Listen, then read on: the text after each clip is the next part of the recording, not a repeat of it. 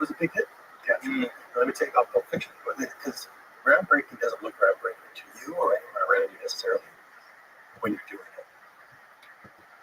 I'd forgotten about this, but I journal. I ran across an old journal, and I brought it up to Quentin when I interviewed him for my director's chair. I still call the director's chair interview writer-directors.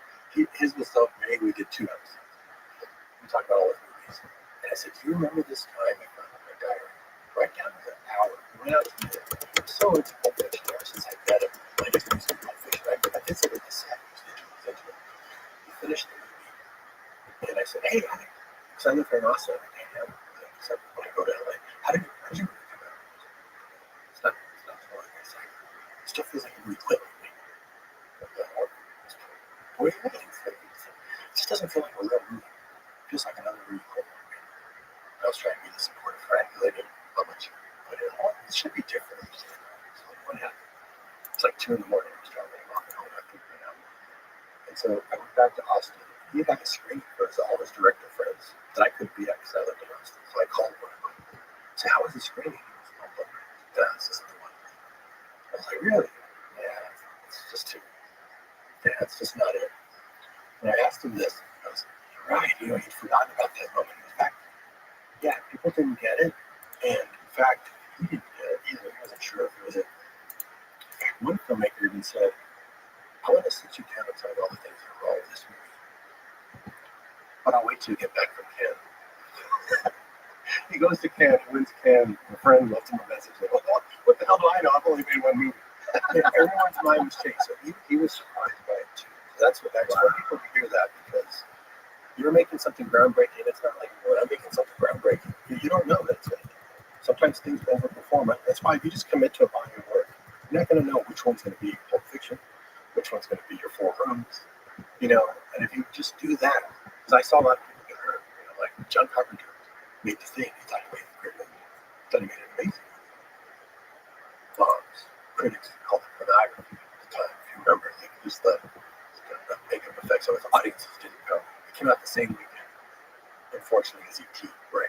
Why do they call it pornography? Just because it was just so self-indulgent, gross, and nasty. I mean, they're really like green to the point.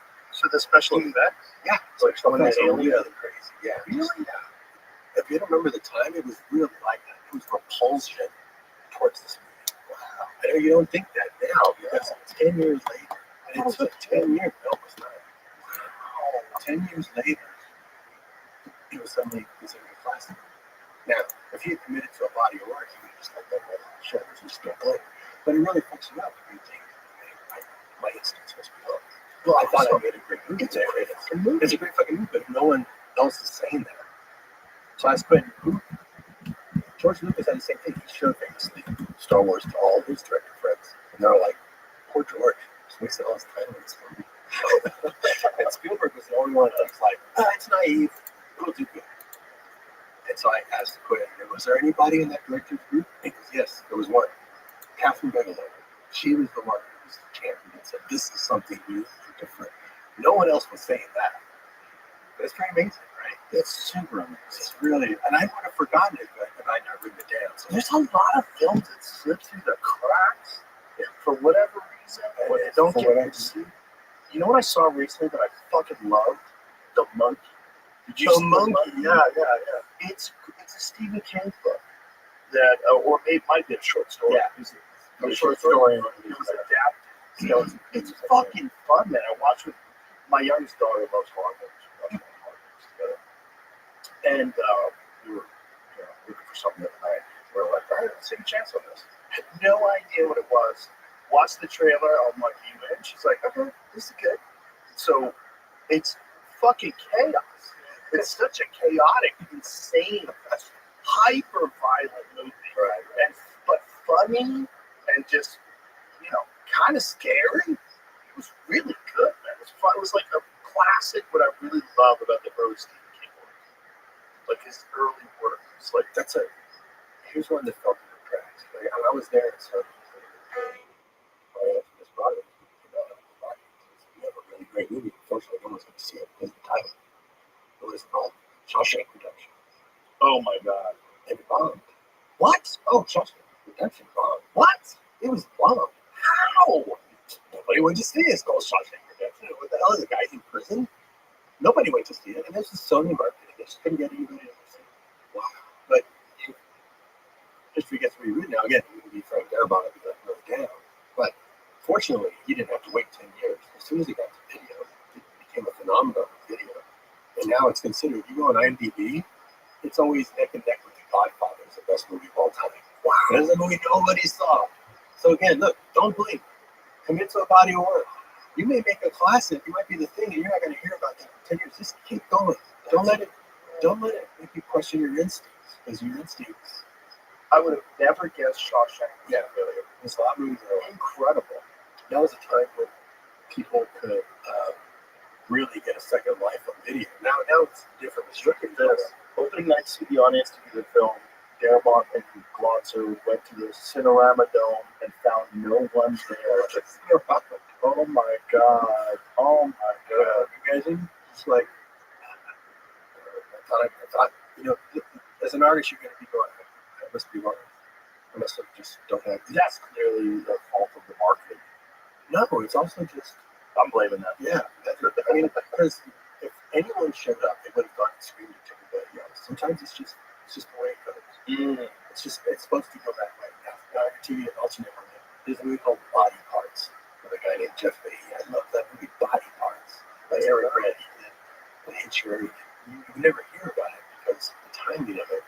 And Jeff Fahey was a big Jeff Fahey fan. We were in the early 90s. I kept going because my mother-in-law's across the street was a dollar theater showing Body Parts. I'd go every night at 7 p.m. I'd go for $1. It was at the second run and watch it just to hear how an audience responds to it.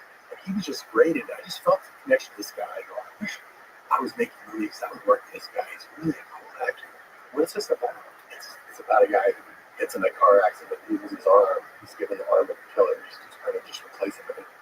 Suddenly he starts doing things. Oh, I remember this. Okay, so that's the same dude that was Lawnmower Man. Yeah, he was a Lawnmower Man. Yeah. So this should have been something that was it for him. But this week it came out, they just caught Jeffrey Dahmer like the week before, so they pulled back on the marketing completely. So no one saw it. And so he didn't get that boost in his career. But silver lining, the TV action was me. I saw it every night. So when I went to do Grindhouse, he retired from acting. He was in Afghanistan. I asked him to do that. He asked him to do work out there. What kind of work? I remember some kind of helping business. He sends me tape. And so I hired him to be in it. And because he was in that movie, in fact, I'd already hired Michael Beaton. And I went, oh shit, Jeff's in the thing. God, Jeff's great too. Let's make a brothers. So they play brothers in Grindhouse. Because he did that movie, he got lost. That show Lost. His whole career came back. So we were talking about it. I just recently was telling him, man, it just came out on 4K. You gotta go see it. You've probably never seen it. You've never seen it. I finished the movie. And I said, you're great in it. I was showing him some stuff. He was blowing his mind. He goes, yeah, this movie didn't do well. I remember now why, because the Jeffrey Dahmer thing just didn't. I went, that's just how it's supposed to go. But I saw it. And that's why I hired you. That's how you got that second career. Because I was there every night because he was at the dollar theater. So I wouldn't be a reporter. So that's how weird shit happens, right? Yeah, so that makes you see that it's just sometimes that's just how the balls roll. It's just all interconnected. Yeah, somehow it's interconnected. You have to trust the process. You just have to trust the process. And someone in the audience recently I was talking about brass knuckle films, and just getting everybody else stirred up about it. And one guy goes, "You're all positive, but do you have any doubts?" So I've never been asked that question before. So whenever I don't have an answer, I'll ask them first. What do you guys think? How would you answer? Do you have doubts? You have human doubts. Everyone has doubts. Okay, so that's what you do with them. Right. You let your doubts overwhelm you. Or do you take them into consideration? These doubts valid. Right. And what do I have to do to make sure that these feeders don't manifest themselves as reality? Do I have to do extra work? Do I have to work harder? Do I have to be more objective? You have to take into consideration that anything you're going to do that's going to be exciting also carries the possibility of risk. And the risk of failure is a thing that keeps a lot of people from acting. So if you're going to commit to a body of work, and you got to not blink, you got to be well. You don't have to worry about it. There's a jiu-jitsu expression. A lot of people using it in MMA as well. You don't lose, you learn. Yeah.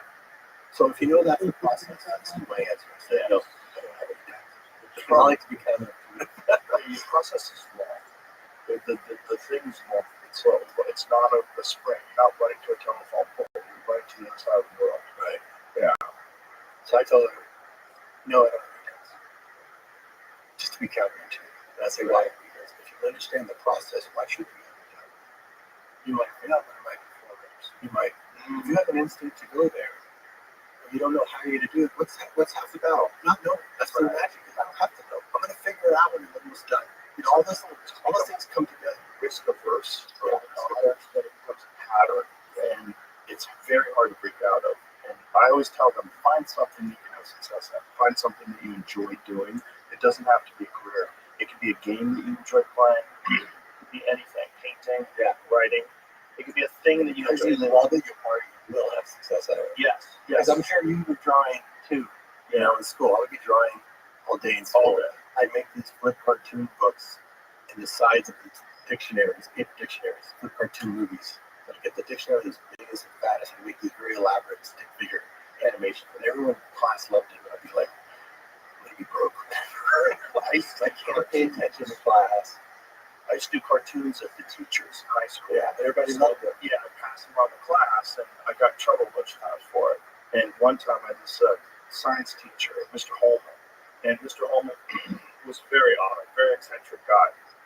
And so I drew a cartoon of him behind his screen. So he had a screen that he pulled down where he could show like films. And then when he pulls the screen up, he had no idea that on the chalkboard I had drawn this cartoon. And the whole fucking class starts laughing. Like, how did then? Yeah, it was like my first introduction to being a comedian. It's very satisfying. But did you think you were going to make a career out of that? No, of course not. You think? I was thinking, oh my God, I would be so broke. I can't understand what they're talking about. I'm way behind. Yeah, and I'm not the best artist, so it's not like I'm gonna, like I'm some protege or something, some thought. But that's in my career was just doing that stuff because you love it so much. I ask people, you want to find your passion. What is that thing that you love to do on the weekend? Right. I was always wondering, like, when you're done punching the clock all week, what is it that you go run to? That's part of your passion. Put your friend to that. You'll actually find success doing it. 100%. Put stuff together. Some opportunities are going to fall in your lap. And that's not it. At least you'll have learned that you can follow this process to get good at something, to get really deeply involved in something, and you can apply that to other things. It might be a exciting. So this is what I applied it to. I'd forgotten this lesson, which was just say you're this person. Stop aspiring. Right. Our words we use are so powerful. You say, well, you know, I'm probably not going to be successful. That's your life. You just think that. You're self-defined. So I had a friend of mine. I always hated working out. I didn't follow any sports, in high school. We would use a small school with you on the team, and Paul, and we could do basketball before. So I don't know. I hated working out. There's a line in the faculty that I gave to Elijah Wicks. That was my line to teachers when they make me work. I go, I don't think a person who should run unless he's being chased. And they would leave me alone. But I hated it. So then I became a filmmaker. Oh, when I was a cartoonist, my back kept going out. 19, I'm like, I have a cane. My back would be out for like a month because I would sit. Oh, wow. The table dry, and I was so tired. I was just throwing it back out. I would just go out. And then when I started filmmaking, every year we just go out like clockwork. So I'm operating the camera, I'm operating the Steadicam. And when I was doing Spy Kids 2, I think, Ricardo Montalban had a bad back. He got surgery, fucked it up. He was in a wheelchair. He was paralyzed. So he's in a wheelchair, and I'm with a walker. And my back went out. He goes, Robert, I'm 84 years old. What's your excuse? You gotta work out, Robert. He's always in shape. That chest is fucking Star Trek 2. That's his chest. God, yeah. He was in his late 60s or mid 60s. They used the spine. Is that what they did? Yeah, they did some. God damn it. So, I wish I could talk about that before. I know. We went to a good place, but they just hit something wrong. It happens to school. Okay, so I go, okay, I don't want that to happen to me. But I don't want to work out. So the next year I worked in Stallone. So I Stallone. I had to get in shape because my back keeps going out. And I like to work out. Get the trainer. Anyone you've ever seen in Hollywood got in shape, they have a trainer. We're about to want you to train. You need a trainer. Well, then if you need a trainer, Mr. Rocky, what chance does Mortal Men have? So I hired a trainer. And guess what happened? Hated it. I hide from the guy. He'd come to my house and I hate him not to show up. I'd hate it. I'd pop it. I'd hide it. I'd call it sick. And then when he did get me, I'd be like half-assed. I hated it. And then 1 year, it was just torture. I knew I had to do it, but this is my point. Sometimes it's not the lack of desires. When people are going to become something and not getting it, it's not because they have to change their minds. There's something that goes with desire. I have plenty of desires in this guy. I wanted to get in shape. I didn't want my back to bed anymore. I had the desire. I was missing out the key element. But I figured out it's a lesson I already knew. Stop aspiring, but I forgot it. So this woman, a friend of mine from Mexico, she's a production manager. I have to stop smoking. My doctor said I have to stop smoking or I'm going to die. I've been smoking since I was 8 years old. I said, well, you're going to go back to smoking because you just told me that's your identity. You've been doing this since you're 8. So right now you're a smoker who's not smoking. Eventually, you're going to conform to their identity. You have to change your identity. You have to say, I'm a non-smoker. I'm a non-smoker. Because what is a non-smoker? What do you think of the smells? She was like, okay, I'll try it. I don't know what happened, but I thought the voice is killing me. She really sucks. So then I go, hey man, shit, I used to apply for filming. That's all I was back then. Where else in my life can I do a 180? And it's got to be a 180. Because if it's just a matter of degrees, it's bullshit. It's much easier to just opposite. So I'm like, oh my God, working out. I hate working out. Of course I hate working out. So I tell my trainer and everyone who listens how much I hate it. I'm an athlete. I'm an athlete. The last thing I would ever call myself, Mr. Cartoon Guy. I'm an athlete. By the next day, what an athlete do? Loves to work out. Makes time to work out. Eats right. So it's got to be opposite. It's much easier. One goes to the couch and they just like, no, I'm going to work out. Work. There's a donut. I'm not going to cut it in half and eat half. It's bullshit. Because degrees fuck you up. Opposite. There's a donut. No, I'm going to reach for an apple. And not only was I able to work out, this was 14 years ago. I didn't need a trainer again. I'll just be like making myself do it because I'm an athlete. That's how powerful the mind is. So if someone says, oh, I'm going to do this thing on the weekend, you might have the desire, but you've got to get the identity. You've got to say you know that. And it sounds a little awkward. Like I asked somebody, like speaking of, I said, you consider yourself a creative person. Anyway, oh, and that's kind of, I said, you're stuttering there, man. You're stuttering. I know. It's just, no. I gotta say, are you technical? Yeah. Okay. You're technical and creative. That was the first thing that stuck in my ear. It's also what your camera is. It's also what because he's technical and creative. And my first job, my dad went to Photoshop. He said, go work for my friend Mario for your summer job. Went to work for Mario, processing film for photos, and he gave me a camera for film. He said, go home and take pictures of this. I need you to know how to use that camera so you know these other cameras. So I went home and I'm from a family of 9 kids, definitely 10 kids, 9 siblings, taking all these pictures of them, doing cool stuff. Go back and look at the pictures and it goes, whoa, these are really creative. You're creative. You got to now learn how to be technical. Because most creative people always need technicians. Technicians always need creative people. Now it's against your gift. It's just a gift you have. They can never really be creative, those should be technical. But because you have creativity, if you apply yourself, it's against your nature. If you apply yourself and learn the technical part, you'll be technical and creative, and you'll be impossible. You'll be unstoppable. And I was like, whoa, it's not. I was 16. He goes, here, wait. Go. I know sometimes I would ask you about who did that for you. Who was, because if you look at all the different turning points in your life, there's probably somebody who sent you in a direction. It comes through me. Because if I were to go back and ask that guy, hey, that advice you gave me, he'd be like, well, that's another person. It just came through him at the time. Right. So he pointed me that way. And that's why I made a mariachi by myself. I didn't want to take anybody because I wanted to learn. I didn't know how to use that camera. But if you go ask somebody to do it for you, your I need list, if you make a list of all the things you need to make your dream happen, the longer that list is, the less that's going to happen. You got to reduce it down to nothing. Me, my hands, my bootstraps, this camera all day, be technical and creative. So I told Lex, now you got to own it. I say, are you creative? Yeah, creative. And I'm technical. And I don't blink. And my creative body of work. And it's like, Falling out of there supercharged. Lex needs a guy like you in his life all the time. He's too self-deprecating. Such a brilliant guy. And it's nice to be self-deprecating. It's kind of a joke, but a little bit. But the words you use in yourself are very. He beats himself up. The words you use, you're doing that to yourself. Yeah. The guy throwing cabbage at you on stage. Look close. It's you. You're doing that to yourself. You're the one who's like shit. So you're doing that to yourself with your words. He'll make like Twitter posts about how down he is. And I want to go to his house and fucking shake him with a baby. Yeah, dude, you're down. You stay down. I have this theory called baseline. I talk to my kids and we just laugh about it. Okay, when shit fucks up, it's just not going right. So don't be down about it. Don't feel like you're in a slump. Because now you just stuck yourself in a grave. It's going to be hard to climb out. Right. When shit isn't going right, oh, the tire's flat. Oh, I got fired. I call that baseline. You're a baseline. Anything above baseline. Like this right now, we're having this great talk. This is way above baseline. I'm with Joe Rogan shit. So it's way above baseline. Celebrate that shit. Yeah. Because it's not always there.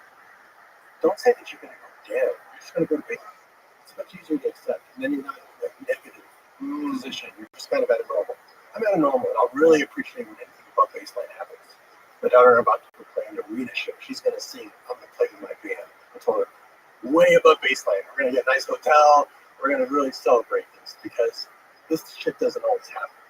And when everything's going really, really wrong, baseline. Only when things are really down, you can call yourself low. You don't have to do that. But why just stay there for a much longer time? You're just a baseline. That's just life. Oh yeah, I tried to go make that movie and it didn't work. Baseline. It's really it's mindset. It's all mind. It's all stuff you're doing to yourself. Yes. And these are things I like to pass on to people because when they come back and give it back to me, I don't know if you give your kids advice this you learn. You learn so much. Yeah. You've got the best job in the world. You're learning all day. Yeah. So I bet you don't know if it's going to stick. I'm shocked how much that not only sticks, but they come back and they feed it back to me. Oh yeah. It's just like, just like you talk. They also learn by watching you do it. Oh yeah, they've seen you move through the world. Yeah, but you're the dad, and you're making all these films. You're doing all this. You're involved. You have action. There's a lot of action. You're constantly in motion. You're doing things. You're creating things. That's inspiring to them. They like absorb that.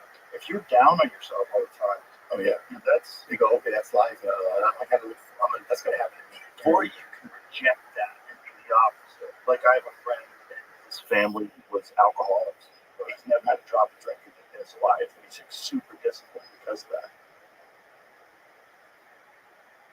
I'll tell you my secret. I've never done drugs. Nothing. Never. You don't even drink coffee. You were saying. I don't even do coffee. You were telling that story because it's so hilarious. Oh, a friend of mine. What was his name? He was working at the Sony when I first got there for mariachi. This kid, my assistant, he was like falling asleep at the desk, and I'm like, why are you falling asleep? And he goes, I'm trying to get off coffee. I was like, oh my god, I'm never gonna get off coffee. Like I want those guys getting their hooks in me. And then over there, you see that showing up, like zombies going in there, having to get their coffee as I drink stuff. Like all marketing, all. It's made to be addictive, like nicotine. Oh, and then your body can't create that. I understand today's as it is. Because I don't like that. Do you really? I can say I just did this. What's your favorite workout music?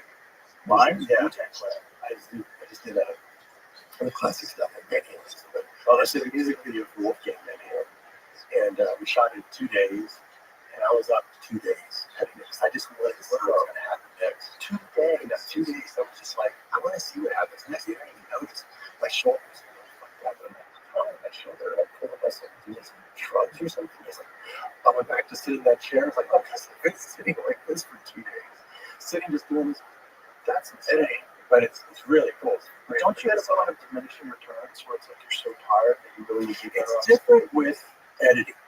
Editing is a weird. I was thinking that as I was doing it. I wish I could do this with writing, where I could just write for 2 days straight. But the words are knocking me out and you're slaying on for a while. Editing is this visual stimulus, and you're so excited. I kept going, okay, one more hour, and you just can't stop. You just can't stop because now you're seeing it. You're not super 38 hours later. It's going to drop like this. Great workouts for sure, but it's just really entertaining. That's it's talent. He does all the instruments himself. Really? He plays the drums, bass, guitar, sings, writes the songs. When he goes on tour, he takes this really big band with him because he can't play all the parts. But the albums is throughout. He's working on his all played all instruments. Wow. Super talented. Really, really fun. And I like working with people who just do more than other people. They just at that level, and it's so inspiring. It's feeling enough. Yeah. That's why I always tell people, if you can surround yourself with other people that are really getting after it in life, it would 100% motivate completely. In a different way. It's instead of having that procrastination feeling to get up excited, You have to. And it's like, parents tell you, careful your peers are. Well, you're younger, because it means one thing. Oh, yeah, but later, even more. Like, when I started going to the film festival, I just quit. And then I meet Jim Cameron. And you like George Lucas. It's like, you can't hang with these guys if you're not accomplishing something. right. So when they say, hey, what are you up to? Well, down in Texas, I got a little studio. Pioneering digital filmmaking and green screen technology. I make the first digital 3D. Oh, people. I gotta hang out here for a while. I gotta be doing something. That's a great one. But still, compared to what they're doing, when I first met Jim, That's exciting. when I first met Jim Cameron, that's why you don't want to be around people who you're the best. You're better. Right. You want to be one that they're sweet and hard. Yes. So surround yourself with those people and do some things so that they let you hang with them. But you want to learn. Like here's Jim Cameron, for instance. When I met him, I really learned because of him. So I said, go back to what you guys want. And I can't afford a steady camera over here, so I took a 3D course. Now I'm not doing it myself. So I'll take steady cameras and these kind of things. Anyway, I bought a steady camera, but not to operate. I'm going to take it apart, design it better. So I was like, that's completely who he is. Us mere mortals are like trying to operate the thing. He's designing whole new systems.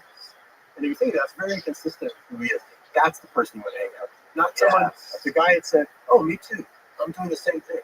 Didn't you go to the bottom of the Mariana Trench? So he's got somewhere you can it's only inside his desk. It's like this big on his desk, this green machine. And I was looking at it going like, aren't you afraid? I mean, I've got kids, wife, aren't you afraid to go down that deep? Is that happening? Like, no. So why not? Oh, I designed this hate field. So many other bozo had done it, I'd be afraid, because he did it. And all the confidence in the world. Talk about something of no doubt. No doubt. So, it's not hilarious. That's him, though. It's like, yeah, if someone else designed this skate field, well, I'd be afraid. But I did it. He had no positive. That's just crazy. So that's kind of confidence. That's like people hang out with. Yeah, that's it changes your genius. It changes your perception of life. And by osmosis, you pick up, I call it this proximity phenomenon. Like I took a painting class with Sebastian Career, painter Germany. I saw this class that he gets for a week. I'm like, I'm going to go do that class. Not to learn how to paint so much. I know I'll be a better director by learning how to paint. Because it's that another way into creativity. You just want to get better at creativity. So just do as many jobs as you can that you're interested in. If you just do one job, you barely do one job. You have to do all these other ones to kind of inform it. Yes. So I went out there. He doesn't teach me. He just paints. I'll show you the examples before and after. Just by, I thought for sure I did pre-painting before we went out there. It looks like crap. I don't know what brushes he's using, but the kinds of paints. It's a different method. He must have some trick. I go, and he's painting this amazing Jagger photo wheel in front of us. But we all paint alongside. And we're painting using regular paint. Brushes are using regular paint. I can't do that. I go back and suddenly it's a painting. I'm going to try one more photo wheel. I should use bloody way. It looks like I dropped the stuff like holy shit. It's because I found giving myself vision to do it. It's an ability, but you're invisible. I don't know. Something I don't know. So you can be around somebody who's doing it at that level, suddenly you can do it too. It's like breaking the field. Like as soon as I made mariachi, no one had ever done anything like that. Suddenly there's 10, 12, 13 movies made, very low budget because they go, oh, it's possible. Now suddenly you can do it too. And when it's in the room, when you're right near it, it's just a phenomenon that you can just lean off them. That doesn't teach you anything. Just by being around and seeing how they do it. And seeing they accomplish with the regular people. You're just accomplishing the high level. Blows your mind. That's really important. Yeah, right. I was speaking last night on the radio. We were talking about this area of the country that's falling apart, and I was like, comedy's top down. Man. You have to have a bunch of assassins all working together in the same location. They all feed off each other, and then all the people coming up below, they see that. They see these young guys that are coming up. They see these people working really hard and constantly creating and constantly doing all these different sets and constantly working on new material, and they get inspired by it. And then you see these guys get Netflix specials. It's all happening at the club. So this club that we're doing in Austin is all about that process. Yeah. We have specifically designed it to have 2 open mic nights, Sunday and Monday. So new people, no experience, get up there. People from all across the country moving here, so they can be a part of the process. There's like a real path to success that you can see. Because guys like Ron White are there, guys like Shane Gillis are there, Tony Hinchcliffe, and these young guys, Derek Post, all these young guys that are coming up that are really exciting. It's like, it's really fun. There's like a vibe of creativity that everybody feeds off. I love what you built. You come here, over here like 4 years, you already like built this whole community. Right? Well, it kind of built itself, man. It's the same thing we were talking about before, instincts. First of all, I had the instinct to escape LA. I was like, this is not going to change. It's going to get worse. I got to get the fuck out of here. And Ron had already been here. Ron was here in 2018. And once my family was interested in doing it, it was pretty easy. Because I'm one of those guys, like, I just can just pick up stakes and go. I'm like, okay, life is different now. Let's live in Texas. Like, I want that. I like change. I like not having any fucking idea what's going to happen. I'm excited by that. And so then once we got out here, and Ron's like, we got to open up the club. Okay, we got to open up the club. And so then I started looking for locations, and luckily, the Ritz was available. I been under contract for this one world theater that was all right. That fell apart. Ritz is cool right now. Oh, it was the perfect spot. When the Ritz was available, it was like, oh my god, this is it. And then when people walked in, it was still the Alamo, so it was like set up for a movie theater with like those angled slope seating. And then we got to change everything, but I'm like, this is it. And then I started bringing in other comics to help me. I'm like, what would you do? Louis C.K. came and was like, I think you should make this thing smaller. Make the thing smaller. I think you should make the ceiling lower. Make the ceiling lower. Like, so we were able to do whatever we wanted to do and design the club from scratch just for comics. And once everybody knew that it was happening, it was just moving like that. So it was nuts. What did they look like? It really was like that, but it was like the universe wanted it to happen. I say that it sounds so self-important, but it's exactly that. It's just you're stumbling upon so many things had to happen in this order for it to happen this way. And then you had to have someone who's like me, who's accustomed to just going by instinct. And my whole life, I'm like, fuck it, let's do this. I'm like, that's what I do. And so when this came up, I'm like, okay, well, you're not going to stop doing what you do now. Don't be a pussy. This is what you do. You're going to throw a bunch of money at this thing. Let's make this happen. And tell everybody you're doing it. And call all your friends in LA. Call all your friends in New York. Come on down. We're making this happen. I tell people that after mariachi, it's like, I never thought I could get everything straight. I live in LA, contacts and all that. So I was going to get a practice film. But then when he got bought it, it's getting released. And one Sundance, like practice film. I thought, I don't have to go to LA. I don't even know what's up there. Between an airplane flight and FedEx, almost 3 years. Right. So for the past 35 years, people go, why are you in Austin? I don't understand. It's like, now they're all moving here. But it's because you just think outside the box here. So yeah, I tell people, filmmakers who all thought they need to move to LA, stay where you are. Build up your community around you. We built this amazing community of filmmakers here. All they made were westerns before that.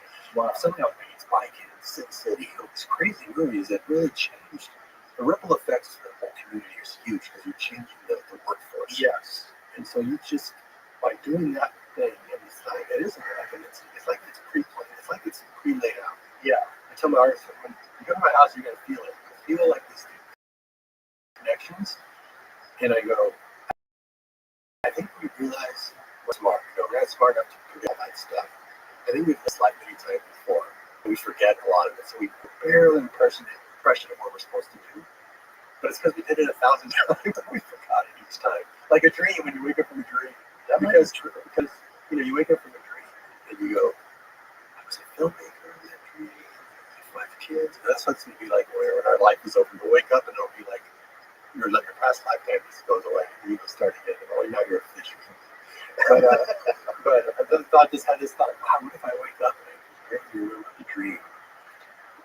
And that's it. Because sometimes you feel like you can predict the future, but not like you can predict it. So you recognize it once it happens. Like, oh, yeah, this is right. How did I know to go this way? I didn't do it on purpose. Like you said, I didn't set all the things that needed to fall into place were too coincidental.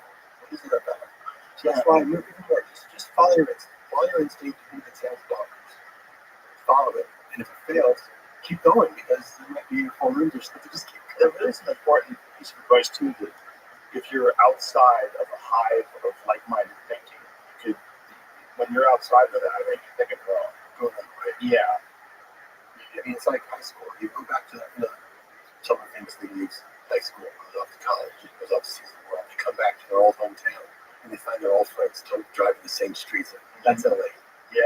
They're still doing the same shit, the same way, and you just went off the reservation. It's also their opinions are only based on what's popular. It's like you were talking about Pulp Fiction. Yeah. Like before, they're like, what the fuck is this? And then they're like, oh my god, I got more of that. You gotta make something like this. Yeah.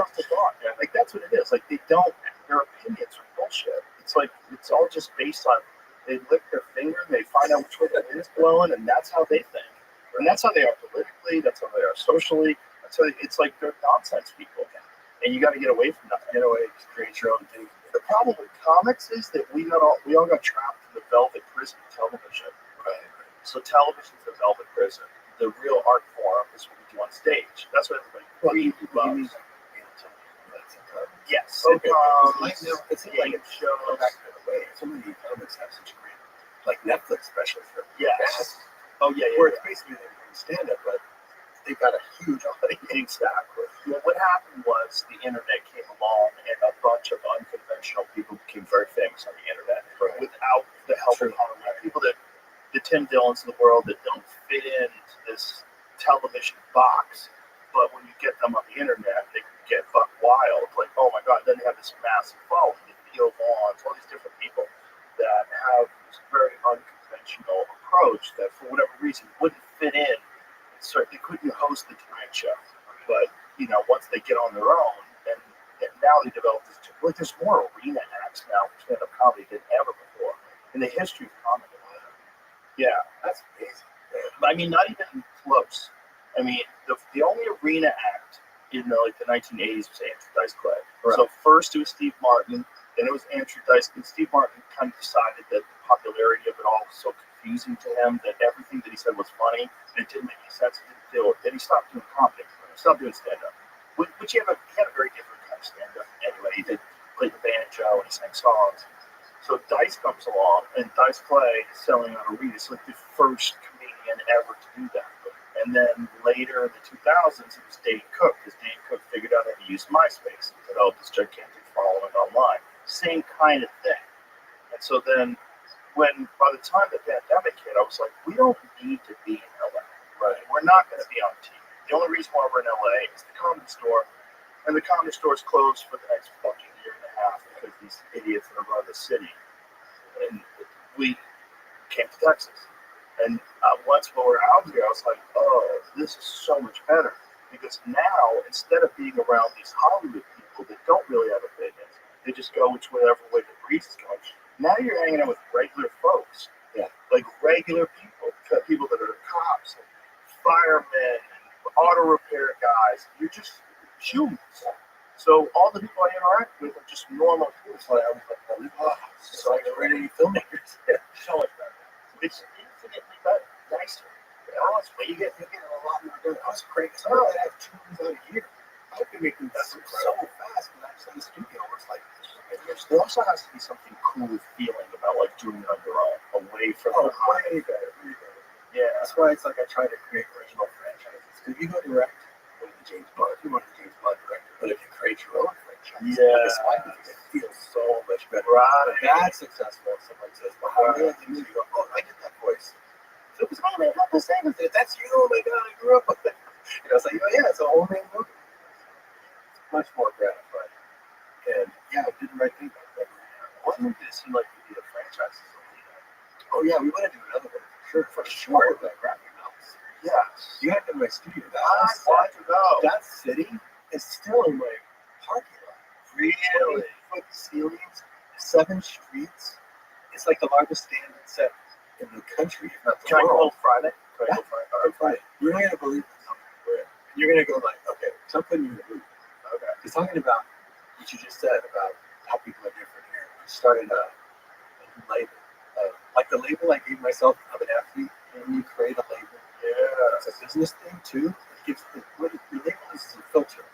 So I'm doing an action slate. So that already you get a bunch of ideas. It's just action. An action slate of 4 pictures. It's called Brass Knuckle Films. You're going to read the first one. So I'm going to direct the first one. I've already got. What are we doing? I'll show you. It's a great part. You're going to come to the studio. I'll tell you that. Okay. But Brass Knuckle Films is cool because it's the first time it's an investable film slate. So fans can invest in the movie. They get purchased stuff, but it's not crowdfunding. Like you can get killed in the movie if you put in a certain amount of investment. But what's cool about it, I just want the audience to win. Because the audience is an afterthought. Like you say, you go to the studios and people in Hollywood and people are watching movies. And people meet the real audience and they're so into it. They're so behind it. It's like, where's your cut of it? Studios only show up for an audience at the end when they want you to go get your friends to come spend money on their overpriced movies. So I'm going to do this thing where even at $250 the lowest level, you put into this thing any of the 4 movies, one of which I'm going to direct for sure, produce an album that try and make it keep the cost down as they go to profit center. Any one of these movies' success, you share in that success all the way through sequels. And for even $250, they put some money in. You get to have that proximity thing because we have this whole group together. That's such a great idea. And everybody gets to pitch their action movie idea. And I'm committed to making at least one of the movies on the slate from fan investors' ideas. So not only will you be an investor, but you'll be a creator. So we're almost already topped out. We're going to hit we still have 20 days left. It's going to surge again. We're going to raise like 1.5 million for development funds. And we're almost at $1 million already. 22 days left. So I'm telling everybody who's listening, come in at the lowest level. Just be part of our community because people who come here get proximity. And the lowest level is $5. $250. Which, you make that back on success of any of the movies. That's awesome. And it just hedges your bets. And it's just action because there's always an appetite for action. Like you ask Netflix right now, what kind of movies they need? It's like action, permanent action. Oh, sure. And internationally, it's like, so we're going to make the thing that people always buy. They're also really fun to make. You're going to be perfect. I want to bring you back to Frisetta. Oh, yeah. This is the thing that I wanted to pitch this to Quentin, and maybe I can pitch this to you. Sure. Somebody needs to make a real Conan the Barbarian. Yeah. A real Conan the Barbarian that's like the Robert Howard books. Yeah. The real Conan. Because the Arnold ones are great, they're fun. And Momoa, I think, is the best Conan of all time. Because he was the guy, what was his name in Game of Thrones? I don't remember. Yeah, Drago. Yeah, he's the most realistic of all Conans. That's what Conan's supposed to look like. He didn't look like a bodybuilder, like a fucking super fit assassin. Yeah, instead of a sword. Yeah, but the books are awesome. They're fucking awesome. It's right up your alley. It's about the barbarian is actually the one who's got code. Yeah, right. Yeah, and all the replays are the ones that are like crooked and shit. Yeah, it's just so classic. The barbarians. God, that guy was from Texas. The guy in Rabbi from Texas. Outside down. That part I have a house where I made all these movies. It's in the land that he looked over and saw and said, that's Samaria. That's where real man's from. So I always felt this connection. I wanted to do cooking. So I almost did it for I even wrote Jim Cameron into what he was doing. Really? We were going to do kind of like what we did with Anita. I said, gee, let's do Conan and we'll make it look like the paintings. Technology wasn't there yet. And I ended up doing Sin City instead. I had already written, there's going to be 3 movies. So it's just different occupations. It's kind of built like the James Bond series, where you follow what is different. So it starts with him as a thief. And the second movie is him as a Buccaneer mercenary. And the third one is when he becomes king. So the actor can grow with the role. Like you took Daniel Craig and started to see him out. By the end, he's no type of guy. You got to get an actor who does the whole journey. So I had a whole trilogy. Let's go. I know. Let's go. Netflix had it. I went to them, and they let the bright snaps. Like they had too much sometimes it's too much baggage for a character. Dude, let me call them. Right, let me get on the phone. I've had some randos Right right make it already. Yeah. Jamie, can you sum up for Zeta, Conan the Usurper? It's probably a painting called Chains. I don't know the Chains. No. Was it Man, the one where there's a bunch of the. he named them different than the books because of the copyright issue. So, so whatever's on the, but you can find the cover. But the painting itself might be a different It's just if you just pull up Frazetta Conan, because he did a bunch of them. You don't look this. Yeah. Chains, Barbarian, That's Manny. incredible. The one when he's standing over the bodies with the sword. That's pointing what to the ground. Yes, that's the one. So I remember seeing that when I was a kid, because I was always into graphic novels and I was into comic books. And I saw that when I was a kid at a comic book store. I was probably like 11 years old. I was like, holy shit. That is the coolest fucking thing I've ever seen in my life. And it's still kind of imitates it. It's a very triangular way of composing that tells the story. The posters still look like this. That fucking. Look at the one with the snake. Again, you see the triangular design. Now with the meaning of the snake and the adapt to him, it tells a whole story.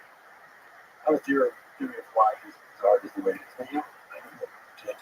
Really? Okay. So when first you get to Hollywood, right? So I'm just this kid as an artist. You get to Hollywood, first thing you want to do is work with all your heroes. So Dust Till Dawn, I said, I want to work with that. We used to do something posters like the Gauntlet. When you spent that Gauntlet, what he did, pick up the Gauntlet, Clint Eastwood for Zed. And so I called him and he said, yeah, I'll do it. In fact, when I showed him the movie, he goes, where'd you find this gal? And I said, yeah, That was for Zeta? yeah. Wow. I wanted to get that for Dust Till Dawn. So I said, where'd you find this gal? He said, I wish I had a gal like that. Like, she's based on all your paintings. All the girls always your paintings. I made sound like dressed like that. Because it's presented. Come to life. He goes, oh, that's all you need on the poster. Well, you had a girl get interactive. So when you come to the house, you see the painting he did. It was the year he got his first stroke. So it took him, by the time I got the painting, we'd already made the posters. We thought the kid's not going to come, and then it showed up. But we gave it away at comic book stores. But it's really cool.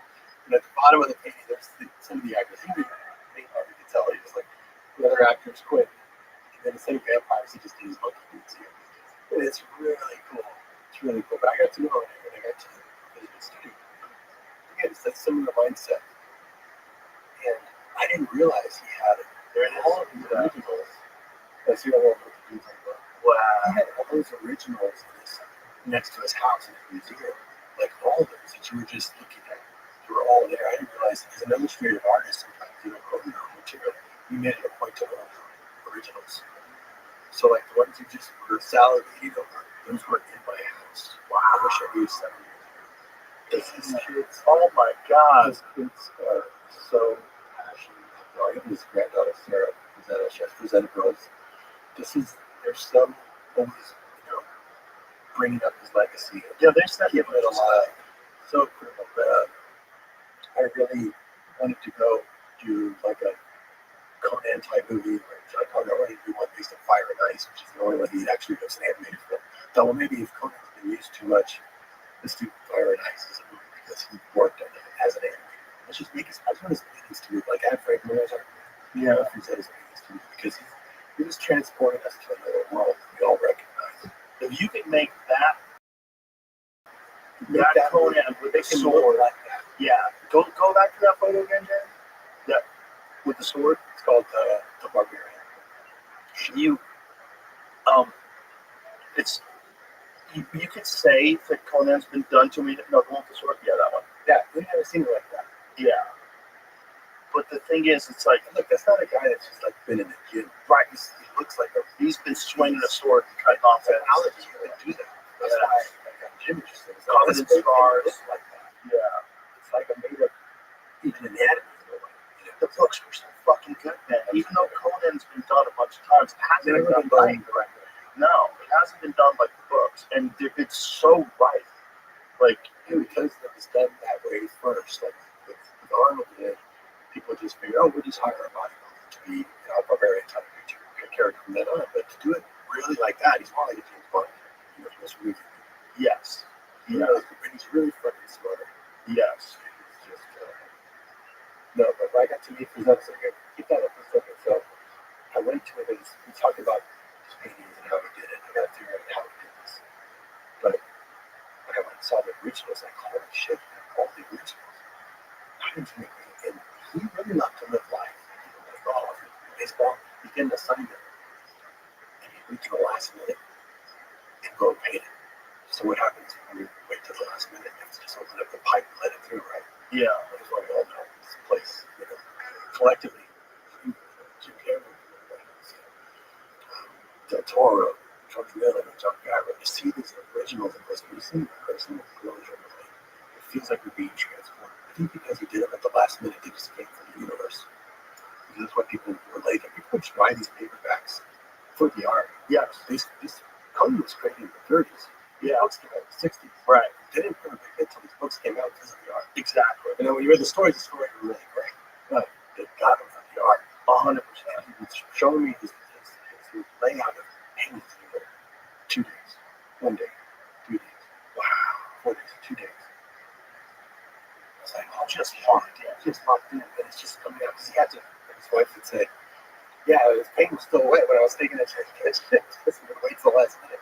But these masterpieces would come out. And I just was really inspired by it. So when he passed away, his kids said, what should we do with the art? I said, let's make a movie based on the art. Who's got this now? So different. They've sold some of them. Like the kids, like if you go to Frank Jr. So much. Frank Jr. still has the museum. He still has a lot of the masterworks. Each kid has some of the masterworks, and they're all great. And keeping his legacy going. I want to make a movie about it just to get his name back up. We're all inspired by it. Oh, so cool. And How did you find out about those books? I think it was just an assignment. And he would barely read the book. Just do his own thing. So they start putting the books out, more mass publishing in the 1960s. Yeah. So he does these illustrations, he does the paintings. He's flying off the shelves.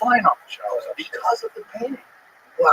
Those paintings, those books, no matter, even the best art book today, when you see the original, it cannot capture what the original has. Nobody knows about it. You guys have like 14 different things. You got to consider. Especially as an illustrator, we have all the prints. We have one of the prints. Go back to those images. The one that we have, Jamie, with him with the giant gorilla. Yeah, we have one of those where he's fighting the gorilla. He's on his back. He's got a red cape. That's called Manning. That's right. Just pan over to the left. It's on the left side. There it is. That's it. We have one. That was in my house. Oh, so the real one. The real one. So we have that out by kids. The kids said, "Hey, fucking that is." The kids said, can you take our photos for us and show info for people because hurricane season's coming? They live in Florida, and we don't want anything to have their insurance, but they can be gone. Oh my God! Can you take it? I was like, yeah, I'll take it on my house. So for a year and a half, I had these. The barbarian when they were just the store stand. Yeah. I had that one. Oh my God! So I would have everyone who came to Southwest Southwest. It was just in town. They'd come to my house and make pizza, and we would just stare and drool over the pizza. Those inspired me so much as a kid to be an illustrator. Yeah. The Frazetta paintings and some of the drawings from the graphic novels that people have made of these inspired me so much as a kid. It's just dream imagery. Yeah. Dream fantasy. Pure fantasy. Yeah. It's too recognized. Yes. And every young kid wanted to wish it was coming.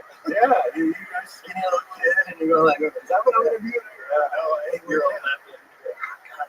I wish I had it. So great. Yeah. And so I don't know if you read these books. They were based on these comics. They were based on the books. They just translate the books. There was a comics code. So Conan the Barbarian comic had to follow the code. There was a black and white magazine called Savage Sword of Conan. Oh, I read those. They didn't have to follow the code. Right. That's why people would get killed. And they would Ray Thomas would just like take the book and put the book in several chapters. Yeah, they were brute. They're really great. Yeah, that's what science grew up with that. Drawing out of that, learning how to draw anatomy from Conan. The Marvel comics were fun, but they were. This was still under Marvel, but it wasn't under Conan because it was considered a magazine. That's what I'm saying. So the Marvel comics were fun, but they weren't. Oh, right. Yeah. They were brutal because they had a comics group. Yeah, the comic side. By doing a magazine. Yes. They got around. So you can find the Savage Sword of Savage Sword of Conan. There it is. Yeah, that's one where he's that's a voice media. Oh, yeah, this is great for this. The other one. He came out in the 70s. This is a great Frazetta story. Several of his paintings, where you see them, they're not very big a lot of times.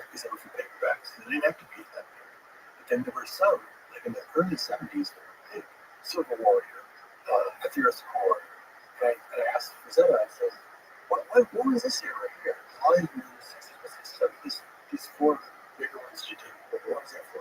Oh, they were saying I was watching that. That was finished. It's because Boris Vallejo's comes down. They're like, oh, I think it was that. So I do 1, 2, 3, 4 beauties. Shut them over. Shut them all up. Boris Vallejo Conan. Because Boris had a different style. It was like a little more.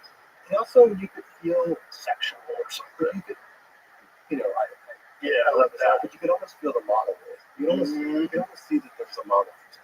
Well, it was very cool, but it came different feeling. Instead, it was more raw, Very raw. Boris Vallejo. It was great. He's doing it. I mean, he's doing it from that style. Yeah. I mean, Zeta was the Jimmy Page of arts. Everybody could read this. So everyone you couldn't unsee for Zeta's work when you were doing. I mean, this is man. Yeah, this is Manic. He's doing Manic, but a different version of it. Even then, I drew a lot of things that were like that, like a different version of Zeta stuff. Everybody did. But yeah, I was more of a Zeta guy than a Boris Vallejo guy. I loved it. It was great. I was happy that it's still. Like Columbia is fighting across. That's what that was great. From the far bottom left, it's the first issue of Savage Sword. That was it doesn't come close to. No, it's just Zeta just has. It was more. I think it's because that's awesome. It's the way he did it. Yes. There's some magic to it. They'll show you a couple of things that blow your lips.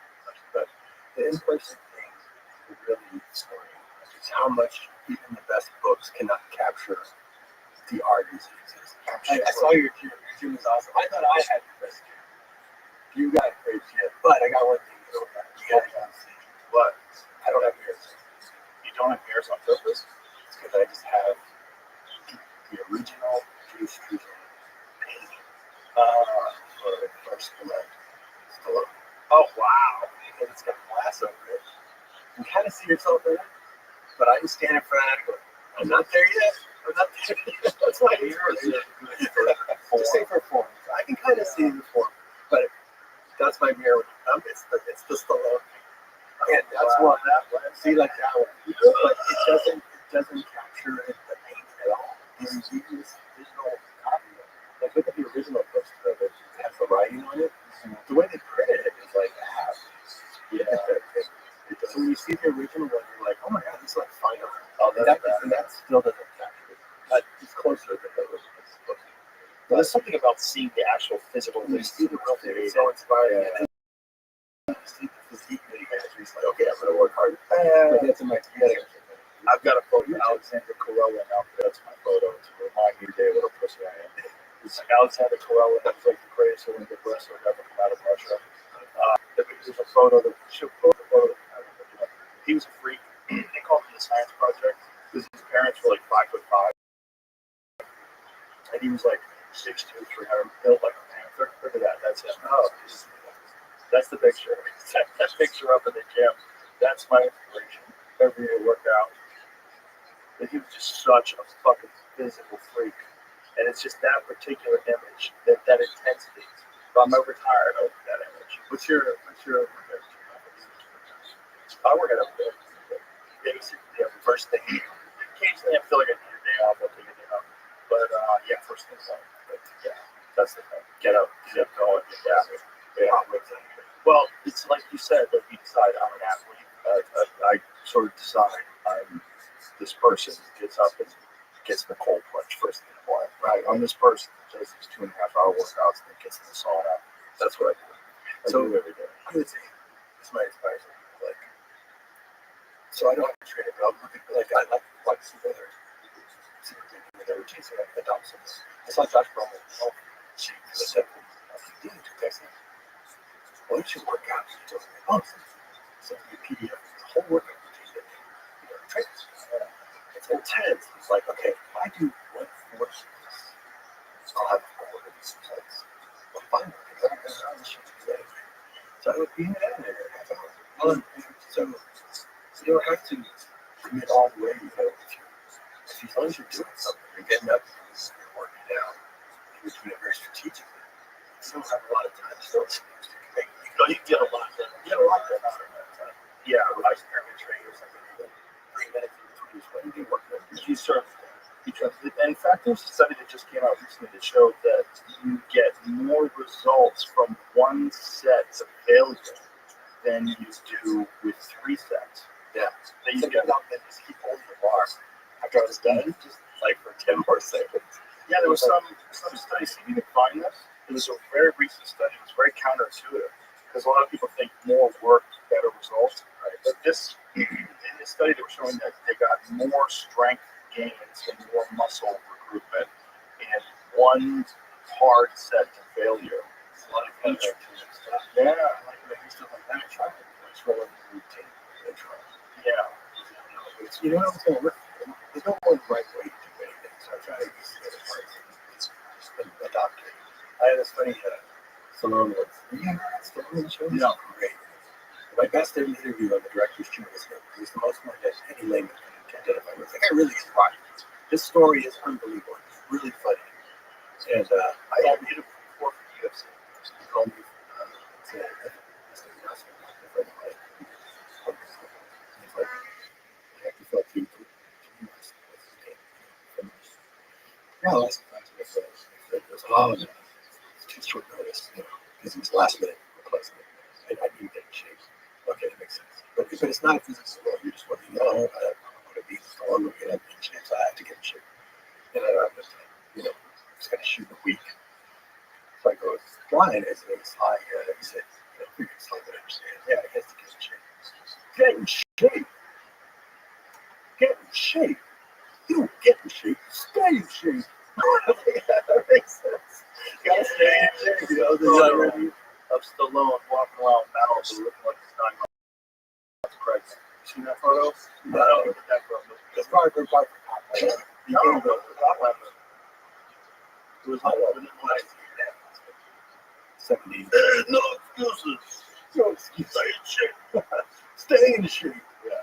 That dude, such a great interview. I watched the Rocky movie.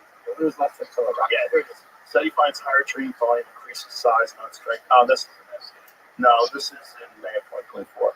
It was very recently. It was about one set.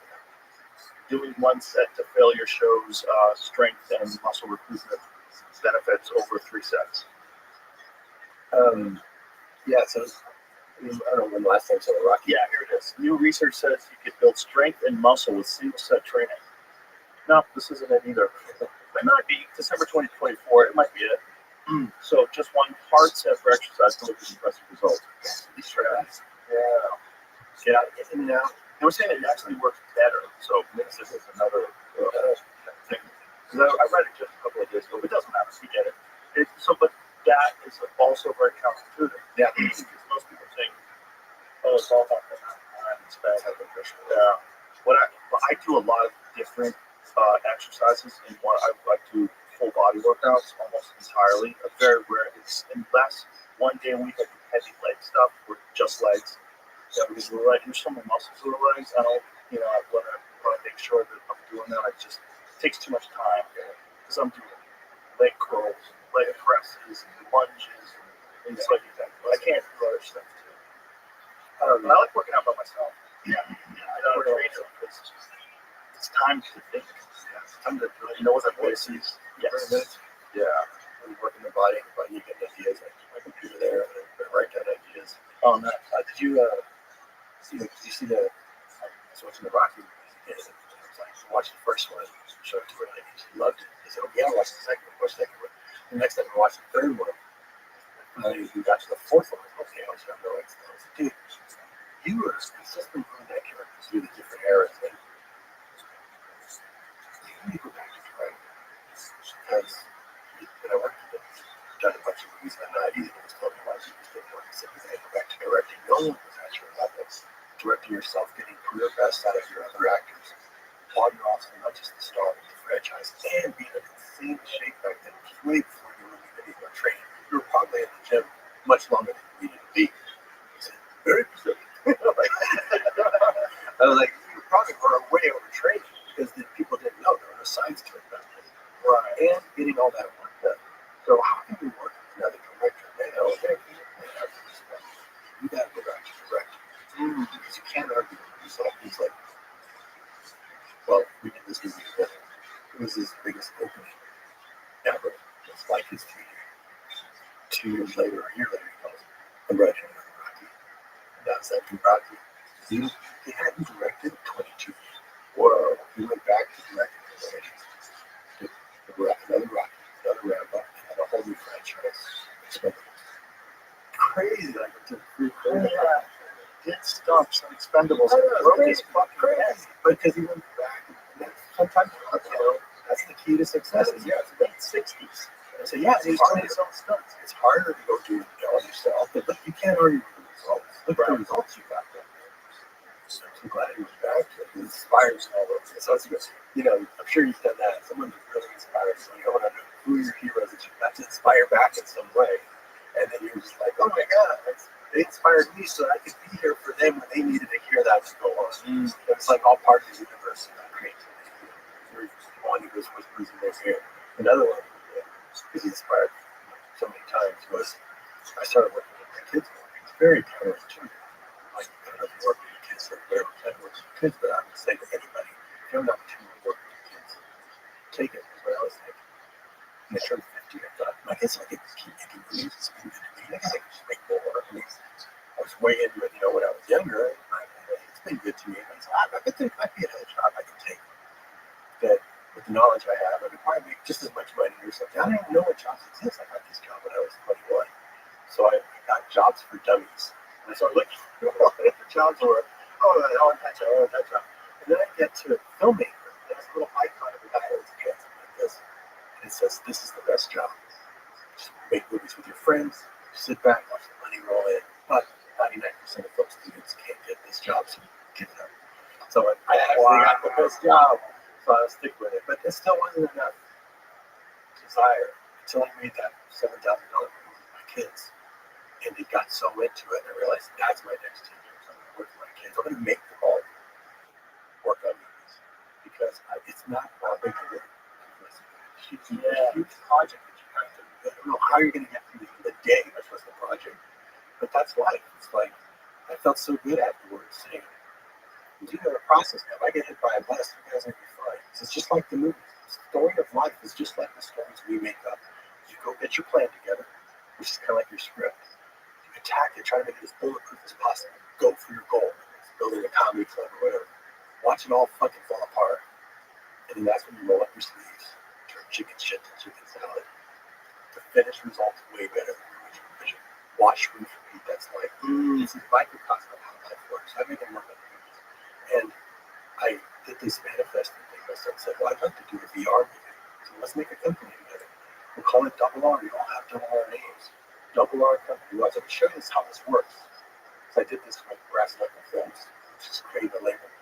Double R, that'll be our logo. I made t-shirts, little notepads, and they cut way into it. So now that we have a company, you have to do stuff to build a company. So we'll call it VR Company and say, y'all need to sell headsets. Give us some money to make a movie. We'll make you a movie. We did one with Michelle Rodriguez and Norman Reedus called The Limit. They made us a big Double R logo in the front. That was like March. Later that year, we made that $7,000 movie. That also had the Double R logo. Then it went to Netflix and they said, did you make this Spy Kids type thing that always does well? I said, okay, I kind of came up with the room. I thought, little kid superheroes, not just like superhero guys. That's We Can Be Heroes, another Double R movie. My kids wrote it with me. It's the most watched and rewatched movie in Netflix history. Nothing to touch. Kids cannot stop watching this little kid superheroes. No one's ever done that before. And my kids are like, Dad, you really close this thing. And I was like, shit, better than I thought. I was just making an example, but that's how it happens, right? Like it's predestined, but also you're like, let me just show you how it works. And you're going to show someone an example, and that becomes your bread and butter. And so I just tell people, if you have an opportunity to work with your kids, you're mentoring them. They're mentoring you because they're the age I was when I was making marionettes and Desperado. They got so many great ideas. And you're taking on this big project to teach them about life. Because you're both in the same boat, you both know what it's going to take. And it's family time. You're like checking all the boxes. And I was telling this why I was so excited back in 2019. His wife Jennifer was like, you don't work with your daughters. She gets it. You don't work with your daughters. I was like, oh shit, maybe I should dial this story back. I'm so evangelical about it, but I get people in trouble. But they couldn't next year, the daughters went on started a podcast. He would show up every once in a while to like get ratings up. Now they have a TV show, second season. Families still up. They're all working together. They're all living the best life. So I tell anybody, listen, because it's something I still want to talk to. I can't do that. Because you think, the kids is not a privilege or whatever. So I tell you this, what happens after that? Don't you just get everything that you created over your life with your kids because they have the best thing? You want to partner. If you have a chance to work with them and build it with you, you have that next level mentorship relationship. Don't just parent, because after a while, once they're in the teens, they don't really think too bad of it over them. Partner with them. Become their mentor, their OB1, and they mentor you. It gives them such a boost of confidence when they teach you some shit. And you'll have that next level experience. That way, when you pass on, you get this stuff. And yeah, it does create advice. So it's helping, especially but that's what you have. Well, find your version of, like not everybody can necessarily work. You have an opportunity to do it. Right, so like this thing that you were saying about jobs for dumb, it's 99% of people are not going to be able to do this. Well, that's the thing. It's like yeah, but it's possible. It is possible. And part of the 99% not going to do it because they don't know anybody who's done it. Right. That's part of the problem. Right? And once you see, like, oh, look how we did this. It just that I think I could. You told me how you made El Mariachi. I think it could be done. That wasn't taught in school. That was completely because again, they don't teach you that. They teach you how to do one job, Right. So that you can go okay with someone else's movie. My thing is like, be the owner, be the creative, be everything. You cut the line, and suddenly you're at the film festival. But no one had really done that. Nobody had done it before. It was the first time. That's why even when I was doing it, I was like, I kind of had the idea this could do it because I did that short film and I'm doing the math, but somebody must have done this already. Even when the studio in the book it shows, even when the studios were flying me up because they saw mariachi and wanted to do a deal with me, like, I never heard anyone in the business like this. This must happen all the time. They find some filmmaker, student, they wine and dine him, and then you never hear from him again. Because I've never heard a story like this, and I was the first one. That's why. That's why. It was really crazy, and I didn't even want them to release it. I didn't want them to release it because my practice film. I just threw it away. They said, wasn't everything one take? One take because I was shooting on film. And if I shot 2 takes of everything, I doubled my budget. Most of the money went to the film. I wrote the script about everything I already had, so I wouldn't buy anything. So it's like, well, what do we have? We took stock of what we have. This is a lesson for life. Like, if you think you can't do anything, look around you. You got a lot of resources. It's about being resourceful. We have a turtle we found. We have a dog. We've got a ranch. Your brother-in-law has a school line, a bus line. We're borrowing the buses. And you see what we do with the bus. It crashes and everything. That's a bar. It's right everything around that. So we just have that. If I shoot 2 takes, double the budget. How about I shoot 1 take of everything? I know not everything's going to come out, so I'm doing everything myself. I'm pulling focus. I might meter it wrong. Who knows? But I don't want to shoot a safety take where it's going to double the budget. I'll go home after I finish shooting my whole movie. I'll see what stuff didn't come out, and I'll just reshoot that. Of course, you get home here. Mexico, reshoot anything. I'll just figure out a way to edit around all the stuff that didn't come out. Not everything came out. But, yeah, it was really just following your notes. And I don't know if it's going to work. Somebody must have thought to do this already. But no one had ever done that before because it's so counterintuitive. You're told, and that's how movies started. You think back in the old days, Charlie Chaplin and a guy behind the camera doing this. They didn't have 200 people. They turned into a business. Just like with comedy, it turns into a business when you think that's the art form. That's not the art form. That's the business of the art form. The original art form is you by yourself. This is how by myself I was. It was like, you got one guy here now, right? I had one camera and I had the sound. And I can't do it at the same time because this camera sounds like this. Really noisy. And it sounds like all your money's going. I had no slates. I was just like, run. As I was running.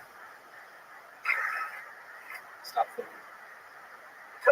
Like I would just shoot my little pieces like this much. After I would do a whole scene, one take, put the camera down, hit the microphone really close to it like that. Okay, so now the lights again. Pick up the glass again. Do all that stuff again. Wow, I need my hand. So because they're not in my hand, I try to stick it to the mouth. So when they're not, because they're non-actors, a lot of times, like people would use it, wait, so you cut it by hand, it would match. Yeah. And if it didn't match, I would cut away to the dog or to the knife. That's why it's got a really fast cutting style. It's became my cutting style. It's just to get it back and see because I don't want it to look like a low budget remote thing. time on the screen, they're in sync. And then as they start to go out of sync, because that's why. But it's just about being resourceful. But it saved me a ton of money doing it that way. And it made it actually interesting to It makes it watch. more interesting to watch. Yeah. Oh, so anyway, originally I didn't have any idea. I was going to make 3 of these movies before making my serious American independent film. But my first movie, I gave it to an agent in Los Angeles. He said, "I get you work off this right now." It's a writer director. Writer? Not a writer. I guess I wrote this script. I guess I was a writer. Again, I didn't know how to write. Yeah. You just got to say you're a writer. I thought, why? I didn't even read the movie. I didn't consider myself a writer. That's the shit we do to ourselves, right? So I said, okay, so we sent it around. All these studios were flying in. It's crazy how fast they're offering me these deals because they saw that I went and did something. That's why you just got to go make something. People are sometimes so impressed that people did it. Most people never start. And they went, wow. And I thought, well, it's actually a good calling right now. If you like the cinematography, I did that. Hire me as a cameraman. If you like the editing, I did that. Hire me as an editor. They hired me as a writer. And they said, what do you do? So it happened so fast. I didn't really have a chance to think about it. I was going to do 3 of these practice films and then make a real one. So she's like, Margaret, she's why don't we remake that? Because I can put it there. So, okay. But I decided to write the dice. We need to screen this version that you have there to the audience. So screen it to the audience. And they liked it the way it was. So they said, all right, take this to the audience. I said, no, don't show this movie. It's my practice movie. Literally, no one's supposed to see this one. No, you got something really special. I said, no, dude, tell me. I can do much better than that. Give me $2,000. I'll go reshoot half of it, just knowing that people are going to see it now. It's completely different. And you got something, you're smart enough right there. So you got something really special. Sunday. Because I made it for myself. It was a real lesson. Like, if I was trying to think about what all the audience was going to want to see, I would have changed so many things. But because I knew no one was going to see it, it's probably the only movie in history ever made where people were guaranteed not to see it just by the title. That was nobody would see it. I didn't want anybody to see it. I wanted to just throw it away in practice. I figured maybe the third one might be the better one. You know, like that advice: throw 3 scripts away and then do a 4th one. I'm going to throw 3 movies away if you buy the 4th. I'm so savvy to how to do all this thing. This first practice was not going to be it. That's the one that's going to be it. So commit to a body of work. Throw shit away. So don't be precious about it. Just go make it. Don't blink when people criticize it. And just keep going, make a money. That's it. That's the secret. That's the secret to life too. Just keep trying to make it the best. That's phenomenal advice. And coming from a person like you that's accomplished so much, it's so resonant. That's why I accomplished it by doing those things. Everybody can do it. It's not because I'm not that smart. I'm telling you, not that smart. Just follow your instinct. When you follow your instinct, you let the universe do what it's talking. That sounds wonky, but I just call it that. Because it is from every place. And you're just an instrument. You're just a pipe. Yes, the soul that gets in your body. And you realize when you have kids, I don't know if you had that. As soon as I had my first kid, I was like, this isn't my kid. You just tell me it's not my kid. I mean, it has physical characteristics, maybe manners, I walk. But there's another soul in here that's from some other place. And each one is so different. You have 5 kids, that's from 9 siblings. They're from different planets. Right. And so you realize the soul is on a communication level with some of the things that our human bodies are just very primitive to do. So when we get a voice, we can't tell it's got computers, it's our own mind, or it all sounds like the Morse code. Because the brain is so, it's a 3-pound computer, so we can't remember shit. It's like we're limited by the body, our soul not limited. Just like we'd be limited if we work with a fish. Because they got even smaller brain, they don't need more room for that. That's why a lot of people say you have to learn how to get out of your own way. Because you think I'm so limited. Yeah, but you actually also maybe you don't, and maybe you're cocky, which is equally bad. Yeah, because that's beginning your own way in a different way. Yeah, it's a false where you think I can do anything because I'm just so cool. But it's like, no, you can do anything because you're just so tight. Be that, and then you'll see much more flow happen. You'll see things just fall into your lap. Yeah, don't think about you at all. Yeah, it gets you out of it. You have to be very humble. It's a very humbling thing. The more humble you are, the more shit happens. Not just for you, but everyone around you. Be creative. I figured this out like when you're, there's a book called One Thing. business book called One Thing. Like, do one thing and just do that well. Oh yeah, that book's not for me. I was doing this talk where they introduced me. He said, Robert, he's writer, director, editor, composer, explore list all the jobs I do. Wow, that I get tired just hearing that list, and I keep seeing that book. One thing, and I thought the person thought that's not for me. And I realized, you know what? I don't just do all these things. There's one thing I really do that ties all this together. You think about it. I do one thing, and it's I live a creative life. And if you commit to living a creative life, like literally applying creativity to everything you do, your workout, how you interact with your kids, the meal you cook, what you're going to do that night, a business call you take, be creative. I love my business meetings now the most. I make people pizza, I make them my chocolate, we talk about creativity, and they want to be in business meetings. It's like so good. How do you creativity? It enriches your life and everyone around you. And that way, anything that touches creativity, painting, drawing, sculpture, music, is available to you. Because what 90% of that job is just being creative. And if you're doing it all day, you're always going to be some flow. If you don't embrace that, and you go about your daily life, and you don't apply creativity, well, when you go that night to write your novel or something, you're going to get nothing. But you're not going to flow. But if you've just been applying creativity all day long to everything, I'm going to do this and talk creatively. I'm going to bring some parts. I'm going to do this. You're applying creativity, you're always going to flow. So you go back to your main job, you're already been doing it. You're living your best life. You found out what's most successful, happiest, and most fulfilled. So I just do that 24/7. But it's been a life change. Like 15 years with consciousness. Like consciousness say. Because people don't like to say they're creative. Like when I ask, are you creative? When I say, like, yeah. So people think being an artist means you have to have the mustache and the hat. It's like, no, artists are regular people. And regular people are flawed. And that's why you relate to something that they do, because it's fun. If you made it perfect, you can relate to it. Yeah, it's fun. And if you think of it that way, even white create fun stuff.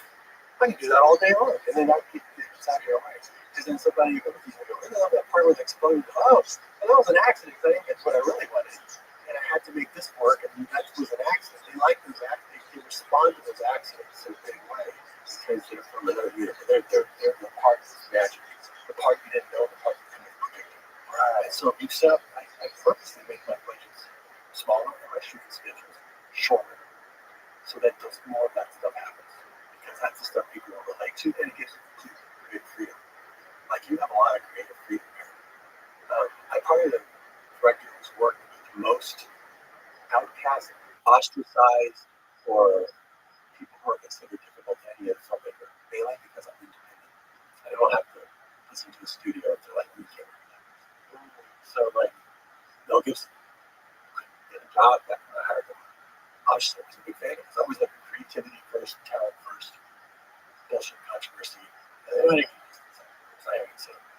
get to work with these amazing people: Steven Seagal, Charlie Sheen, Lindsay Lohan. And people who are considered difficult are like Michael Parks. I got this quick.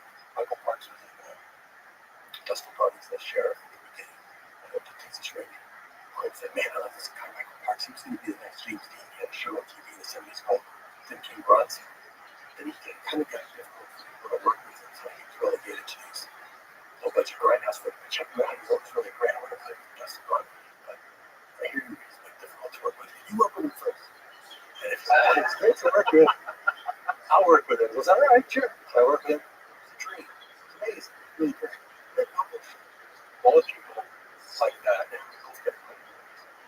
Kim Russell is considered Kim Russell King. Once I met him, just like that. In the old days, Quinn and I actually worked just as we both went to Ricky Mark. But he retired from acting, which is boxing. Look at the scripts. Go, oh man, we can hire Mickey Rourke, and there's no Mickey Rourke now. We're so good. But then years later, I went back to him, and Elmo was hiring him. So I met with him and thought, okay, I'll be good. It's like, holy shit, he still has that charm and everything. So I put him in, give him a small role once outside Mexico, and I kept writing him more scenes. He was broke. I gave him money to go buy his own suits because he always dressed in the nice. It's like I'm all out of time. Costume designing this thing. I'll give you some money. Go buy your own clothes. You know what's interesting. Kimberly's been in my suits and stuff. So I'm going to put a bullet hole in the back of one digitally just so you can see what you can keep the clothes. So you can keep the clothes. And then I put him in Sin City. He launched his career. But he was always a dream. working when I would hear from people later, oh, these are difficult games. Come back again. No, again, 100% of the time, I've never had any difficulty. But they were difficult exercise was. So it makes me think, you don't have anybody you want on your show, but it makes me wonder, what environment are you putting them in? Right.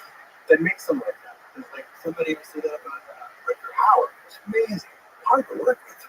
Really? No, I wasn't. No. But there's some people. I don't know, but somebody told me. Love that stuff. Blade Runner. Oh, sure. Bruce Willis, people tell me it's difficult to work with.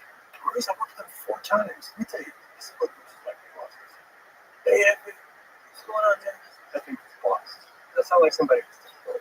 That's going to be somebody who's so happy. One time I was doing this Kobe Bryant commercial. I was going to be in with both directly, working out in the gym where Stallone works out, kind of uses gym. And Bruce was there. And I was trying to get an actor to do a cameo in this commercial. I was shooting that weekend. I was working out something. And so Bruce said, wait, what are you up to? I'm just looking for a job. I said, well, you're a basketball fan? So I'm shooting Kobe Bryant Saturday. But you come by and sit down, and just bring a couple of seats. Last minute. Yeah, sure. Go back to the Nike people. So Bruce said, don't call it agent. Don't call it agent. Probably didn't tell him. He said he'd come down. He's cool like that. Well, we think we should call him agents. We call the agency. Bruce Willis is not going to be the Nike version. Well, they talked to Robert. Okay. So then we're down on the set. We're downtown LA. We're filming everything else, and it's like almost time for him to show up. And they're like, "Are you sure?" Now I'm thinking how ridiculous that sounds. But I said, "Come down with a couple of your suits from closet. Like there's no wardrobe. There's no time to get a wardrobe. And just show up." He shows up. Does it? So I'll film you out now. We had a great time. He sprayed it. Takes off, brought his 2 suits. That's amazing. And it's not so much something. No, it's the environment. You put totally environment. So I'm watching like a dog whisperer. It's like, but you have a pit bull. Some of these guys can be out and go. If you put them in a situation where the question is, I don't know that this is coming down and go, you can't do it like this. Of course you can. This is guys off. But if you put them in an environment where they know somebody's a boss, so they show up. My studio, I'm off my camera, I'm the DP. I'm there, I see them. We're shooting at the right time, getting them out of there fast. They're having a ball. People just wants to follow. You don't know if I can take over the show. And so they're always doing that right there. Anyway, I think it's just the environment. Because they always say, oh, you have a dog that's misbehaving? It's the owner. It's the owner of the environment. It's not the dog. Yeah. There's nothing wrong with the animal. The animal's fine. The animal can be very calm and certain. Submissive. Well, it's also these exceptional actors with eccentric personalities. They're oftentimes like, if you put them in a bad environment, you're gonna get a fucking terrible result because it's part of what they are is like a little bit of chaos. They're also just gonna have to protect themselves. Yes, they have to protect themselves. This environment is fucked up. Think about the type of guy that told you that like when you film this, you didn't get the right. Yeah. Those are the guys that are gonna drive you up a wall. Yeah. I know I talked to Nick Zecker, trouble somehow. Maybe his head got big. So what's wrong? Maybe he's going back to some. I'm about to work with him. No, he's a dream again. But at the end, I go, man, you always agree that it's just so great to see. So people deserve it. Because he remembers I gave him shot back. So, okay, he didn't give me a shit. Maybe he didn't give me a shit. That's awesome. Listen, brother, I really enjoyed this. I did. Are you eating? A lot of things that I want to do, but I think a lot of things you said is really going to help a lot of people. Yeah. It's been helpful to me to then tell people, and then the feedback that they tell me back, something I said, but they morphed it into something new. Like they've added their own thing to it. And I go, that's not what I told you. Oh, yeah. No shit. Well, now I'm taking your advice and my advice. My kids do that all the time. They go, it all comes back to what you taught us. What did I tell you? Okay, but I didn't tell you all this other stuff. Rebecca. Oh yeah. And I was like, well, shit, that's the cool part. Yeah. Like my son got on was a Japanese knife maker. He wanted to get into Japanese knife. This is a guy from the lifetime. He obviously knew this was his path. This one, you know, this is over there. You get that from me. Making these Japanese style knives, selling them for like $1,000 deposit. That's when he was 18. He got on that show, 14 Fire, and won. And I was like, how did you didn't even know how to handle the equipment thing? $10,000? What was your mindset? I imagined I won. Somehow I won. So when I come up against a challenge that I wasn't sure how to get by, I just had to remember what I did when I was trying to do that. It's like, whoa, samurai shit. Like, this, you've obviously been in another life before to come in armed with that. I didn't learn that from easy. Well, it's kind of like, no, it's nothing like anything I've ever touched. Wow. So the feedback we share with people, I love people coming and telling me, hey, I was really inspired by the book, and you said this. I don't understand that book. I didn't do that a lot. It triggered something. So we all keep compiling our ideas. Yeah, we all are interested in everybody else's perspective. We all have our own relationship to creativity. Yeah, and the more you interact with things, the more you contribute. Become being a brass knuckle film. That sounds like right up your alley. Let's do Conan or Rosetta something. You gotta come see it. I can't wait. You'd be great. I can already tell you. I got a great part where you will not. Look on. Thank you very much. Thank you, sir. It was awesome. All right.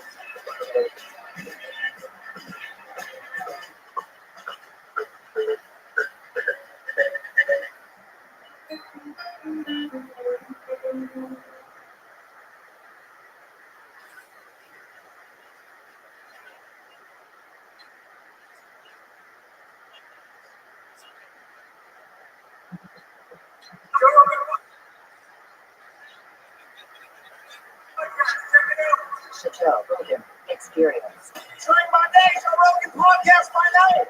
All day.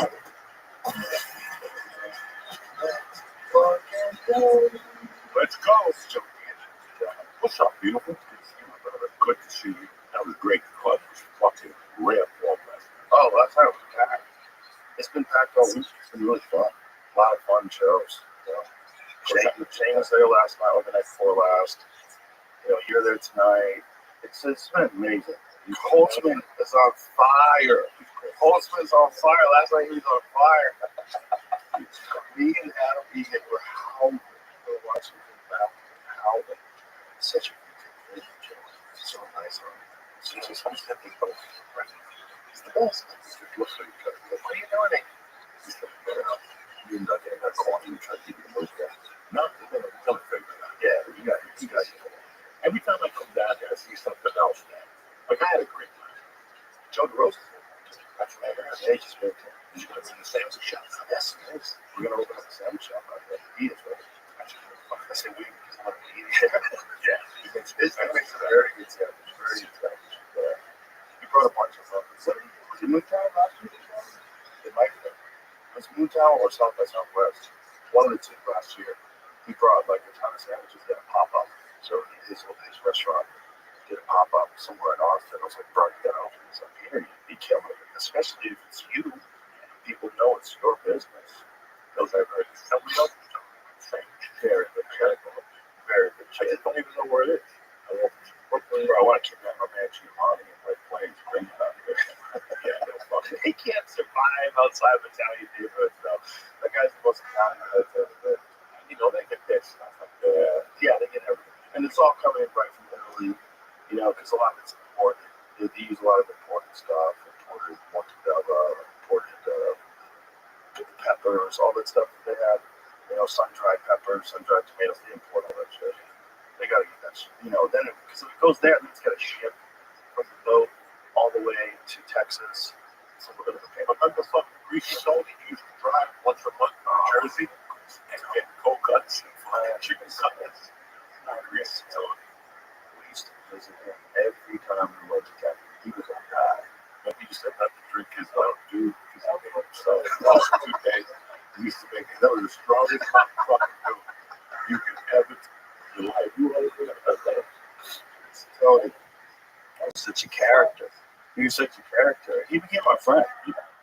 when we first started going there, we were visiting for like 10 fucking years, you know?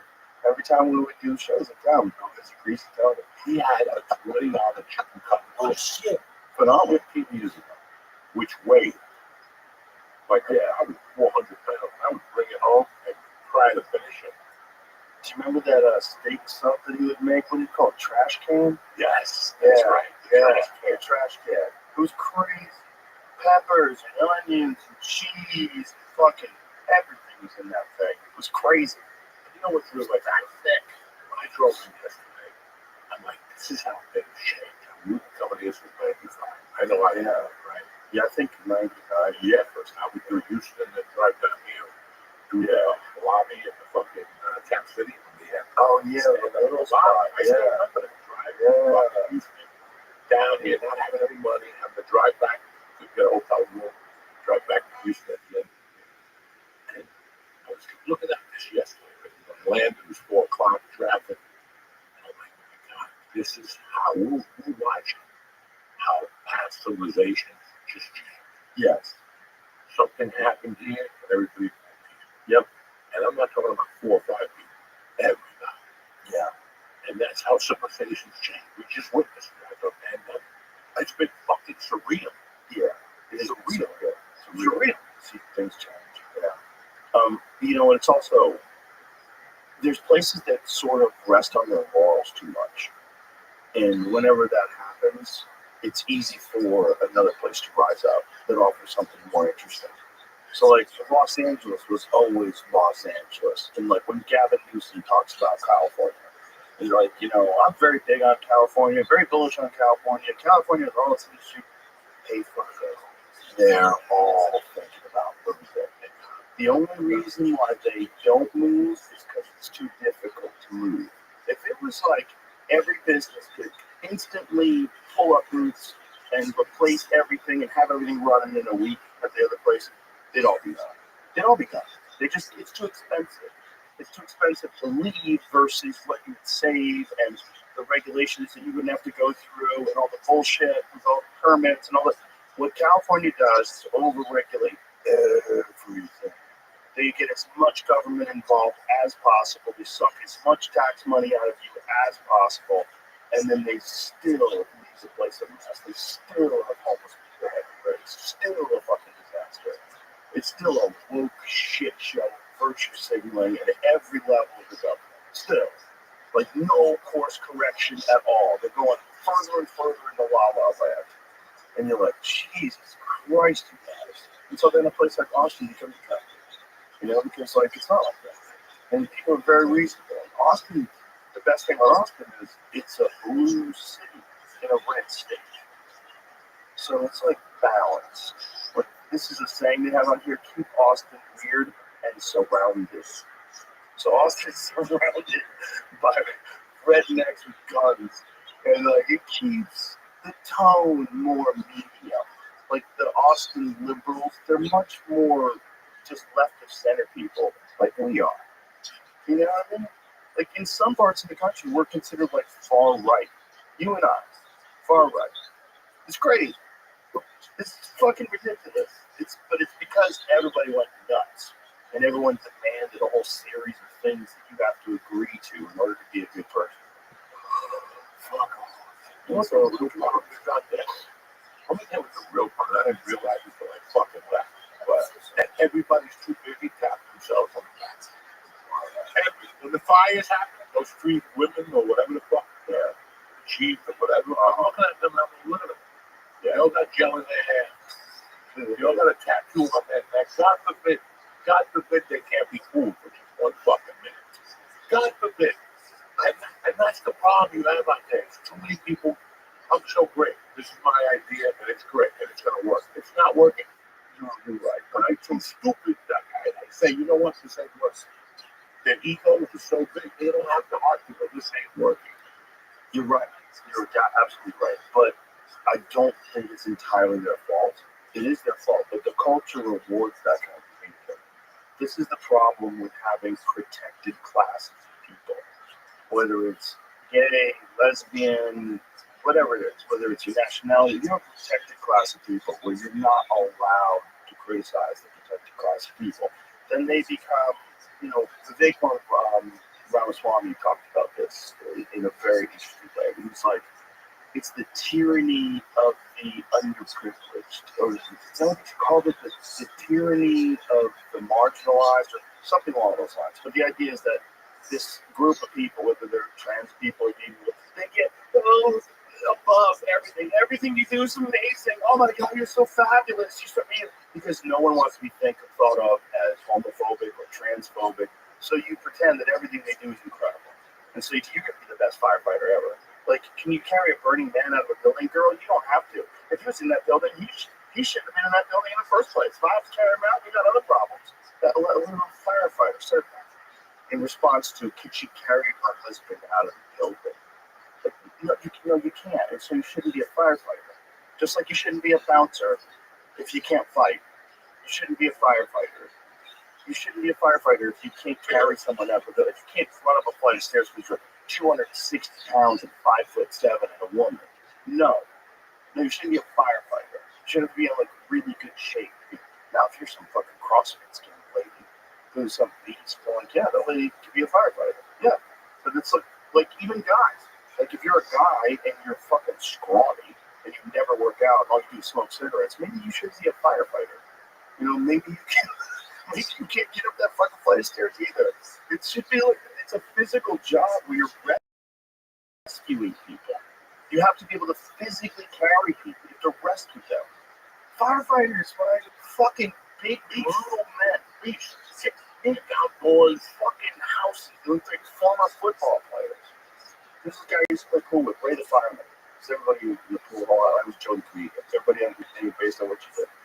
Ray the fireman was a fucking house. Just a big fucking, big Irish guy, of course he's a fireman. Look at him. That guy that's gonna kick down a door, carry your fucking husband, throw him over his shoulder, run through the flames, throw him on the lawn. He does it all the time. He's an animal. He knows love. I mean, old fireman. He was right. I forgot about that season. He killed himself. After that show, because he thought he was gay. Rothschild wasn't bad. I hope they didn't taunt him for being gay. Can you imagine you get your shot? Hey, Joey, I got good news and bad news. Good news is you're going to go on surprise. Bad news is you got to swatch it. Yeah, swatch it by camera. Yeah. Well, you're on surprise. What do you do? Depends on what you want to do.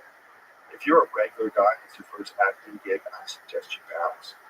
I couldn't watch. You have to be like a Jared Leto type dude to pull that off.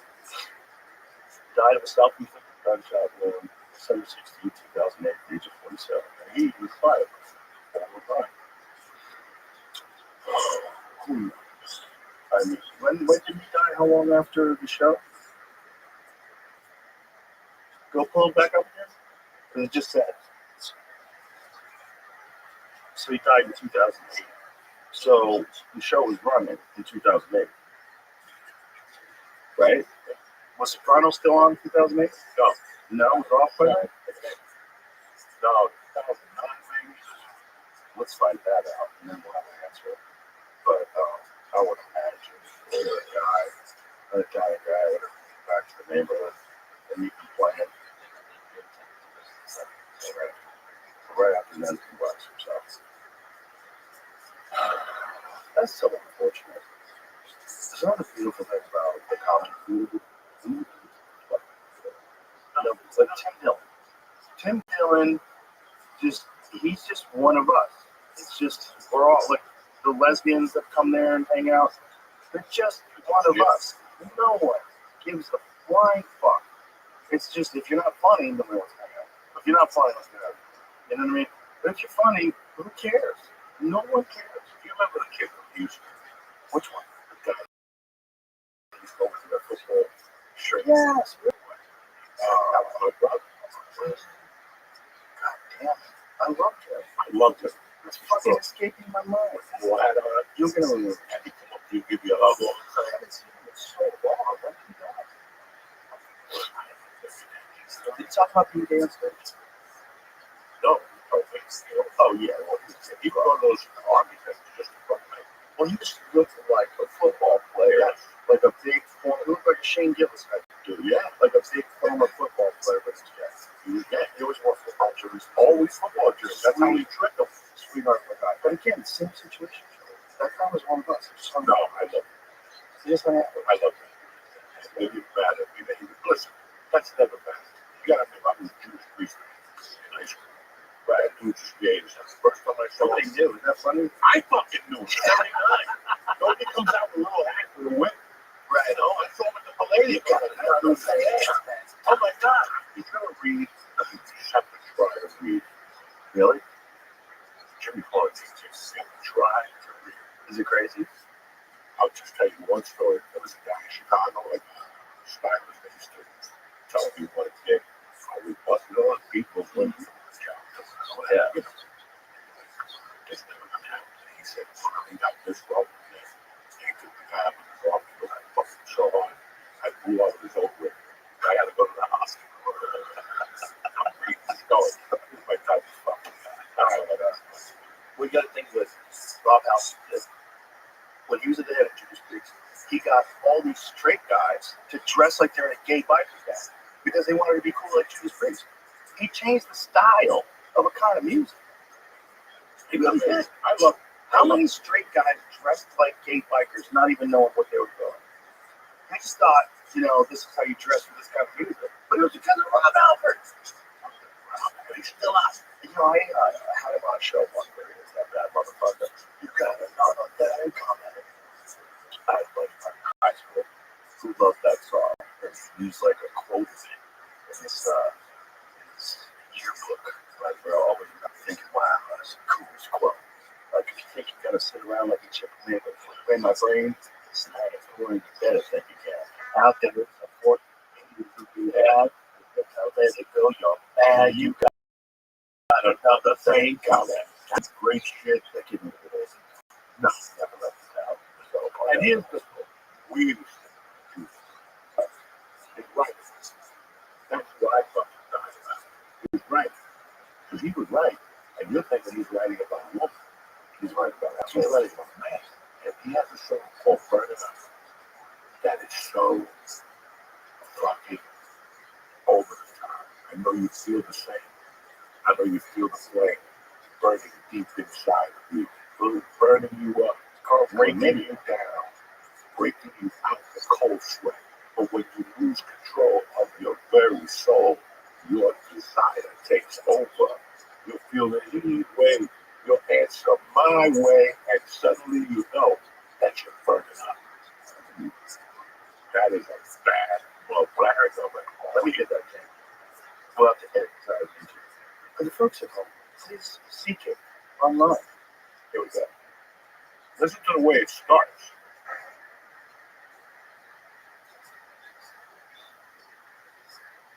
It's like a satellite. This is back before satellites, But before we had photos. Ooh, this is 1980. This is on the held back for luggage.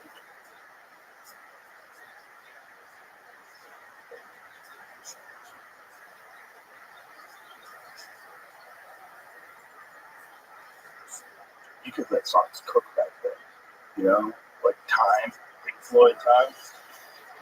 Oh, baby. Guess what just got added to the Spotify playlist?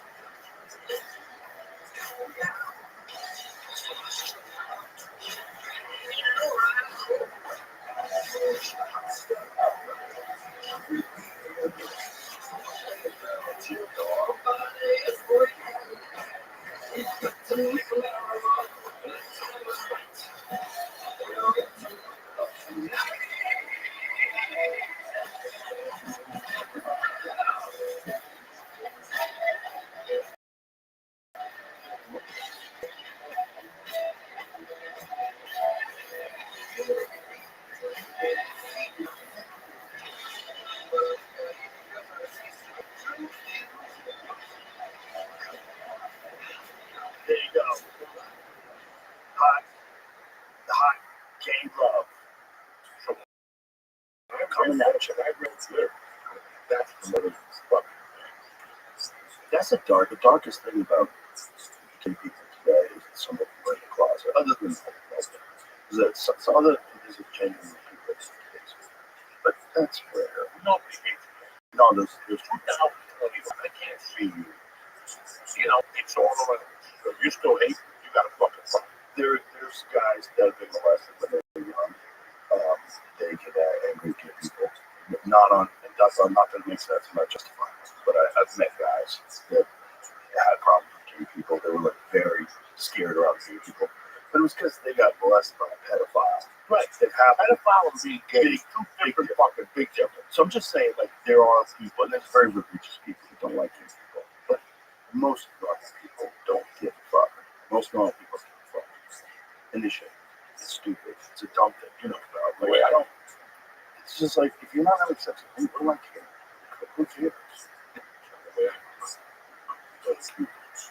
Men's supposed to get right. Be revolution cute. Right. Italians too. Catholics go there. There's a gay man. I don't get it. The fuck. You can't be, I won't go with that. What? Because you're a machismo type of dude. So that was my mother. Was the one that goes, no, that's fucking. And then we had a gay guy in our neighborhood. I thought he was this guy. He worked with my mother. He was a designer in Broadway. Some plays. Designer now. Okay. That night he's so cold. It's like 1975. He took the bar, and I knew he was gay. His name was Rabbi. He called him Rabbi and Marico. That's what that means in Spanish. Marico means Spanish. So that was his open name. It was huge for you. But one day he came to my mother's bar. There was two books. I was like a kid. I was playing that shuffleboard. Yeah. So yeah. I'm playing the shuffleboard. He was right there. Two bookies in the corner. One guy goes, look what it is. Money goes. She goes up and pulled out a 30. Close to it. And he listens. So I tell the bookies, unless you suck my dick right up in the head, you don't have to wait till it's on the back. So I had again, I'm going to shoot both of them. My mom was yelling at his mom. Mom, Copeland's behind you. If they start shooting at each other, I'm right here. I lift my head up. I go, I love the fight. I love some Martin that. So the next day, I guess he called my mother to apologize. Martin, my mother made Martin come to apologize to me. When he opened the door, I was very sorry for him. And I go, fuck that. You're my new Charles Bronson. I gave him up the call, and he became my best friend after that. And I respect him because he was going through hate. Yeah, real good. Mid-70s, he come back once a week with a black eye or busted lips, and then was walking the bar in the village. And if the guy waited for him, and I always respected that. Like, always. The problem with these bigots and all people that attack people like that is all this. This is the same problem in all walks of society. It's weak men. It's almost always just weak men. Weak, stupid men that want to find someone to pick on. Want to find someone that's not bothering them at all and fucking them because they're weak. That's all it is. That's all it is. That's all it is. Like the woke people that scream at you and want you to do what they want. The people that want to like spray paint swastikas on Teslas. It's the same thing. It's weak men. Mostly weak men. A bunch of crazy women. And they're all together in this big pile of suck that's connected to a political ideology. But most people, you know, you shouldn't care. And if you do care, you just weren't around. I was around gay people, unfortunately. I lived in San Francisco when I was 7 years old. And we were in the middle of gay life. I mean, it was San Francisco in the 70s. It was gay as fuck. During the Vietnam War in San Francisco. I remember I'd be walking down the street with my stepdad once, and the guy whistles at him. I was like, oh shit, I got comfortable. Like, he didn't freak out. He just like shook his head, like, what the fuck? With a little kid, he's walking with a 7-year-old. And this guy whistled him down. That guy didn't give a fuck about kids. He's not making it, and he doesn't care. So we had these next door neighbors, this gay couple, and my aunt used to smoke weed with them, and they'd get naked and play bongos. And she loved the fact that she could get naked with these guys. They didn't try to fuck her, so they all just get naked together and smoke weed and play bongos. It was hilarious. They were really nice people. So, like, my experience with gay people was just like, they're everywhere. It's normal. So when I moved to Florida, I had a friend. My friend was Cuban. His name was Candy. His last name was Candido. We called him Candy.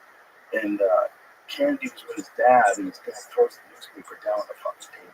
God damn it. And he was like, what's going on? fucking faggot trying to marry each other. And I remember I was 11 years old, and I was like he was getting newspaper at the table because he gay marriage.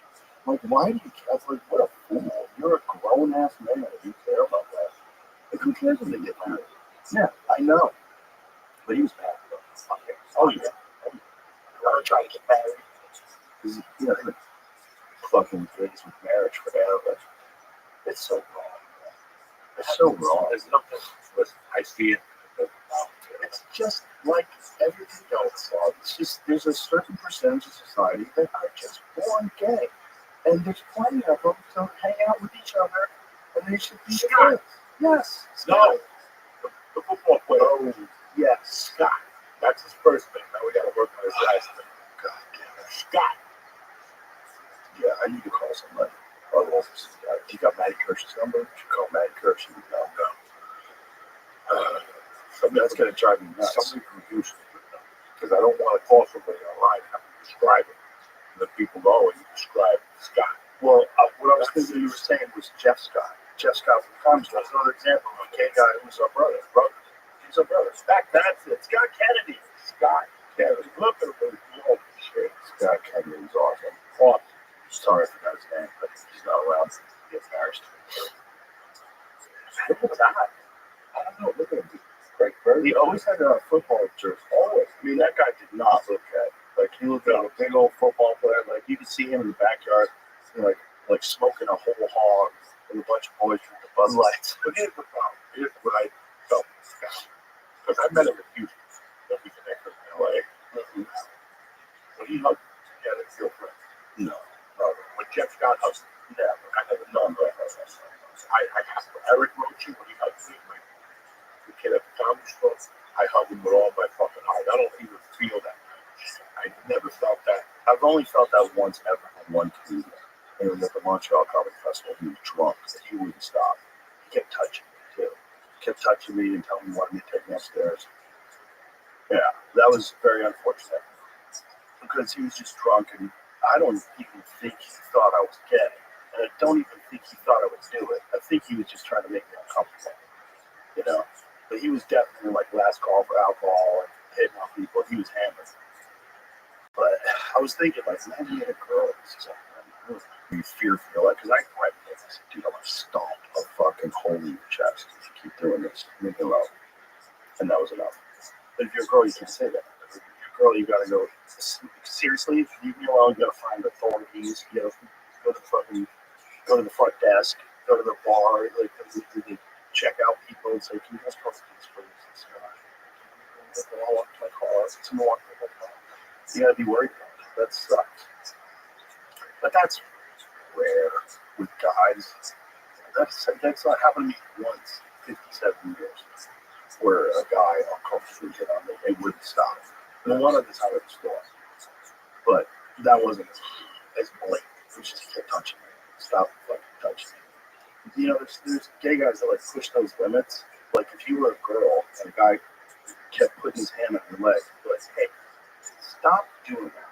Like, why do you grab me? Why do you keep touching my body? Why do you keep touching my legs? Stop. That's fucking weird. You're crossing lines. And I don't know what other lines you're thinking about crossing. So let's stop this. But that's not most gay people. You know, I have these friends that I live next to in California. They're gay and they're super Republican now. It's embarrassing. I follow them on Facebook. They're fucking super Republican now. They're all like against the Dems. How they've ruined California. Because these guys they're conservative gay couples, married, they got a kid, and they're just like enough of this. The world is changing, brother. Yeah. Well, that's a good thing. The world's changing. You know, because do you know the guy who invented the Turing test? You know what the Turing test is? His name's Alan Turing.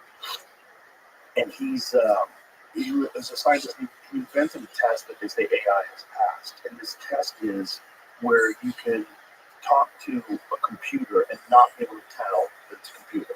But it behaves like a human. Thinks like a human, where it's indestructible. That's the Turing test. AI has recently passed the Turing test. Well, this guy, he was in England where they forced him to take medication. He got arrested for being gay in like the 1950s. And they forced him to take medication that made him sterile, made him infinite, so he couldn't have sex. And they forced him to take like hormone blockers that they give to sex offenders. You know, chemical castration. They do that to sex offenders, and then he killed himself. The guy who invented the method of determining whether or not AI has become sentient gets murdered by dumb apes who don't like him as gay. How crazy is that? I'm not fucking that story up, right? I'm pretty sure that's the story. Sexual offenders. When do they do that? Well, they don't always do it, you know, but it's called chemical castration. And by the way, it's the same chemicals, the same drugs that they use on kids when they give them hormone blockers. So when you do it, they're talking about child and puberty blockers, you know, oh, it's totally reversible. The fuck it is. The fuck it is. That's the same shit. It's chemical castration. It's not reversible. That child is never going to fully develop. If they get on hormone blockers, then when they're 18, they go, you know what, I think I actually am on that. Too late. Too late. Because from 13 to 15, you suppressed your testosterone. Okay, here it is. Turing was later convicted by the advice of his brother and his own solicitor, and he entered a plea of guilty. In the case, Regina versus Turing and Murray was brought to trial on the 31st of March 1952. Turing was convicted and given a choice between imprisonment and probation. His probation would be conditional on his agreement to undergo hormonal physical changes designed to reduce libido, known as chemical castration. He accepted the option of injections of what was then called stilbostrol, now known as dithylstilbestrol, or DES, a synthetic estrogen. This feminization of his body was continued for the course of 1 year. The treatment rendered Turing impotent and caused breast tissue to form. In a letter, Turing wrote that no doubt I shall emerge from it all a different man, but quite who I have not found out. Murray was given a conditional discharge. So Murray must have been the guy he was having sex with. That's so crazy, man. Arrested for being gay. In 1954 at his house, Turing's housekeeper found him dead. Post-mortem was held that he was determined that he died from the previous day. At age 41, cyanide poison cited as the cause of death. He had an apple lay half-eaten beside his bed. Although the apple's not tested for cyanide, respectively, this was the means in which Turing had consumed the fatal dose. So he fucking killed himself. As they carefully found computer science and cryptographer whose work was key to breaking the wartime Enigma codes. So this guy helped the British crack codes. And what they did, they injected him with poison so that his dick wouldn't work, so he couldn't fuck guys anymore. Just what he wanted. Imagine if they were ever was gay, ever, and you were straight. So, this is crazy. Like, guys keep trying to offer you dick, like, no, is there anything else? And then you meet girls like, oh, they're so soft and so pretty. That's what I like. I like girls. I'm like, no, you don't. No, you're going to take this gay drug until you get that out of your system, or we're going to chemically castrate you. You can't be having sex with girls. But they're so pretty. They're so lovely to be around. I'm so attracted to them. No. Only guys. That's crazy. That's so stupid. Some of these people, especially like when you get to like serious fundamentalist religions, which want to throw them off roofs. This part of the fundamentalists, they throw them off the roof. You get round up all the gay guys, throw them off the roof.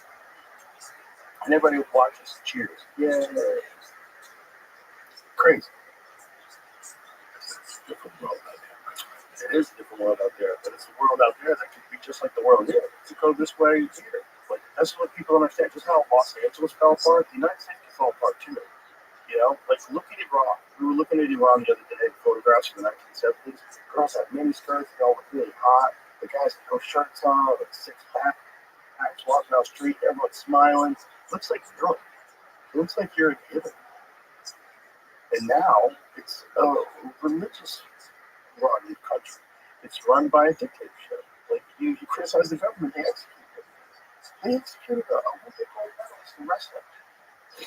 Yeah, the UFC even tried to get them to stop. They pleaded to try to get him to stop. They tried to get Trump to get him to, or was it during the Biden administration or the Trump administration? I don't remember, but they tried to get the president to somehow or another talk to Iran about killing this guy. And Clinton spoke against the government. Allegedly. But you don't even have to really spoke against the government. That's what's so scary. You just have to be accused of speaking against the government. I mean, in this day and age, like a friend of mine's Twitter account got hacked, and he got phished. They sent him an email. And he's not that sophisticated with that stuff, and so he got phished, and then I heard he got phished. So I go to my Twitter, just because I never check my emails, but I did it just because I got phished.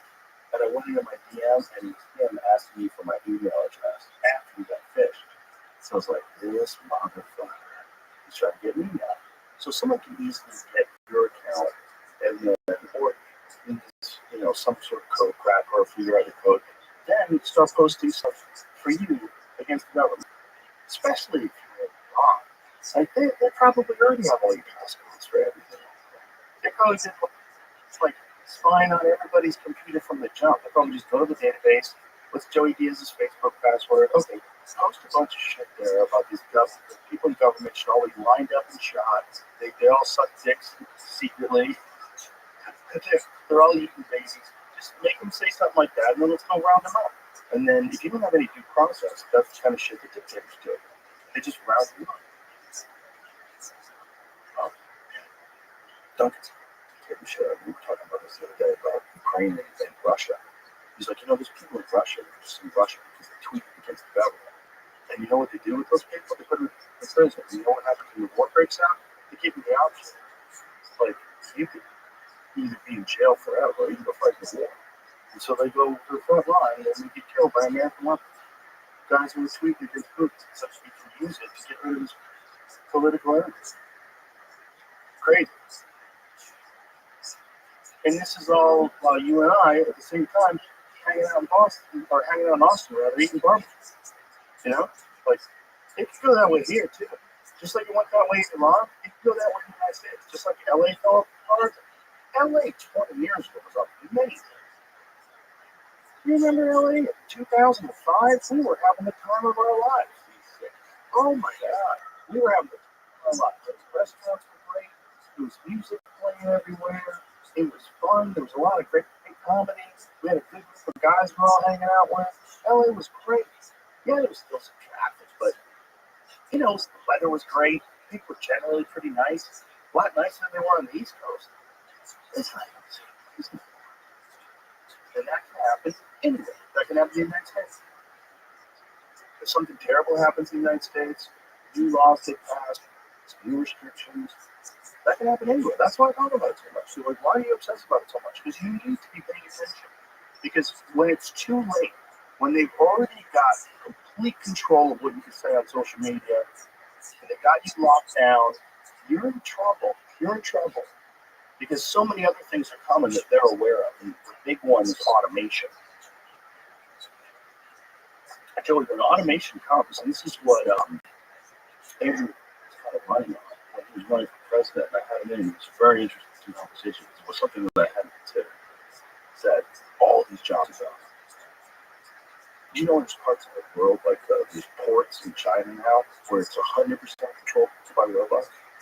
There's a few people that run around and maintenance and stuff, but everything screens, everything is super efficient. These robots pick up the packages, they make an inventory of everything's in there, everything gets logged in the computer, they put it into these trucks, and before you know it, they're going to have electric trucks that drive themselves. All over the team. Yes. Yes. Because they know it. They don't have it. They don't have enough time. They don't have time. It's fucking crazy how industry has just dwindled in this country. And Americans really don't see because everybody's fucking into traveling, being cool. The gift that I had for traveling was I really got to see the country. I really got to see the infrastructure. It was a feature I never asked questions. Like when you don't sit in the hotel all day, you just go out to the little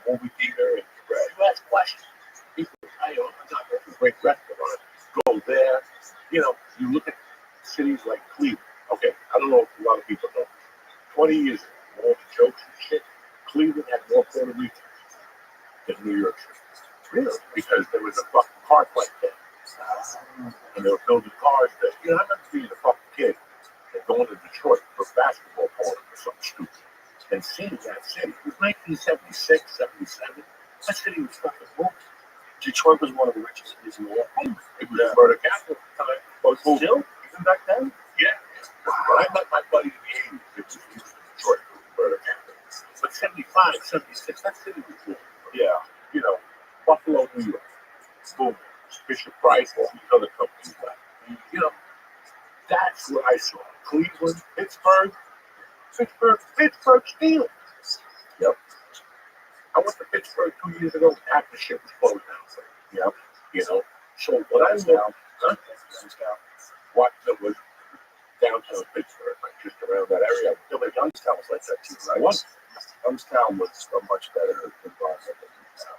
Yeah. Tony. Tony's mad. Sure. Those parts of the country. Now, I don't know what happened in Nebraska.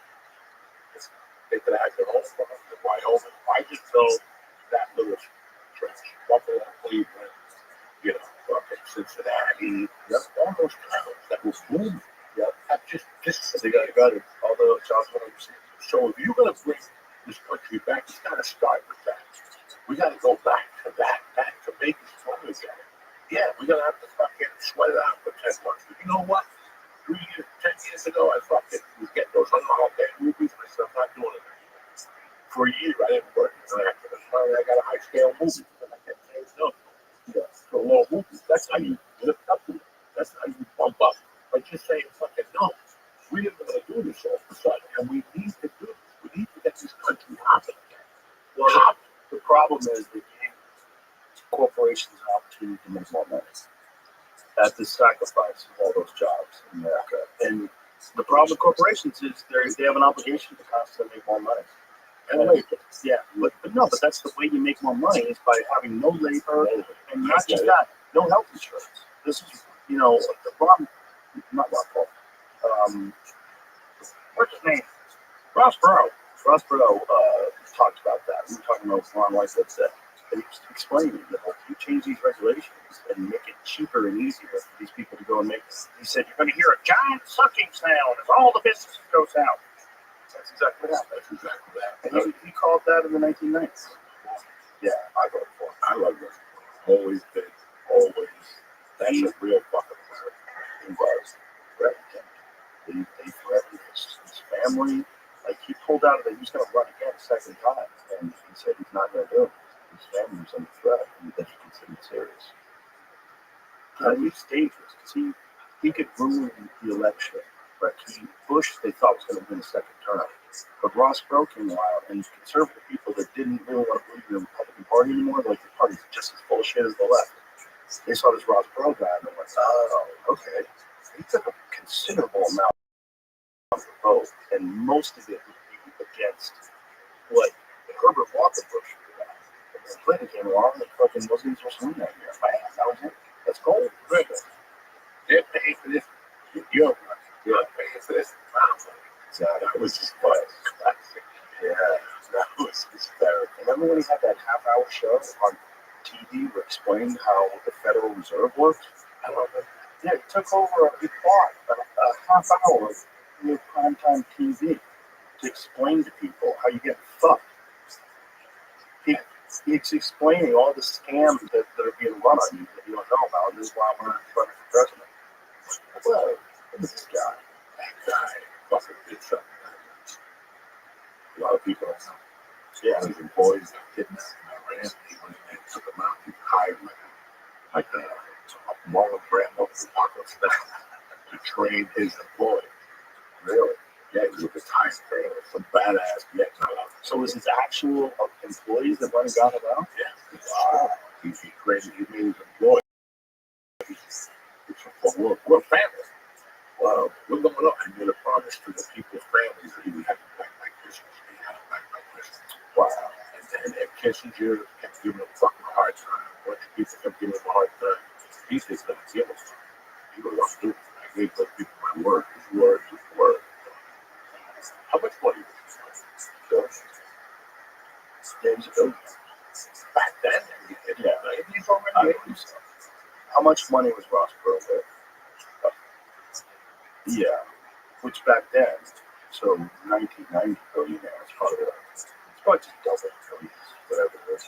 Probably something like that, maybe triple the rate. Did he get oil? Time is the 13th wealthiest man in America, net worth around $4 billion. So what is $4 billion from that time worth today? Let's go. $3 billion. Let's guess it. Eight? Yeah. I'm gonna say nine.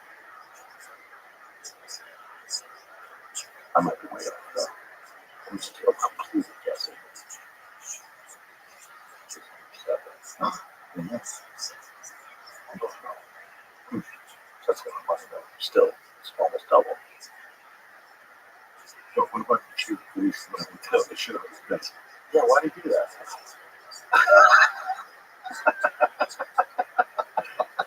Was he proving a point? What was up with You know, that? man, I heard he's a good dude. He's a prankster. Oh, He's like a prankster type of dude. He sends fucking, so he's like Ari Shafir. yeah, he sends like packages to your house. He's one of those. And I don't know. I guarantee you it's like a joke. He just blew up. Now it's there. Now you got nowhere. You see what Ari did once? He shoved the note up his ass and shit it out on the stage and read it.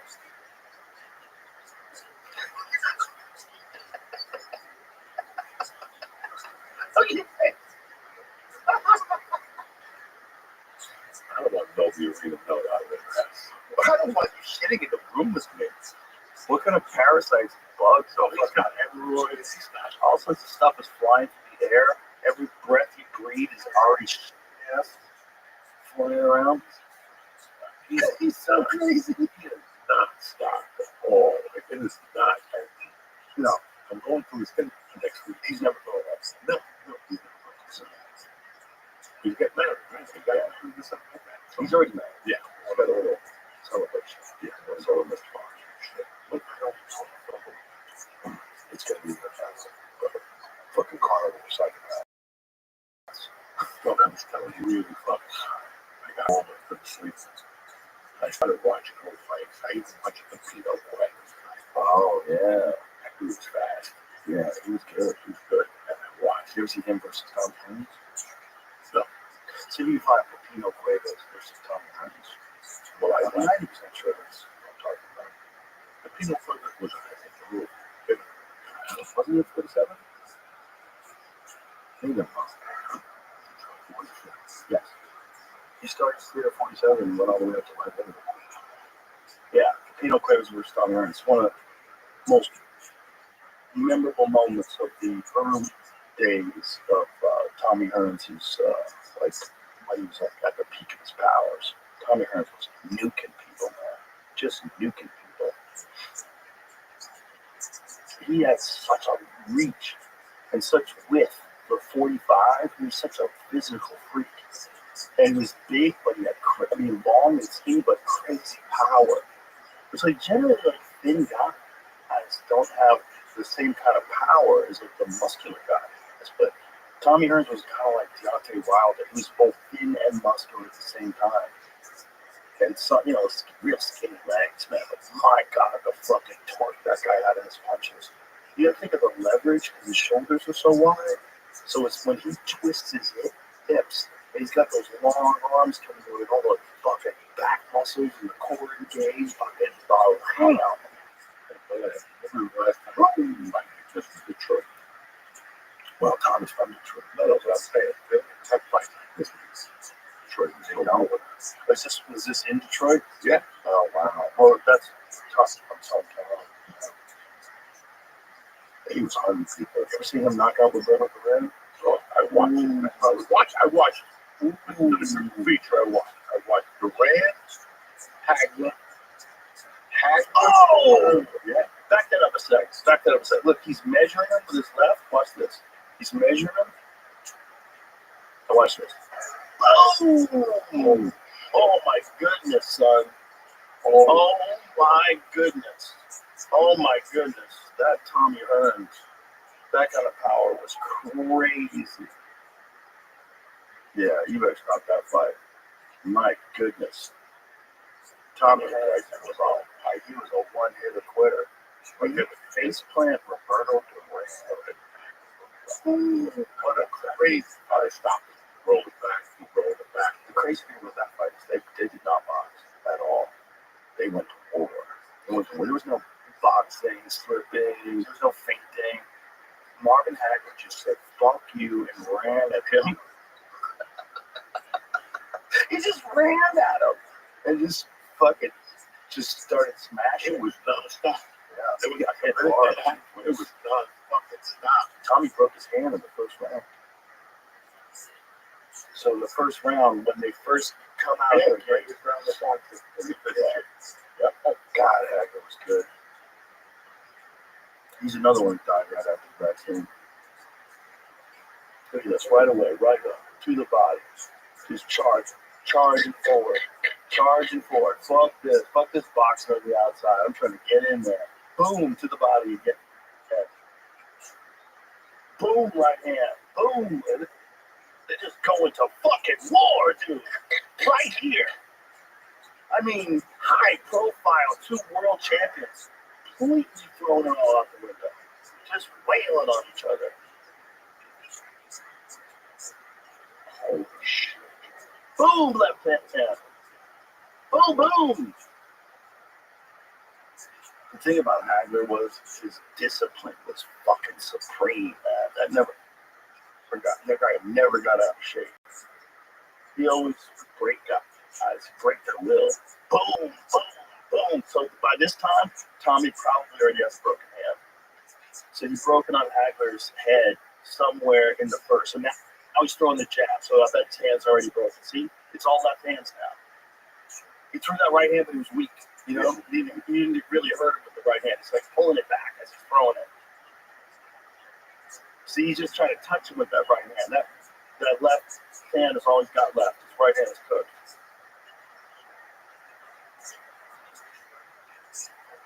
And Hearns decided to start moving and boxing, which is not like his style.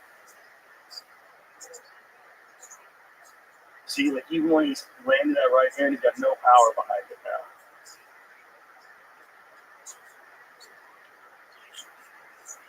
And Sugar Ray Leonard's talking shit in the commentary. Both parts.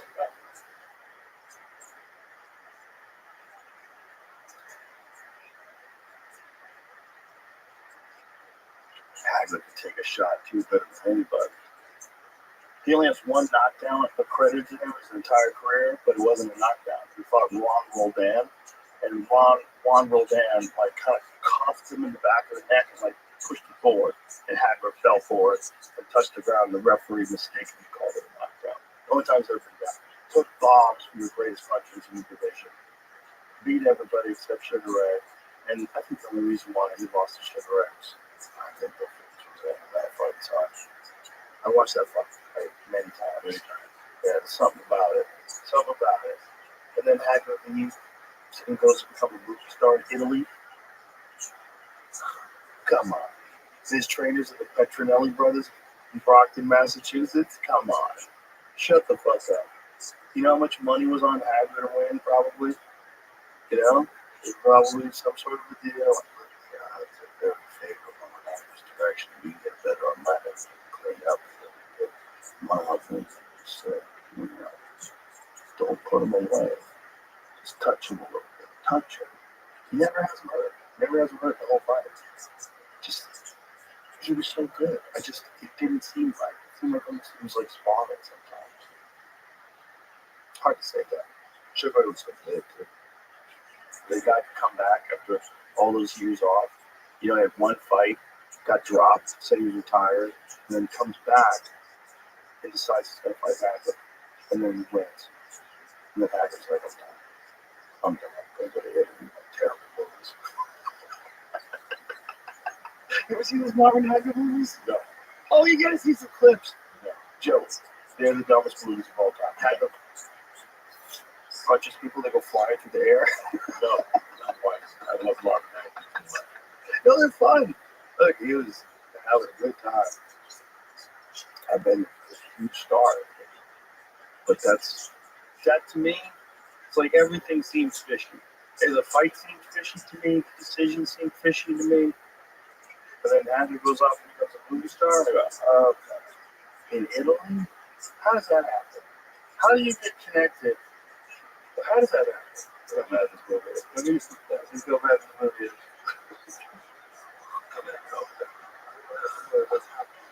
It's the world-class feature action fans are waiting for. Marvelous Marvin Hagler returns from the original Indio. Indio 2, Flower of Fun. The jungle is shrinking. And greed is spreading. Look at that thing there, more than you do. The island before the rainy season. Here, only one man is needed. No man must be done. But it is better to die than to live like slaves. Man enough. Some of the days of running the island are over.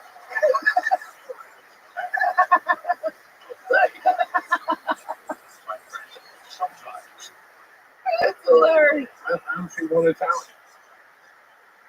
There's not one fucking Italian. That guy. That guy was my cat. That was Sergio. I gotta be in this movie. You hit me with a left hand. Come on. I got one seat. There it is. Wow. I didn't know that shit. Yeah. That guy was my hero when I was a kid. And they didn't make it like a shack. They made it like fuck that. I see it like It's an Italian movie. It's an Italian movie. They made it in Italy.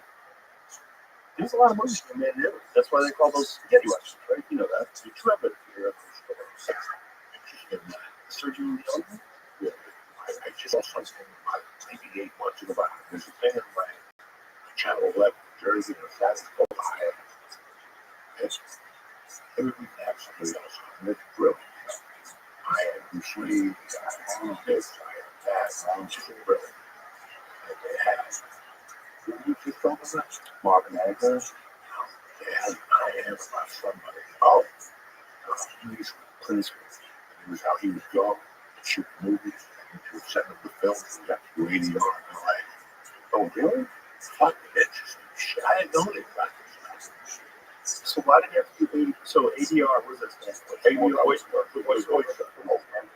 Automated dialogue devices. Thank you. When he shot the movies, he was just talking. Right. And then he'd get them, actually put them together. He would play the American. Oh, I see. And he would send them back, and they would send them back. And So when he shot the movies, he wasn't even speaking. He had to speak over it. over and so, yeah. Wow. They probably had it dubbed in Italian. But you know, remember all of that. I'm a big fan of that era of movies. That's my era. Those people. And watch the other. What happened to this movie? 30 fucking years. No, we put it on shit. One broke. You put it in there. I haven't seen that forever. So they got 7 stars. Right? Yeah. Even Babbitt. The Charlie Babbitt, Rakini, fucking the guy from Jersey. What's his name? Was actually a little guy. He's still around. I don't know. You know what's that? Really? Fucking the dude with the big head. Look at the fucking cast on it. Look at Samson. Oh, that's the dude. That's like, that boy Josie Wales. Kings are my words of life. Yeah, that's close to my words. How the fuck he made 3 movies? This, I Lord Josie Wales, and fucking some other movie. He was fucking brilliant movies. That has a lot of movies. Bro, this movie is fucking hilarious. They don't make a bit of sense to me. This will never happen again. That guy, by the way, is a normal guy in today's society. Who? Jack Nicholson. Yeah. But you couldn't ever get a mental health. Like, this guy's fine, let him out. Like, there's more fucked up guys right now than that guy that are attending bar on 6th Street right now. And this movie starts with being correct. Like, they could make this film. No. And I'm surprised they haven't tried to remake it. Well, you know, the guy who made Home Alone said that he wanted to cut Trump out of the scene, but he's worried that he'd get set in prison if he did it. Because he keeps getting aggravated. People are annoyed. I think they cut it out of it in Canada. I think the Canadian version of is it Home Alone 2? on to You it. know how many TV shows Trump did over the years? I see them once a fucking month. They have to see that. They have to No, it's hard to liberal like that. You have to be nice. but like I was telling you that the people I grew up liking, so do you. That's what I liked about it. That they had to go somewhere else to become stars. And when they came back to the United States, they were like, "You fucking lose." And we had Clint Eastwood, Charles Bronson, Steve McQueen, not as much. He just wanted to fuck everything. McQueen was like, "He's something like that. He is. I'm doing what I want." You know, they don't even have that. Like, when was the last time the worst thing we've had in Hollywood for 20 years when Brad Pitt made Fuller and Lee Jody when they came down. Like, poor Jennifer Aniston was waving flowers and slipping and stuff like that. temptress. The first thing was when Steve McQueen took that girl and had her fucking, oh man, and then to the movie under his fucking nose. That is something that they will cancel you. They can do that. Well, he was one of the rare movie stars back then. Give us that many. When there's an actual movie star in 1970, there's not a lot of those people. You need them to sell tickets. People don't know these people. They're not online. You know, you gotta like know. Oh, it's a Steve McQueen movie, and you go see it. But if you're like, oh, who's the star of the movie? I never heard of the guy. Fuck this movie. Oh, look over here. There's a Clint Eastwood movie. Let's go to see that. It's like stars for everything. It's interesting because some great movies now don't have any stars in them. It's like Mel Gibson made Apocalypse. You don't know anybody. It's a great movie, and you don't know anything. It's perfect. It's perfect because you really believe the characters that way. I don't have to go. Robert Downey Jr. doing a great job pretending to be a scientist. No, it's some guy that might actually be a scientist. You know? I don't know, but no, they didn't see anything. Steve was Charles Bronson, same way with Craig, movie sets. They wanted everything. They took everything, John. Yeah, it just came up, so we discussed it last time. They just got released. The Steve McQueen writers, of his movies. The Riders. Yeah, Riders, for people that don't know, that means like all the things that you get when you're on the set. Like you can say, I want M&M's in my green room, on, Pink Floyd albums, whatever. Fucking insane. Yeah, it was insane. His suit had to be a certain kind. It had to cost a certain amount of money. Some comics have that kind of shit. Where you have size 11 Jordan tweeted for the Yeah, but you pay for it. Yeah, I'm like, yeah, I'm not going in there. I got my size 12. Well, Okay, what's the big deal? Yeah, they gave me some sneakers. No, you didn't. You bought those sneakers, stupid. Comes out of the price. Yeah, they think that, oh, they bought the sneakers for those specials. yeah, but I think it's a thing that you want to be, that you want to feel like you're being taken care of. You don't know your things. I'm going to show up with boxes. Oh, you got me white sneakers. I'm not going to perform. Oh, yeah, people are like, I'm black. Jordan, for their white. I ain't getting on the stage. I get my black Jordan. I gotta run around town. I've heard people turn limos back. Yes. Back in the days, it was wrong color. Yeah, yeah. I ordered white ones. What is this bullshit? And who fucking drove you to the that fucking bridge? Just get the goddamn fucking car. People love making demands, right? Like it has to be this way, but that's it. I walk. People love making demands. And that's what happens in that fucking car. Yeah. Go, okay, no, go fuck yourself. You want that? Bring it yourself. And when you start doing that, listen, I understood what you said before about options. It makes sense to me now. It's like the dad took my daughter to school, and it was moms hugging trees in Studio City crying. If I was a redneck, I'd show up with a shotgun that day and just shoot it and watch those moms just fly. That's what the guns the liberals check. Okay, that's when you come in and go, you want to hug trees? Boom! And fucking start shooting off. Well, they were hugging trees right in front of the school. My daughter's birthday. Why were they hugging trees? Because they were going to cut the trees down. We went to school and the cops were there. We're hugging the trees, holding each other's hands, crying. This is why I had to get the fuck out of there. And that's where a guy with a gun would be perfect. A big fucking gun. The guy like trees so much. Boom! those bitches would have been running for that fucking coffee shop crying. They didn't know what happened. Fuck those trees, Jack. That's what you need. A gun. You tell these motherfuckers, shut the fuck up. You go on Facebook now, they should be placed in California. And they talk about other people that are so talented. They're so gracious to work with such a great bunch of talented individuals. Thank God they let my creative juices work. Shut up. So fucking up.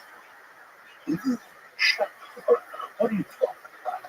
I can smack you now or smack you later. It's so very contentious. Very, and that's why I don't miss it at all. When I watch a movie now, I can't even stand small talk. Like, that's what I didn't even know what small talk was. You know, it's like the night we did, you know, I'm talking about before Vietnam. You did a show, maybe, at the Wu-Tang. One night, yeah, and we left a bunch of people in and circled you. And Maney and a bunch of other people were talking to you about a deal or something. And it was like, oh my God, your set was so great. And you're supposed to stand there like, thank you. But I fucking hate that shit.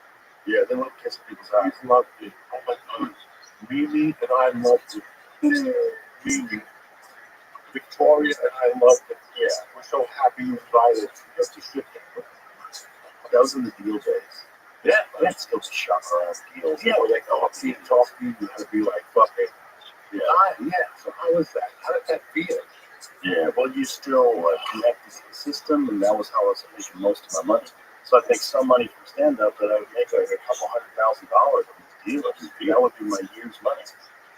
And then I'd be working with some fucking schmuck, making a sitcom that sucked. I never went anywhere. I did that for a couple of years. So I did that from like 99 to 2001. And then Fear Factor started. This radio going. It's everywhere. I watched my favorite episode. Something was over. He was playing the piano at the fucking door. And the piano in the elevator. Oh, that's right. That's right. That was a fun episode. That was a fun show. And then you don't show ruining the other sitcoms. You want a sitcom after that show, like, why? It's gonna suck. You need to. It's like a very rare combination of people to put together a really good sitcom. That was a very good show. It was just, I know that you told me over the years that they kept moving it and never found a home or something. Yeah, it moved like 9 times. The show really became popular after it was in syndication. That's when it became popular. It became popular when it was on, 7 p.m. like ABC, whatever it was. So, they were just showing us about. That's when it became popular. It became more popular after it was canceled. It was when it was on the air.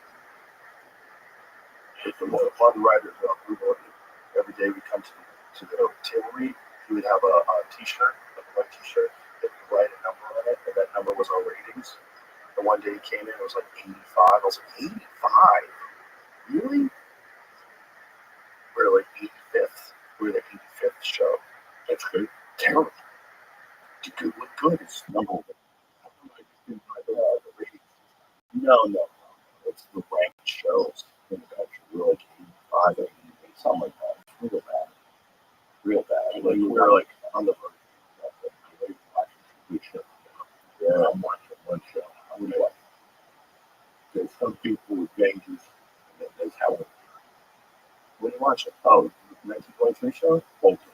Oh, yeah. Mobland. Oh, yeah. I heard Mobland. Right? She's hot. Yeah, I haven't seen that. Right? Italian mafia movies get done. So Hero just put out One Night Out. He took out a movie deal with Tupac. He put what? He put a movie called Out One Night Out. When he plays Tupac, plays Frank Costello, and somebody else, he would just be, I don't know exactly. Somebody should have taken Nero's keys away when he wanted to go out and do political speeches. Well, no, I think that, listen, you're not going to ban a movie because it's political tweets. No, but people are going to take him seriously because he's political. Well, the way he acted, he dropped some feet. Okay, and I get it, but to make $2 million your first week, that's not good. And then like $3 million after that, and then just after I tried to go, just to watch. It's called Alto Nights. Is that right? Have you heard of it? Nope. Can't fucking The problem is when people who want to be taken seriously as actors talk a lot about politics and talk a lot and give out opinions. They think that their opinions are very important and it's important that they speak out. But the problem with that is like you ruin your acting for other people who now think of the stupid shit that you said instead of thinking of you as this character. We hear it. Anyways, come back.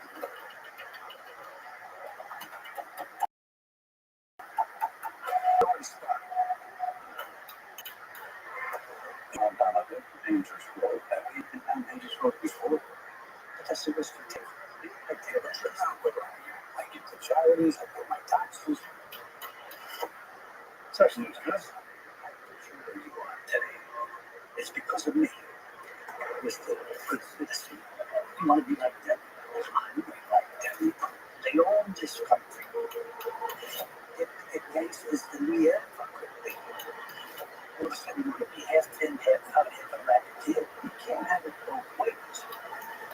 You're either in or you're out. That looks good. That looks good. I watched that. The movie is not bad. I'm telling you, that's because the TV talks too much. I think that we show a lot of movies every Friday and every, like they said, nobody knew came out. I didn't know it came out. Well, Cope killed the movie. Oh, it's a shame. Because they made movies way quicker out on streaming now. All I have to do is wait a month. I can wait a month. 1 month later, I can watch it at home. I don't have to like see somebody like texting people right in front of me with their fucking phone blinding white. People talking. What did he say? What did he say? Do you want any popcorn? Annoying. Not a show. I've never seen it. It's I went to one of the last screening on Thursday night. Not a show. I mean, most movies, people are blood. Very strike up. Very It's that risk. The risk of one douchebag who fucks it up for everybody. I don't go see a popular movie. I'm not a top rater or anything. I like to go see. I see a movie and I want to watch that. Some movies that they watch at home now, they watch anything with 3D, Wicked or whatever. My much I think my daughter. I sit there, she enjoys it. And fucking have a great time. Wicked was great. Wicked was great. Don't It was don't go on much. No. I was so fucked up. The chick is black and green. I couldn't deal with that right off the bat. Where's the black people? Raise your hand. What the fuck? I feel like a racist in here. She can't be black. She can't be green. Then Ariana with no eyebrows. That killed me. She had like those blonde eyebrows. I'm not fucking mushroom with this movie won't end. It won't end. It's a fucking long movie. But I'm looking at her and she's having such a great time. You look at your kids and they're having such a great time. They got a good fun. I enjoyed it. I enjoyed the Barbie. How about never that? saw it. I enjoyed it. I went with my kids. They had a good time. I thought it was funny. Everybody was like complaining. It's political. It's against the patriarchy. But listen, here's my position. Okay, the movie's allowed to be political. Like, if you make a good movie and it happens to have a political slant to it, I don't care. Is it a good movie? I don't care. I don't care. Like, it's not going to change my opinion of the movie. Like, this is your opinion. This is how you're going to do it. Like, okay. So this movie is like a pro-feminism movie. People are saying they're complaining.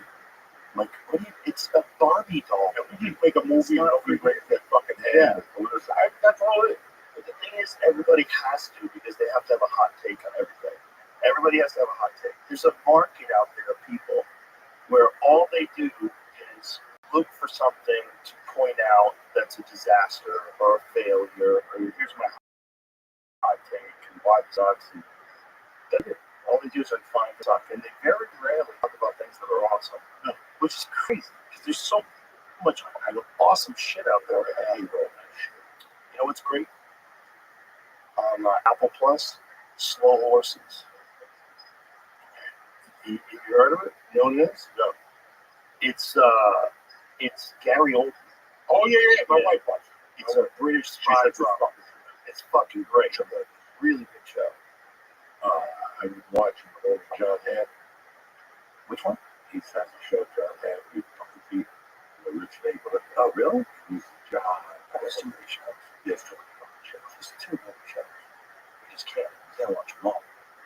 You want to watch a show that you shouldn't be on mushrooms? Severance. All right, that's very well. Good. Yeah, it's a very good show. Don't watch it on mushrooms. So you get fucked. I watched that so Debbie Moore. Oh, I heard about that. That I didn't see it. Is it a show or a movie? It's a movie. That is really fucking movie I've seen. It's a movie where like she gets young again and goes back and forth and young. Yeah. Substance. Did you see it, Jamie? I was going to say, it's like a Black Mirror type movie, but that just came back up to Black Mirror. Yeah, I heard that you watched that. Do you watch 1823? Yes. You liked it? You loved it. I enjoyed all of it. Love it. Yeah, I I love enjoyed all of it. Landman's good too. You see Landman? That's great. Funny. Yeah. That fucking Billy Bob's mad. I love anything. They're shooting already. Yeah. Right? They're down there shooting. I believe so. Yeah, because they were looking for vehicles or something like that. Yeah. Well, Taylor likes to do everything down here. He can. You know, he's got that giant ranch out there, Taylor Sheridan. Yeah. 466 ranch. And, you know, I mean, that guy can't lose. Everything he likes is his role. You ever met him? No. Fucking great guy. No, I have mutual friends. I had dinner with him in Burke in Vegas recently.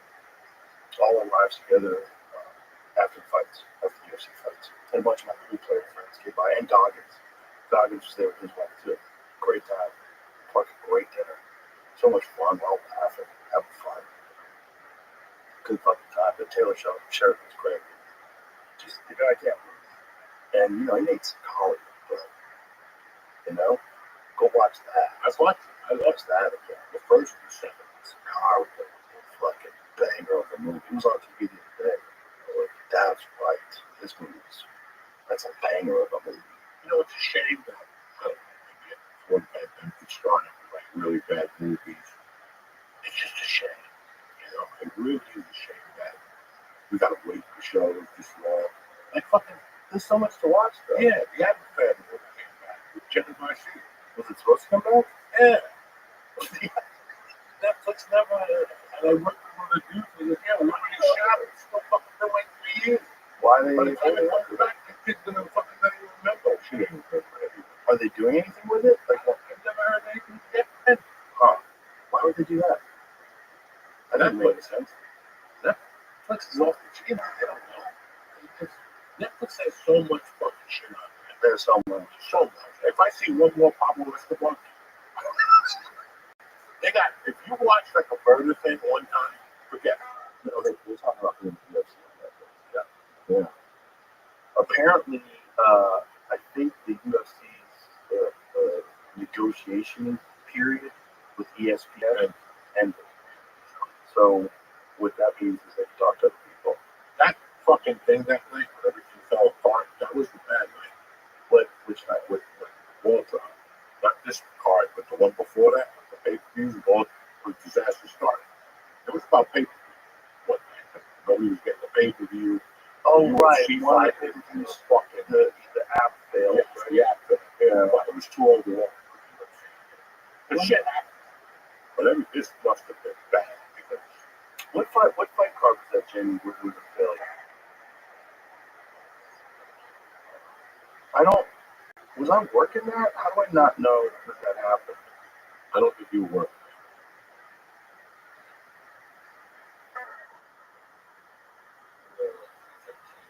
So 2 events ago.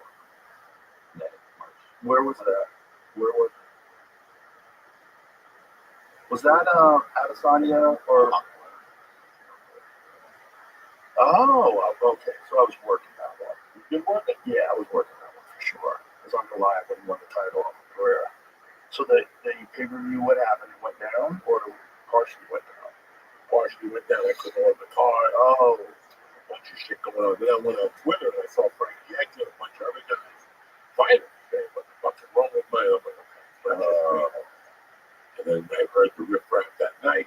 The next day they were talking about it. Monday, Dana was hot.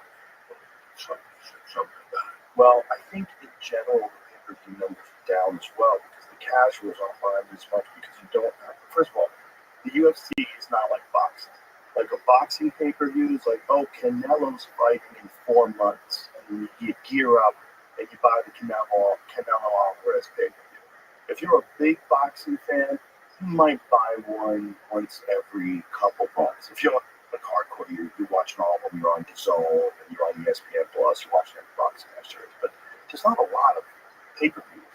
The UFC has a pay-per-view every week, or excuse me, every month, and then they have a fight every week. So it's like getting people to shell out $7 for this card, and also like some of the great fights on the undercard. And you already, before the pay-per-view starts, you already have, 3.5 hours of great fights you can watch for free. And some of them are trying to lure you into buying the pay-per-view. So some of the best fights are really on the undercard. Sometimes, like guys who you don't know their names. There's always one good fight that I want to watch. Oh, I want to watch. Always. The fights. Yeah, I mean, the big fight clearly this last weekend was Volkanovski versus Lopez. That was a fight I really wanted to see. Because I really wanted to see if Volkanovski could pull it off. All-time great featherweight champion. One of the, for sure, greatest fighters of all time. Shooting for the Hall of Fame, but he's 36. And he got knocked out 2 times in a row. He's fighting this fucking animal, Diego Lopez. It was a great fight, though. And he both pulled it off. But the fight that I really wanted to see was Bryce Mitchell versus Sean Silva, right? Because Sean Silva is a motherfucker, dude. That guy looks like a world champion. He looks like but he choked him like a ninja choke, and was like a no arm with a Darce hit arm. That was just all neck, and put him to sleep. He tapped and then he went out, and to just beat him from pillar to post the entire fight, and was smiling and laughing. It looked like he was never threatened and never in danger, just like he was on another level, like way above Bryce. Like looked like a world champion. Like even guys that have beat him before, that beat Bryce Mitchell before, except Josh Emmett, who just KO'd with one punch. But like even Ilya Topuria, like you got to get a hold of him for it to fight. Like John Silva looked like he was never a fighter. Like almost like he was having fun. He was trying to get him to touch hands at the beginning of the round. He was like touching hands. He's like touching hands. He wouldn't touch hands. And then finally just put him to sleep. He's an animal. That guy, that whole team, apparently, the fighting nerds. I was talking to John Anik about this. They have data scientists that work for the team. Data scientists who analyze techniques. And they break things down, what's effective in patterns. They find patterns, what the person does, when to do it, how to use it. That's it. Bro, that's a team of fucking savages. Well, Kyle Barhalio is one of the top 185-pounders, might be the best in the world. I mean, when he fights Turkish Triple C, eventually we'll see, but he's just scorching that division. I mean, he's one of the best contenders in that. Then you have Rufi, the baddest lightweights alive, gigantic lightweight, all in one real kick body into another dimension. Oh, you got that guy. You got Carlo Prates, who's a fucking killer. Stone cold Muay Thai killer who's really hard to take down. And he's just 100% finishing rate. He knocked down the back. And he fucks everybody. He's a sniper. Super skillful, slick Muay Thai guys. So their whole team is just killer. It's all killers. Just like a team of brilliant up and coming killers. These guys are learning now. It's not just about training hard. It's not just about sacrifice. It's about thinking hard too. It's about learning. It's about really building up over your game. What can we do?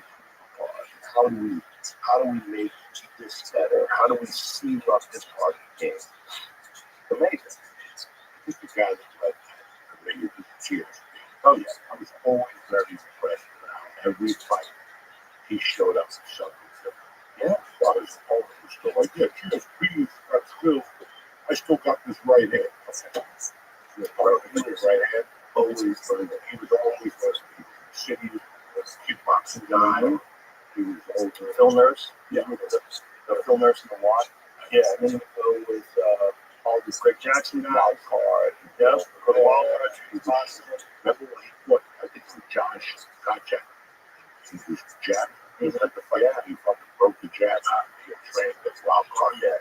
his jab fucked Josh's eye up so bad that Josh couldn't fly home. I remember that. I remember all that shit. That's why I liked it. Because the training was all.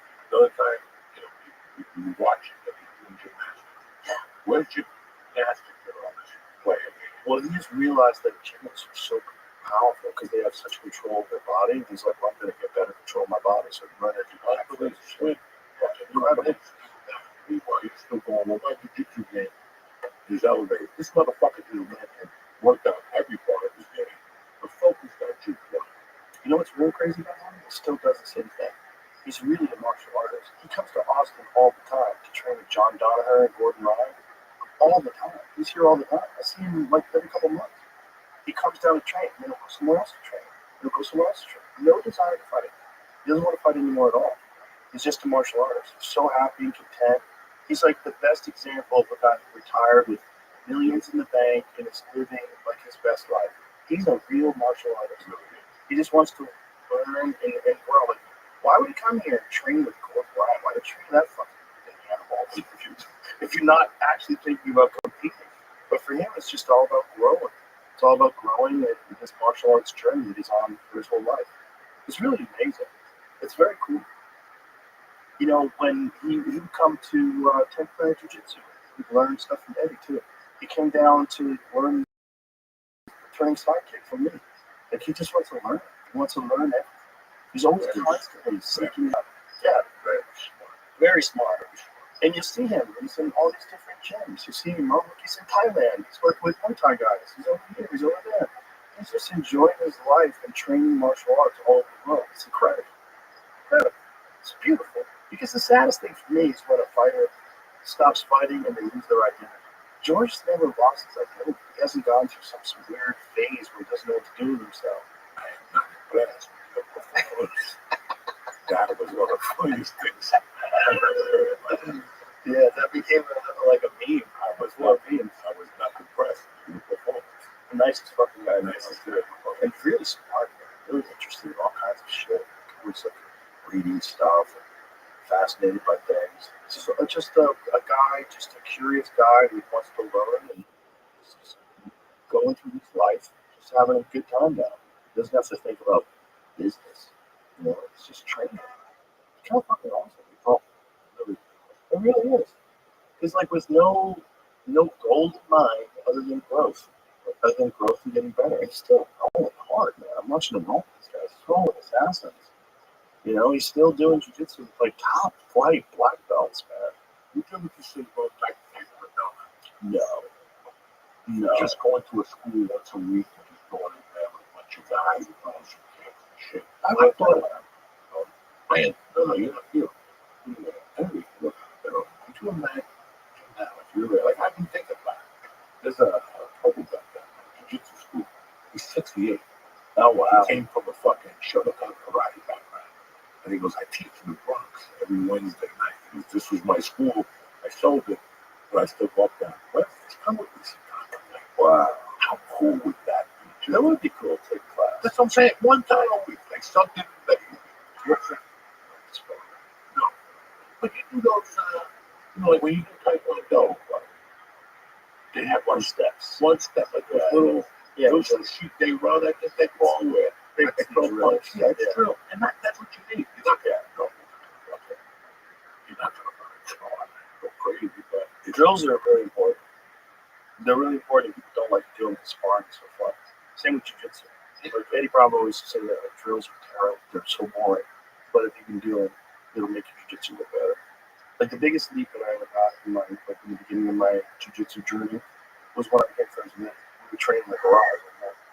We would just drill for like an hour and a half. Coach drill. He was showing me a lot of his rubber guard stuff, like the early stuff.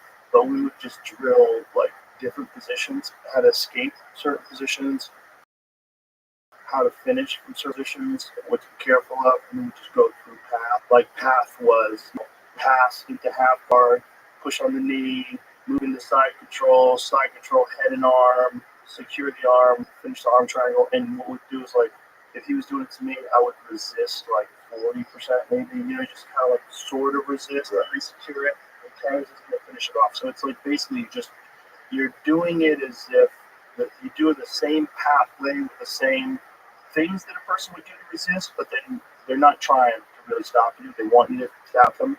Like, this is the idea of the drill. So I will get my hand in, but it's just so that you can push my hand down and then lock it over. So Well, that's big now. yeah, drilling is everything. People are flow roll. And people are selling. Even tell them boss, like, oh, It's the way to get better. It's really the way to get better. That's the problem. You got to keep it more fucking flow. And that's the problem. After a while, you're like, oh, I know. So next thing you know, it's not a flow. Right, now you're going to try to kill each other. And that's the problem. It starts off with a flow for a minute. Yeah, and it goes off the fucking reservation. That's always the same with kickboxing sparring too. When I was training at the Jet Center, there was one dude that I used to love to train with. He was an older guy, so I was probably 26 back then, 27 maybe, and he was maybe like closer to 35, 40. Like it had some fights, just like to stay in shape. And we would spar, and he knew I was an actor. He knew whatever. I was on a TV show, and I don't want to get hit too much. And, so we would spar, we just touch each other. Yeah. And I knew he wasn't going to try to knock me out. But other guys, I knew, like, we're fighting. Like, we're sparring. This is a fight. But with him, I knew, and I got so sharp because of that. Because he and I would work out a couple times a week, and I noticed, like, my timing and everything was, like, much sharper because I was going through those pathways and not tense. I was going through those pathways, so sharpening those lanes. So, like, punch, come, slip, counter. All these things were, like, flowing in my head because we weren't hurting each other. But it's so hard for young guys to understand that. To get better is to, like, you want to, like, the Thai guys, they fight every week. When they spar, they don't hurt each other at all. They touch, and they laugh. Like, oh, they're, like, playing a little game with each other. You ever seen Thai guys? Yeah. But you watch, like, one of the best things to watch is, like, two elite, high-level Thai guys just spar with each other. Just spar, playful, like, because they're joking around and laughing and they're touching each other, but they're really working on that time. They're really working on those moves, working on, like, seeing what's coming, how to stop it, how to get in on them, but they're not hurting each other at all. It's weird that I'm older and I love doing crazy shit. I don't have much to think. So I try to class jiu-jitsu and all that shit. And jiu-jitsu is the toughest one for me. Like, I haven't been to jiu-jitsu since November because I've been sick. I had a bunch of problems. I was on antibiotics and was having a hard time fucking breathing. But I can't wait to go back. But now I'm going to go back and do it a little bit. Flow. One guy on flow is a cop. And drill. Yeah, have a group up class. Basically a lot of drill. That's great. A lot of calories. Drilling's so important. But you have to go in the daytime. They roll you at night. The class was so shut that you had time to roll that long. Right. I would rather drill a long time than roll once to get the fuck out of that. Yeah. So you box out. When I go box out, fucking go crazy. I speed that up. 2 rounds, bag that moves around, that burns tons of calories. Then I hit the hard bag. I'm about 7 years. Make 3 more rounds. You know what I always do? I like to put on Wu-Tang Clan and just fuck that heavy bag. I love it. That's what I love. I love more. I'll tell you what else I got into. I'm old. Well, when I went to that hospital, it reminded me that I was a kid no more. Like, we fuck around, we have a good time, we think we're bad motherfuckers, but you want to stay healthy. Yeah. Ever since I come out of the hospital a month ago, everything fucking changed. Come on, put you on my list. Well, I think we're going to go. Tomorrow. Are you busy? I'm busy. All right. Tomorrow. Let's go. Good. I like that blood. Yes. Get a IV bag? Yeah. Right? No, it's good.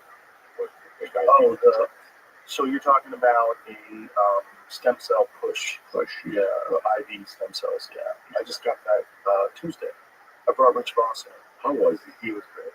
I love that guy. I love it. We had a good time. We had a good time at the club. I see him walk. Yeah. I see him every week. He's jerky. Every Wednesday we meet up.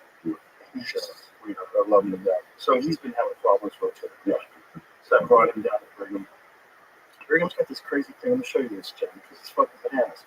He's got this crazy thing where he's got an AI that you ask questions to. Have you seen it, Jim? It's fucking nuts, right? Hey, you tell me the history of testosterone and prostate. Yeah, I'll send this to you. So Brigham has this new beautiful facility for waste wellness, great view. Oh, they moved. They a new facility. They bought a building and renovated it. And it's incredible. But one of the things they have is this big screen with this alien, and you touch the alien and ask it a question, and it uses AI. Like, so it has an AI, large language model based press. What's this? Press. Tell me the history of testosterone and prostate cancer.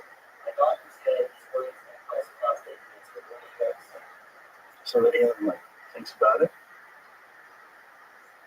The concern stems from a 1941 study by Huggins that suggested testosterone with prostate cancer. This has been thoroughly debunked by modern research, particularly by Dr. Abraham Morgan. Current evidence shows no causal relationship between testosterone therapy and prostate cancer development. In fact, many men with prostate cancer have low testosterone. The outdated theory misunderstood how testosterone interacts with prostate tissue, and numerous studies now show that properly monitored testosterone therapy is safe for most men, even those with a history of prostate cancer in some cases. How did you happen? You know what? That's the future. It can answer any question. It can analyze your blood work. You can tell it, hey, my vitamin B12 level is this. My testosterone level is that. What would you suggest I take? What I suggest is a protocol of, just like rattle off things that you need. You need some niacin. What time you take magnesium before you go to bed? How much REM sleep are you getting? Are you monitoring that? And start talking. Am I crazy? It's an app too. It's on your phone. People talking about that last night at the club. They go on chat GPT. You don't know what that is? No. I don't know. Chat GPT is AI. It's like it's on your phone. Like you can ask it a question. I can give me a good question. Who was the composer of Swanee River? Who is the composer of Swanee River? You see how my phone has all those rainbows on the outside like that? I'm searching for the answer. Boom. Gives me the answer. Can you go on ChatGPT and tell me more about Stephen Foster, the composer of Swanee River? Yeah. And then it goes on ChatGPT. I'm going to have the science system. You ask anything. What Disney movies are the most racist? Looking at ChatGPT right now. And I'm not The reason why Joe, that is one. ChatGPT told me to go fuck myself. It disconnected. One of the greatest episodes we were talking a couple weeks ago. We were talking about we watched the Gleason interview on 60 Minutes. Yeah. I watch 100 movies every Saturday. Do you really? Every Saturday at midnight. I don't have time for anything else. I got to be home by midnight on Saturday. Okay. And then the reason why I said Swanee River is that was one of the best episodes that Gleason ever did. He was on a $95,000 question. And you have to go up levels. Yeah. And they ask you questions. He picked music. So he had his buddy, Norton, get all the sheet music, and Norton would play music for him. Go, who is this? And he would have to say, and the Italian lady, Miss Manicani, would come down. It was a great episode. But there's one scene where Norton was playing. He goes, Norton, why the fuck do you, there it is. Why the fuck do you play this?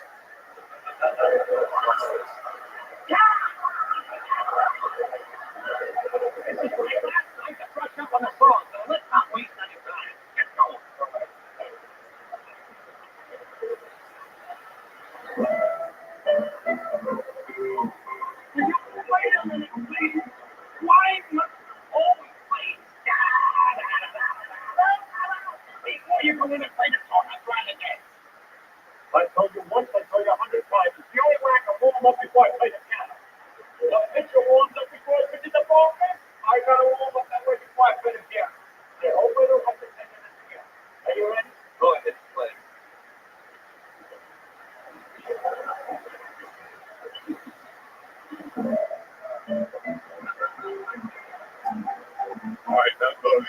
joke. Let's see. So he goes, I'm running out. Hurry up. no, play the song first. So he sees. $100. Are you ready? Here we are. All right, granted for $100. Who is the composer of 20 Rivers?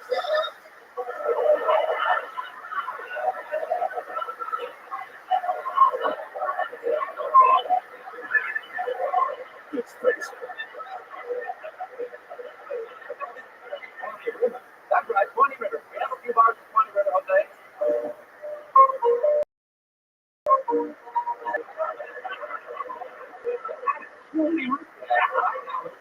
I'm running out. Hurry up. Better take a guess.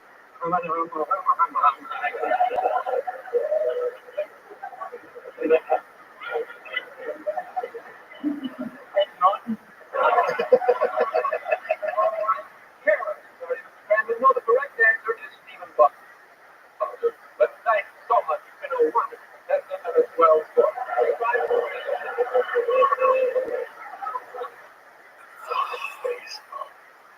The 60-minute Oh my God. it was great. Just listening to him talk. That was when he was just playing golf and drinking. He had that crazy golf cart they would drive around in. What's the book I read where he taught Richard Pryor how to hide it? And the movie taught him. He taught him how to hide it. Yeah, Richard Pryor will enjoy it. Exactly. What are you doing? Come on. You're gonna have class. So how do you hide it? You know, under your hand. Mix it with cigar. He put Richard, we're smoking it out. Oh. So right there. Richard Pryor, like, this motherfucker come here, let's smoke a joint. So he tuck it away. And he was 20 years old.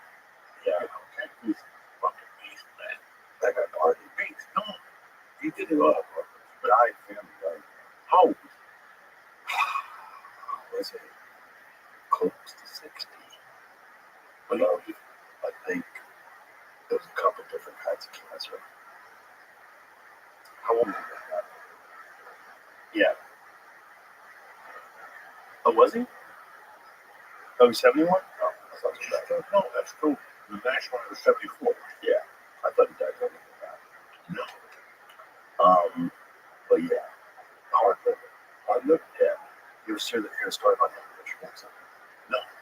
Richard Nixon and him were getting drunk one night. Richard Nixon was launching some UFOs. And so they get on Air Force One and they fly along the Air Force bases where they have this fucking crashed UFO and alien bodies on ice. And Jack Gleason apparently becomes obsessed with UFOs after this. Has a house built in upstate New York that looks like a UFO. His house was a flying saucer. He had a house built to live in a UFO. And the story's unsubstantiated. It's hard to know if it's true, but it was like his ex-wife told it in some magazine, right? But it tracks. It tracks with, if you believe these people that say that there was some sort of crash, that they did recover, then they do have bodies. So this is his fucking house. He has a house built. That's one image of it, but there's other images of what looks even more like a flying saucer. Yep, that it kind of looks normal like a house there, though, but the guy built a flying saucer house. Nixon and him got hammered. I'm hoping that's going to happen with me and Trump, but Trump doesn't get drunk.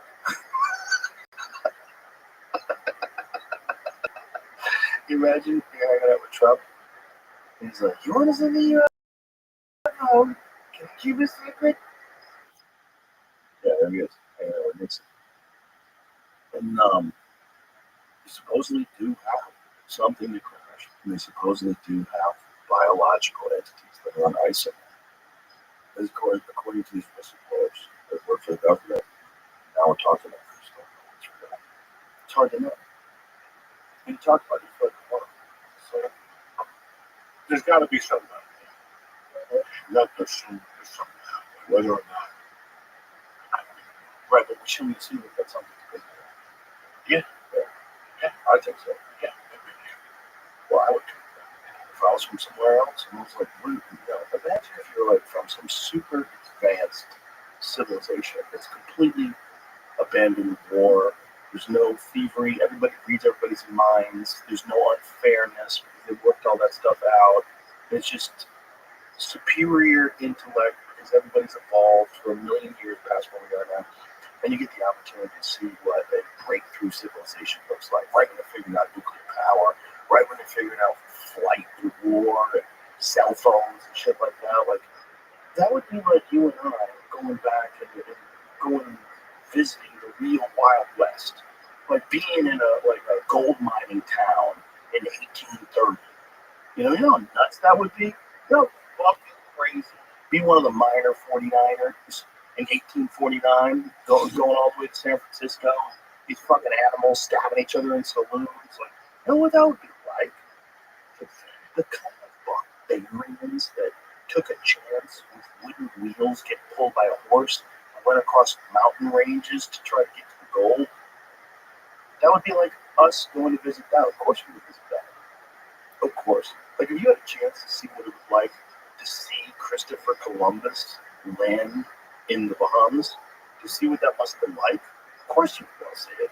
If you could go literally back in time and see primitive humans, well, if they're just like us, but they're like us millions of years from now, of course they would want to visit us. It would be so interesting. Can you imagine if there was a planet where we could go and we could see anything? You know, imagine. The boss gonna say it out. Yeah. You see guys making fucking arrowheads with flint for the first time, and with sticks, giant fucking heads, big teeth, covered in hair, just figuring out tools. Oh my god, we would be fascinated by those people. The way I think about it is this: some of the kids were talking about money. And, right? So, okay. Yeah. 7, here. The moon landing was in 69. I was 6. So it started after that. I heard more and more about it. So you need to tell me is in 55 years we have found out more information about it. We know what's going on. We know. NASA's not stupid. They know something's out there. They play with us a little bit from time to time. But that's something. I think so too. That's something. I think the other problem with the president knowing, can they keep things from the president? Of course they can. The president is only there. Then he has to get in there again. And if he wins, he's only there for 4 more years. These fucking people have 30-year careers, 50-year careers in the intelligence agencies. If they know something, and they've known something since, fucking Gerald Ford, why would they tell you? Why do you think? We've already been hiding this from the population for so long. And those old timers didn't need to, what's that? You have to sign something. NDA. NDA, like that. Whatever. So there was something to it. Yeah. There was something to it. You got that place in New Mexico. You got Hudson County, we discussed before, Rothschild. You have all these places that have a high involvement. I wonder what's number 2 in UFO sightings. I wonder what's number 1. What's number 1? Is it Hudson Valley? Yeah. Yeah. North Washington, bringing that whole thing. That's great. That's number 1. I wonder what number 2, 3. It's interesting that a lot of them know where the ocean is. Because that's one of the big things. They have bases in the ocean. Because the reality of the ocean is no one's looking. If you have something on the Earth, satellites can see it. But if you have something that's in the middle of Nevada, in some deserted area, and you have buildings, satellites can see that. You can see the structures. So you have to hide them. But if you have something in the ocean, nobody sees anything. We've only explored, what is the percentage of the ocean floor that we have explored? I think it's like 10%. I think it's somewhere around 10, maybe 20%. So that means that 80% of the ocean floor is undiscovered. We have no idea what's down there. And it's, a mile, 2 miles deep in some spots. If you're from a super sophisticated civilization that's millions of light years away, you can come here instantaneously. You have the ability to traverse in these, what they call transmedium craft, which means they go through air, go through water. It creates a gravity bubble around it and go through everything. That's what they think these things can do. That's what they can go 500 knots underwater. Like nothing else can do that. And if they have bases under the ocean, it makes sense that these sightings are all near the ocean. It just totally makes sense.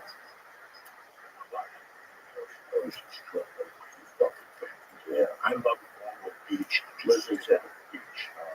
March 23rd. Seabed 23rd, what they've mapped out. We've got 30% map for China. That's thing done by. Oh, really? Oh, Oh, interesting. Oh, what if they find a base? What if they get down there and they find bases? What is all that stuff? What are those I'm lines? guessing that's what they probably send their drones. Oh, oh, that's crazy. So they're scouring the ocean floor to try to get out. That's why the aliens are going to come out. Wow, that's Hawaii. What? Oh, Oh, that's not good. it is? What's that? One of those islands in the middle. Is that Catalina? Oh, I see. Oh, you resumed there. Oh, That's what she stuff is. Oh, it's make these little like rock spots that sticking up. mm. Wow. You got it. Got pause. Yeah. We'll be right back, folks. Woo! And we're back. What were we just talking about? Aliens, whatnot. And whatnot. Yeah. You know, I feel like we know. That's like everything else. We know who shot Kennedy. We're going to release it. We're going to play it with this. That's what they do. I think that there would be I think even after all the alien talk and everything, I think Americans couldn't really handle it. Well, there was actually a discussion. This guy, Hal Puthoff, who was a physicist that worked with the U.S. government, told me that during the Bush administration, they actually wanted to talk about the potential of disclosure to the American people. What would be the pros and the cons? So they listed what could be disrupted. Well, the economy could be disrupted, religion could be disrupted, government could be disrupted. What would be the positive aspects? And they started looking at the positive aspects like scientific development, the understanding that we're not alone, and then they weighed it all out. And the cons outweighed the pros by a significant number. And so they decided not to disclose. This is what Hal Puthoff says. So he is a scientist that's worked with the government for decades. And he, I had dinner with him and Jacques Vallée. Jacques Vallée is the guy who the character in Close Encounters of the Third Kind was based on, the French guy, scientist. Jacques Vallée has been studying UFOs since, I think, the 50s. Brilliant, brilliant. He's written tons of books on the subject. And the stories that he knows, that he's aware of, the historical stories, which really gets crazy is when they get into the 1700s and the 1800s and the early 1900s. They're the same stories. People are seeing the same thing. The same kind of things are happening to these people. The people that are encountering the crafts and encountering the beings, they're reporting the same stories. They're real similar to the point where you're like, what's going on? If it's real unique in I haven't seen UFO, I haven't seen aliens, you haven't, Jamie hasn't. But what if one of us did? Like, if there's millions and millions and millions of people, and one guy is fucking walking his dog in the middle of the field, and all of a sudden this thing just lands right in front of him, and no one's around. And then these things get out, and they look at you talking to you with their mind. And then they get back on your ship, and they fucking disappear. They zoom off so fast, you can't even follow with your eyes. And then you're sitting there going, what the fuck do I tell anybody? Who's going to believe me? Who's going to believe this? I should probably not tell anybody. And then you're lying in bed at night and you're all freaked out because you can't believe you know something that other people don't know. You know the most incredible thing. That not only are they real, but they can do things that we can't possibly do. They cannot be us. There's something different. It's a different life form. I think when they came here, maybe somebody painted them in green or whatever. Me, I feel that they're here, they walk around looking like us. They're a more intelligent life source, like the movie Cocoon. Right. That's the vibe I have. I'm the type of guy I'll talk Well, invasion of the body snatchers. Yeah, invasion of body snatchers. I'm the type of guy I'll talk to you about it, but just talking to you just now about somebody in the government telling me that aliens exist. I think it would not be that because I know they do. Right. But not really. But not really. But not really. I know they do, but not really. That's I think whatever. Yeah. Certainly be shocked me a little bit by God. But I think that cool type people. Jacques Vallée is of that people too. Like, what's interesting about him is he really maintains scientific credibility after all these years, despite studying UFOs back at the time where if you studied UFOs, you were crackpot. But everything he looked at was just based on logic. This is what we know, and this is what we don't know. This is what we can prove. This is what we can't prove. And we estimate that there's a certain percentage of these experiences, whether it's 5% or what, that are legitimate. There's a great number. The vast majority of things that people see in the sky are not UFOs. No. They But I explain guarantee we do see things that we think are something else. See what? yeah. I can see that 100%. Oh yeah, people see Saturn. They think Saturn's a UFO. They think people see things too. And then there's also a weird phenomenon that's real, like ball lightning. Ball lightning is a type of lightning that like jumps around like a ball, like a giant softball of lightning, just darting around the sky, and then it goes away. And it's just a weird form of lightning that has been documented. But if you saw that, if you're in the middle of like New Mexico by yourself camping, and you saw that, it's like, fuck, man, you think it's a fairy or something like that? Oh my god, man, the angels are flying around refuge. You see ball lightning. Like, what the fuck? You're seeing traces behind the ball lightning. You would 100% believe and feel like you came in contact with an angel. You would believe and feel like something from another planet communicating with you. Probably fill your head up with all this important shit they told you that you have to tell people. I'm gonna tell people, man, we're doing it all wrong. We're all one, man.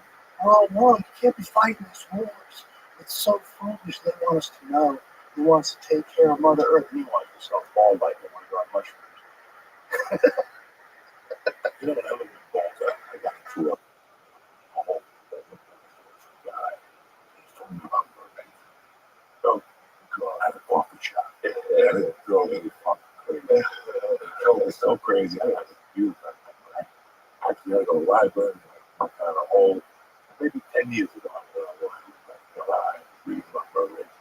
Like, that's something I believe. The dumbest thing about mermaids is they have a fish from the waist down. Right, but the more they actually spot me, it's just a lie. It doesn't even make any sense. Like, fish don't have sex, you fucking idiot. That means it's the most beautiful one in the world from the waist up, and all she do is give you blowjobs. Because fish don't have sex. That's okay. That's not my problem. I'm not gonna have sex with a chick. But people are. They want to fall in love with a mermaid. They're like, that's the craziest person to fall in love with. He's dead. Pennies up. No, come on. No, they're manatees. These people saw manatees. Probably their eyesight sucked because they all had scurvy.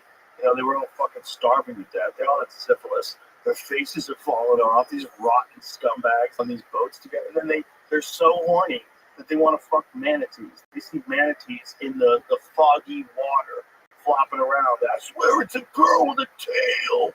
They want to hop off. They're like a guy in the desert that sees an oasis that's not there. I see water, and you just try to drink the sand. That's what it is. These guys gotta be so these horny scumbags from like Europe in the 1500s. These monsters. They're on this boat together for 4 months, and they think they see women in the water. They were probably on opium. They probably had syphilis. They were drunk. That's why I love the 80s. Animals. That's why I love the 80s. These two guys actually went into the studio for a living. We got a movie about a fucking guy who falls in love with a mermaid. I said, that's fun. We taste them. That's another good. Joey, that's a good thing. Like, this is one of the reasons why America became what it is that everybody who moved here initially took a crazy chance. You got to take a crazy chance. You want to get in a boat in the 1700s and make your way across the Atlantic Ocean? You have no idea if storms are coming. There's no fucking weather.com. You don't even know what it looks like over here because they don't have pictures yet. Someone's going to draw you. This is what I saw when I visited Maryland. I told you the fucking mermaid was fun. Look at that fucking fake thing. He's so dumb. Oh, Jesus Christ. That's hilarious. That's one of the reasons why America became so powerful. The Constitution, the Declaration of Independence, the Bill of Rights, like that stuff, all the laws that gave you freedom of speech, the right to bear arms, right to practice your own religion, all those things are also the type of people that moved here. Crazy, risk-taking motherfuckers that were willing to get their kids and get on a boat and make it across the country. So everybody that came over here was just fucking gung gung ho. They're all wild folk, wild, dangerous people trying to get jobs on the East Coast. But still to this day, like the East Coast is so crazy, so chaotic, it's so fun. Because that was like the echoes of these pioneering monsters that traveled their way across the ocean. Crazy people, desperate for anything. Europe just sucks so bad, like, get the fuck out of here. Whether it's from Spain or Ireland or where, boats, just boats. Italians, boats. And then they make their way across the land. And then, cover the whole thing eventually. And in a few hundred years. It's a crazy story, man. And we got to be careful of this place. You can't sacrifice the things that made us so great in terms of our freedom just for political gain. Because then we're going to give the whole thing away. And we could go the same way Rothschild. The same way they had like a European style country. And now it's a dictatorship. And now it's Islamic. And it's no getting out of that without some crazy revolution, right? They could go there anywhere. If there's people anywhere on Earth in 2025 living under the thumb of tyranny, there can be people here. It's just a bunch of things have to go wrong. We saw a few things go wrong during COVID. It should have woke a lot of people up. But the fabric of society is going to fragile. That's why the founding fathers are so wise. They put into play protections to keep tyranny from taking over. They had a bunch of checks and balances that you can't get through. You don't have ultimate power like the king. You have Congress, you have the Senate, you have the Supreme Court. It's got to be like that. If you can't change that just because you want your side to win. Everybody has to be winning. Everybody gets short-sighted. Democrats get short-sighted on this. Republicans get short-sighted on this. You can't have that happen. It's not good for anybody. It's not good for us. If you think your opinions and your beliefs and what you know is more beneficial to the American people, state your case. That should be the only thing we do. These people should be able to state their case, explain what you can do. We should demand that. And all that other shit, stop it. Just get rid of it. Get rid of all of it. Get rid of all of it. No one should be pro-crime. No one should be letting people off their crimes. No one should be letting gang members live in some sanctuary city from another country. They come over here just to cause havoc and create crime because we have weak police and because we let them in. But no side should want that. No side should want the country to be more dangerous. And no side should want people deported to El Salvador prisons. They're not really gang members either. No side should want no due process. No side should want the ability of the government to imagine you're a person who's over here illegally, but you're not a criminal. You're just a guy who doesn't have paperwork, and then they send you to prison somewhere. Someone decides because you're tattooed that you're in a gang. Now all of a sudden you're in prison in another country you haven't even tried. You can't let that happen either. Did you see that prison in Nicaragua, whatever that place, El Salvador, where they house them 40 years? That's crazy. It's crazy. And apparently they have unmarked graves. People die, they get strangled, whatever, to bring it back, unmarked grave. It's completely dehumanizing people as a overcorrection to having too much crime and gang violence. So too much crime and gang violence, you throw all due process around everybody, throw them all in jail. And if you're going to do that, a certain percentage of them are it's going to be effective. You're definitely going to curb crime, but you're also going to victimize a few innocent people, a certain percentage of innocent people, undoubtedly, especially if you have due process.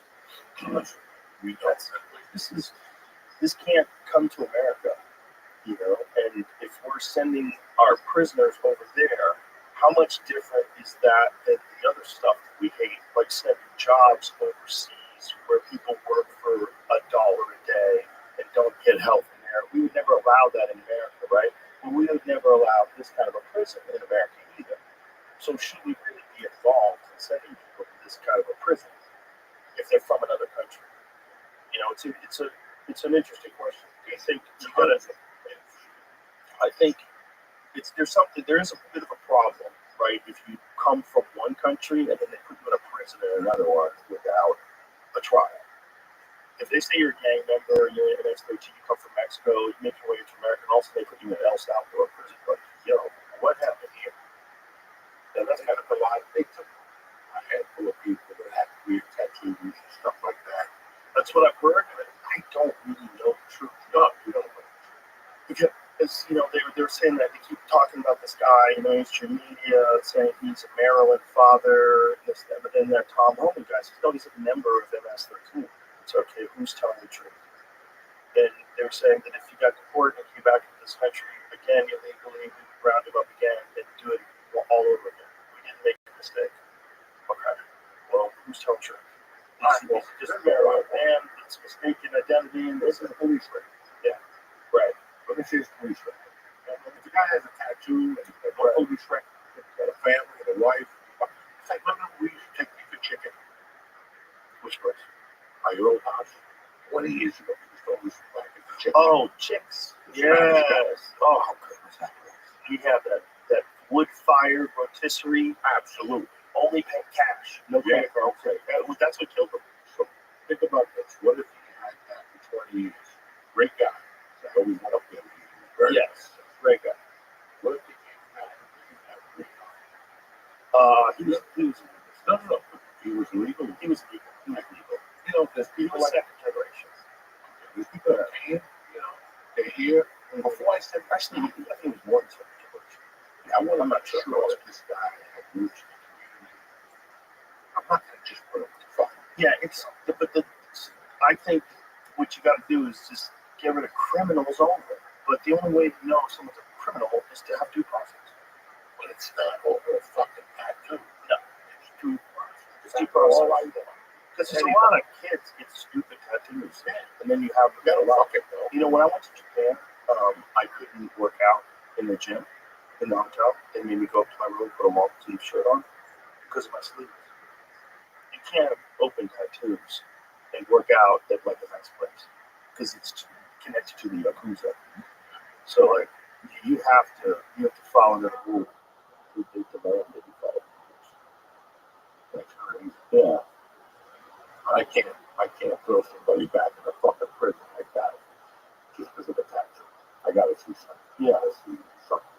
He did something to disrupt the system. Yeah, I just see the thing is I don't know. I really don't know. I don't know the truth of these cases because you get a biased take from one side oftentimes, and then you get a biased take from the other side, and they duke it out to shape reality for you. Now with 85 other defendants, and I teamed up with a bunch of Cubans that came in 79, Mario Butler. And, went over there every day, I had to buy the whole guy. I ran the corner, had to buy a little bottle of halfway. Maybe let them operate your game, whatever your game was, selling weed or whatever the story is. And I remember it specifically. But from the time I got there to the time I left, there was probably 80 Cubans on the block. Maybe 20 of them got arrested. Those days, you got arrested, you got deported. If you get arrested. They put you in jail. If you didn't have paperwork, you came in that Cuban. They would take you right to immigration, would come get you in 72 fucking hours, and you'd be right back in Cuba, and I would shoot you. See, it's one thing if you arrest someone for a crime, Yes. and then you deport them. I get that. But it's another thing when you're rounding up people because you think they look suspicious. Like during the first Trump administration, there's this dude who was a contractor who was doing something for my house, and he was an Army veteran. I think he was in for 20 plus years, and worked at a management position at a big construction firm. So they're like a prestigious job. He was like a legit guy. So he's at Home Depot. He's dressed nice, polo shirt on, nice slacks. He looks like a guy who has money. These nice guys pull him over and demand that he show them their paperwork. And he's like, "What the fuck are you guys doing?" And he says that to them. And then he pulls out his Army ID and his driver's license. He's like, "You can't do this. You can't just come up to me." He goes, "I'm a fucking American citizen." He goes, "I was born in America and I served my country for 25 years. And you fucking idiots are just gonna harass me in the parking lot because my family, because of Spanish descent. Get the fuck away from me. And, you know, he was hot when he came to the house right from there. He was telling me about this. Because here this guy is like, gentleman businessman, like sweetheart guy, wonderful to talk to, great to do business with, have a conversation with him, great guy. They just looked at him because he's brown. Like, that's it. There's no way you could make any other way you're going to point to that guy and think he's illegal. That guy's driving a brand new Silverado with a construction logo on the side of it. Shiny, clean car, polo shirt, slacks, clipboard hand. Fuck you. That's what I'm worried about. I'm not worried about guys that get arrested. Well, I was worried when they came to Jersey. I didn't go out that week. I didn't do much. I'm a BS. I'm glad they didn't report you. I didn't know, but you never listen. Right, but if you did get arrested for a crime, you probably now would say, yeah, you should get deported. Like if you did a violent crime. Yeah. Like that. But there's a difference between getting arrested for a violent crime and just going to Home Depot because you're brown. That's great. That's crazy. This hall, this ice hall, you think of, I don't know how many times, but like, you people pick it up. I do not know. No, you're gonna have a couple of spots for that. Well, you're gonna have Please, if I listen, more than that. even the computer will catch you. You know, think that shit's clerical error. But there's also Just be big enough to say we made a clerical error. Don't keep saying that I tell you again. You never thought that. we're saying something that we don't know what's correct, right? But there's not just clerical errors. If you don't have due process, you also have the potential to potentially falsely accuse someone on purpose just so they can arrest them because they don't like them, or they have a bad business deal with them, or there's some reason why they want to send this motherfucker to show anything else out. But people are crazy. They do shit like that all the time. But they're just rounding people up, and this guy that you fucking hate happens to be from Nicaragua, and you just fucking sick the dogs on us. You got a hotline you can call people. People are rats. There's a lot of rats. Especially if you just have a wild number that you can call. Wild number to turn people in. Remember during COVID? Like they were giving people rewards for turning people in for having parties in LA. And the mayor was saying, well, snitches just get stitches. But now they get rewards. Do you remember that? That retarded mayor that they had in LA during the entire time? I don't even know that. He was such a what can I do? Such a guy. Yeah. My favorite thing is when it's Black Lives Matter protest in front of his house. So you're never welcome out, bitch. Well, this is my problem. Well, yeah. And that guy, what the hell is his name? Oh, God. What a tool.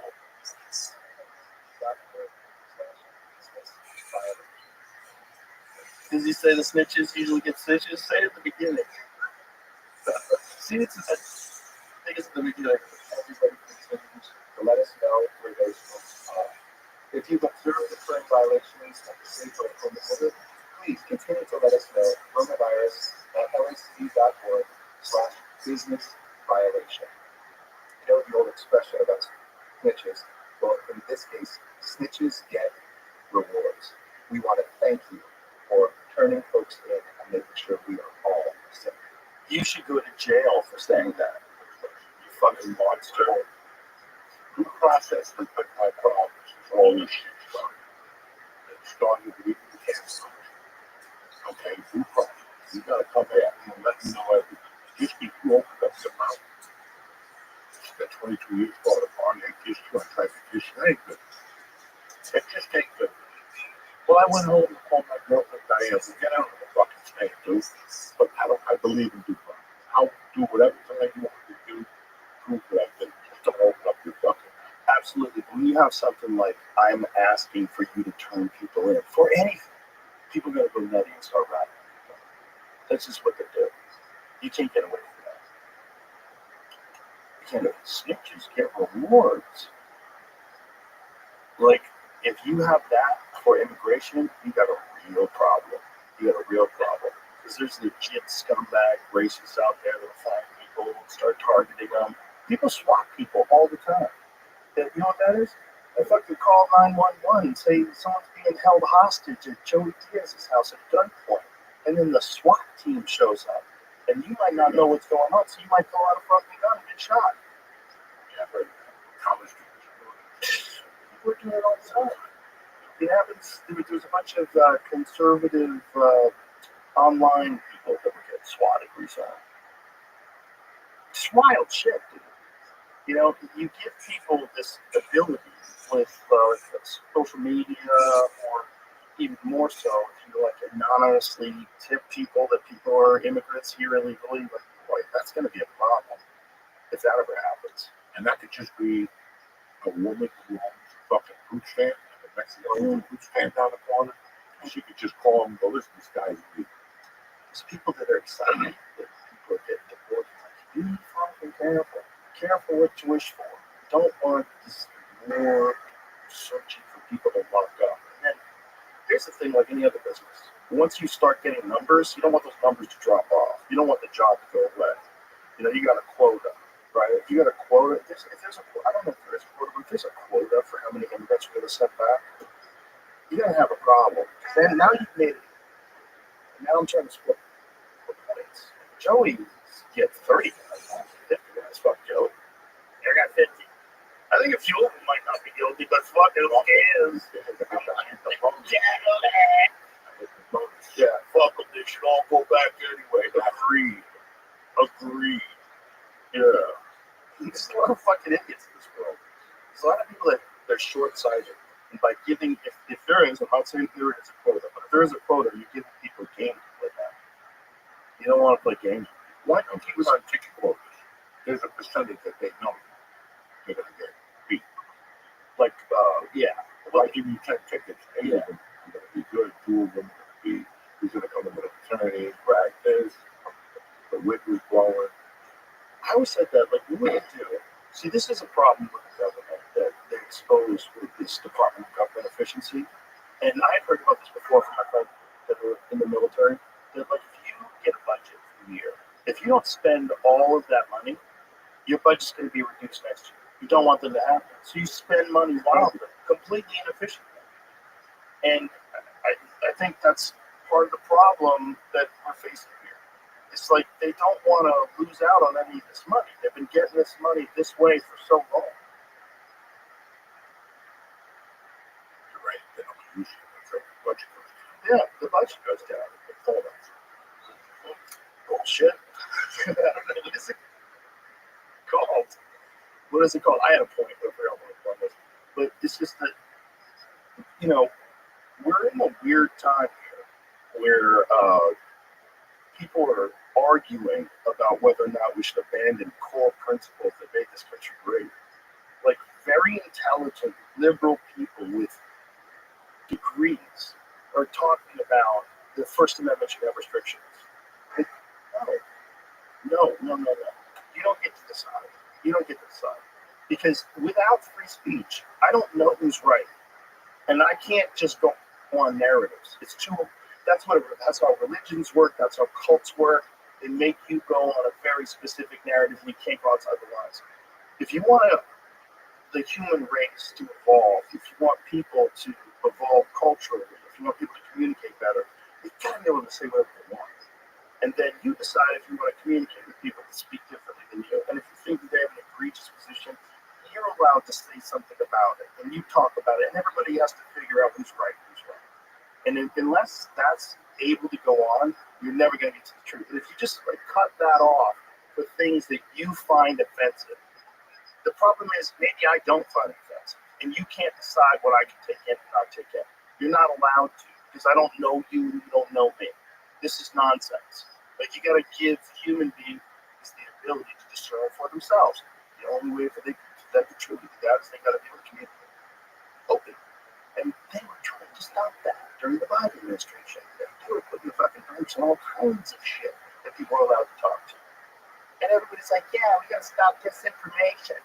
Like, you're signing your own fucking death warrant. You don't even know.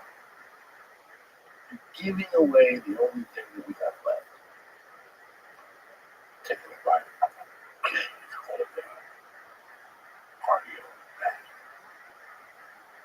I'm taking something else. It's called my colds. They gave me my lumbar. And my lumbar feels a lot better. I'll get back to lumbar. I take it once up. What? It's too long. I want to get your cold. Why did it? Because it's such a great emotion. Like I feel a lot better. They took this off the internet and everything. They shut down their website for 3 years. Oh my God. So That sounds so crazy that if you had said this to me before COVID, I would be like, Joey's crazy. Stop talking like that, man. I was so pro pharmaceutical drugs back then, like it's the cure all to everything in modern medicine. Vaccinations are so important. COVID woke me the fuck up. When I found out that they were trying to stop doctors and take away their licenses if they prescribed ivermectin. Take away your license. If you just prescribe off-label a drug that people say is beneficial in certain trials, but you're, for some reason, you're not allowed to do it. For the first time ever, doctors are prohibited from prescribing something off-label that has no negative side effects. It's never happened before. It happened before with a psyop, where they're trying to pretend that it's horse dewormer so nobody would take it. It's bizarre. And they did it right in front of our face. And they just did it for money. And the fucking media went along with it. And so did the liberals. The liberals went along with it. And they parroted out everything that they say. Safe and effective and saved millions of lives. But no, look, people are dropping like flies to the left and the right of them. People are stroking out on the subway. And everyone's pretending that nothing's wrong. Everyone's pretending this dropping all-cause with this increase in all-cause mortality is crazy. That's not weird. It's not weird that cancer's on skyrocketing rates. That's not weird to you. Everyone's pretending. And if you bring it up, you're a kook. They tricked everybody into being the cop. Everybody is calling that Garcetti hotline. Everybody's a little rat. They're all little rats. They're little rats working for the man, and they'll rat on each other. And then if something happens to them because of it, they keep their mouth shut because they don't know what to do. So they like do the work of the man for the man because they're suckers. Isn't that wild? And that what we're talking about is probably this disclosure of aliens. Those people are going to fall apart. The people that fell apart in COVID, oh Jesus, they're going to be wearing silver jumpsuits and sucking alien dicks the moment those guys arrive. They will jump on Team Alien. They'll be rounding up people and using us for slaves. They'll do whatever the aliens ask. They'll be like vampires for millions. Remember those? Where there was like a guy who wasn't a vampire but wanted to be one, so he'd do anything the vampire asked. That's what those fuck faces would do. All the people that got 9 boosters, they don't think like Team Alien 100%. It is imperative that the human race perish. It's imperative. We're a blight on the world. And the Anunnaki are going to help us. Those fucking idiots. They'll sell us right down the river. It's crazy. It is, but it always has to be crazy so we realize it's crazy so people snap out of it. Like this is a part of society. It's like there's not a linear path to success.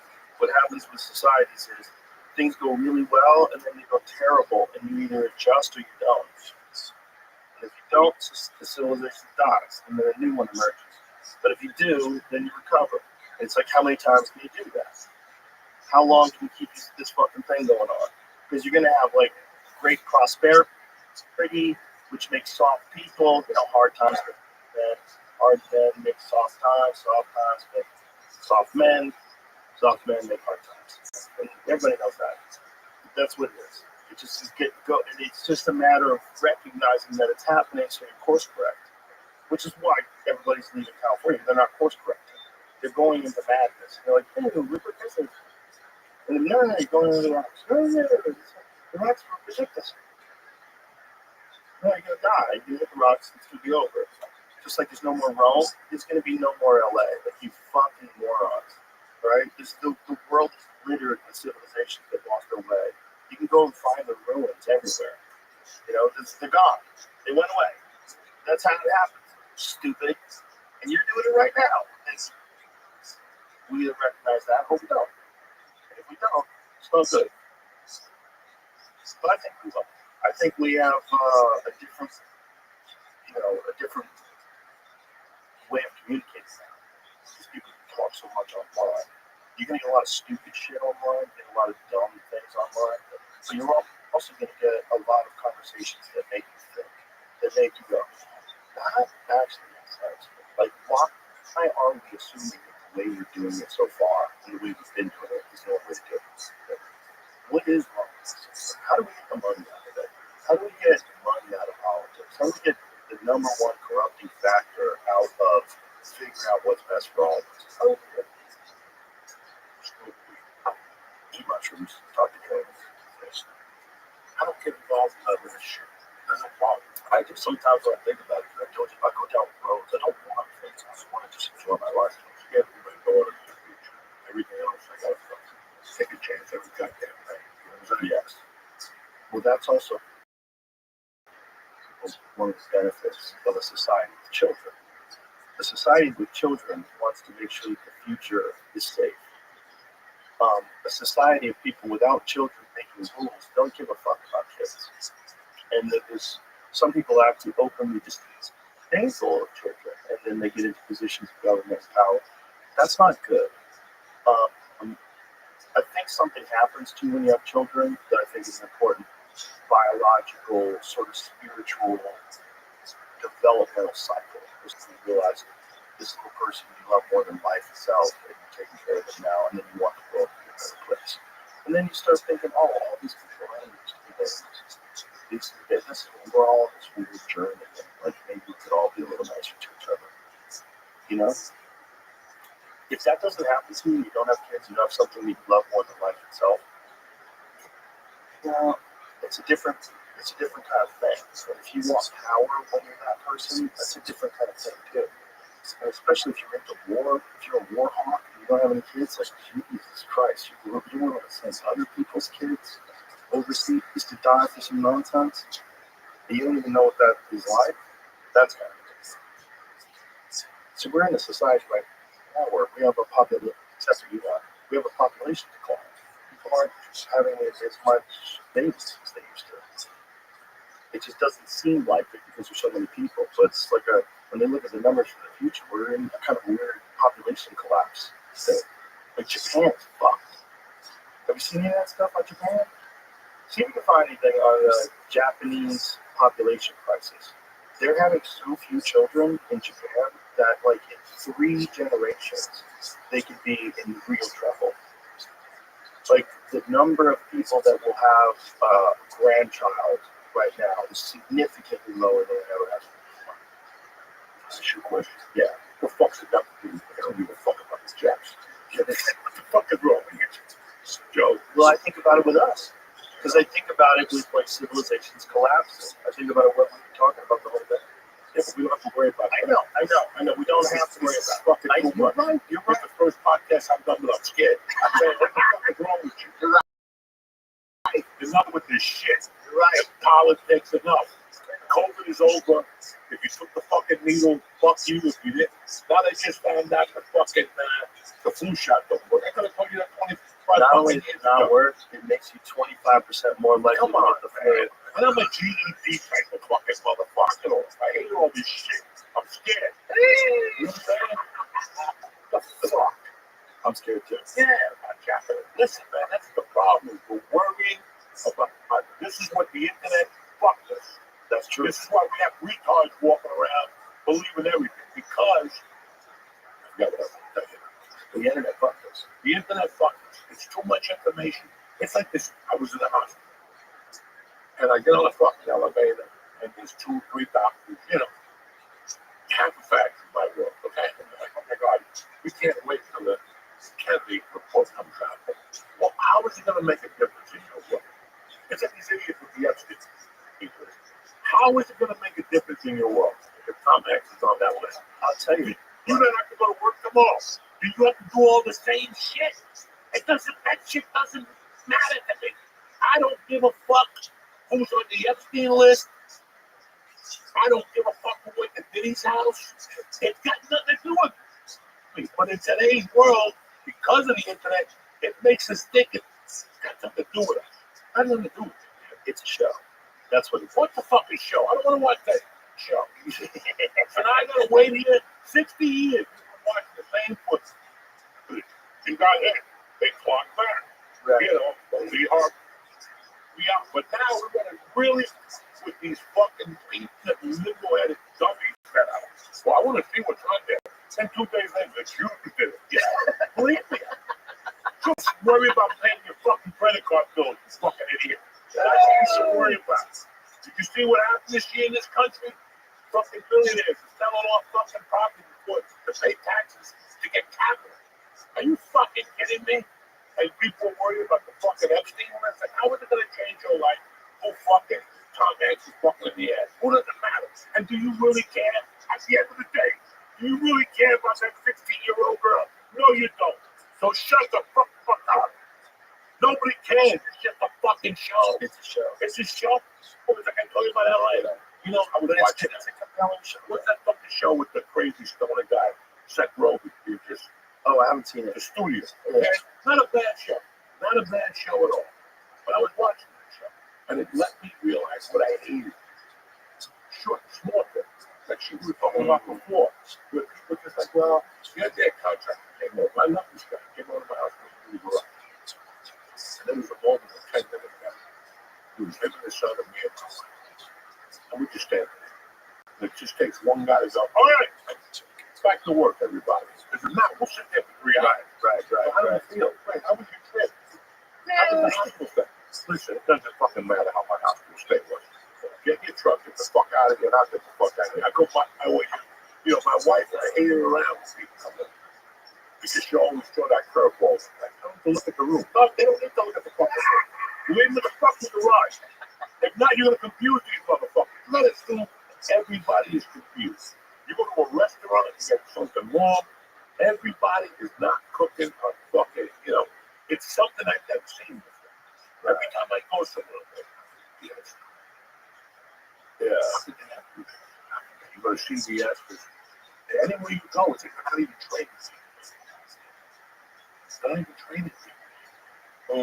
You know, you go to somewhere, there was just a mall, my daughter was on. I go to P.F. Channels. P.F. Channels was type of restaurants, they used to train people. 2 weeks you don't get paid.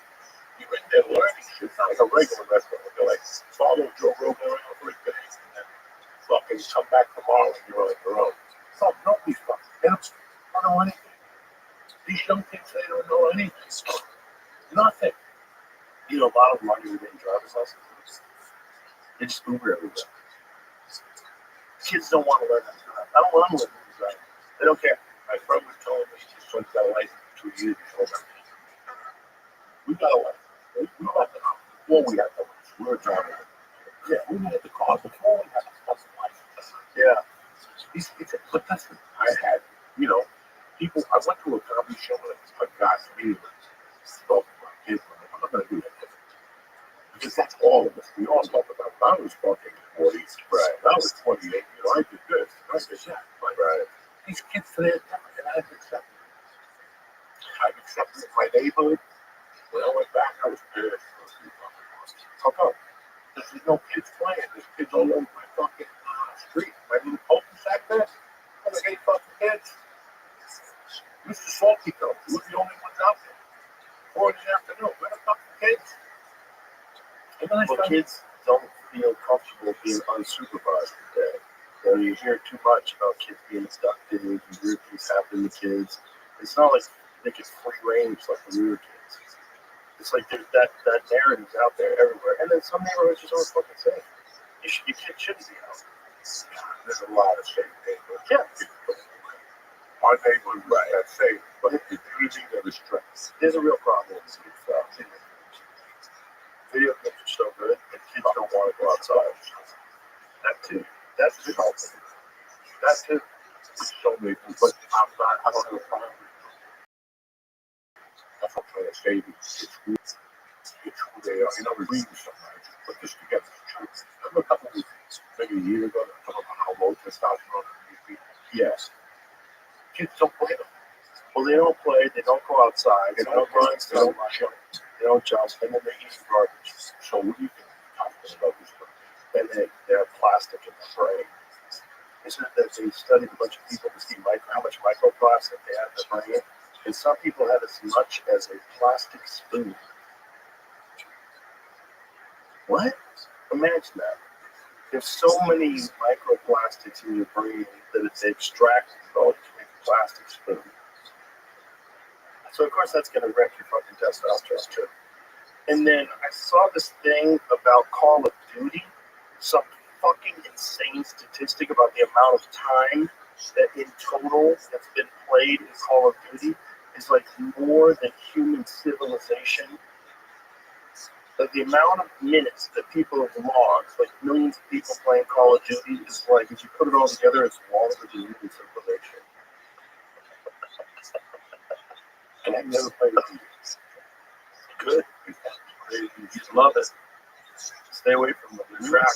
No, I just never felt the need to sit down on the fucking computer and shoot people. I'd rather shoot people for real. I'd rather steal a car for real and roll a fucking drug deal. Well, it's definitely more fun to shoot that things for real, but video games are very fun. They're not, these people playing them aren't morons. They're fun. They're really fun. What is the amount of time you spend? This goes back as a Reddit post 10 years ago, actually, repeating the exact same thing. So 10 years ago, that much. If I did a video game, I would say the same thing. Right. Grand Theft Auto, Right. Yeah, any pocket game, right? Yeah. How about Subway Surfers? 25 billion hours played this just 10 years ago. 25 billion hours. That's so crazy. That's so crazy. That's so big. Hours that people put in a fucking game 10 years ago. Same time as World of Warcraft has 6 billion years played. 6 million. Jesus Christ. So 6 million, that's pre-civilization. That was a bomb. Yeah, I used to make little Star Wars, Falcon model cars. Oh, yeah. Brick wall. Remember you could paint them? Yeah. Yeah. That was like, that's the only thing I can't be. That was fun. The one day my mom goes, we just fucking guess I bought it. Please got that. Rubber cement glue. Remember that stuff when you crack it? You had the brush attached to the lid. Oh, And you pull it out and smell it. Like, ooh. And you tell your friends, smell this. You all be smelling markers. Everybody be sniffing markers, sniffing glue. I was thinking of this again, just to see how we feel. Probably, not good. I would imagine. We have some smelling salt. Jamie, how many of those are fresh? They're all stacked. Is there any more? They're stacked. That's the last freshie. You got one to go? Yeah. Of course. You really want to take it with you? Okay. Oh, this is fresh. This one hasn't been opened yet. Oh, you hear that? Melt it back on.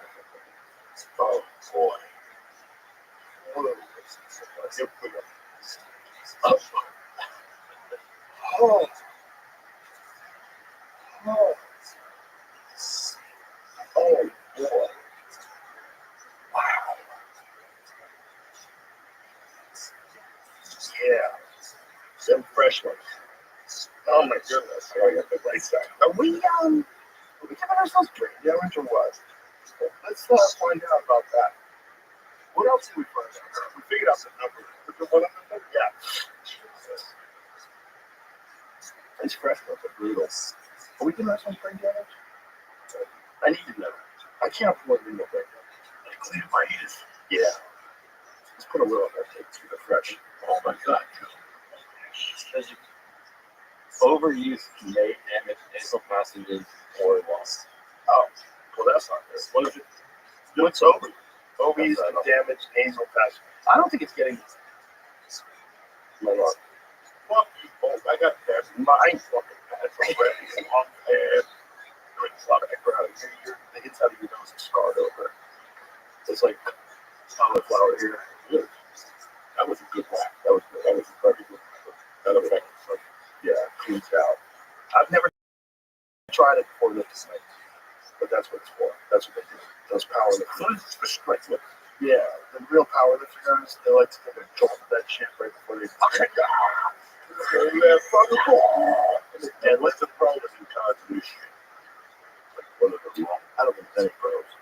It's all cons. There's nothing. We just like this. The one we just did now is just a higher strength of stuff to use with the It's the same stuff.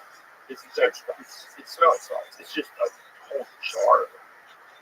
It's ammonia, right? And It's not that. Put that under without. they used to be able to do that to boxers, which we stopped allowing them to do it. Because I guess they wake you up if you got a little bit, just enough for you to get more of a concussion. So Tommy Hearns can hit you again. Right? And I got this fucking Morris, not Morris, the guy I like a lot. The guy's father of the house. What are they? Forrest with Morris would die. Oh, See? no, what's going on with that?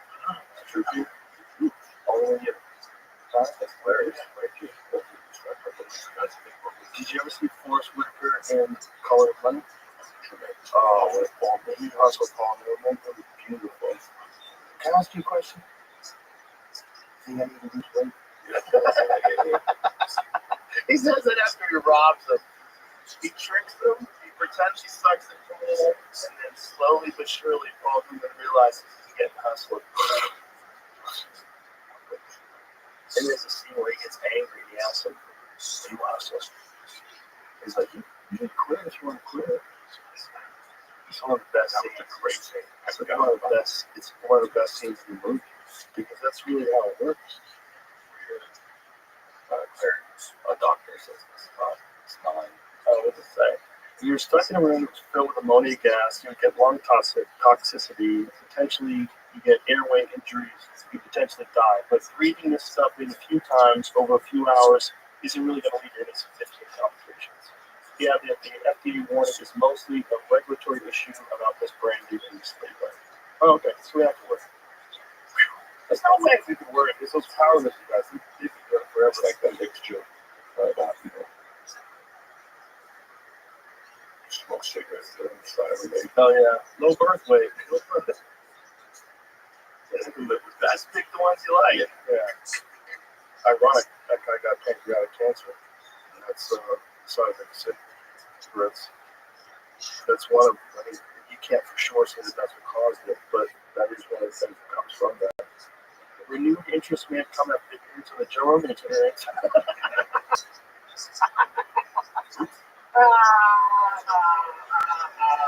People bless themselves. That's hilarious shit. That's going out for Jersey. Who's up in the car? Let's fill it up. The main event is Sugar Sean O'Malley and Ron Probability, the rematch, which would be absolute fucking chaos. Juliana Pena versus Kayla Harrison, who's the most jacked female that's not on steroids, walking the face of the earth. Kayla Harrison is fucking, I mean, she passes all her tests, but good lord, that lady's jacked. Bruno Silva, Joshua Van, this is like, they haven't made the full card yet. This Kelvin Gastelum's a fight with Joe Pyfer that was scheduled. Joe Pyfer got real sick in Mexico City. So, Daniel Cormier, and so did John Allen. They all got really sick in Mexico City. Gino Mexico. Oh, let me see that. Okay. Who is Cheeto fighter? Okay, that Kelvin fight is a very good fight, by the way. Kelvin and Joe Pyfer. Joe Pyfer is a fucking terrifying dude. Mario Bautista, that's a very good fight. Mario Bautista is rock solid, man. That's a serious dude. And Marlon is a monster too. That's a fucking very good fight. Marlon's got the bigger name, but Mario Bautista is a fucking killer. Great card, but it's not fully played yet. There's just a few fights. Generally speaking, there's usually it's around 13 fights. You know, John and I were talking about that the other day. Like, there's nothing like calling the UFC fights. You start, you know, if it's in Vegas time, you're starting the fights at 3 p.m. and you're going all the way to you do like 6 hours plus of commentary, and you got to find times to run to eat. Sometimes it's like I have to tell the truck I can't eat. And, you know, because I'm drinking Monster Energy drinks, and I'm taking nicotine pouches, and I'm fucking fired up. And I'm drinking a lot of water too. I'm drinking like hydrogen water, and it's so bad. There's nothing worse when you have to try to form a sentence and you have to think. So you can't think. It is like question. I don't hear me talking. Why? If I'm in a car, I gotta go home. And I gotta make sure I'm not sexual fucking territory. I don't know. That's close to the church. Yeah. They throw you under that ass. Yeah, but no, I'm in a world where there's some weeks are better than others. I don't get up at night to eat in the daytime, especially if I'm working. I'm water, I'm drinking that water. Oh, baby. I gotta start getting sick. This is the beauty. No matter if I get anxiety, I get a bad you make the best one. I was cleaning my hands up a bit. The last week when I went through a March doctor's conference, that's Saturday. It's Saturday. My blood pressure was 212 and my oxygen level was 86. And I would go to the hospital because I didn't want the ambulance coming to get me. I had to go to the look for my daughter. So I waited till 8 and I drove myself to the hospital. Wow. That was a fucked up couple months, man. I didn't know what was going on. And what the determined was. It was heart, congenital heart failure when you have fluid in you. I was a 10 bro. I walk around right now 278. I was 265 or something because I was really happy with that. I look at the UFC. And I'm walking around, I was 390. I got beat in a month. I got marked, and I was beat in the hospital. Nothing. What were you doing? What did this do? I just retained water. The game was retaining water. Oh, it's like it's all that much water. My God. And my lungs was getting water, so I couldn't breathe. And then when they got it, came, but we just had to stop. If I was walking here, I would make this. Quick things. Stop in between, pick up everybody. Meanwhile, holding my head. Oh, jeez. And the fucking stress level going up and up because you're holding the fucking head. It got to the point I was walking the shop right. Get what I had to get. And I got to stand there. Because I got fucking beat from the walking. Oh, man. And the bathroom's a mile away. There's no walking. I'm going to take your dick out. There's no, oh my God. In those days, it wasn't even getting containers in cars. They told each other containers in cars. No problem. You just get out of the car door and make believe.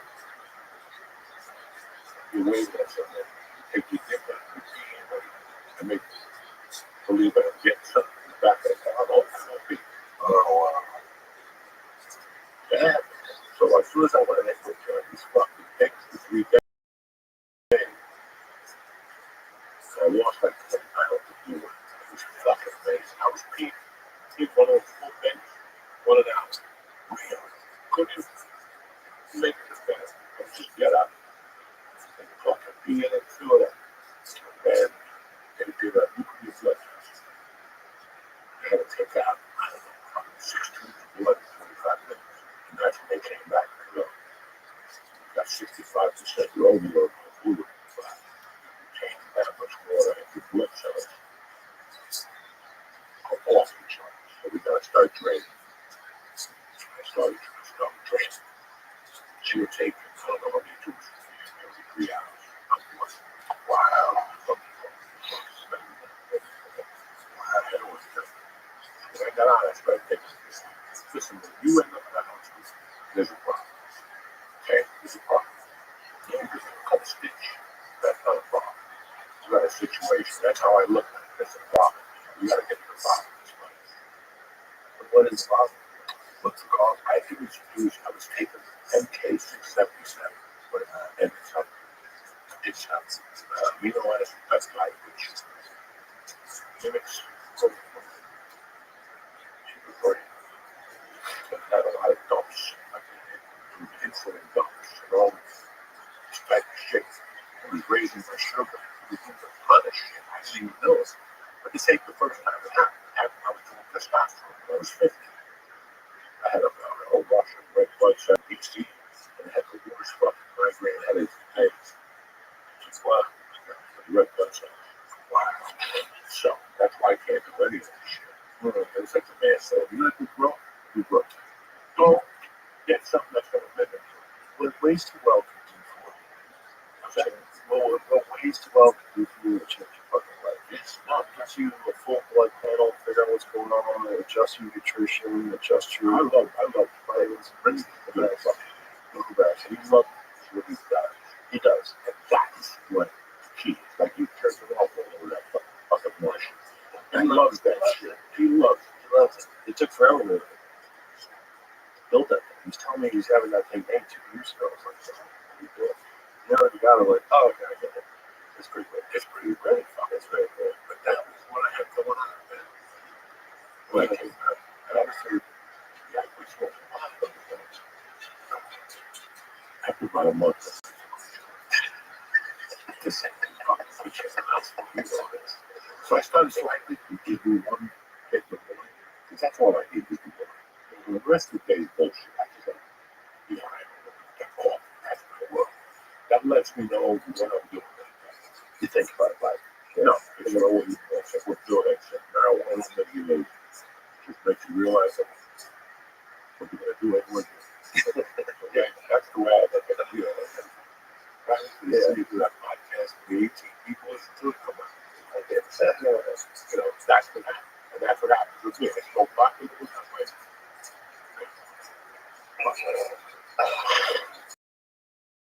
I love you, Chuck. So let's wrap this up. Thank you for having me. I'm glad you're in town. Happy This was fun. Happy Easter. Bye, everybody.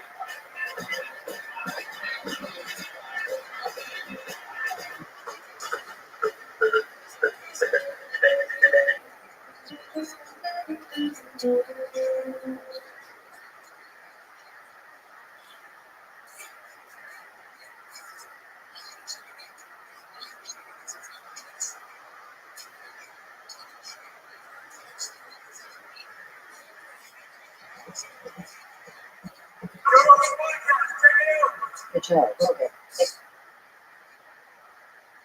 Experience. During my days, you're working podcast my night. All day.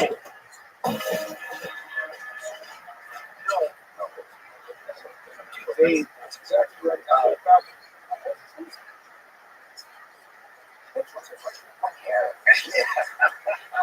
It's a mess. I just shake your head and never look back. Yeah. Well, it's the greatest thing in the world. It's free like that. Amazing. Oh, funny story. I know. I've got plenty of cuts on my head. I got them all over the place. Scarred? On the back of my head, I have one when I was a little kid. It's pretty big. That it's one of these cranes that lifts up sewer pipes. Those big concrete pipes hanging off the back of the head. Yeah. That's not good. Grayed out when the hospital. Were you a different person before that experience? I don't know. I need to talk to my mom. That was what it's a little while. Be autobiographical significance. Oh, there's definitely a lot of head trauma. Were you knocked out? No, I stayed conscious, but I got close. I got grayed. Everything got grayed out when I came back to it. I didn't completely go conscious. So Jamie went golfing this weekend with O.J. Simpson's golf clubs. Oh.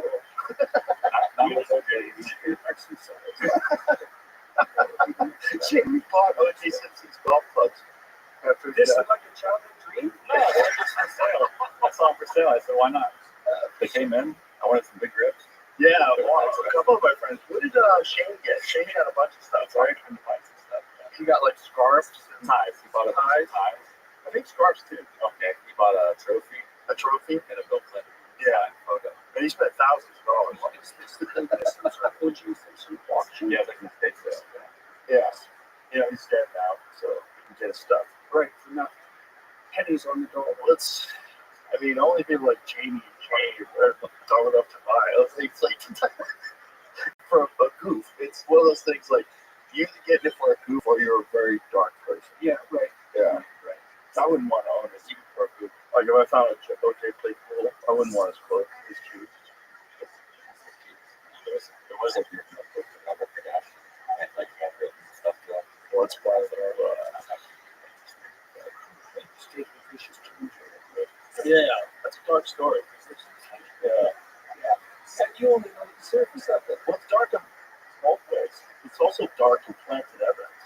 You know, there was blood that's crime that had observed alleged exposed according to the forensic scientists when they analyzed it. It matched OJ's blood, but they had to draw blood from OJ in order to determine whether or not it was his blood at the scene of the crime.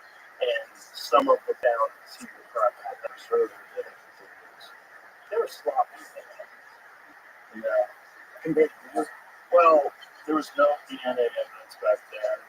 You know, cops were, there's always going to be a certain percentage of cops that just want to convict somebody regardless of the evidence. If there's, you know, in their mind, they believe someone's guilty, they'll do whatever they can, including find the evidence.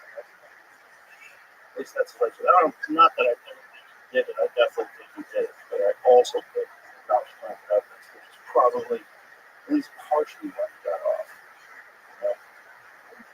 I think the big reason why he got off is probably yeah. Have you gone into the whole George Floyd story at all? Have you ever looked at what they actually did? It's a combination of things. Like what the cop did was horrible, but also he was dying. You know, like most people probably, like if they did that to you, you probably would have lived. You know, they got locked up, but that cop did leave on his neck, which is always interesting to see people trying to minimize that. You know, I'm always like, you gotta be able to say what it is. How that situation can be ugly in multitude of ways. Yes. That's when it's good. Right. That's when it's very difficult to pick your pathway forward. All your choices are not good. Yes. Which is oftentimes the case when it comes to conflicts, right? Yes. Conflicts are very complicated, and people want it to be binary. They want there to be a good guy and a bad guy. That's oftentimes not really the case. Well, it's hard to organize yourself for combat unless you are quite convinced that you're the good guy. So you default to that dichotomy that's a necessary part of understanding of the ground, but otherwise you get demoralized. Mm-hmm. So I suppose people, well, when they're threatened, they default to a simple narrative. And that's, you can't defend yourself. If someone is, it's very hard to defend yourself, especially physically or militarily, without a pretty cut and dried narrative. Well, especially like military operatives, you have to have a very, if your life and the people that you're with, their life depends on you not having any confusion about what they're doing. Yeah. That's why they like to break it down to categories. Right. Real categories, right? Real simple. Right. Tell us what to do and do it. Which is why you want to stay alive, you want your teammates to stay alive, so you have to do it. Yeah, well, you never knew when doubt will cause a fraction difference in reaction. Oh, yeah. No. Yeah. That's always the thing with physical altercations with people, too. You know, oftentimes people get sucked into these things that they're not sure whether to act or not act, and that's when they get in trouble. Right. You know? Right. That's probably true in life. You don't want to oversimplify things too, but once you made a decision, well, that's when it's necessary. If doubt's behind you, because otherwise you just act in half measures. Yeah, and oftentimes you have to have done the wrong thing before, like fail to act or hesitate to act, and it cost you. And then you have to learn that lesson. It's very difficult to know that without experiencing mistakes. You know, you have to You have to have failed to act and realize, oh, I should have done something. Yeah, well, I think that's partly too one of the things that I often faced in my clinical practice and with the students that I mentored was this confusion about acting. I don't know what to do, so what should I do? Well, nothing. I'll wait around until I figure out what to do. So, you should put together a bad plan and you should implement it because even if you fail in the implementation, you'll gather information and then you can rectify the plan. And so staying in that malaise until you know what to do makes you get older and more miserable and you gather more information along the way. The bad plan is a good idea. Best, any plan is better than none. That's a good rule of thumb in a bad plan. A bad plan can be implemented and improved. Yeah. With Right. experience. Right. He who hesitates is lost. Yeah. Yeah, it's really difficult for young people. I think more so today than ever at any time in history because the distractions are so many and they're so engrossing. If you get out of high school, you don't know what to do, and then you start playing video games and you're on social media, a day can slip by like that. Yeah. A day becomes a week, becomes a month, becomes a year. Before you know it, you're 30. Yeah, right. You have done shit. And that's really common. That's really common today. And those factors of just engrossing distractions. Yeah, well, and the algorithms optimize for short-term attention. Mm-hmm. So, it's a weird thing, because you can imagine that you would want a machine that offers you what you want. Because you want the ads that are targeted to you, because you want to see a bunch of ads that aren't relevant to you nowadays, because maybe you learn something. And content, well, why not have a machine shovel the same sort of that you are interested in? Yeah, that's a kind of curation. Problem comes, and we haven't figured this out at all technically, and probably not. So problem comes in time frame, right? Because there's a big difference between what you might be interested in if you're striving toward a long-term goal that required conscientiousness, and what's going to attract your attention right now, this moment. And the thing about the algorithms is that they maximize for short-term attention, and so basically they're actually optimizing for hedonism. Yeah. And then you might say, well, so what? If you do what you want. Well, the problem with short-term compulsive hedonism is it doesn't play out well over any reasonable time span. So that's why you have to mature, which is painful and annoying, but absolutely necessary and much better than the alternative. The alternative is exactly that's Peter Pan, right? Yeah. 30-year-old, I still haven't grown up, and I'm a little past my shelf life now too. I think people are afraid of losing fun. They think that when you grow up, you lose fun. But it's silly. It's not true. You can grow up and still have fun. You just have to have discipline and prioritize your time. Well, that's why Christ says to people that they have to become as little children, not stay. Right? They have to rediscover that. Right, rediscover the joy of it. Yeah, but well, also kids are good for that too, aren't they? Because they teach you that here. Mm-hmm. You look at the world through eyes of memory by the time you're an adult. The world loses expressions. That's part of it. So the world loses expressions because you see your memories instead of the world. Right. And then kids come along and you think, oh yeah, that's really actually quite interesting. And they're so compelled by it because their perceptions are so fresh. They share that with you, and that can help reawaken that spirit of childhood play, let's say. I've been thinking a lot about play in the last year or so. Yeah. Well, I spend a lot of time trying to take apart the causes of truly pathological degeneration on the sadistic side, on the criminal side, on the totalitarian side. Very curious about tyranny. And it was very difficult for me to conceptualize the opposite of that as cleanly as I can characterize its presence. What's the opposite of tyranny? It's not freedom, by the way. It's certainly not anarchic freedom. It's not hedonistic freedom, benevolent. I think it's play. I think it's play.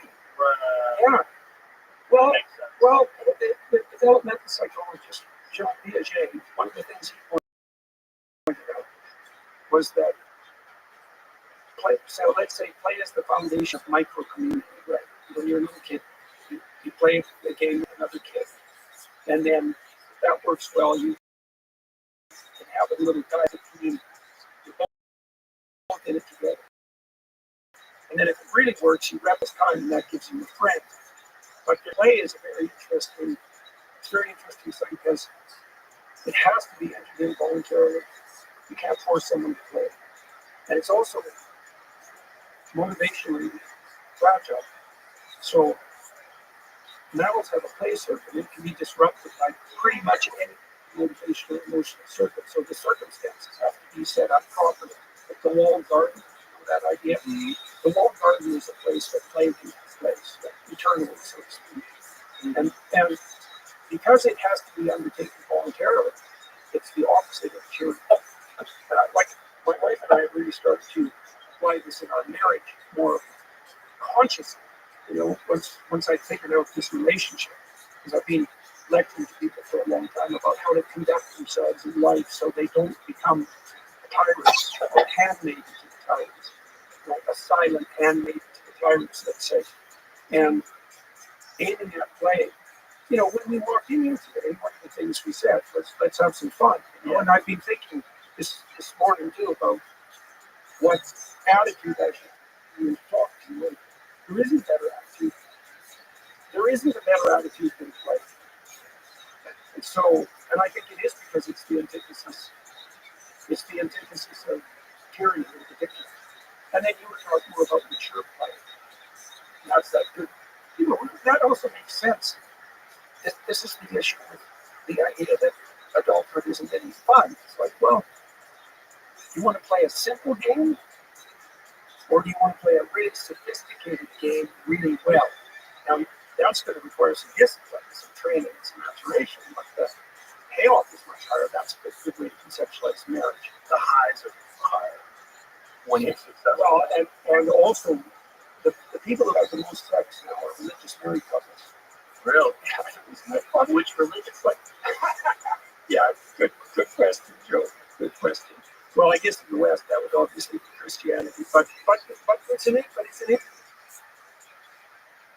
interesting case example of the sorts of things we're talking about, because you can imagine at the dawn of the sexual revolution, when the birth control bill became prevalent, that the last hypothesis anyone would have possibly generated was that the cascading consequences of that over 50 years would be, well, radical increase of pornography use, because sex has been made less dangerous by the people, and that people who are having more sex with religious married couples. Right, but is that true? Because like pornography essentially was very difficult to acquire before the birth control pill was invented. Sure, right? You used to have to go somewhere to get the pornography. It isn't part of the excess use of pornography just to be accessed, so it's instantaneous. Oh, definitely. But you imagine, too, that you might have hypothesized that if the birth control pill took the threat out of sex, pornography would be less necessary. That didn't seem to right. Finally, it's certainly the thing about it. You would never know, because the birth control was, when was it, 1960 something? That's really when it started, when it started to ramp up, let's say. It's so crazy because it completely changed the dynamic. Women could have sex for recreation with people that they didn't even know and not have any consequences in terms of like having to carry that person as a child. Whereas that was always a giant fear. If you're a woman, back of your head, every time you have sex, you possibly could be taking care of a child for the next 18 plus years. Yeah, well, that every time. Right? This is a consequential thing. But with a guy, it's like you have this biological imperative to spread your seed. But you're not thinking about making babies, right? You're thinking about sexual activity. When a guy's having sex, he's not thinking, I can't wait to make a baby. You're just thinking, boy, sex is going to be great. I'm excited. Oh boy, that's fun. You're not thinking, I'm making a kid, because that would make you hesitant, and nature's not interested in hesitation. Nature's like, no. Let's just make you dumb as fuck for about 20 minutes and focus on one goal. So why did you get married? Well, well. I love my wife. She wanted to get married. We had a child. It seemed like a good thing to do. It's like at a certain point in time, making a baby is more of a commitment than getting married. You made a life, you know. Like the commitment of getting married seemed Right, right. of course. But it's also But why did you stay committed then before the marriage once you had a child? I Now just you said you liked the I wife. love her. It's a thing to do. It's a life in raising a child. In everything. It becomes a very different thing, right? I think I have a lot of friends who don't have kids, and I'm not the type of person that thinks that everyone should have a kid. You know, I know a lot of people with kids who do say that. I don't think everyone should have a kid. I think you should do whatever you want. I don't know how your brain works. I assume your brain works along similar lines of thing, but there's a thing that happens when you Scary do thought. similar lines. Similar. I think we all share Okay. similar lines. There's an empathy that comes from having a child that's so different, and an understanding that we are all babies that grew up. We all start off as these bundles of potential and genetics influenced by so many different things, so many factors. But I used to think of people as being grown up all the time. And then when I had kids, I was like, we're all just babies. We're all just babies that have just been alive for a long time. You know, everyone started out as a baby. And it just profoundly changed the way I interact with people, the amount of compassion I have for people, the amount of charity that I have for people, the charitable way in which I think about them when they do something or they say something. I give people the benefit of the doubt way more. Dave Chappelle said this to me once at the car store, and it was very profound. He said, having children didn't just change the amount of love I have, it changed my capacity for love. And I was like, that's it. You just nailed it. You just nailed it. You know, because there's private moments when you talk to people about their children, about having children, what that's like. It's a very psychedelic experience. That would be another reason why the family, children is the foundation of the community, has to be the foundation of the community. It's kind of obvious from a biological perspective, Yeah. I'd say.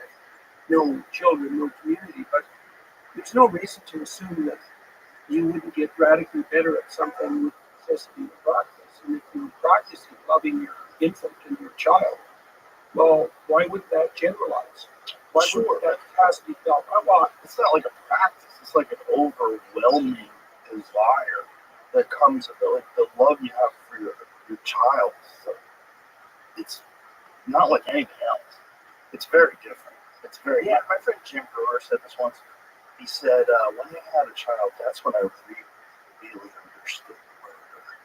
I really understood like my capacity to defend my child.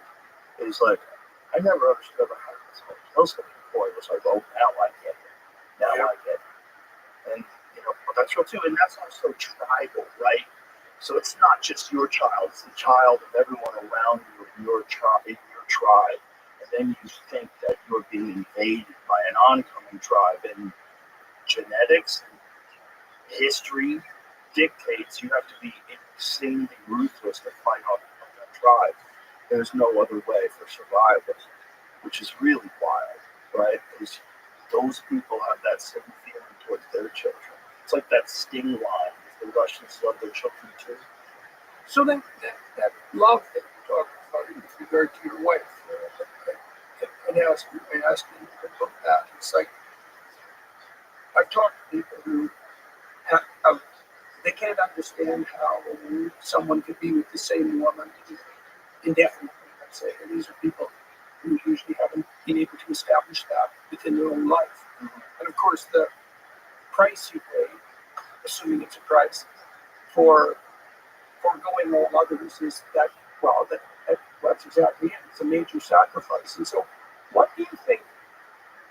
what role do you think that love plays? Like, how do you conceptualize the relationship between that love that you described and that willingness to stay in a permanent relationship and the willingness also to not pursue any other women? how do you understand? How does that make itself manifest in your life? I mean, I presume that you had opportunities of all sorts. I presume you do as well. In principle, I suppose they don't seem to happen. Back in the day, guys like you would be banging the rescues. Not guys like you, but guys like you. Yeah. Well, there were guys Wasn't that always a thing? This is a fascinating aspect of They seem to shut that off pretty much at the beginning. Well, they seem to have completely stopped that. Like if you go back to Feynman and Oppenheimer and famous scientists were notoriously playboys, which is really interesting. It's like these wild, innovative people were essentially intellectual rock stars, right? And then somehow or another that just got stopped. Like if you were a professor in the 1960s, like the girls would be wooing the professor. They would be excited. 22-year-old graduate students would be so excited to be talking to this like incredibly famous intellectual, and they all, were ladies' men. Like Feynman was like famous for chasing skirts. That was like part of that. Does a lot of math and chases skirts. That is a giant distraction to people that try to get things done in life. And it's also a distraction from your own personal development, I think you could be with the wrong person and want to be with other people, and that makes sense. But really what that is you should not be with that person anymore, which is unfortunately the case. Like, there's a lot of guys who wind up with really hot women who are out of their fucking mind, and a lot of women who wind up with really hot men who are not what they thought they were going to be. And if you find yourself in a situation with this pathological person and you're trying to make it work, and you realize at a certain point in time, like, I'm not going to make it work. Like, you have to be able to just like jump ship. That's why people are hesitant to get married. That's what really dangerous about marriage. It's not like being with one person you really love being with. Like, I really love being with my wife. She's fun. Like, we have date nights all the time. We have a lot of fun. We really do. It's enjoyable. But How did you decide to set up date night? How did you go about that? I mean, I know that's personal, and I don't know gory details. No, it's really simple. Like, we just enjoy hanging out together. We have a lot of laughs. And so we just said, like, it's kind of important because I'm so fucking busy that we schedule time that's just unavoidable. Like, this is what we're doing. We're going to do this. So we do it. And then, we've done that for like 30 years. I think most married couples will tell you that that's important. Most married couples will tell you that that's kind of the secret. It's the secret is it's also the best thing, as well as being the secret. Yeah, it's fun. It's fun. Like, if the person that you're with is fun, that's the real problem. Is sometimes people they pick people that are hot. That's it. Hot and willing and nice enough to be around, and deal with all the other crazy nonsense. And you're setting yourself up for. I've had many friends ruin their fucking life, and then they go through divorces. And you've said this best, that one of the things that women are very good at is reputation destruction. I've seen that happen. So imagine you are legally entangled with someone who at one point in time you loved intimately, and now that person is trying to destroy every aspect of your life, and you have to pay for their lawyers. So you have to pay for the general of the army that's trying to destroy your kingdom. And I've seen this happen to many of my friends. That is why people are afraid of marriage. That's why people are afraid of commitment. Because the disastrous implications of, like, what can happen if it goes sideways?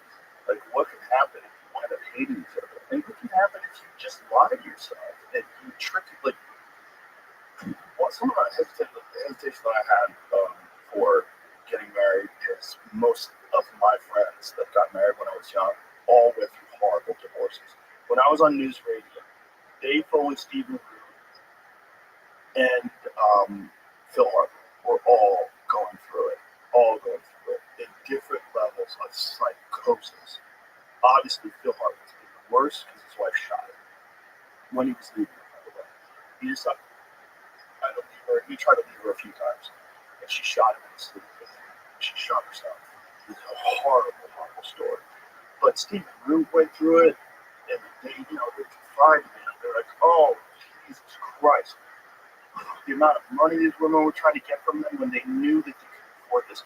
So one of the dirty tricks that will happen with divorce lawyers, with people that are on sitcoms, is when you get on a sitcom, if you're an actor, when you get on a sitcom, it is the most stable job, the greatest job in show business for a lot of them. Because you're going to get a check, you're going to do 24, maybe 26 episodes a year. You're making more money than you've ever made your whole life. But then you get divorced. So what happens is it gets set up where your ex-wife wants a percentage of what you're making at this very unrealistic level where you're never going to achieve this again. And for Dave Foley, it was so bad that at one point in time, I don't believe he was allowed to go back to Canada. I don't know if that's changed, but the judge literally told him, when he told the judge, like, I don't have that kind of money anymore. I don't have the potential for earning. I was on a hit sitcom. Right.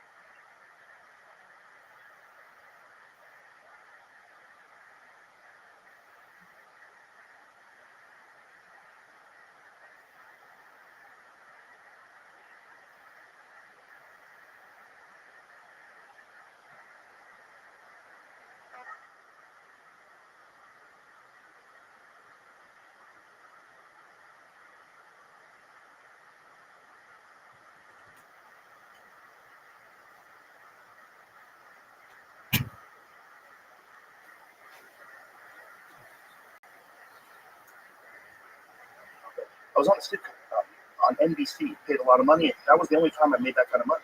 The judge said to me, your obligation to pay has no relation to your ability to pay. That's Canadian judges for you. Those are words. Those are words you never want to hear even once in your life. I love him. So I was going through this pain, not like he was, but just like, oh my God. Oh my God. So there's three people that I was very close to.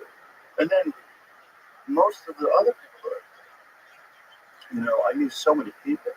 Fortunately, my mother and my stepfather have a great relationship, and they have for a long time. So I have that model. They're always very close. And they didn't fight, which was really nice. It was really nice to have that as a model. Like where I realized, everybody's not at each other's throats all the time.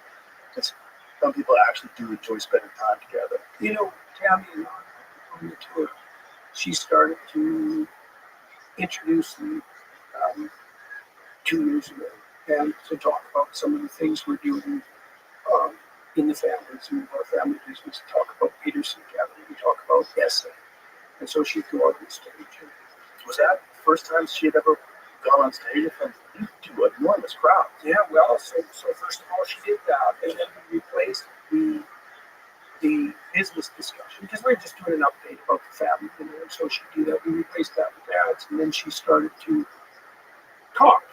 She talked about the rules, say, 12 rules for life, or some of the religious things I've been dealing with lately, and she related that to something in her own life. And then she does the Q&A at the end of the lecture.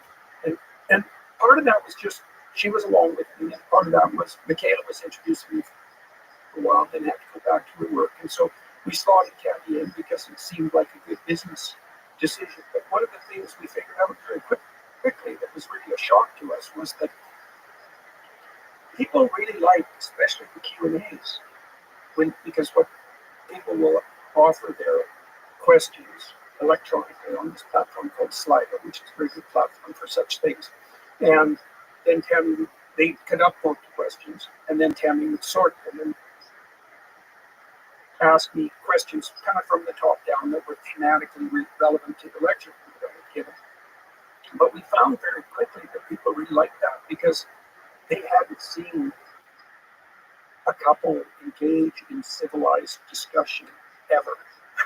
Seriously, Well, yeah, it was really, lot of that out there. it was really shocking, Joe. Like, I was shocked when I first started touring by how demoralized people were. Like that was really striking and painful to see that on such a mass scale, and then also to see how little encouragement it took to have a really major effect. I mean, there's a positive aspect to that too, but there's also a tragic aspect. It's like you just need to have some encouragement, and that was enough. And you never got that, like even once. That's rough when you see that thousands of people. Right. And it was the same thing we found. It was the same thing with regards to seeing a functional couple, at least even that model. Because, Tammy asked me questions, and she thinks about the questions.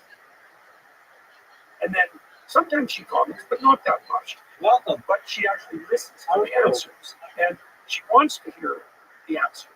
And so, and then, How are you, Mr. Roper? How'd you find out about me from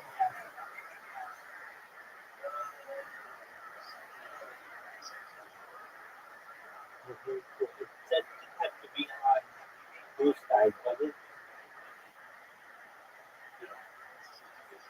Oh, very well.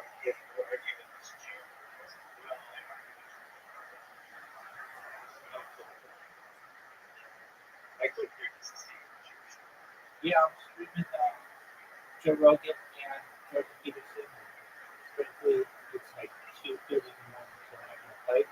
Nor do I know them. I'm like, world peace. How do you think the internet works?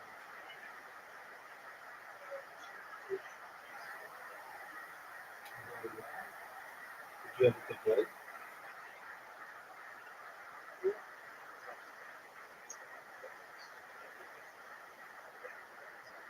Very cool. Do you mind if I tell you about myself? I'm Rabbi Rothschild, or shoot, I like 24 hours a day, 365 days and six of one piece. I've been doing something more than 3.5 years. This week goes back to the pandemic. We've seen the death of a queen, the great white eye, according to the king of the kingdom. I essentially realized Truman Show, you're like Big Brother. Have you ever seen the movie The Truman Show where they call it the show Big Brother?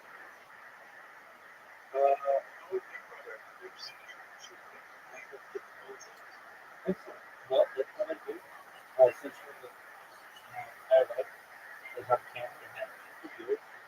And it's essentially a contract for society because really back to the essential part of the pandemic, I talk about things in this room that I don't normally discuss, like ending world hunger through the use of technology, such as agricultural growth, floating greenhouses, saltwater greenhouses, hydroponics, farming, seeding. I want to help everyone thirst. sponsored by cryptocurrency. As soon as Harry Potter bonus, I'm sending him. That's what all my merch is.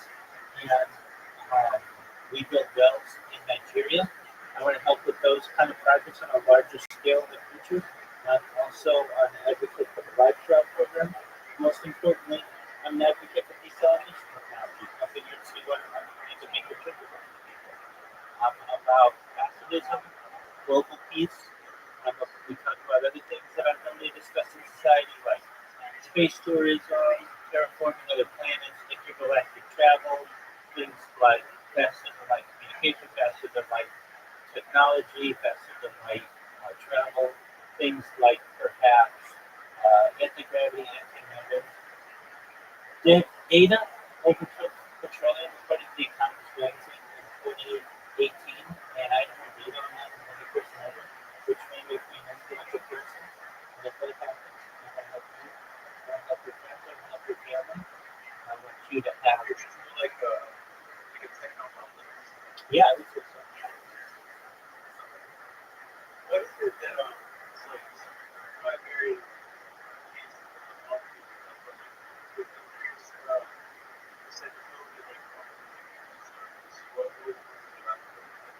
Oh, it really wasn't the pandemic specifically.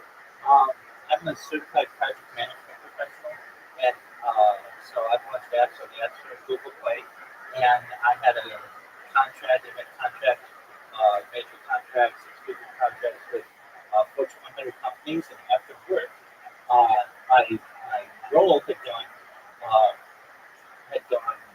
remote, and after work, I would go and get golf balls at Tiger Woods Golf Course in Anaheim, California. And I thought, I just wanted to see what my swing was like. So I started just recording my swing. And I guess we could say that the pandemic made me more comfortable on camera because everything is virtual. But I started making some jokes on camera about my swing, maybe I'd slice it or hook it or wherever the ball was going. And I thought, in the future, my family, if I have a wife and children, they might think it's cool that I was recording my, just my life, my daily activities, and they might find it interesting in the future. So I started uploading that every morning. because you weren't like here.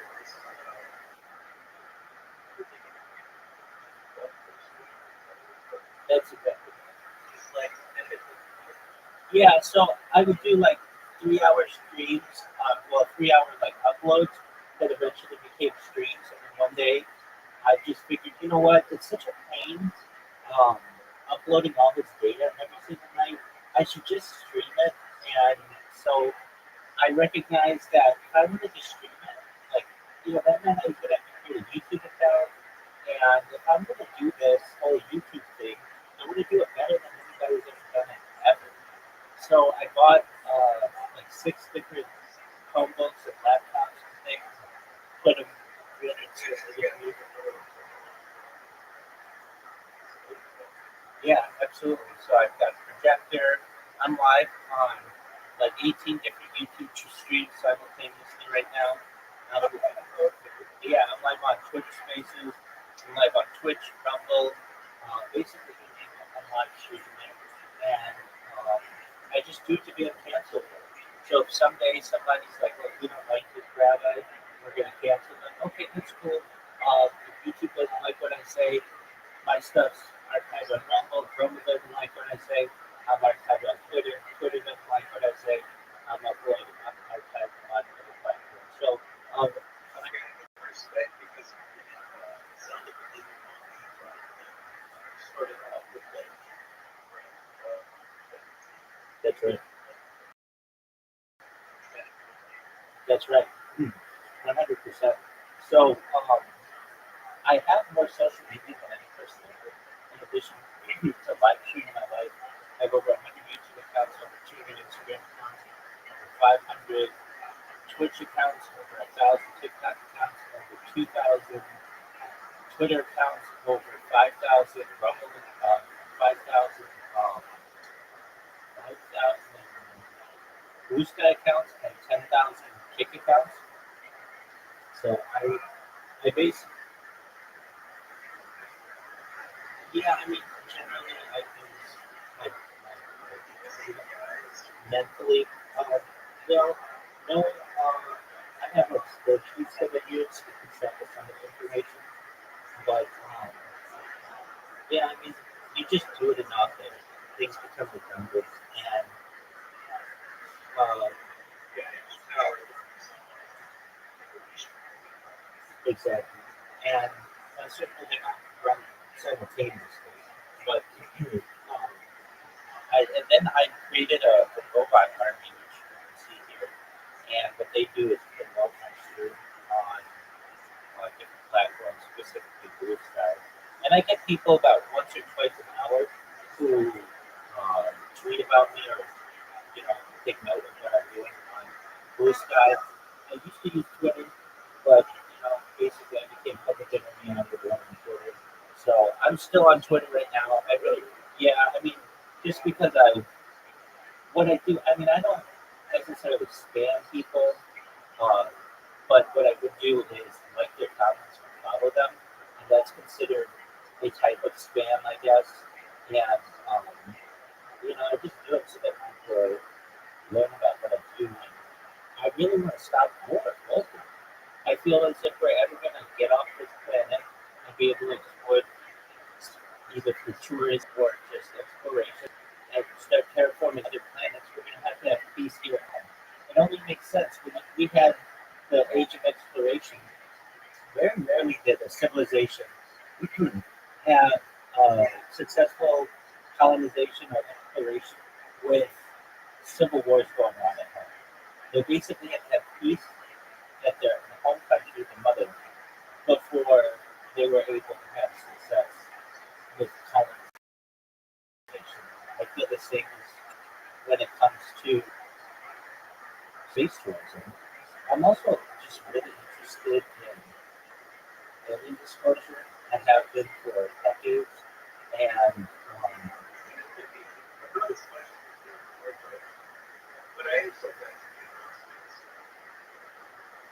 excellent, yeah, it's a fascinating subject. And we have on the stream.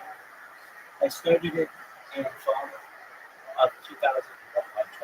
However, I do have like footage on SD cards going back like that entire summer. Um, and terabytes of just hard drives. And I found that,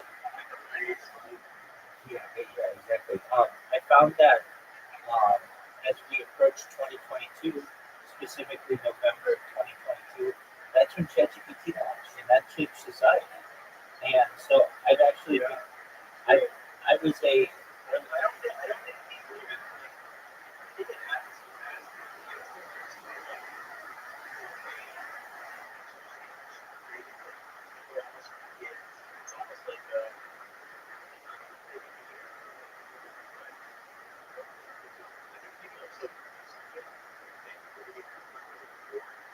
I'm in agreement with you. It's like we were in the pandemic, and then all of a sudden we're now in the age of AI. And I was an early adopter of ChatGPT using it in November 2022. And it launched November 30th, 2022. And I saw it when it was really bad. I mean, it wasn't good. And then now it's amazing. And now we're starting to see certainly image generation and even video generation. And um, I have its birth basically on camera, using it before it was even released to the general public. And I just find it fascinating that this story perhaps might be.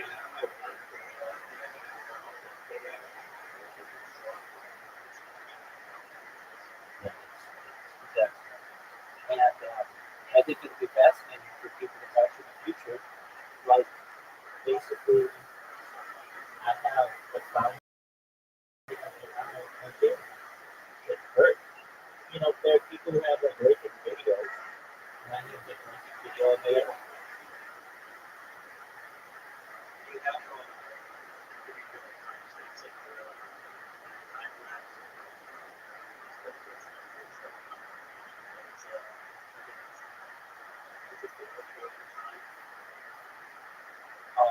Do I have a timestamp of just what I can do?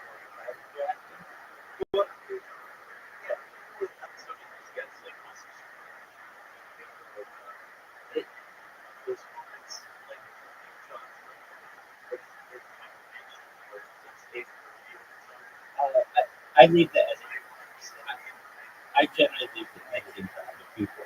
It just takes too much time. I have so much data. But I mean, and my stream is not one continuous stream. I restart it every 12 hours. If I had one continuous stream, it wouldn't be available to the general public. Most streams um, in their entirety are not available to the public, but 12 hours is the maximum amount that you can have a stream going generally with a phenomenal time. So every 12 hours, I restart on the streams and just basically allow people to watch my life and what we do. I watch, I'm really into sports as well. Like right now, I'm watching podcasts. I just watched all the Platonians on live podcast.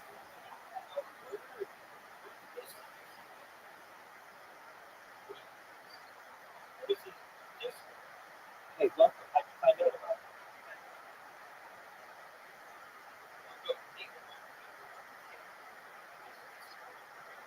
Hilarious. Yeah, I spent that like a year ago.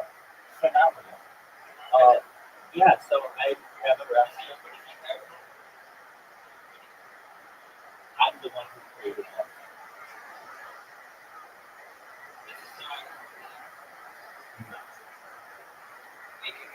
It's not a fake account. I'm a full account. I just promoted myself using one of these things.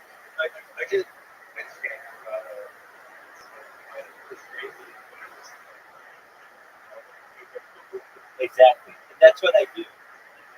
Exactly. My spam was planted like a year ago, and it's people in here. Basically, what I did in that case, you can create clips of users on Pick, and it takes like 30 seconds of their screen and just allows it to be watchable in the future. So what I would do is just name those streams with my Discord link so to get people in here. And those stay indefinitely. The normal stream on Kick only for 30 days, but the clips stay indefinitely. And that's how we got our friend Vito in here.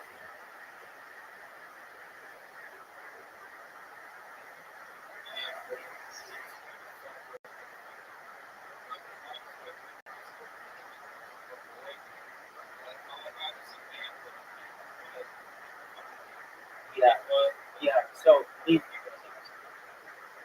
we don't talk about certain shit in here. So if anything, if you want to stay, you have to be mature. But we're glad that you're here.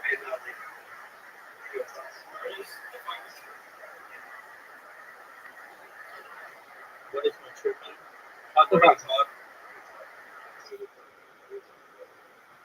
Talk about milks. That's what we like in here.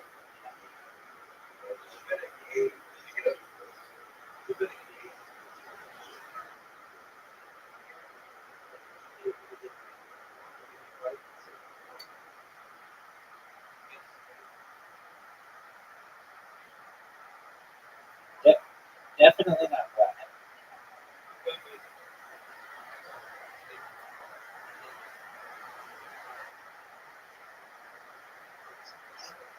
He doesn't sound cool.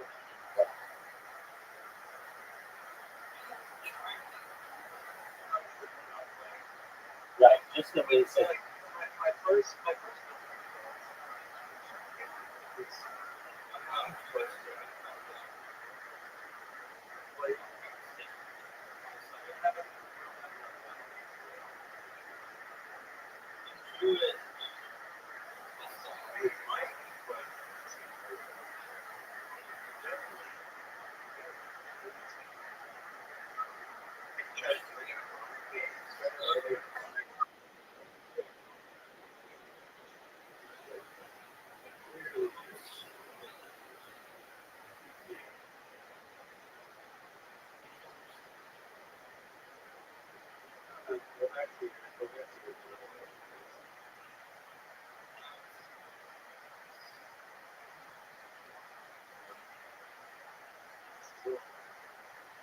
All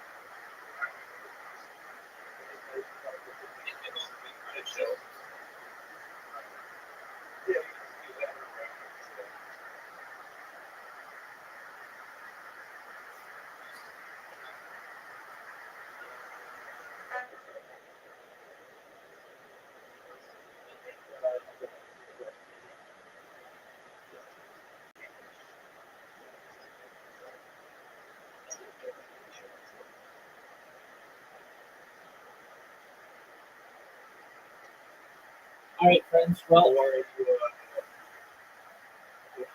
I was just gonna say I'm just chilling here. Feel free to stay as long as you like. Talk about whatever you like. But if anything, please don't hang out for the children or anything like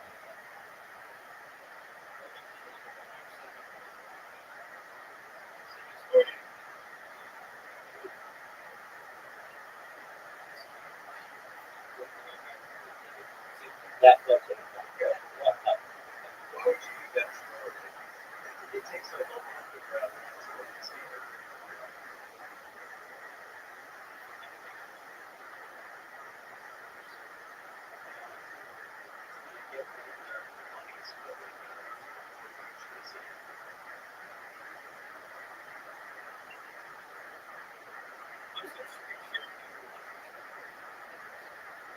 Yeah. Now you get kicked out, man. You just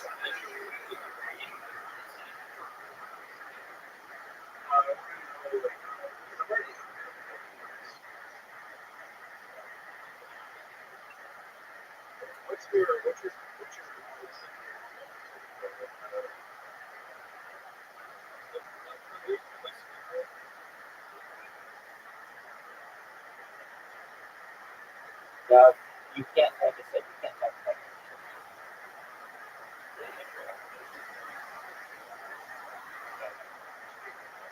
Yeah, I mean, I can't. That's how you do it. So that's basically what I do. I understand. Yeah, right. Um, so yeah, that's basically what I do. I just stream all the time. More than anything, if you know anybody, you ever need a friend, you ever need someone to be positive in your life, or have an optimistic view, just give people hope. I'm here to do that. So if you need anything from me, just know that you're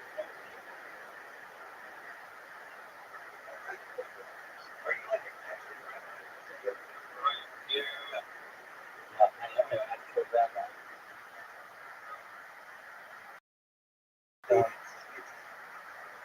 It's in his book.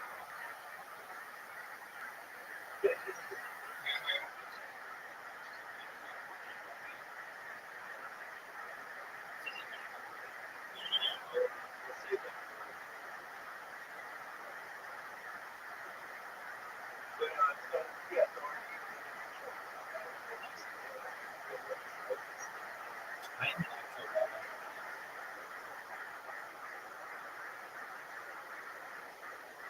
rabbi.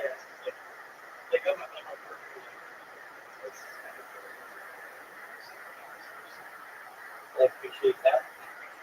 And I like to give people a different view, perhaps, or an internal view of what Jewish life is like. I daven every day, or I pray every day. I say blessings on food. I let it to fill in the boxes that you may see over there.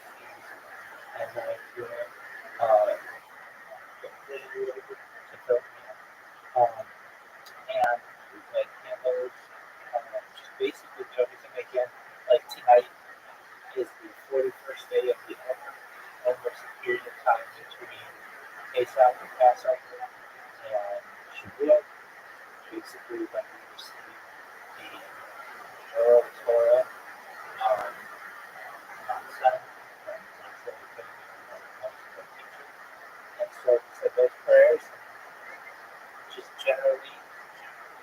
do the best I can to be a pillar to the world and just be a nice person.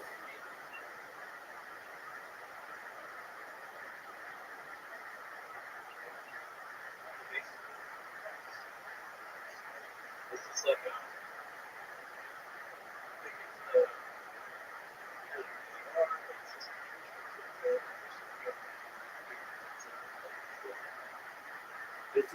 This is bigger than Jewish. This is bigger than Jewish. This is really the story of a person's life that can be studied perhaps in the future.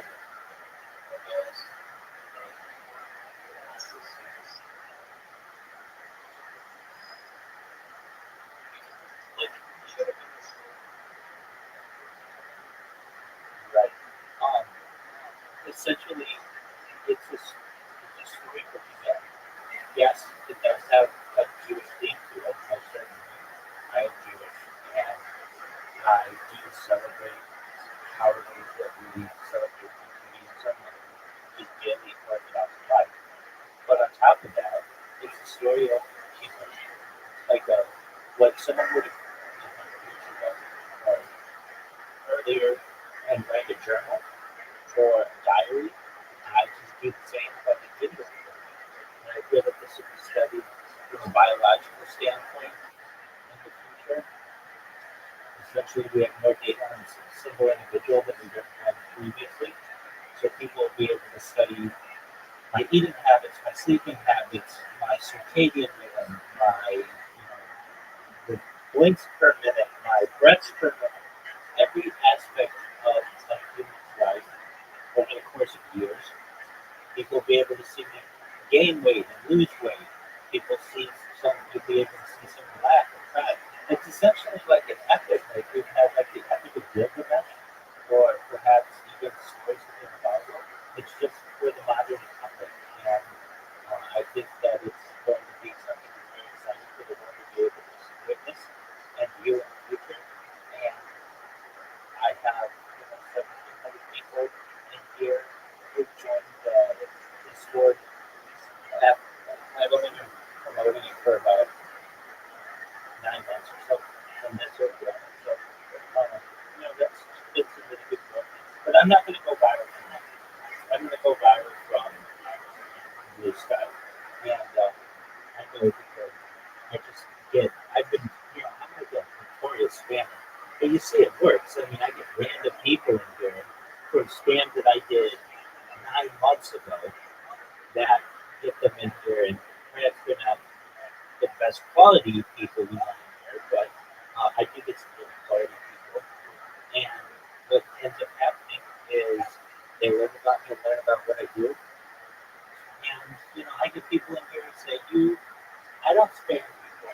I mean, not in a normal way. I mean, I have, but really what I do is I like people's posts, and what that does is it creates a notification in their inbox. And within the notification, I will Discord, exactly. So it's a creative way to get people in here. And I mean, some people hate it, but then they eventually really end up joining. And hey, we might have as many accounts as I do.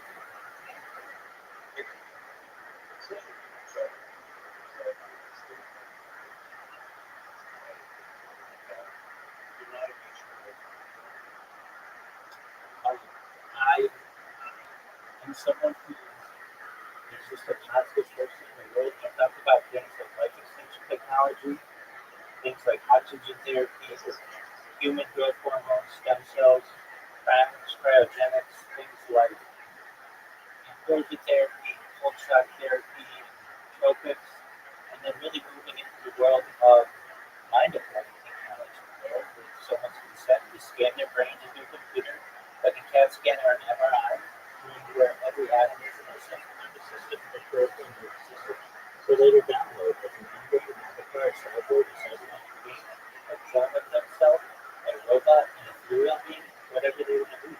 But essentially, what I'm talking to people about is digital immortality.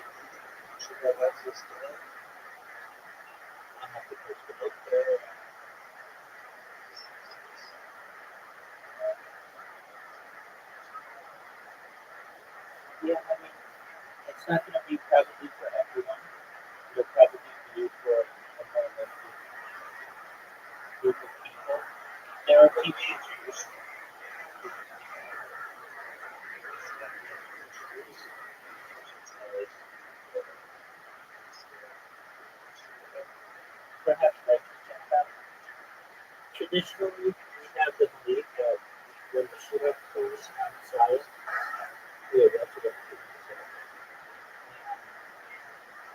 that may mean that technology will grow. Those are decisions for me to make, but I think there may be an opportunity for righteous journalists to perhaps be able to take this type of technology, or perhaps just general conversions. And you know,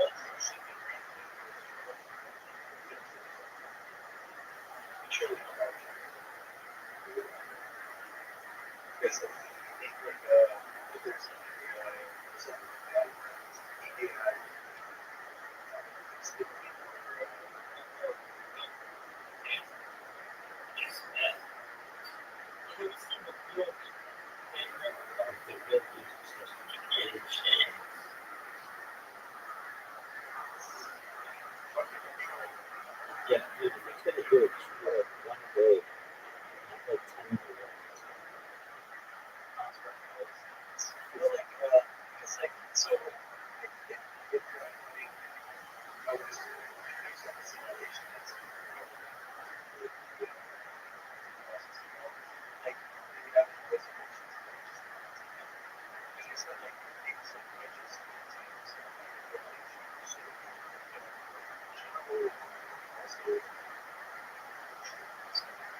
Yeah, I mean, I think perhaps someday, given enough time, every single person who's ever lived on Earth might have the opportunity to have resurrection from the dead.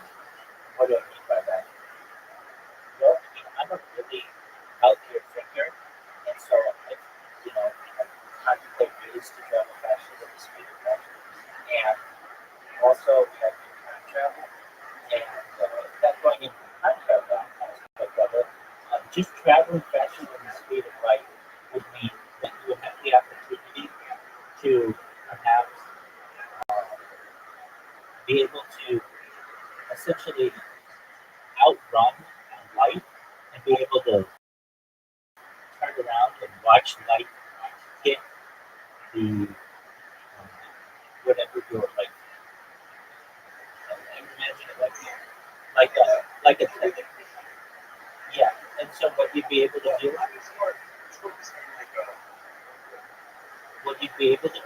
So just hold on. You're asking me a question. I'm trying to answer. So there might be the idea that we may be able to watch Earth from its very beginning. And if that happens, given exactly given billions of years, you may want to recreate every single person that ever lived on Earth, whatever being ever lived on Earth.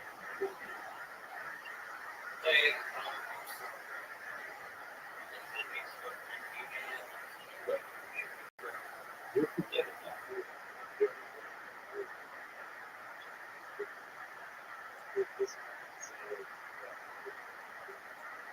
I mean, with every single one of these, he's getting an invite to an appeal center. So,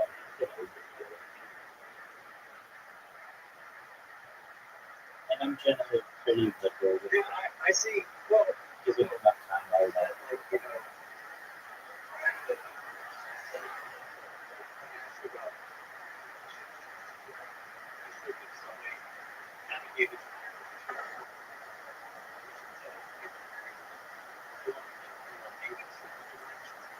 Yeah, so righteous Gentiles may perhaps have I'm not saying I'm going to archive everybody. There are people, as I said, like when I explained my networking technology, with people's consent. There may be Jews who don't want to give their consent. There may be Gentiles who don't want to give their consent. And if they don't want to give their consent, then I don't want to force anybody doing anything that they don't want to do. So there's essentially not, in this discussion, it's not Jew and Gentile, it's human and transhuman.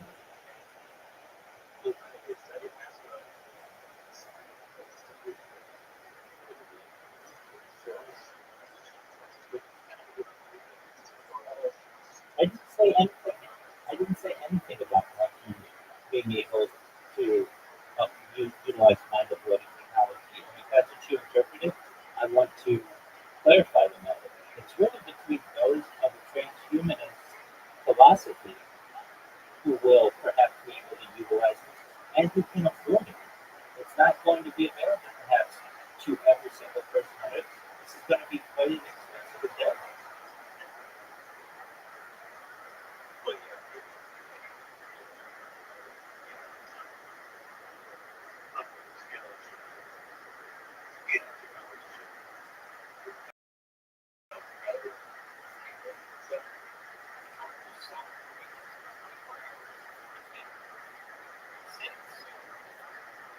Now, why are you touching Chuck?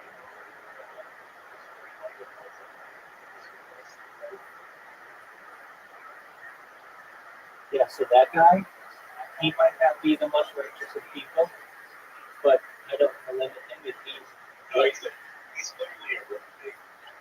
if but you know there are going to be people who don't want this, and they're just generally seen as humans, and then there are those of us who really are consider them ourselves either transhuman or at least pro-transhuman.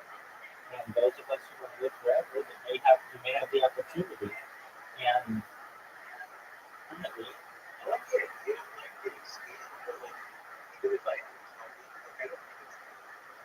well,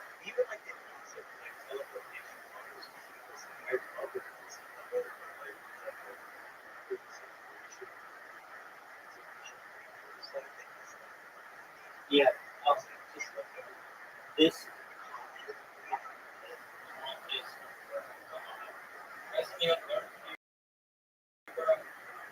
who are you?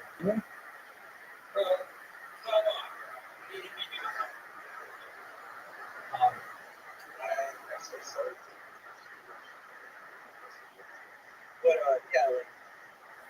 he's not like yeah. So this really gets into something known as a paradox.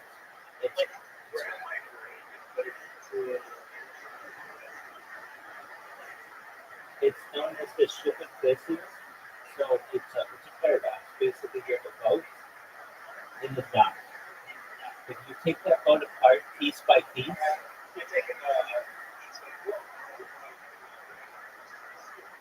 every 7 years, except for exactly.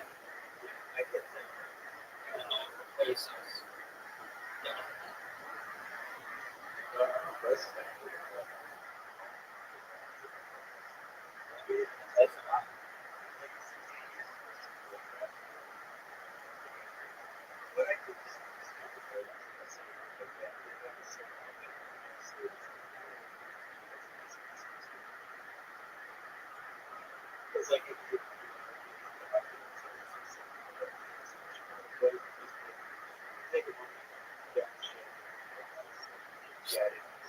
Like, you be your brain engine. So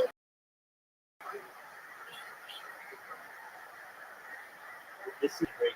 We're going to. There's a bot that I have wanted to install, but I just never have.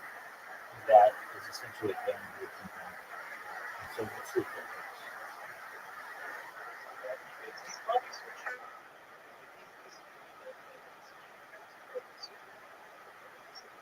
Exactly. But what it does is it uses like the make of the device to yeah. So is that then? Let's see if this works. Is that then? Do you simulate,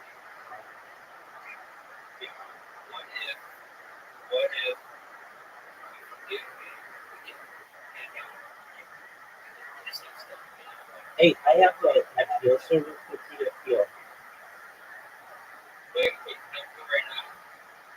No, he does have a lot of accounts. Alright, so we're gonna try this.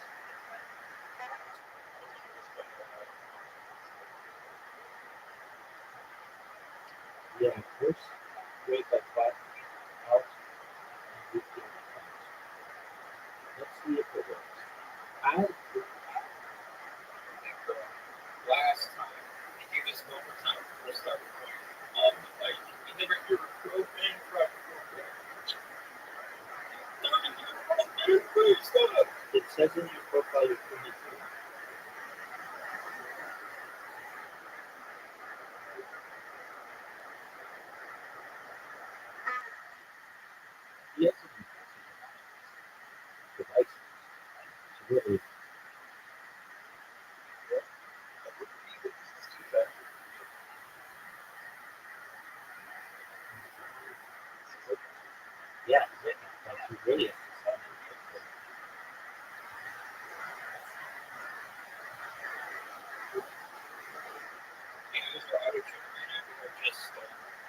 You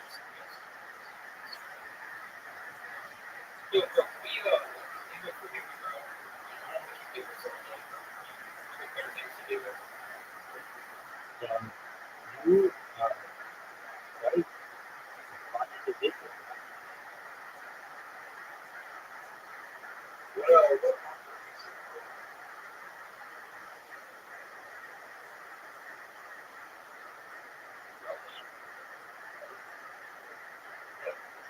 right, let's see if there's yeah. What's a good test for you? I guess it depends. Um,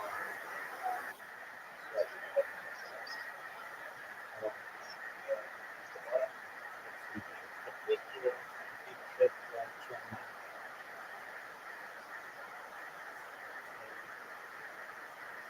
genius,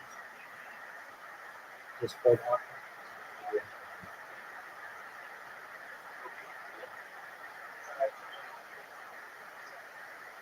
Okay, so the way that it locks people is DNS, IP lookup,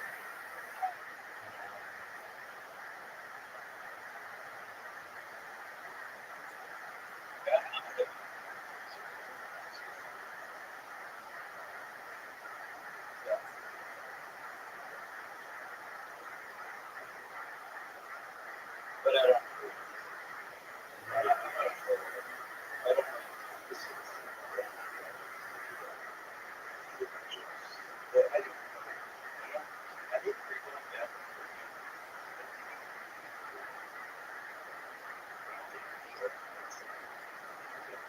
who talks like that? Who talks like that? In normal life, who talks like that? He wouldn't be talking like that if his mother were here, or his girlfriend, or whatever.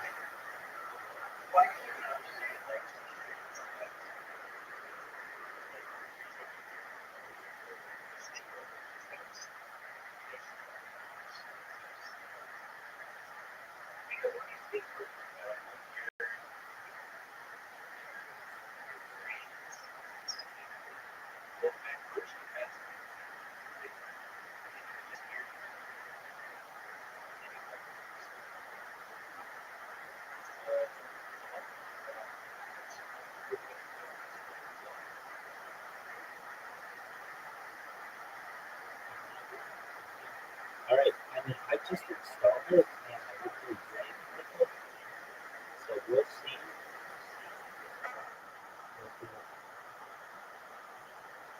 I don't even know how it necessarily works. I guess I just test it on this account, but we'll see. We'll see. Anyway, in terms of the humanists for transhuman debate, I get people in here who say like, "Hey, I don't want people to have that kind of technology," and I understand. Basically, if they keep,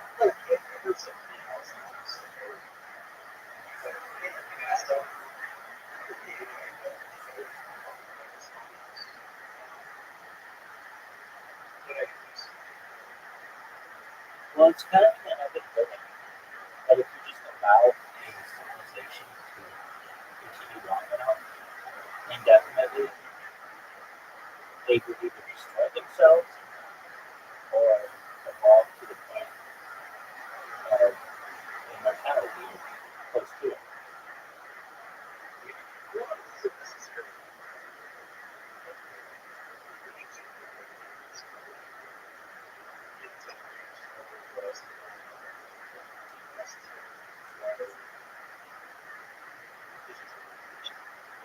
Um, that's true. I mean, that's why we get into the life extension technology aspect of it. But eventually, you're going to need people to take risks, and if they take enough risks, there will be likely death, and then we would want some way to respawn them, for lack of a better term. But I get a good question. Right?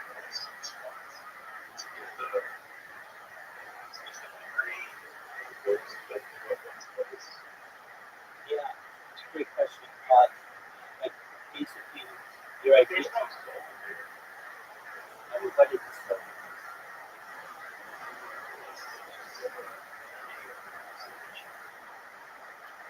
but it's a soul. You need to find it. Okay. Hey, dude.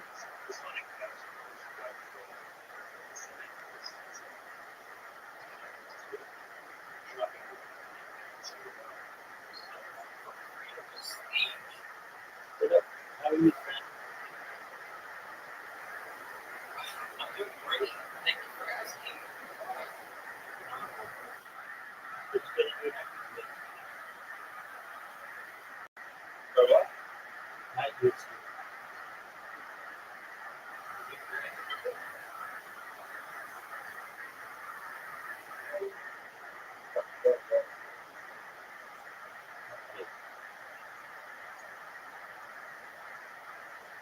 Dude, how'd you take that?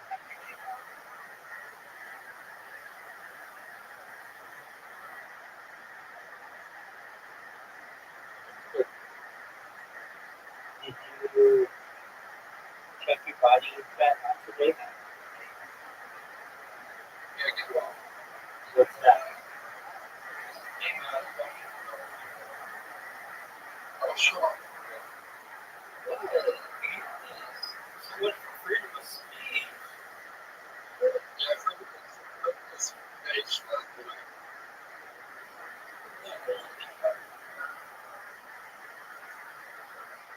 Zero. Zero. Zero.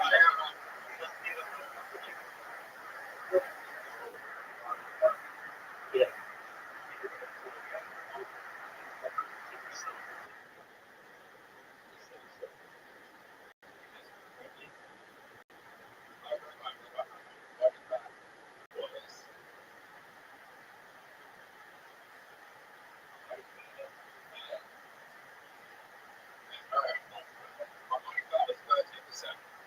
Oh, that's really good.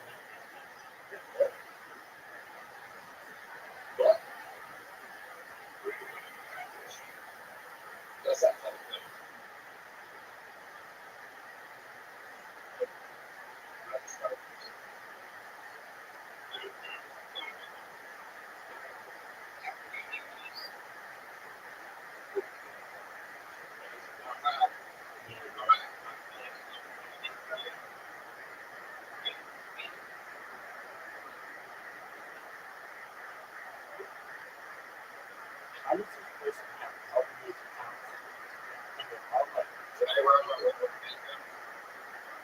Dude, I took it 1,000 times. Just get on the apps.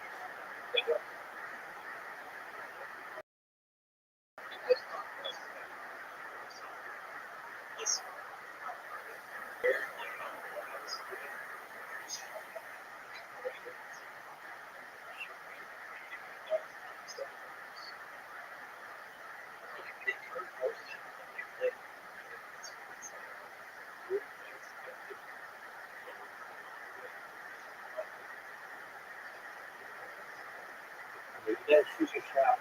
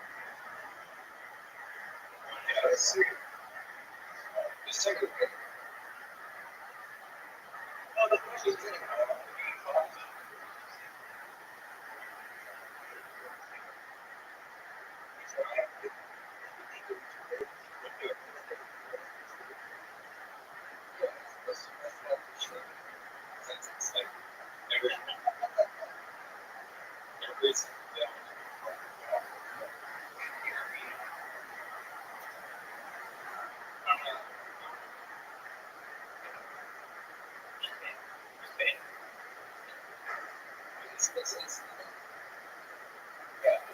long. The card stuff. It's like this 20 account. This is a bit of a watch. Wait, oh, that's great.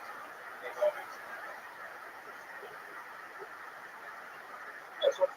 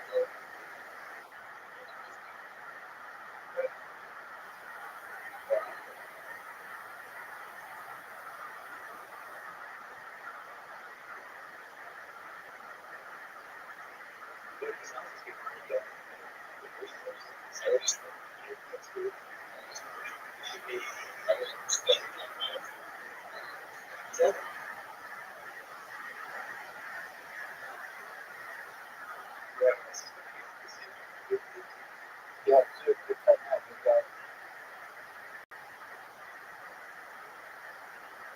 Give me a second.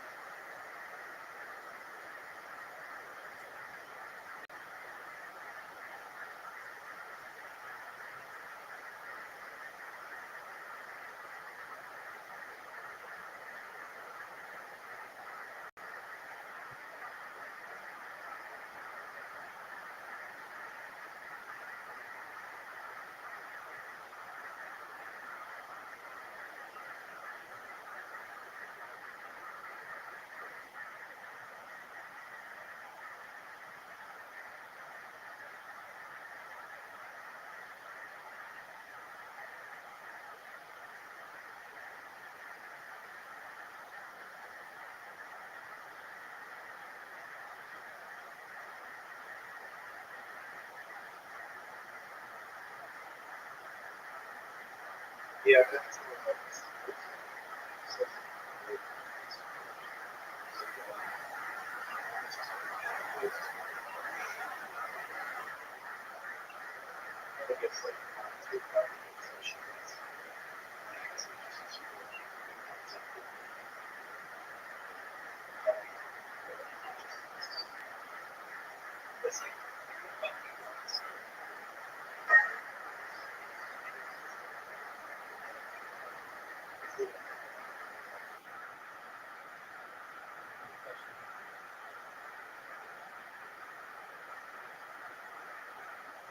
So it seems like it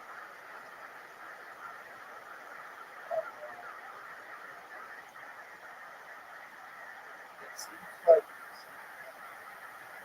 unless I like make it and have to use a telephone number, you could keep doing that.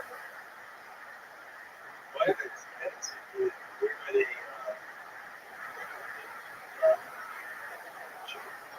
You're right about that. Yeah. Yeah, Later, it's actually he does have a lot of in that order.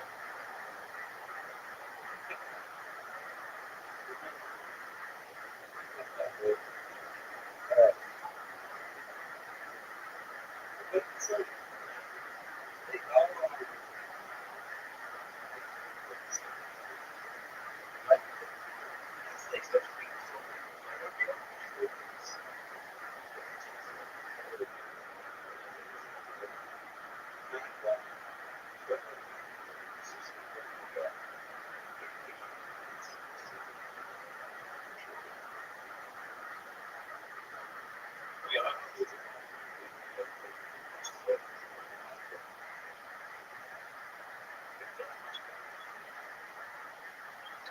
yeah. Oh, so alright, because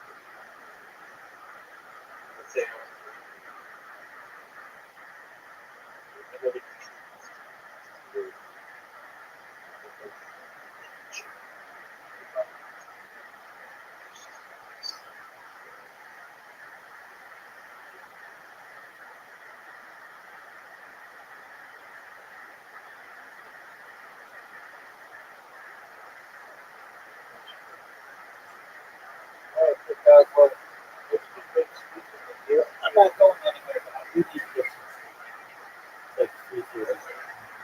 Feel free to watch Jordan Peterson and Joe Rogan.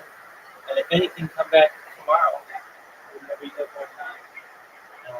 I'd love to talk with you more. You're very intelligent. Excellent. Beautiful. Well, pleasure to meet you, my friend. Meet you, my friend.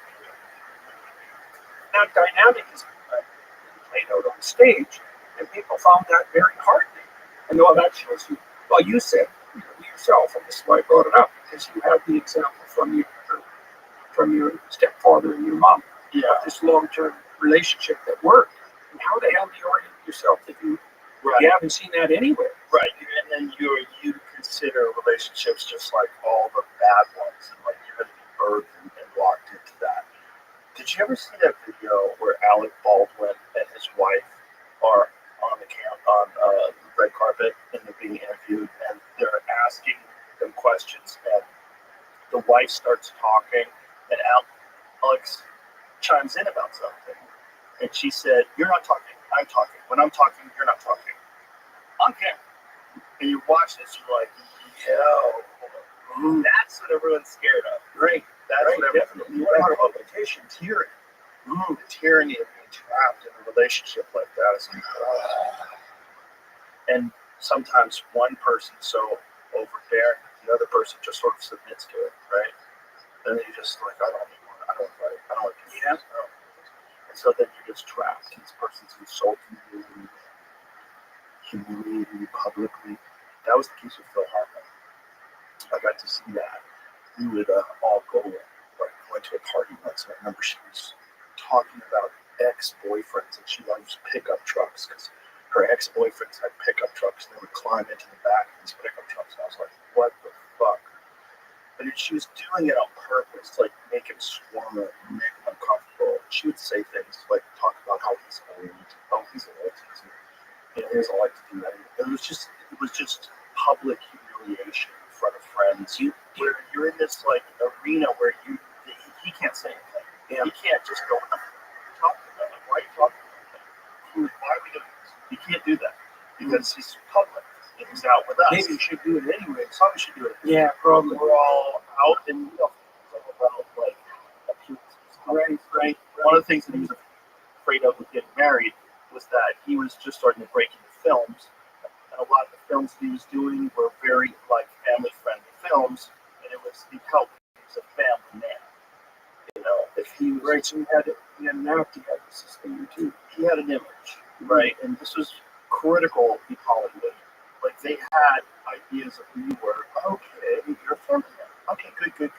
And so if you have this radical change in your life where no longer your family, and if you want to be honest about it, you want to say, hey, I was in a toxic relationship. Some of it was me, and some of it was her, and this is what happened. Like, whoa, now you're opening up the world to this big can of worms. Better to keep that can sealed.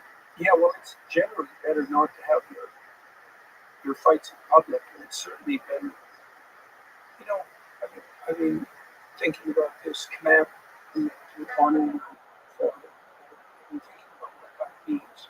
I read this book called Angela's Ashes by Frank McCourt. Frank had a really alcoholic father, like an Irish alcoholic father back in the 40s. Oh yeah, he drank every cent the family had. They lived in terrible poverty. And his sister died, and like it was rough. But he said his father was often sober in the morning, and he established a relationship with like good morning sober father, and kind of put the alcoholic, drunken, nighttime father in a different bin. He could get the benefit of having a father in consequence of that. And that honoring, that's also something that you want to do within a marriage, right? Because your wife is your friend and your lover, but she's also your wife, and you're her husband. And that means that a part of keeping that marriage working is honor. And part of the honor is that you don't do that sort of thing in public. Right. Because that's also in some ways independent. In a way, it's independent of who your wife or husband is. It's like, you know, you can imagine two people fighting in public, and one of them or both of them really deserving to have that fight as people. But then to keep the marriage intact, you have to remember, well, this is my wife. She's not just my friend. She's not just someone I know. She's my wife. And we shouldn't be trying to go arguing in public. We shouldn't be competing for power, because that's going to destroy the marriage. Yeah. So that's part of that honoring, I think, is to remember the role and to keep it sacred. Right. Here's another one. Don't ever insult each other, even though you want to. Like you want to like be mean. Sometimes like people get mean to you. You want to be mean back. I don't do that with my friends, so I don't do that with anyone else. I don't want to do that. That's why I don't do it online. I don't get involved in these like hissy fits online, particularly on Twitter. I just don't think it's right place for such things. That's all it is. First of all, again, as someone who lives it over like a child or like a baby, I'm not angry that people do that. I understand the appeal of it. If I was 15 and Twitter was around, I would be tweeting at every fucking celebrity saying, you're a loser, jump in front of the bus. I would just say things just to try to get a reaction out of them. I think a lot of kids do it. I think a lot of people don't feel like they have a voice, and one way to be heard is to be insulted, and one way to hurt is to be negative. If you look at the majority of discourse on social media in regards to hot button issues, it's disrespectful, it's contentious, it's shitty, insulting, and I've decided, like, over time in my life, to not do that. I don't want to do that. I'm not interested. I'm not interested in that. I'm not interested in that kind of conflict. Like, I see real conflict all the time. As an MMA commentator, you know, I see the most violent legal conflict other than war all the time. That's conflict. That's like real conflict and resolution, and you know, purposeful, agreed upon conflict. Like regular, like back and forth assault. Wouldn't it be better to figure out what you agree and disagree on and why, and talk? Like, why can't we all figure out how to do that? That should be a discipline you learn at an early age. Most of the issues that people have, if the person comes at you insulting and aggressive, either that person is ignorant or they're playing a game. Okay? And the game is to get your emotions up, to get you reactive, and to be reacting to them instead of active. The game is like if someone's hyper aggressive in a fight. The game is to put you on the defensive so that they don't, like, the best defense is a good offense. You learn that early on in fighting. So you learn that you can be very offensive and then the person never has a chance to get the game going. That's the case with conversations too. So it's like there's a gamesmanship to this kind of communication where it's not just communicating. It's communicating, but it's essentially intellectual one-upsmanship and sparring. You're sparring. You're scoring points, trying to dunk on each other. And I get that. I've done that before. I've engaged in it. It's never satisfying. It always feels gross. Even if you win, it's gross.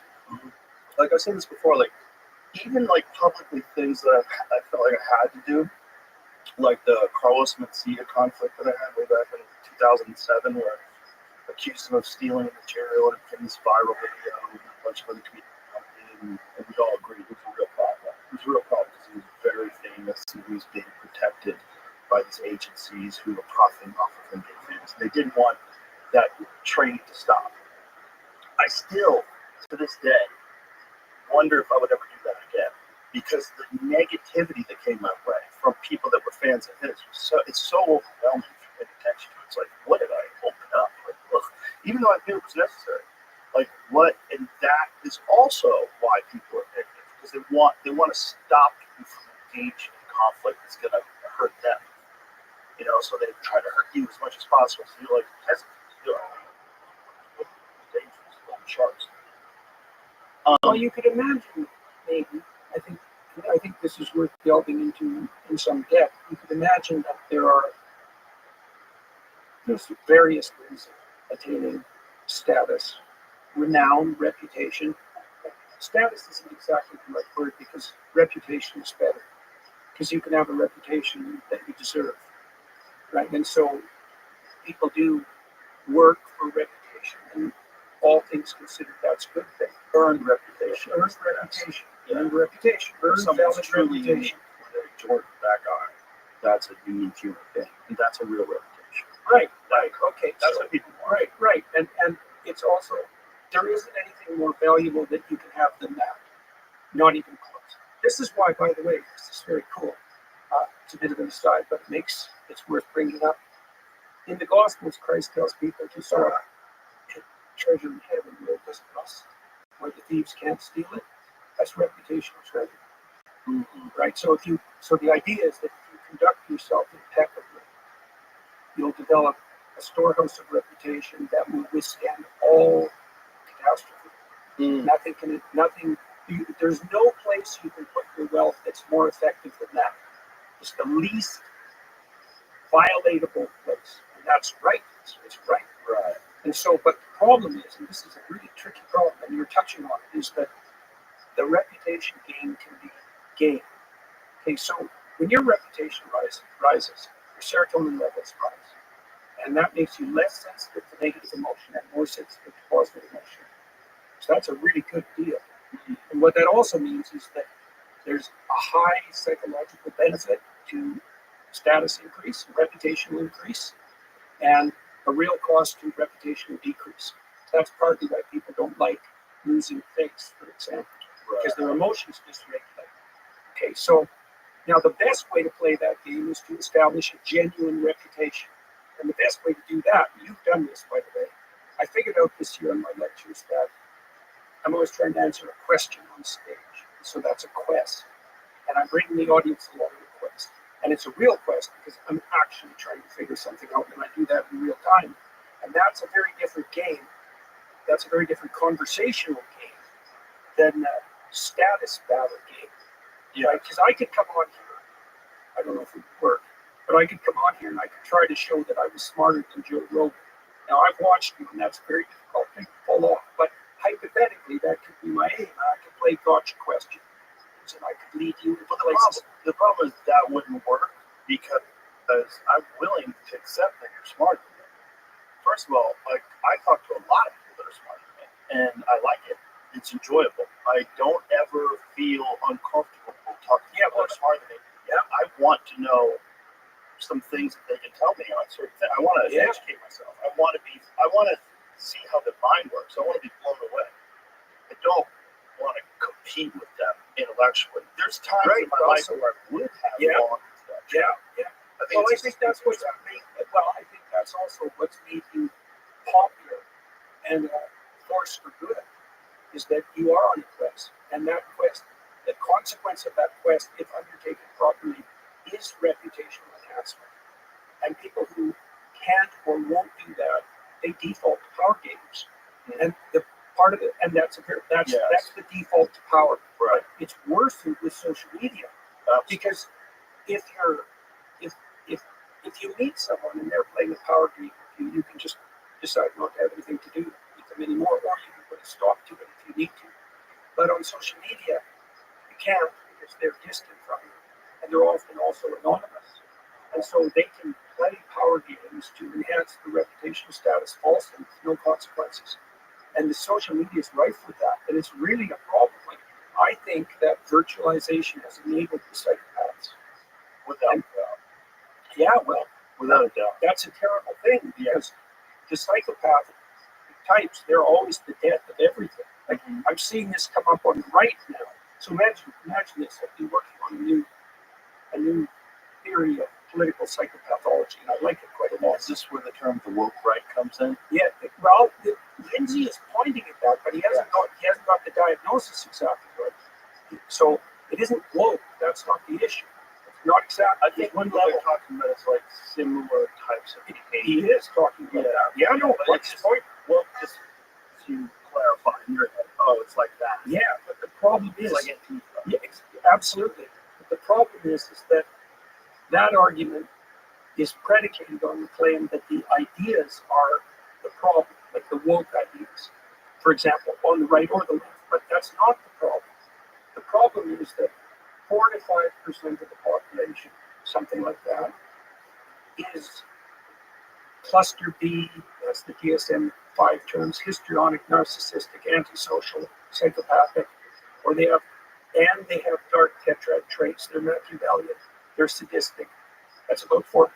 Okay, so the question is, how do these people maneuver? And the answer is they go to where the power is, and they adopt those ideas, and they put themselves even on the forefront of that. Right? The ideas are completely irrelevant. Right? All they're doing is they're the Pharisees. They're the modern version of the Pharisees. They're the people who use God's name in vain. Right? As they proclaim moral virtue. Yes. Doesn't matter whether it's right or left or Christian or Jewish or Islam. They invade the idea space, and then they use those ideas as false weapons to advance the narcissistic advantage. Yes. And so then you have the problem, and the right's going to face this more and more particularly, because the left had to face it when they were in power. Yes. How do you identify the psychopathic parasites, 4% of the population, who are clothed in your clothing and waving your flags, but who are only in it for narcissistic benefit? You know, the people who studied the dark triad, these were people who originally studied psychopaths, and they moved into ordinary personality, so to speak, on the fringes. Showed that the non-criminal psychopaths, in the fringe cases, are Machiavellian. They use their language to manipulate. They're narcissistic. They want unearned reputation. That's what a narcissist wants. And they're psychopathic, which makes them predators and parasites. Okay, that's pretty bad, those 3 things. But they had to expand that nomenclature after a while because they found that they were also sadistic, which implied that if you're Machiavellian and narcissistic and psychopathic, you develop a sufficiently bad view of your fellow man that their undeserved pain is a source of pleasure to you. And that's what's being enabled online. Yes. See, because we've evolved real specific mechanisms to keep such things under control in face-to-face interaction. Lack of anonymity, for example, within a community. Psychopaths in the real world, they wander. They have to move from place to place with people who figure out who they are. And they're held responsible. They're particularly held responsible by men. But online, they escape from that. They escape from that protective. They escape from that system of constraints, and they have free reign, and they can find other people like them very rapidly, and they can gang together. And so this is like, I can really see this starting to happen on the right. Like I've been tracking psychopathic behavior on the right for probably 4 years, something like that, especially on the anti-Semitic side, because that's really where it was hit first. And why is that? There's nothing more annoying than a successful minority. Right. Now, that's part of it. I'm going to here, I must get myself in trouble right away, too. Yeah, for sure. Well, this is Yeah, real but subject. also, it's a real terrible subject. It's interesting because if you don't criticize it enough, you compromise. If you criticize, it's like when it comes to anti-Semitism, like it's one of those things where you can't separate. It's a and it's also race, and it's also a government. That's where things get weird. Right. And then there's also the concept of intelligence agencies and compromise that also gets attached to it, the manipulation of world markets, money, and there's a lot to unpack. And then there's regular Jewish people who have nothing to do with that. Well, the Jews, too, they're very successful. Yeah. And so what you would expect from a purely statistical point of view is you'd expect them to be overrepresented at the extreme. They're also called walled garden, right? Meaning, it's very difficult to join. They don't proselytize. They don't try to get you to join. And they're all very tightly knit. They call themselves the clan. They're all like locked in. They're, Jewish clan, not KKK. The problem with that term has been compromised by the Ku Klux Klan. But I mean it as terms of tribe. community. Yeah, community. They're very tight knit in that regard. They stick together. Well, And if so- you understand the history, obviously, of Nazi Germany and of the persecution in Eastern Europe, you have to. Yeah, of course. Yeah, well, all these complex things are multidimensional. I mean, I watched your whole conversation with Douglas, and I thought you guys did a very credible job, all three of you, of navigating unbelievably choppy waters. So that's the first thing I'd like to say, because one of the things I was trying to figure out when I was watching that is, do I think I could have done a better job of any of you? And I certainly didn't walk away from that idea in mind. But then underneath all that, I thought there's a really unbelievably tricky problem here, and I think that's why it's made it poked up into. Well, you also set that conversation up, but it poked up and made itself manifest in the conversation. And the issue is, how do you identify the psychopathic pretenders? And it's even worse now. And then make a very right. The right was calling for the left to do that for decades. Right. And they didn't, and they couldn't. And the left is not good at drawing barriers, partly temperamental. The right is somewhat better, but there's no shortage of monstrosity there. And so then the question is, how do you draw the line? And that's kind of what I was, because I've been watching these right-wing, they're not right-wing, these psychopathic types manipulate the edge of the conservative movement for their own gain. Right. And a lot of that's cloaked in anti-Semitic guys. There's plenty of anti-Semitism on the left, too, by the way. So it's not unique to the right. Well, particularly now. Yes, particularly now. Right. And so, you've let your curiosity guide you, your curiosity and your desire for knowledge, this quest, you've let that guide you as a podcaster. By the way, I'm trying to work through exactly the same sort of thing. How do you know, given your radical increase in stature over the last 10 years, how do you know when your curiosity and even your skepticism about the fact that things aren't the way that people say they are, because that's certainly been demonstrated the last 10 years, how do you how should anyone decide what guardrails to put up? Like, what do you look for? Do you have a conceptual system worked out for that? Like, And what do you mean? What way? well, How do I look for in terms of people to talk to? yeah, How do I look for because you substance have abuse? this insanely immense platform, and you're inviting people onto it. And you said to Douglas, and I know this to be true, that you're not really thinking about the outcome exactly. You're thinking about this is an interesting person to talk to, and I'd like to go on that quest. But then you have the additional conundrum. We're trying to work this out on the Daily Wire side of things too. Not to say that that's exactly the same situation. It's like once you gain in reach and authority, then how do you know that? How do you take great care that the people you're talking to aren't, what would you say, eliciting or feeding a subculture? Yeah, that's right. That hasn't got the proper aims. Like, I guess the legacy media probably worked that out by having people, mediators, right, and guests, and that was also back when we could rely on structures of authority in some sense to filter.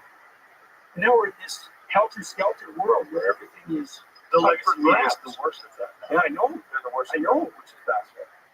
It really is. It's really fascinating when you lose faith in a New York Times piece. It's like you go like, well, this is bullshit. Yeah. I know this. I know what they're doing. I know Yeah. this is editorial bullshit. And that didn't used to be the case, I don't think. No. But then I go back to like what I learned about the Woodward, Bernstein, Nixon thing at Watergate. That was all essentially an intelligence operation. You ever looked at that? I had Bill Murray on the podcast. And Bill Murray said one of the wildest things. He read the first 5 pages of Bob Woodward's biography on John Belushi, Wired. Mhm. Read the first 5 pages, like, he goes, "Oh my God, they framed Nixon." Oh, isn't that crazy? Yeah. He's like, what they wrote about my friend was so not true. It was so wildly off. He said John Belushi was a lightweight. John Belushi had a couple of drinks. He fucked up. It wasn't like a big party. That time he did that speedball, probably the only time he ever did it in his life. But Woodward had him painted as this maniacal, off the rails, just drug out monster. He knew that to not be true. He's very close to Belushi for a long time. It's like, oh my God, they framed Nixon. And then when I told him the whole story,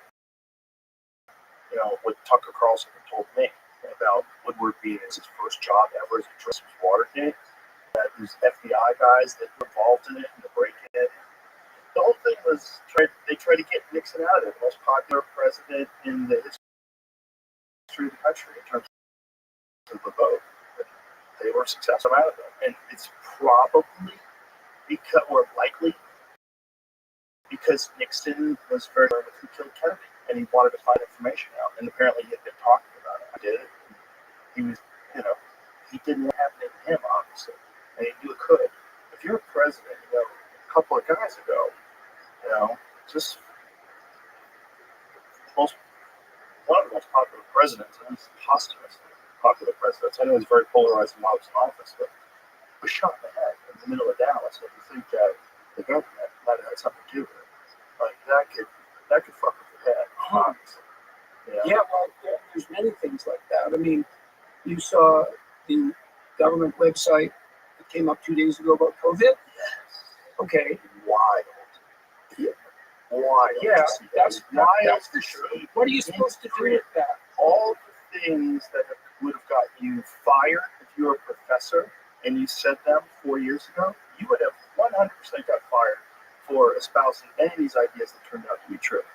You would have gotten kicked off of YouTube. You would have gotten, there was a lot going on there, which is I feel fortunate that right at the height of COVID was also when I got over Spotify.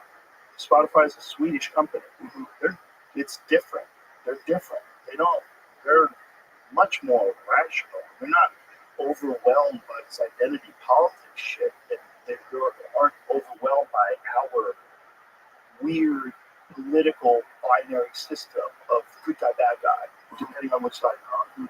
And they were like, "What are you talking about? Like, this is crazy. We don't censor our rappers." Yes, they didn't lock down. They were also like, "We don't censor our rappers. Like, we don't like the rap lyrics. Some of my favorite rap lyrics are horrendous." But it's just like my favorite movies are Tarantino movies. The dialogue is horrendous. It doesn't mean that these are horrendous people that are putting together this. Tarantino's a wonderful guy. He's fun to be around. He's great. I dinner with him, brought him to the comedy club. He's great. He's not a bad person, but he is an artist, and he's creating this thing.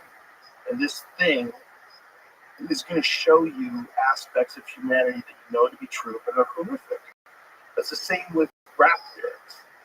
It's the same with a lot of things. And Spotify's position was, we're not censoring. That's not what we're in the business of, like, promoting art. Like, we sell art, and we're not interested in censoring art, essentially. And turns out, look, we were all right. We were all correct. You know, and then it shows it on their fucking website, which is crazy. You see bananas. And look at this. Lab. Yeah, right. Like, by the way, you know, I know that he would bring up the vaccines when he was on his rallies, and people would boo. When he was on the campaign trail, people would boo. And I think he was like confused by that. And he's a little, I don't want to say he's out of touch, but there's too many things for him to be thinking about, for him to be paying attention to what people really think about the vaccines, and vaccine injuries, and mandates, and just the psychological warfare that's played on the American people. You remember that very famous White House post that they made for the vaccinated, you've done your job, or for the unvaccinated, you're looking forward to a winter of severe illness and death, and the hospitals that you will overwhelm. Like, that was the White House telling you something when it was in Omicron by that point, which was like a cold. Like, it was crazy. Deaths had dropped off radically, but they were so bad with the pharmaceutical companies. They were like, "You've got to do it. You got to get vaccinated if you don't. You're looking forward to death and severe illness." Like, imagine this is. You're not basing this on real statistics. You're not basing this on science. You're just basing this on this control, this fear element that you're trying to impose upon people. So, okay, so that's an interesting point there too, that issue of control and fear. You know, I started this, was part of a group that started this organization in the UK called the Alliance for Responsible Citizenship. We had our second convention in November, which went very nicely, by the way. So you're doing like a positive counter to the world economic. Yeah, well, we have some rules. And one rule is you don't use force or fear, right? Use invitation. Mm-hmm. So can I tell you a story about that? Please do. Okay, so I've been tutoring about this new book of mine, right? To be the Wrestle with God, and it's I've been lecturing on lots of the things I know, but I've been using biblical stories mostly to provide an analytical frame. So that's what stories do. They provide a frame. And there's a great story in the continuing Exodus story of Moses and the Israelites, where Moses has led his people away from the tyrant and away from their own slavery.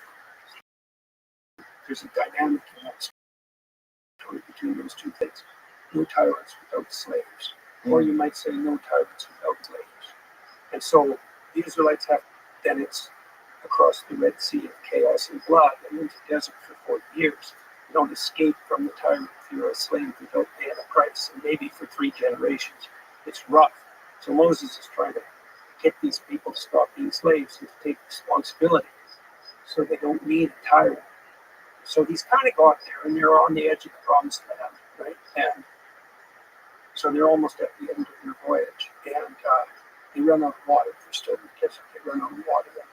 They get all whiny and bitchy about the fact that they had to get across the desert, and it was way better under the tyrant, and that Moses is nothing but a corrupt patriarch, and he's only power mad, and they foment some rebellion. Anyways, it's a pretty ugly situation, and the Israelites go to Moses and they say, look, we're really starving, we're thirsting for water, we're going to die. Do you think you can check God, see if he'll do something with us? And God tells Moses to go to some rocks in the desert and to ask them to bring water for it. And so he goes with his people to these rocks, and instead of asking, he takes this staff of his. The staff is a really important thing. It's like your staff if you have an organization, same derivation, but it's also the magic wand of Gandalf, flag you plant in new territory. It's the tree of life. It's the living tradition that has a spirit inside it, and that's a serpent, and that's the serpent that eats all the serpents of the Egyptian tyrants, magicians. That's the staff. It's his rod of his authority. And he, instead of asking the rocks, he hits them twice with the staff. So he forces them. And God tells him that in consequence of that, number one, he's going to die. Number two, he's not going to get to the promised land. Right. So there's this insistence. It's really interesting. It's a crucial insistence, and it's very important in this time, I think, to understand what this means. So Moses is a leader. He's the archetypal leader. And he realizes his responsibility in the encounter with the burning bush, which is something that attracts his attention, that he takes with great seriousness, and that transforms him. So then he becomes the leader. He stands up against the tower, frees the slaves. He takes them through chaos into the desert. And his temptation as leader is to use force. So when he's a young man, for example, he kills an Egyptian aristocrat who was tormenting a Hebrew slave. And that's why he has to leave Egypt. He's tempted by power because he's a leader. And then at the end, even though he's done all these things, he's been an upstanding man and gone beyond his call of duty. And he's right at the point where he attains victory, right? To enter the promised land. What a proves his force. When God tells him to use the inventory. Dude, I gotta.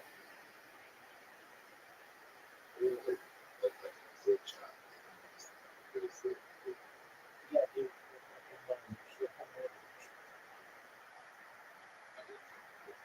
No.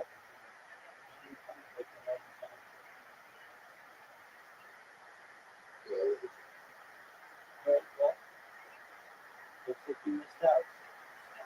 I'll play you one game. I'll play you one game cards. That's it.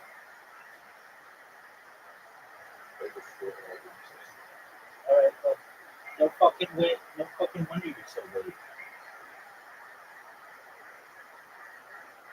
We're gonna play 501 Pro Double Out.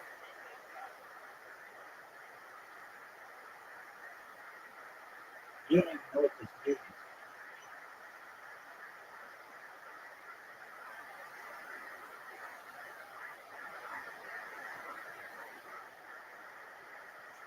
I don't want Pro Double Out, dog.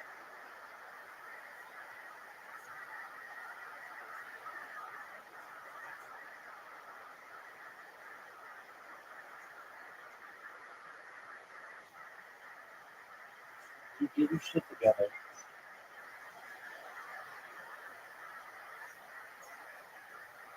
Dude, come on, man.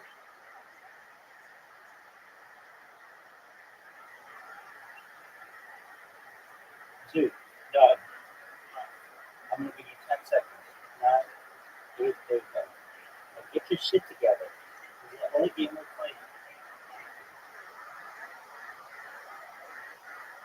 You know, 20. That was good, dude. That was bad. Not as bad as that, dude.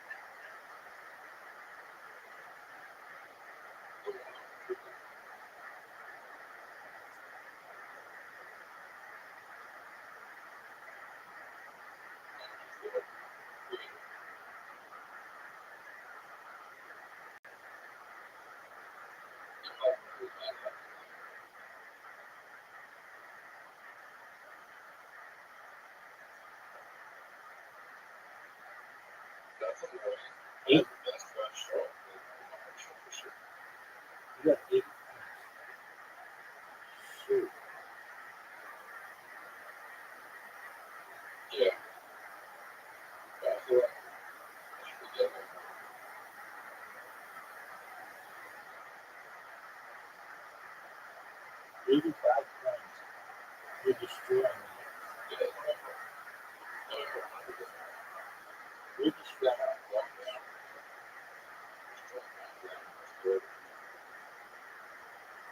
5, 1, 25.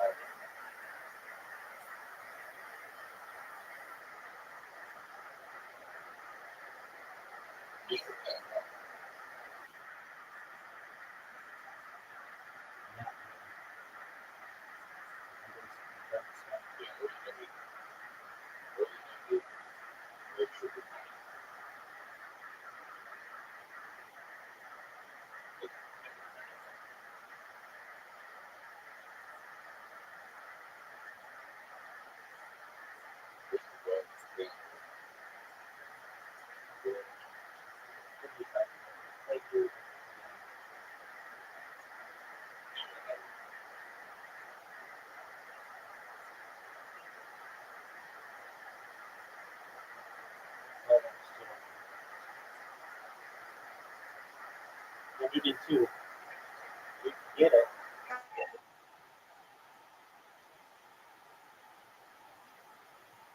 All right, I need 3 triple times. 1,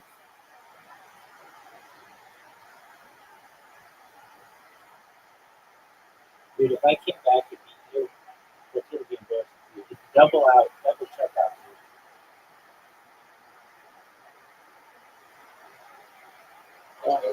Double check out.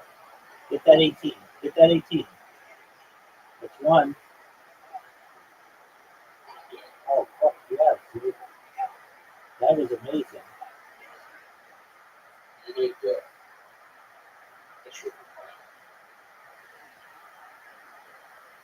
All right, again. Hey, you want help with chicks? Listen to The Game by Neil Strauss.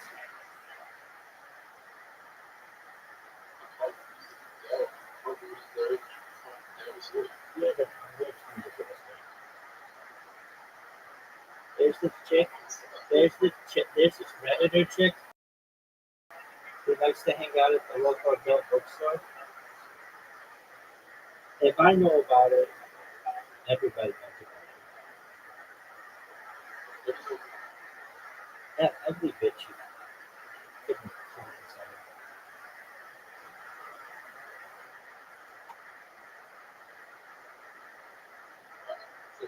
Okay.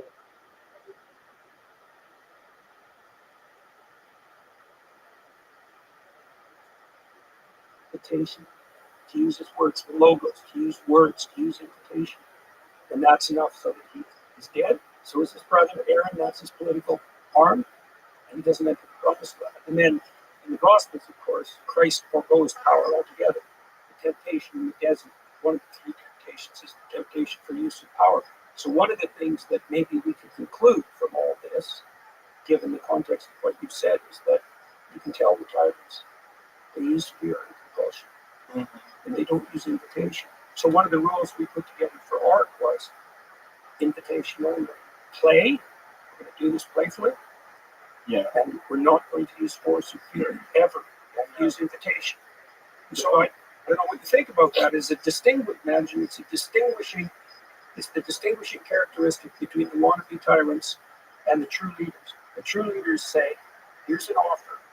Would you accept this of your own free will? And the tyrants say, the apocalypse is coming. And everything, and we are allowed to do everything to forestall it, right? Including control you and everything that you do. Yeah? That's how they get people to fall in line. They fall in line for fear. Yeah?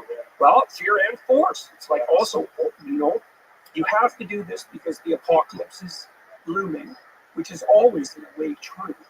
There's always an apocalypse of one form or another looming. The question is, what do you do about it? Well, Terrifying where you live, anywhere in the world right now, right? You might be experiencing the apocalypse right now if you're in Gaza. Yeah, You might be experiencing the apocalypse right now if you're in Yemen, if you're Houthi, right? the end of the world is always coming.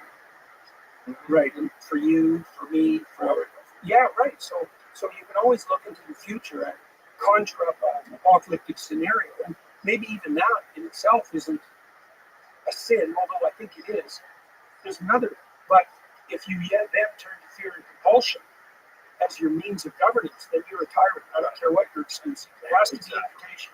That's when it gets scary, when you see governments telling people that they have to follow line, or these are horrible consequences for you not agreeing to what we're saying. Yeah, Yeah, and then if you don't do this, you're a part of the problem. right, exactly. Well, and if the apocalypse that's generated in that way is afflicted, there's no limit to the amount of power that can be exerted, because obviously the rationale is there. They have to do it, right? Like, this is the rationale to stop Trump, right? We try to stop it. Right. Well, so it's also why First Amendment law, use lawfare, use whatever. Use whatever. This is one of the things that works me about Canada. So I know when we talked a couple of weeks, expressed my concern about what's in Canada. doesn't look good. Well, I read Carney's book, Values. I read it twice. I understood it. And Carney says in that book, well, he says he's an advocate of ESG. He was a huge ESG advocate. He organized many large corporations to go down this central planning governance route because the market wasn't pricing everything properly. And so central planners had to step in. And BlackRock and Vanguard, places like that, were big parts of that. Don't know if they were directly affected by Carney, but it's the same thing. And they've stepped away from that. And he's a big DEI advocate. And he's also a net zero advocate. And Carney says in his book, this is a good example of this. And I think also a good example of this kind of narcissism that we talked about earlier. Every single financial decision that every individual or organization makes has to prioritize decarbonization above all else. Or else, and there will be many, he doesn't say casualties, but he implies that. There'll be many who pay a price along the way, but it's necessary, because you can't make an omelet without breaking a few eggs. And then he says 75% of the world's fossil fuels have to stay in the ground. And this is who Canadians are seriously thinking about electing. Right. Why does he say the fossil fuels have to stay in the ground? Too much carbon. Yeah. The real problem with that is the same problem with the COVID narrative, is that they don't allow any dissent, they don't allow any data that conflicts with the narrative. And they don't want to look at any possible, both of them are complicated. They're not similar in a lot, but there are, because of top-down tyrannical tools. Using fear and compulsion. So they did, during the COVID times, nobody wanted to look at any alternative treatments. They didn't want to look at health, metabolic health. They didn't want to look at any factors other than vaccination and compliance. With carbon, no one wants to look at a post-study of the last, was it 50 million years, the graph that shows the temperature of Earth. Have you seen it? We're in a cooling period. And that was always during the 1970s, Leonard Nimoy, when he had the In Search of show, one of the things that they covered was that we are at the verge of ice age. How terrifying ice age is. Yeah, well, the conclusion you draw about climate and carbon dioxide is entirely dependent on where you put the origin point of your breath path. So if you go back 150 years ago, carbon dioxide is increased. If you go back 500 years ago, which is quite a lot longer, we're in a drought, like a serious carbon dioxide drought. Right, and so carbon dioxide is the fuel of plants. Yes, it turns out that they like it. Well, the global greening data. Well, Say it. Well, so people know it. Well, one of the things I learned as a scientist was that there's usually an explanation or two that accounts for a phenomenon so completely that almost everything else is a noise. Like the Maha movement, Make America Healthy Again. The fundamental issue is insulin resistance. That's the fundamental plague of, say, North America. And everything else is noise. It's not unimportant noise, but insulin resistance is the major contributor. On the climate side, when I look at the data, the thing that leaps out for me is greening. The planet is 20% greener than it was 30 years ago. 20%. This is NASA data. I'm not inventing this. Right. Okay, and then the next one, you think, 20%. if 20% of the plants had vanished, be sure we heard about that. Yes. Okay, so, and agricultural outputs get up 13%. Now, whether all that in addition to carbon dioxide is a function of human activity, that's still debatable. It doesn't matter. There is an association between carbon dioxide rise and the plant propagation. Okay, it's even more particular than that because a lot of the greening has occurred in semi-arid areas, so areas around deserts. And the reason for that is that if there's more carbon dioxide, the plants can close their breathing pores more and they don't lose water. And so not only is there 20% more vegetation, which is a lot, but it's twice the area of the United States that's green. That's a lot of green, and where our agricultural production is more effective. And the places that have green were the very places that the deserts were supposed to expand into. And so, right, because they've greened, they've shrunk, not grown. Now, you could say, well, that rate of change has its problems, and rates of change have their problems. But I don't see another data point that's anywhere near as stunning as that. I think it's a really important point where you said that if we lost 20, Oh God! Oh God! Oh, but yet rightly so. Rightly so. But yet it's not even discussed because, again, it's one of those things that invades the narrative. Right? It's one of those pesky facts, those pesky truths that gets in the way of the thing that you're saying, well, the apocalypse is coming. Yeah, well, that's the thing about the narrative. It's like, okay, so now we talked about the psychopaths who manipulate belief systems for their own advantage, right? The people who use God's name in vain, the Pharisees who want to dress in religious clothing and obtain status and consequence. They're Christ's number one enemies in the Gospels. By the way, those people, they're the ones who conspired to crucify him, right? The religious pretenders. So this has been going on for a very long period of time. So the climate apocalypse narrative is perfectly situated to, what would you say, to serve the purposes of the narcissists, the Machiavellians, the psychopaths, and the sadists, because it's an infinitely expanding existential threat that can be used as an excuse for anything. Yes. Right? And it also provides a perfect cloak for any amount of power maneuver. It's like, I want to make your shower heads put out a needle spray so that you're cold all the time while you have a shower, while you're doing something you do every day that could otherwise be highly enjoyable. Why do I get to invade your life to that degree? Well, because planets stay chill. And who are you to privilege your shower comfort, something that trivial, over the fate of the entire planet? Well, you can use that argument at every single level. Trump came out with this executive statement just a few days ago about shower heads. And everybody kind of laughed about that. And I thought, no, he has an eye for petty tyranny, right? For petty tyranny. And there's very little that's more petty than, well, I think the shower head example is perfect. Yeah. And then you also think, look, if they're willing to control your life at that level of detail, what are they not willing to control? It's like you're concerned about my shower heads, like we're out of water, which we're not at all. So what won't you control? So you think, the psychopaths are edge cases. They'll move wherever the power is. They find a narrative that can be used to strike fear in the hearts of people and to justify compulsion.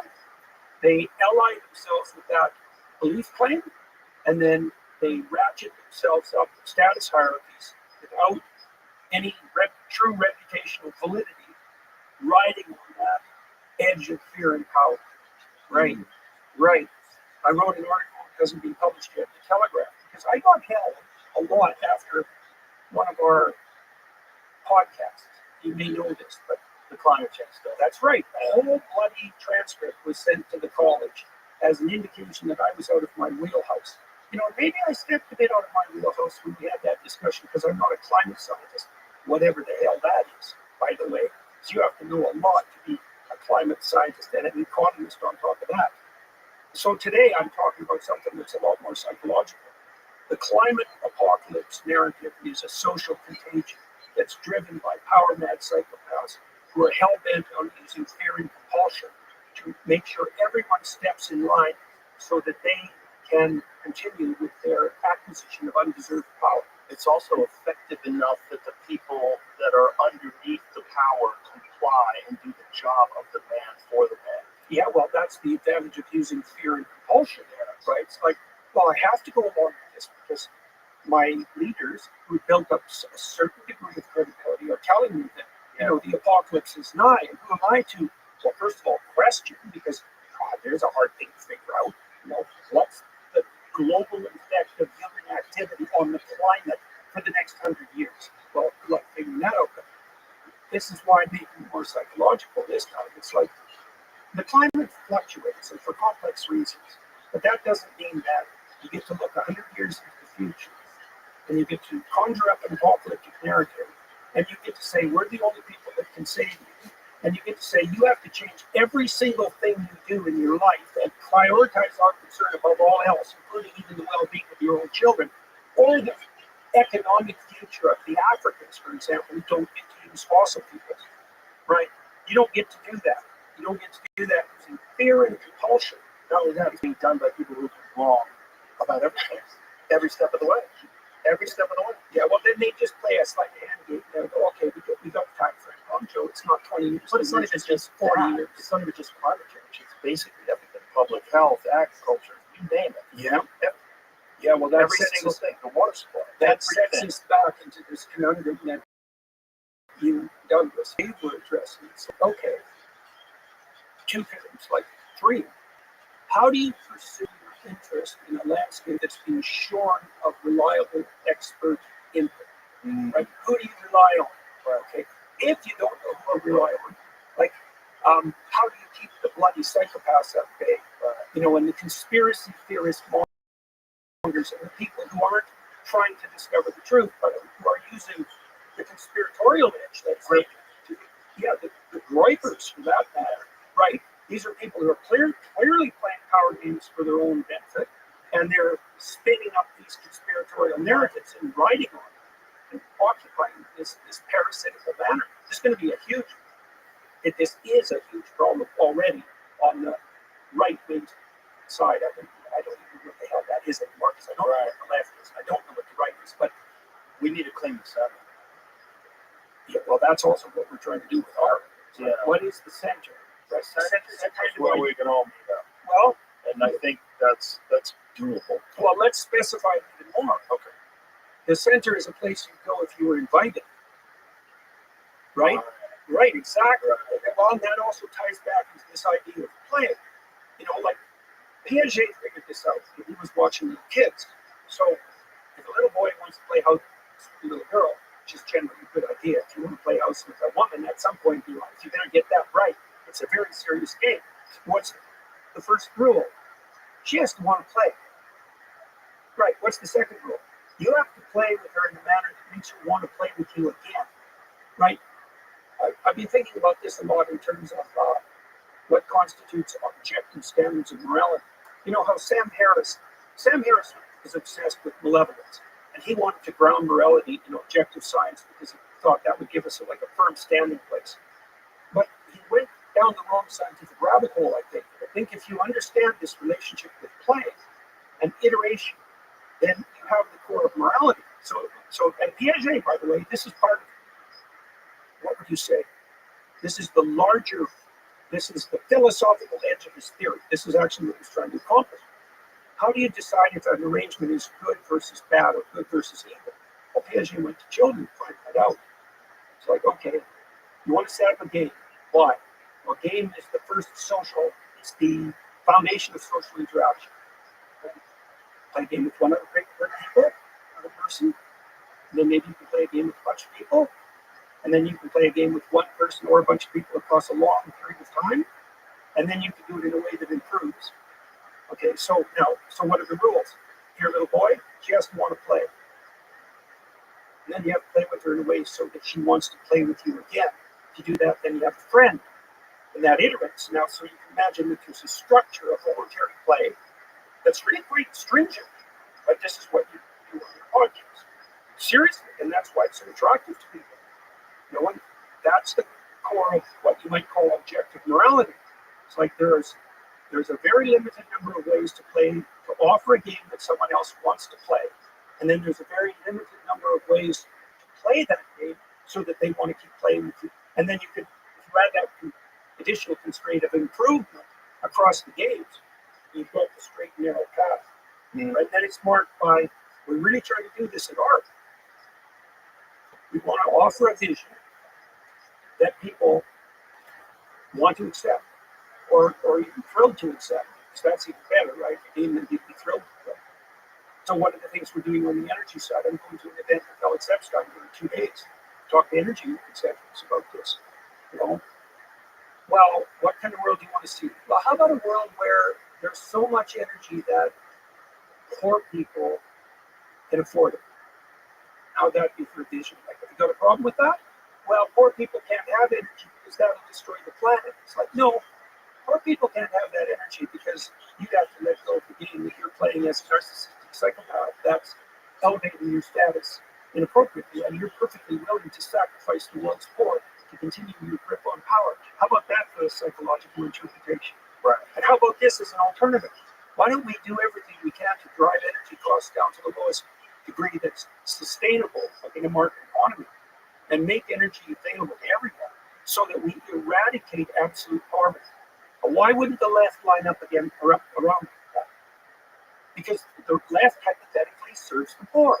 It's like nothing serves the poor better than an ethos first. You've got to get that right because we're also interested in getting the story right. But after that, on the material side, there's nothing more important. Right, but I don't think people on the left are getting that message. I don't think they're hearing that this is exactly what third world countries need, is a reliable source of energy and industry to elevate themselves out of poverty. They're not. They're not getting that, but it's not the problem of the people that are on the left, like the general followers. Well, it might be a problem that's facilitated by the psychopathic fringe types. Like, look, I think It's not offered to them, that's my point. yeah, the question is why not? And the reason is like this is part of it. You talk to Bjorn, right? To Bjorn. And Bjorn's pretty good on this, or very good on this, I should say. He's going to give him credit, and he would like to see a world where, and he's part of art, he'd like to see a world where we make energy abundance a top priority.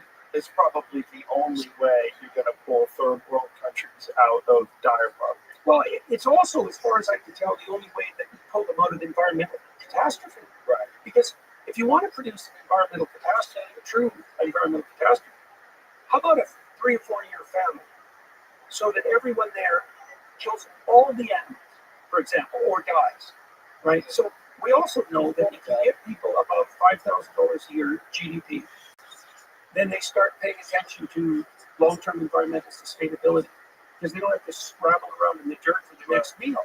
So then we can say, well, how about we have a future of sufficient abundance so that no one is deprived of energy or opportunity for their children. Well, that sounds like an invitation.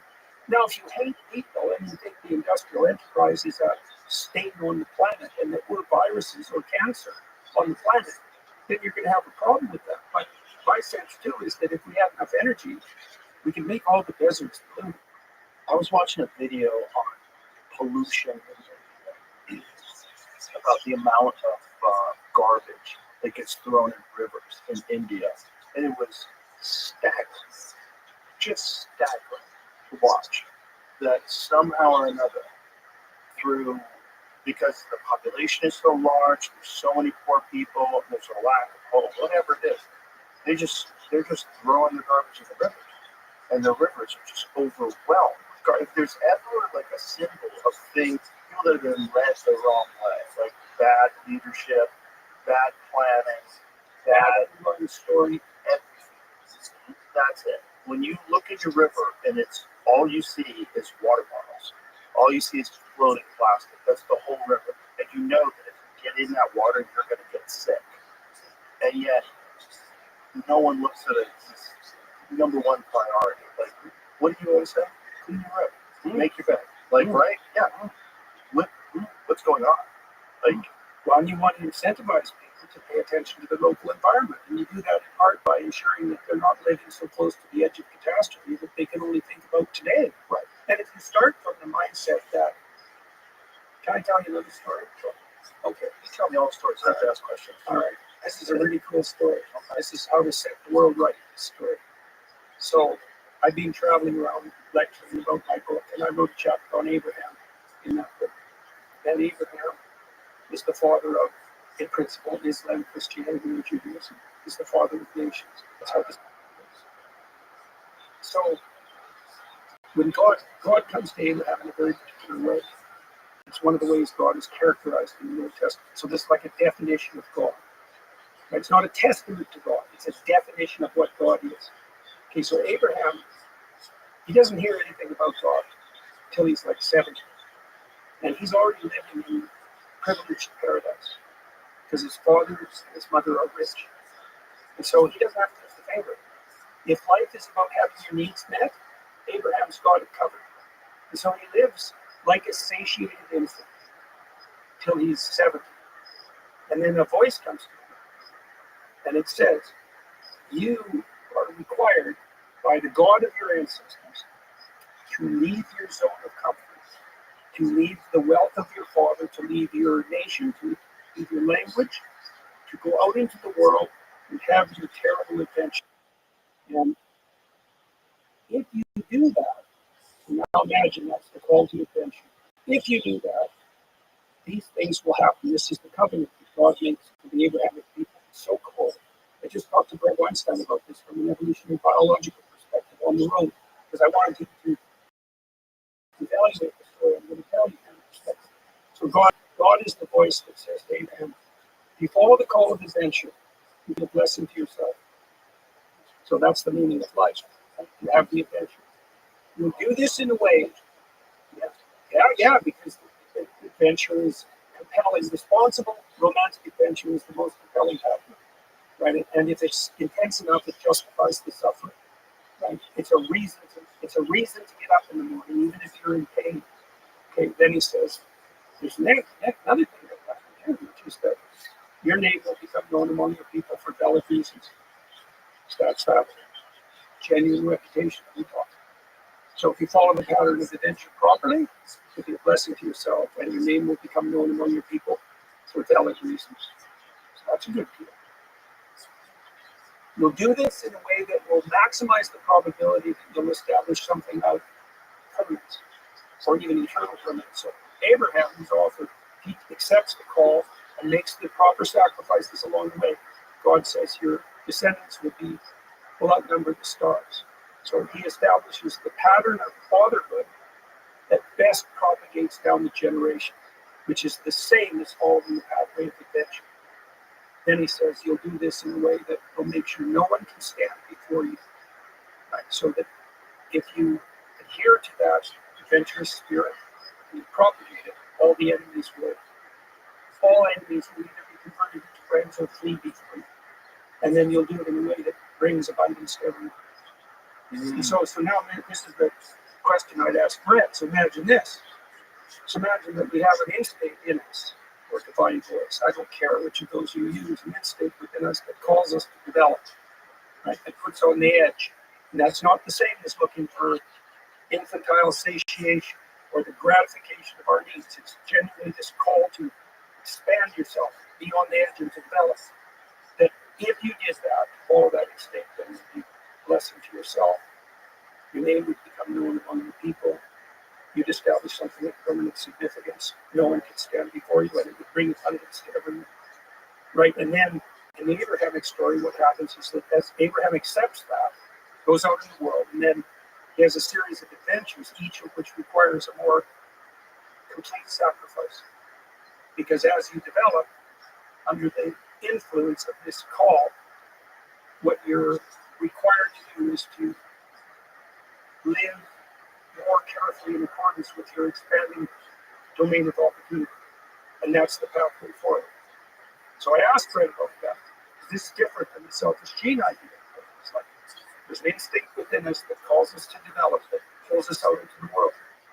And if we follow it religiously and we make the proper sacrifices along the way, then those 5 things will happen around us. And that speaks of a concordance which has to be there. It has to be there between the spirit that develops us and the pathway that brings maximal benefit to the natural and the social world. And I can't see how that can be the case. If we're adapted to the world, that has to be the case. Right? It has to be that if we follow the instinct that would best put us together psychologically, this quest, this adventure, that would also be the spirit that set the world in order. Right? And that spirit, that whole thing, that's what's defined as God in that particular story. That resonates. Well, I can't see the alternative is preposterous. Right? The alternative is that we don't have an instinct developed. Like, that's wrong. You just have to watch your children. That's wrong. You just have to watch yourself and the curiosity that you have and the desire for novelty and for learning. That's there. That's what you follow to make this show. Definitely. And so the alternative is that instinct doesn't exist. That's a stupid theory. Or what brings you into the world is done at the expense of other people in a way that won't enhance your reputation, in a way that has nothing to do with anything permanent. Right? Then it would be sort of you against the world. That would be like a power orientation. You can get your way in the world, but you have to manipulate, you have to lie, you have to use compulsion, you have to use fear. You can't just rely on the quest, say, or your adventure. And I think you can. I think you better. Or else. There's that too. It's interesting. You're talking about tyrants, right? And you're talking about people of extreme power and how that corrupts. And in that case, there's a large percentage of those people that are violating all those things that you said, because they do manipulate and they do rely on. Well, Nietzsche was an advocate of the will to power, right? So you can imagine that there's a variety of potential motivating forces, and one would be hedonic pleasure. That's the golden calf worship, by the way. So that's just short-term hedonism. And that doesn't work. And by work, I mean it doesn't iterate socially. Like if it's all about what some wind in you wants now, first of all, that's not going to serve you well tomorrow. And I don't want to be anywhere near you. Right. Like you're literally an overgrown 2-year-old. Right. And that gets pretty ugly by the time you're 40. So the whole golden calf thing, no, that's just off the table. But isn't it kind of celebrated amongst certain high achievers, particularly in the business world, like that hedonistic, sociopathic drive to constantly get more numbers on the ledger? Yeah, well, I don't know if that's exactly Greed is good. That's Wall Street. Yeah. Right? That's Michael Douglas. Right? Yeah. Greed is good. Yeah, well, okay, let's delve into that for a minute. Yeah. Okay, so I'm not advocating. I know you're not. You can turn to hedonism. You can fall into nihilism. You can turn to hedonism, or you can turn to power. Okay, this Abrahamic covenant is different than power. It's adventure. That's this romantic adventure, actually. Right. That's not the only definition of God in the Old Testament, by the way. There's something deeper than that it refers to. So those are the options. Now you said, don't the achievers, who are stacking up numbers, like they found a way forward to attain status, but they fixated on an element that shouldn't be fundamental. They're not trying to store up the treasure in heaven. They're trying to store up the treasure on earth, and that's better than not doing it. See, this is another thing we need to understand, because I've spent a lot of time, for example, trying to figure out what people are attracted to Andrew Tate. And I know why they're attracted to Andrew Tate. They'd rather be entertained than an incel. And they're right. It's best to give the devil his due. Like if you had to choose between being kind of flabby, unhealthy, resentful, and in your basement, looking at pornography, hating women because all of them reject you all the time, and you deserve it, and you're ineffectual, and the future looks pretty damn gloomy. And then you see Andrew Tate, who's tough and hyper masculine in almost manner that's almost a parody, and wealthy and famous, and apparently has women at his disposal, with a fair bit of stress on the idea of disposal. You think, well, I'd much rather be him than me. That's the incorporation of the shadow from the Jungian perspective. It's like, it's right. And you think about the number of men that are themselves. The thing about men, also, if they get rejected a lot, they associate women with pain, Yeah, and then they get angry at those women because those women cause them pain. Like, it's just very simple equation. Of course, that's how you get a man hater. Or, excuse me, that's how you get a woman hater. Oh, the same can be said for, that's how you get a man hater, right? You associate men with rejection and cruelty. well, and then young men in particular are more likely to be rejected. Young women, they have difficulty finding the ideal man, but they don't face the same degree of universal rejection. So it's hard on them. Well, they're not the pursuers as much. Yeah. Right. Well, and women are the gatekeepers fundamentally of sex. So that's their essential power. That's also the power of chastity. And that's the scary thing about acquiring wealth, is that wealth allows you to bypass the genetic social hierarchy. Yeah, well, I talk to Russell Brand about this a lot. You know, women threw themselves at him. How'd that work out for him? Not great. You know, it threw him into great spiritual confusion. It was empty and hollow, and that's worth knowing. See, because you might say to people who are interested in the shadow figures, and Tate plays that role, the master of women, let's say. Why not do that? Because you need an answer to that. If it's certainly when it's better than being lonely, isolated, bitter, and ineffectual. That's for sure. Well, it's because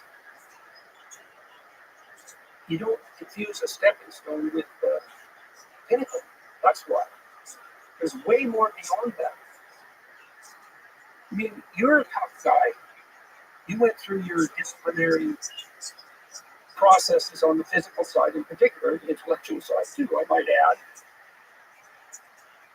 You know, you've got what Tate has to offer, but you're what? You're respectable. Why? Why? I did a completely different background, first of all. And also, my feeling in life is whenever you can be nice. That's like a general. I mean, nice or good? I mean, both. Okay. Nice as well. I get the posturing. I get how it'd be attractive to young men. I get it. If I was a young man, I would certainly be drawn to him, and I was to many fighters. And I accepted a lot of personality flaws in people that I admired as fighters because they were very successful at doing this one insanely difficult thing. Right. That requires a certain amount of narcissism. It requires a certain amount of internal focus. And ironically enough, not at the championship level. Ironically enough, it gets you close, but it doesn't get you to the king. The kings are almost precisely universally disciplined, focused, and kind. They're some of the nice people, the best at the most difficult thing athletically to do. And the most difficult, you're conquering. Why do you think that is? It has to be. Why Most of Musashi wrote about this in the book of 5 Rings. You must have balance in everything in life. If you have imbalance, you can get pretty far because you're so specialized. Right, you're so driven. Yep. But you will fall prey to the balanced man. Yeah, well, that's exactly my You will also recognize characteristics in him that you envy and that you wish you had yourself. Like if you're a narcissist, a sociopath, you know you are, and you can't really be proud of yourself.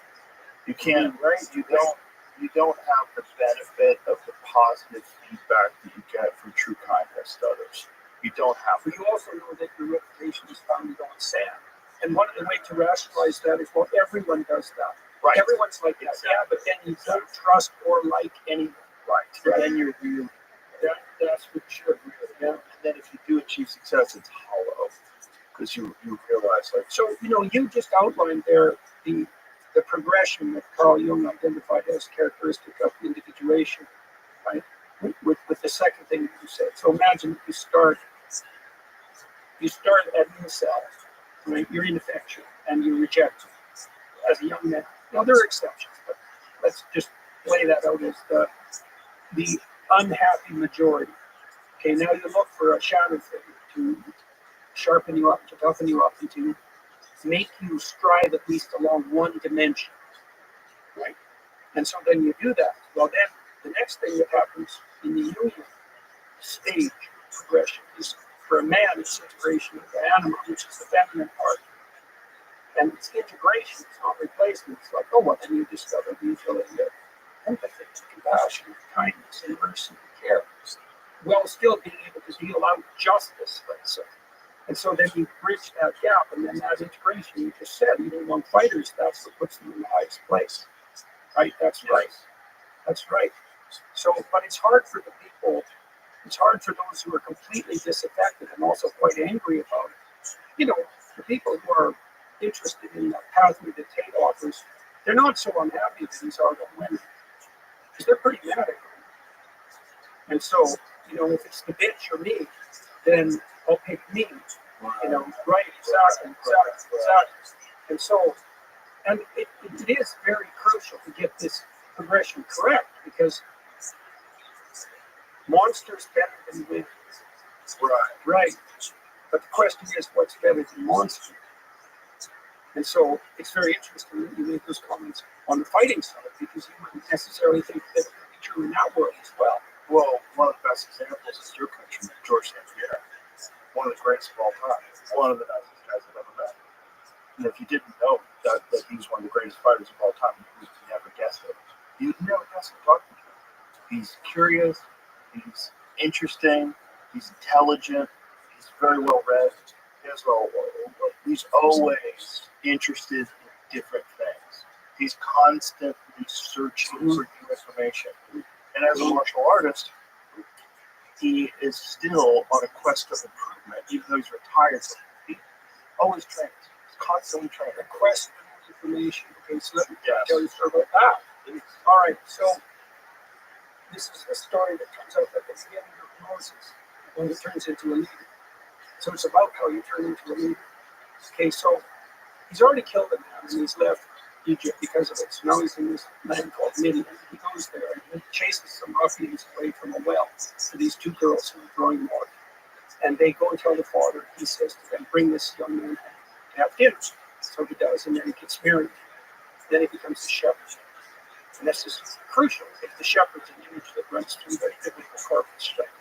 The shepherds at that time lived by themselves in the wilderness on their wits. And they kept the wolves and the lions up there with primitive weapons. So these were tough guys. And they cared for the most vulnerable. So a shepherd is an image of optimized, ordinary masculinity. Take care of yourself, you keep the monsters at bay, and you attend to the most vulnerable. So Moses has got that. He's a shepherd. He's a successful shepherd. So now he's out there one day wandering around Mount Sinai. And Mount Sinai, or Mount Horeb, that's the place where heaven and earth touch. So that's where the messengers of the divine descend to earth. And so he's out there, and something attracts his attention, makes him curious. That's the burning bush. It's not a forest fire. It's not something you can't ignore. It's something alive. So that's a bush. A tree is a symbol of life. And it's burning because things that are alive burn. That's metabolism. An intensification of that, like a psychedelic intensification of that. That's what the burning bush is. And that's what glimmers to Moses. And he steps off the beaten track, right, to investigate what drives his curiosity. So then he goes off the beaten track and he starts to delve deeper into the mysteries of the burning bush. And at some point he realizes he's on sacred ground. He takes off his shoes. That's a symbol of willingness to transform identity. His shoes signify identity. Right? They're part of your costume, your working man's costume. So then he continues to compete with the burning bush. He gets deeper and deeper into something. He makes himself a specialist by following what compels him and delving deeply into it. And when he gets deep enough into it, to the bottom, the voice of eternity speaks to him and says, you're now no longer who you were. You're now a leader. You have to go back to your people. You have to stand up against the tyrant. You have to tell the slaves that they need to leave their tyranny and their slavery and serve me in the wilderness. And you have to do that now. And Moses says, I can't because I can't speak. I'm slow of tongue. And God says, basically, that's your problem. And with me on your side, we can sort that out. Don't you have a brother, Eric? Can't he speak? Like, bring him along for the ride. And so that's when Moses becomes a leader. Right? And so that's the pattern. So ordinary masculinity, those are the dwarves that Snow White serves before she meets the prince by the ordinary master. Right? So, like, and then and those dwarves protect her from the evil queen that wants to suppress her by feeding her a poisoned apple. So Snow White has to learn to serve the ordinary man before she can find a prince. Yeah, something Disney missed completely in the last story. So what's the pattern? Well, you discipline yourself so you become a shepherd. And then you follow what compels you off the path. Then you take it seriously and get to the bottom of it. And then that transforms you. And thus transforms you from face to tyrant. You can specify the property, and you can lead the slaves cross chaos and blood. That's the Red Sea and through the desert. Right? And so you said two things. You said that the good fighters have learned to integrate their civilized side, otherwise they don't get to be great, and that they continue the pathway of self-improvement, right? They continue to pursue what's calling to them. That's another definition of God in the New Testament, what calls to you. That's the burning bush, the spirit of the burning bush is what entices you, what grabs your interest, what attracts your curiosity. And that's identical with biblical claims. That's the same thing as the spirit of adventure. It's the same thing that speaks to Noah. Noah's a good man. And the voice comes to him and says, all hell's broke to great fruits. And he believes his intuition because he's a good man and he can rely on himself. So he makes the ark, right? And he brings his family aboard and culture and nature and reestablishes humanity. That's the pathway for you too. What is your take on, there's a university in Jerusalem that had this theory that the burning bush was the acacia bush. And the acacia bush is rich in DMT. Well, I think that hallucinogens strip memory from perception. So you see the world in all its blazing glory. Huxley figured that out with the doors of perception. That's really that is apparently what psychedelics do psychopharmacologically. They mimic it. They mimic a high-stress condition, and they strip memory from perception so that you can return to the source and revitalize your perceptions. Right? So the probability that there's some overlap between that and the burning bush is high. It's hot, so to speak. Yeah. So I'll tell you one more thing, one more story, okay? If that's all right with you. So something else I figured out that I tried on bread. So imagine you take the hedonistic path, you take the power path, you take the nihilistic path. And then you might say, well, that's the other three options. That's kind of what the postmodernists believe. That's kind of what the nihilists and the Nietzscheans believe. Power, hedonism, nihilism, those are your options. There's no uniting about that. So, in the story of Cain and Abel, two patterns are laid out that are different than that. One is Cain's pattern, one's Abel's pattern. So these are the first two people to live in the world. Right? Adam and Eve were made by God. They're in paradise and were. Cain and Abel are the first two people. So Abel brings his best to the table. So he takes the best animal in his flock, and he takes the best cow and the best part of the cow, and he offers that to God. So he literally brings his best to the table. That's what he sacrifices. And Cain does it. So Cain's sacrifices are rejected by God. And God tells him, if you brought your best to the table, you'd be accepted. And Cain gets bitter and resentful and invites temptation in to possess him. So that spirit of resentment possesses him, and then he becomes murderous. Kills his brother, and his descendants become genocidal, and then you have the flood. And so that pattern of sacrifice is established right at the beginning of the biblical text. Abel versus Cain. Abel brings the best to the table, and that satisfies God. So one question. God actually asks the king complains. Says if you would be accepted, if you would do your best. So that's a question of conscience, right? If you're in extreme misery and your life is hollow and empty and you're bitter and resentful, you bring your best to the table because the covenant proclaims that if you did, you'd be accepted. Yeah, So clearly. okay, so now the question constitutes now you have to sacrifice. So sacrifice becomes the foundation of the state, not power, not sacrifice. And then that motif is played out through the whole Bible, and that's what culminates in the New Testament. Right? Total sacrifice as the foundation of the community. And that's right. And like, I don't know what sense to make out of the metaphysics of the religious realm. That's beyond me. I never will. The world's a strange place, so I leave it at that. But the idea that, see, Christ is the exemplar of voluntary self-sacrifice. Return to power, deviate from his course, faces the worst of all possible deaths, descends to hell itself. That's the pattern of life lived with no reserve. And that's the foundation of the free state. That's right. I tried that on Brett.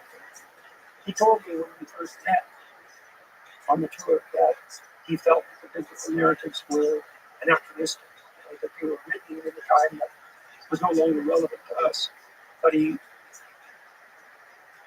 decided by the end of our 3 days together that if you got to the core of the message, it's alive. It's the living spirit. It's a push. And that it's, so here's even the weirder thing. So imagine, it's pretty obvious that Christ is a symbol of voluntary self-sacrifice. I don't think it doesn't really come as a shock anyway. But the weird thing is, we put that symbol at the center of our churches and at the centers of our towns for 2,000 years, not really knowing why. And the reason is that voluntary self-sacrifice is the foundation of the integrated psyche and the stable, productive, and abundant community. And that's right. It's right. And so, well, it's been exciting to have the opportunity over the last 9 months to talk to people like that, because I've talked to about 150,000 people on the lectures. That to me is one of the most fascinating aspects of Christianity, regardless of whether or not you think logically these things took place. Logically, these stories are in a completely accurate depiction of exactly what. If you follow the principles, it's incredibly beneficial to your spiritual life as a person. Like you, Well, that's a kind of interesting proof, isn't it? Yeah. It means that There's truth in it. well, there's certainly the spirit that makes the spirit of truth that makes life more abundant. That's exactly right. These are weird stories because the way they're true is very sophisticated. They're true always. That's different than a story about the past. Like the truest stories, the story of Moses is like the pattern of leadership development that's embedded in the Exodus story. That is how leaders develop, if they're real leaders. And their temptation is power, but that's not their motivation. That's their temptation. Like, that's a very important distinction. And that's always the case with leaders. And if they fall prey to the temptation of power, no matter what their accomplishments, they're not going to complete the task. And so there's a cool element at the end of that story, too. When Moses, just before Moses dies, he picks a scout from each tribe, 12 tribes, and he sends them to Canaan, which is the future. That's a good way of thinking about it. It's the potential place we couldn't reside where everything was worked out, the land of milk and honey. He sends 12 scouts there. And 10 of them come back and say, they tell a true story. Say it's insurmountable, the challenges that lie ahead of us. There's no way we can master this. We should have never crossed the desert. We should have stayed under the thumbs of the tyrants. We should have never tried to do anything for themselves, because now we do. And 2 of them say, no, if we maintain our upward orientation and our covenant, nothing can stand in the way we make the desert split. Moses dies, those 2 scouts, and so do all the Israelites who are convinced by the unfaithful scouts, and the scouts die, and the two people who go on to promised land are Caleb and Joshua. And they lead the Israelites, the faithful Israelites, into promised land. Those are the people who have the courage to confront the future in a faithful effort. Faithful, hopeful, and courageous men. They are the inheritors of the future. Caleb, Joshua. Joshua's name is the same as Christ's name. It's the same name. And that's not true. It's one of those echoes or precursors to the story. Mm.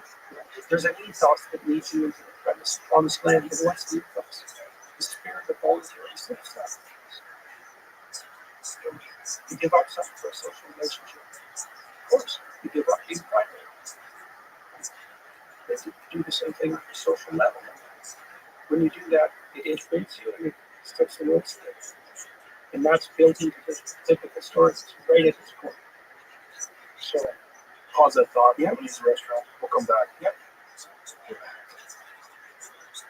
So it's great fun to explain these things to people too, because it sorts them out. Well, it's very fascinating. Yeah, that's for sure. And the fact that these stories have existed for so long is so interesting. Yeah, that's really Yeah, well, they adapted to the contours of our memory and our imagination. yeah. So you find them compelling and they stick to them. So I'm going to tell you what else I'm up to. Well, the first thing I want to do is thank you. So we launched Peterson Academy in September, and we talked about it, and it's been a stunning success. We have 40,000 students. That's amazing. We think we're the most rapidly capitalized. We're one of the most rapidly capitalized companies ever, especially with our degree investment. We run a legal show. We have great professors. We have a great social media site. We educate 10 people. We have 15,000 active users. 10 people were dragging us out. They were causing trouble, Joe.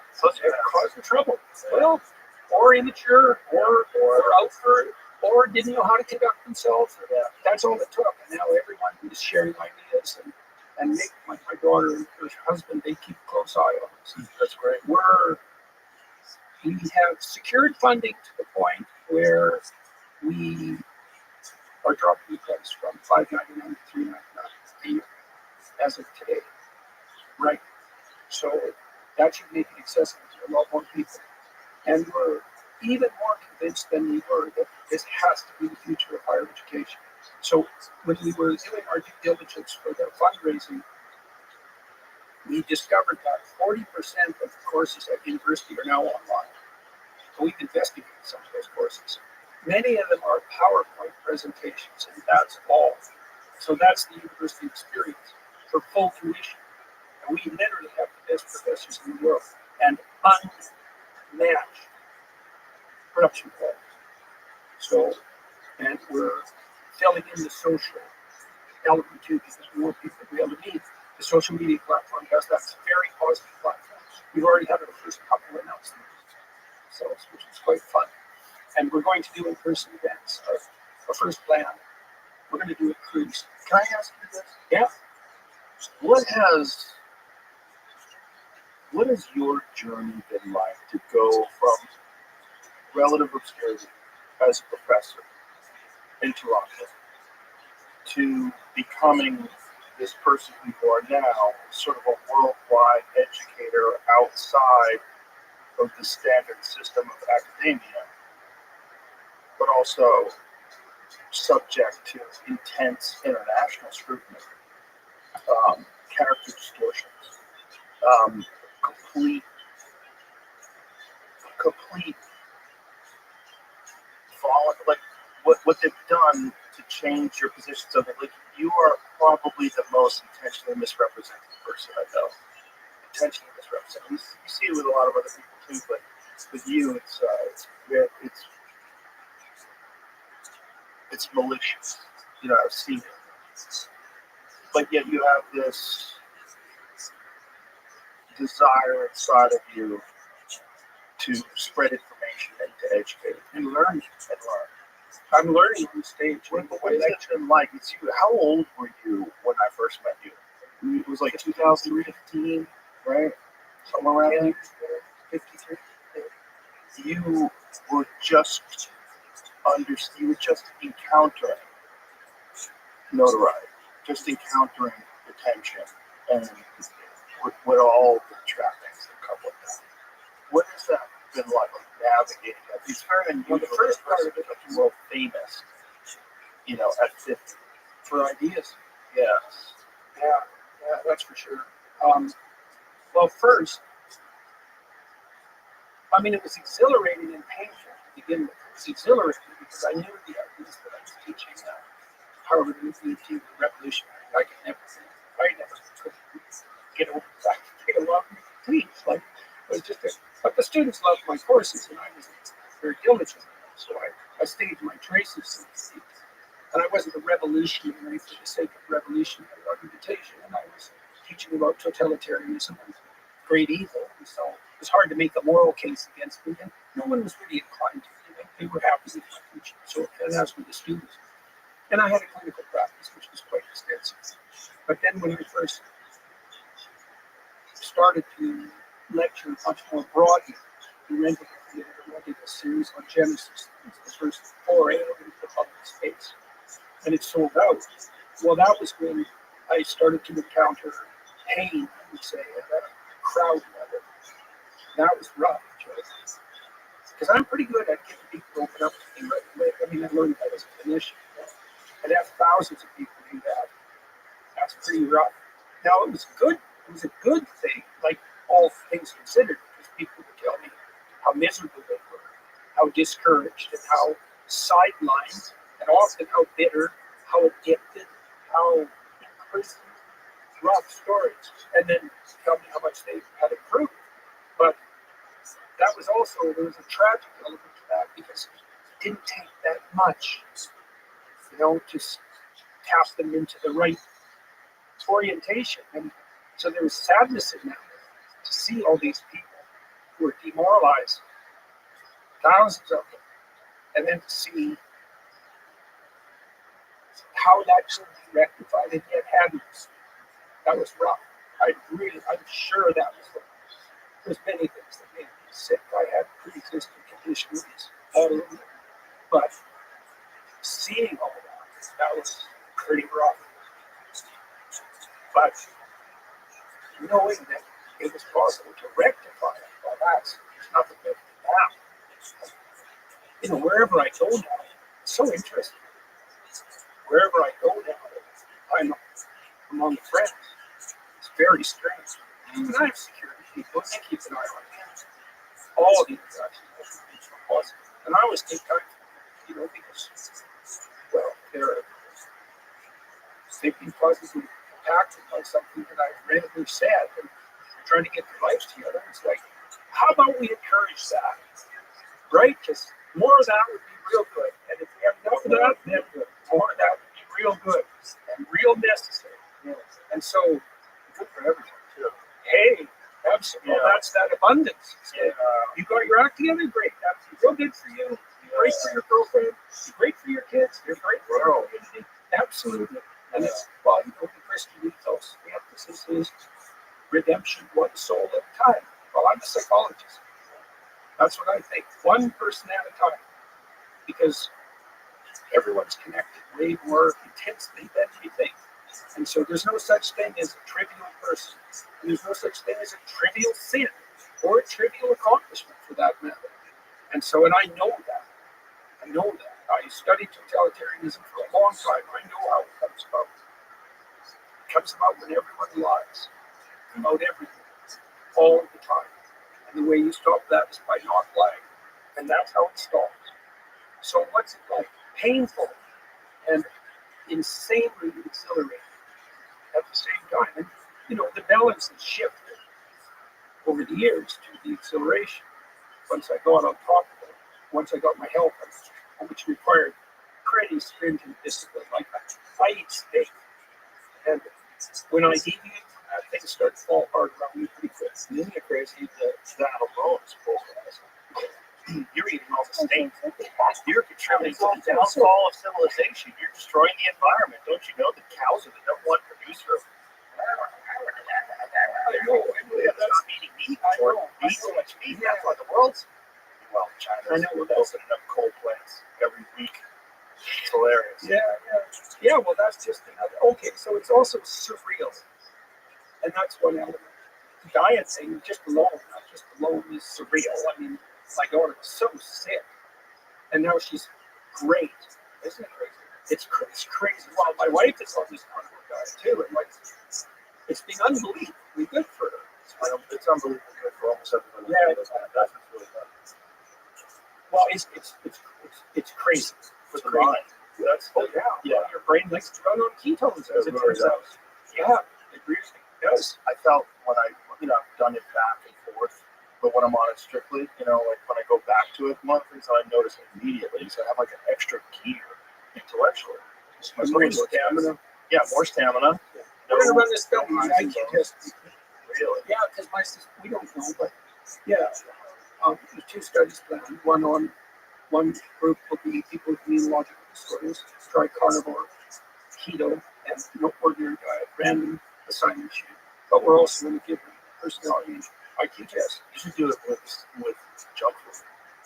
That I'd be fascinated to see people go the right way first and then try junk food. Yeah, sort of like it'd be good to do an ABA design. Remember that?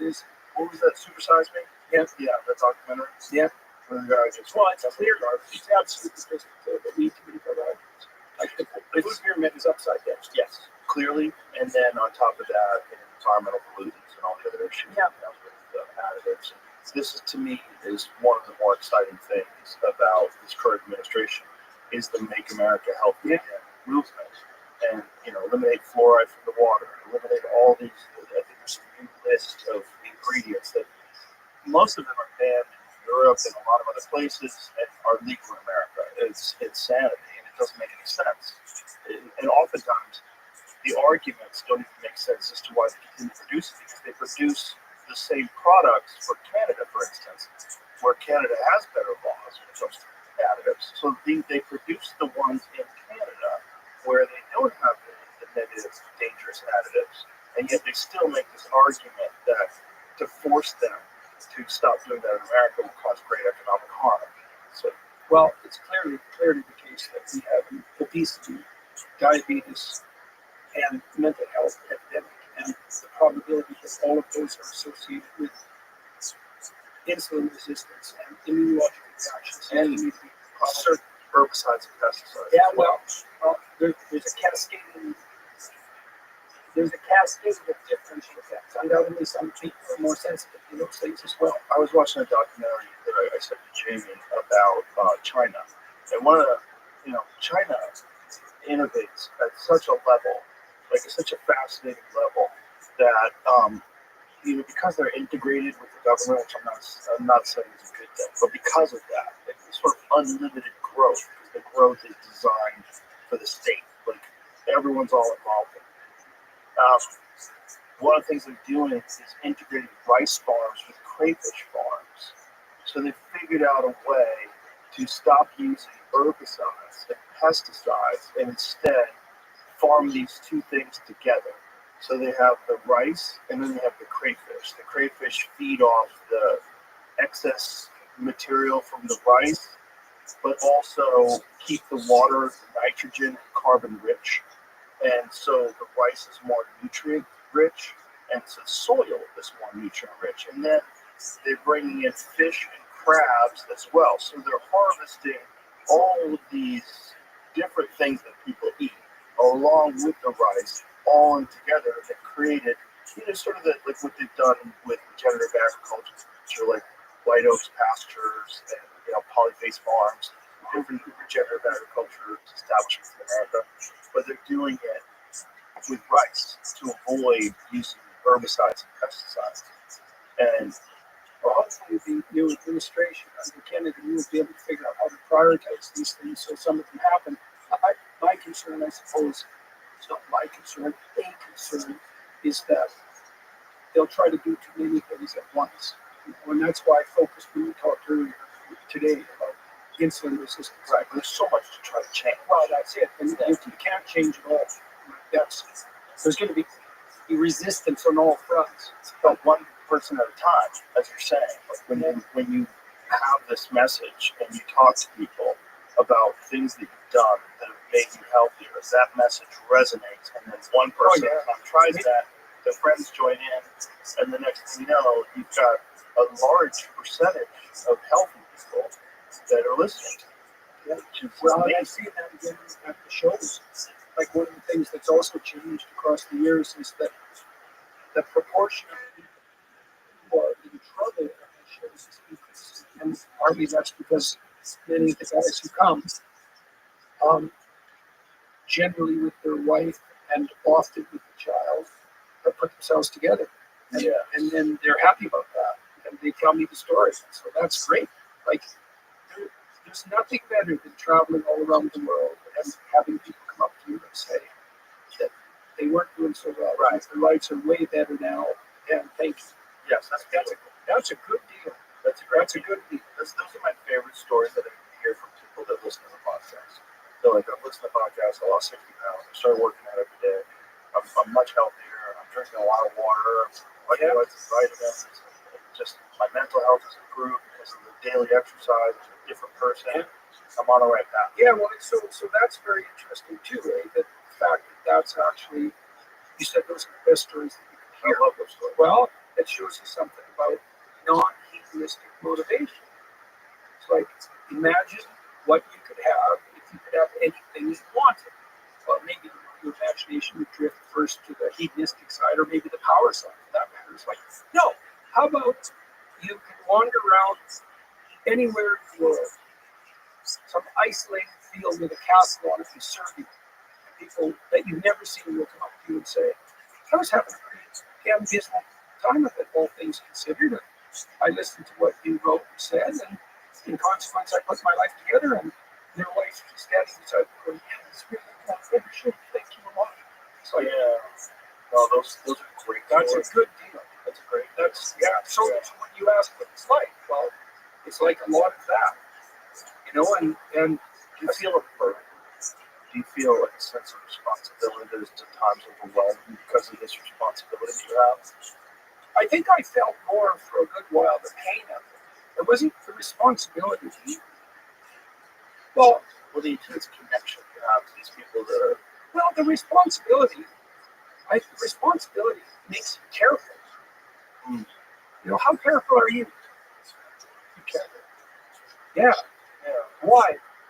Because you have a responsibility. Yeah. But that's okay. Yeah. Well, that's part of that additional sacrifice. Like, Seems natural. Okay. What do you mean? That with the concept of great power comes great responsibility. It just seems right. Well, it has to be the case, right? I mean, as your field of opportunity expands, if your field of responsibility doesn't expand, you will collapse. And you pay a higher price for stability at larger scales of opportunity. Obviously. And so get your act together. And is that a burden? Voluntarily undertaking responsibility isn't a burden. It's an opportunity. Right? That doesn't mean it's not easy, but easy. Like I don't know what easy is. Right. What's easy? Pointless misery? That's not easy. Right. Like you life with no meaning is one of the hardest things. Absolutely. Right. So I guess the reason you pick up your cross and walk uphill is because that's the best thing you can do, all things considered. I mean, that's why Christ says that his burden is light, that his yoke is light. It's like, you're supposed to take up your cross and walk uphill towards death and hell, let's say, but that's light. Okay, why?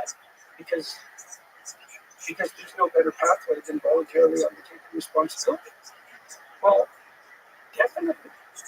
That's psychologically impeccable statement. Like, there's no difference, statistically speaking, between thinking about yourself and being miserable. Self-consciousness. They're the same thing. Right. Which is a giant problem in social media. Right? A terrible problem. It accelerates misery. Yeah, sure. As soon as you're focused on you, the narrow you now, you're self-conscious. You stumble on stage. You can't play your musical instrument. You can't ride a bike. You can't box. Right? You're not in the flow. Why? Because you're not serving the right thing. Like when I go on stage, I remember first of all, I have music at the beginning of my shows. I'm a great musician. Well, I don't play it. It's I have a musician from Cambridge. Yeah. My son sometimes plays for us, which is really fun. So it's not songs. It's just music. Well, Julian plays. He plays country music on the guitar and a couple of his own compositions. So it's been fun to have him along because he's quite good at it. And so that's really great. But the music, the Dave, the guy who plays for me, he starts out playing classical gas. He's kind of like a one-man band. He plays classical guitar, but he's got electronic instruments around him, and he can fill up theater or stadium. He likes huge stadiums, and he ends with Inception on electric guitar, which is pretty hardcore rock, all things considered, and it gets everybody focused. And then when I'm lecturing, I have a question, and I know that's a quest, and it's real, because I pick something important that I would like the answer to, and then I explore that with the audience. And I'm not self-conscious. And the reason for that is it's not about me. It's about trying to answer the question. Well, and even more important, trying to get the damn question right to begin with, right? You've got to get the question right, man. That's the crucial issue. Then the words come to you. What did I figure out? The spirit of your aim is what answers your prayers. There's a brutal idea for you. Right. So if you want to defeat your wife, the spirit of power will tell you what to say. Right. Yeah. Right. There's a terrifying thing to know. So if you aim upward, high up, then the spirit of upward aim reveals itself to you in words. That's right. Your words are content, and that's exactly right. So it's great. Like it's a lot. You know. And it's a lot. Yeah, I had a different journey though. My journey was like a slow drip of fame, which I think is very healthy. It's a good way to do it. Yeah, well, you also hopefully escaped from reputation savagery, right? I mean, I'm not saying completely because people have gone after you, but I got a real flurry of early hate around Bill C-16, which I was 100% right about. You were right. You were a lightning rod. You were the patriarchy. You were the one to point to that was going to reinforce these established norms that are not supportive of the minimalized and marginalized communities. Right? You were cruelty. Right? You were the cruel white man. What did that kind of call you? Mean white man. Which is, by the way, very honest. That's you throwing pejoratives out there like that in a debate. Like that's the thing that I was talking about. Like when someone tries to establish insults and get you on your back, it's offense. It's offense to put you in a defensive position so that you cannot do your best. Oh, yeah, well, it's also to pull the rug out from underneath you, so you collapse your reputation permanently, and that redounds to the person's credit. Also, it's establishing narrative to the audience that's listening to you. Now you have to look at this person under this light. I've done so eloquently, described him as this thing. Yeah. And then he will be defensive about that. Yeah. Because he doesn't, well, I am not. And then look even more like that thing. Yeah. It's a very underrated way of progressing. Which is, luckily, I don't like that. Not only do I not like that, I don't think that's necessary. I don't think it's necessary as the person doing it. I certainly don't think it's necessary to respond to that. I don't think it does anyone any good. I don't think it's good for society as a whole. And it's definitely not good for exploring ideas. And what you do with the second. It's also you're trying to win versus trying to express your perspective with as much clarity and as much thought as possible. You're trying to do your very best to examine these things from a selfless perspective, from a truly objective perspective. Well, it's a truly West perspective, I think. Right? Yeah. So it's not exactly objective. It's more like, because you don't have access to that. But what you can say is, well, I'm genuinely puzzled about this, Yes. and I would genuinely like to search for the answer. Right.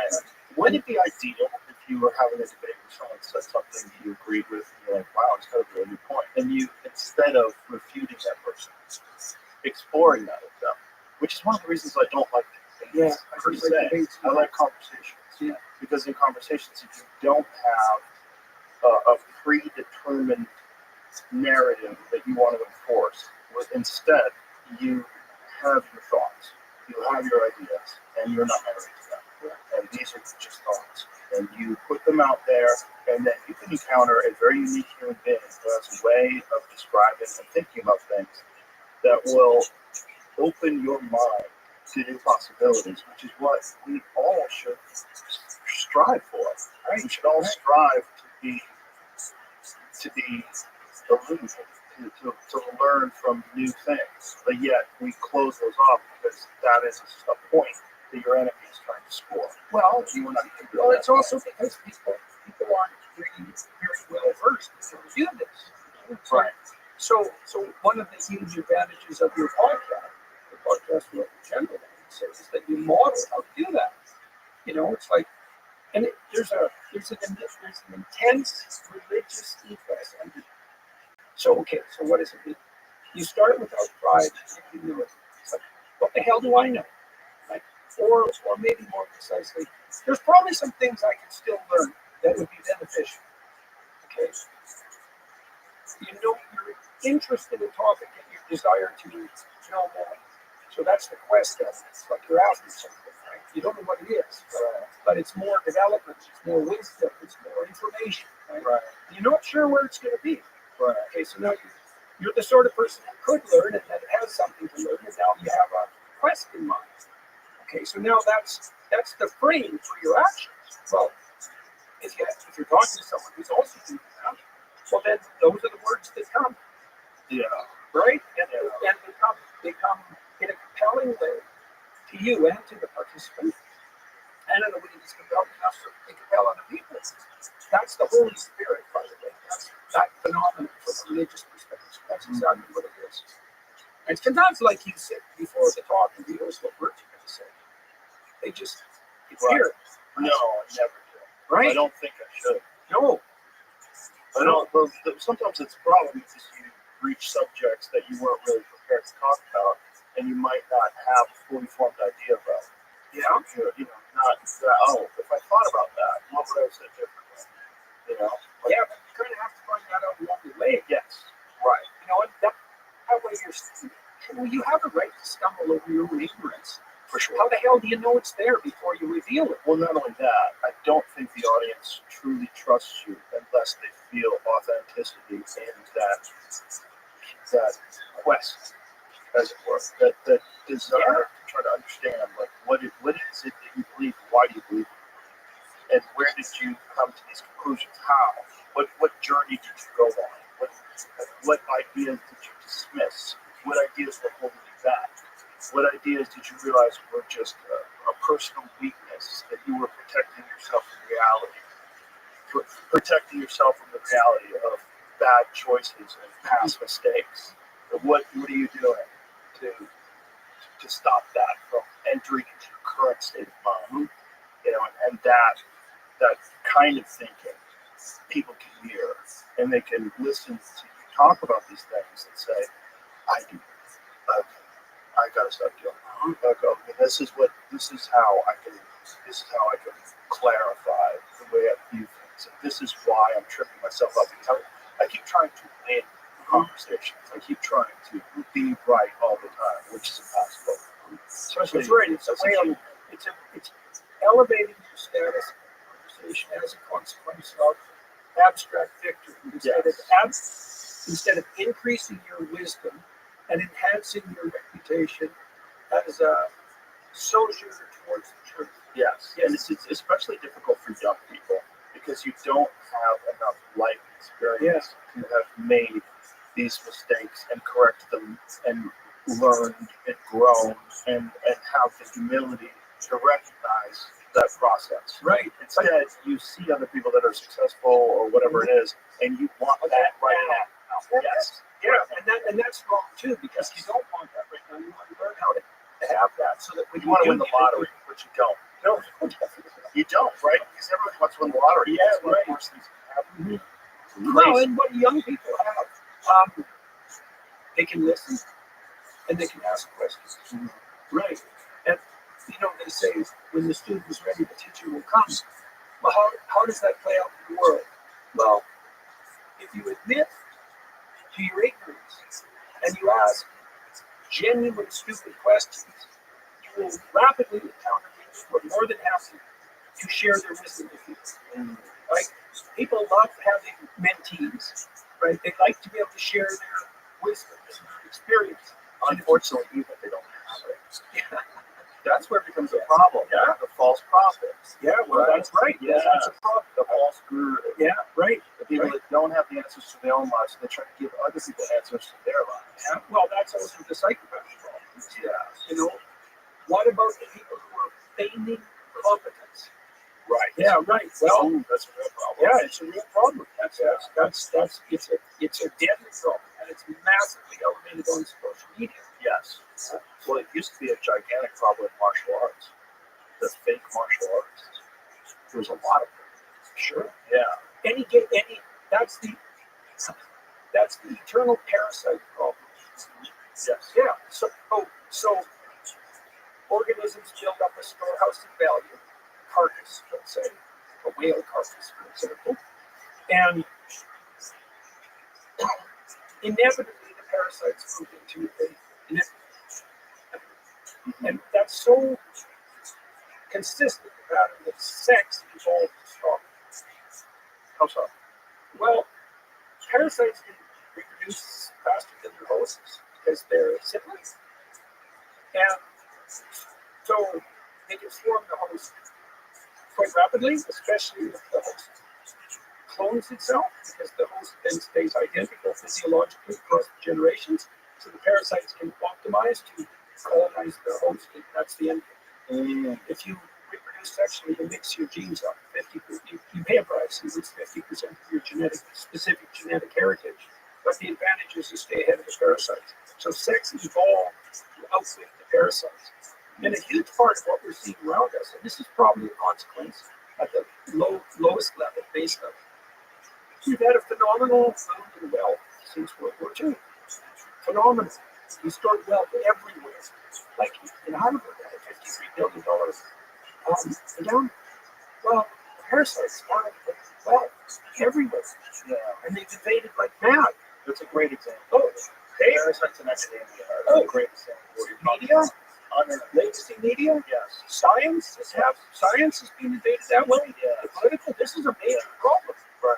And so how do you protect yourself against the parasitical exploiters? Well, you can recognize parasitical behavior, right? When everything gets chalked off to racism and white supremacy, when they start using these pejoratives, they start throwing those around for everything. That's one of the ways you recognize it. Yeah, Oh, that's right. You're a parasite. You're not really doing science. You're not really doing academics. Well, one of the hallmarks of identification from the clinical literature for the cluster B types, so they have a parasitical element, histrionic, narcissist, psychopathic, criminal. That's cluster B. They use false claims of victimization and manipulate. Yes. And so this is a particular pernicious pathway because they parasitize empathy. Right. And the left is unbelievably susceptible to that because the left is full of empathic people. Right. And so those who parasitize empathy have a field day on the left. Right. Because the left is generally thought to be more educated, more compassionate, kinder, looking out for marginalized people. That's part of the ethics. The ethic is pretty straightforward. Anything that cries is a baby. It's like, no, some things that cry are monsters. Right. Well, let's take the case of Nicola Sturgeon, the Scottish Prime Minister, the Scottish Prime Minister. Any man who wants to be a woman Okay. Any man. You mean any man? Yeah. Have you encountered the nightmare men? Oh, they don't exist. They're all different. You just bloody well wait till you encounter one.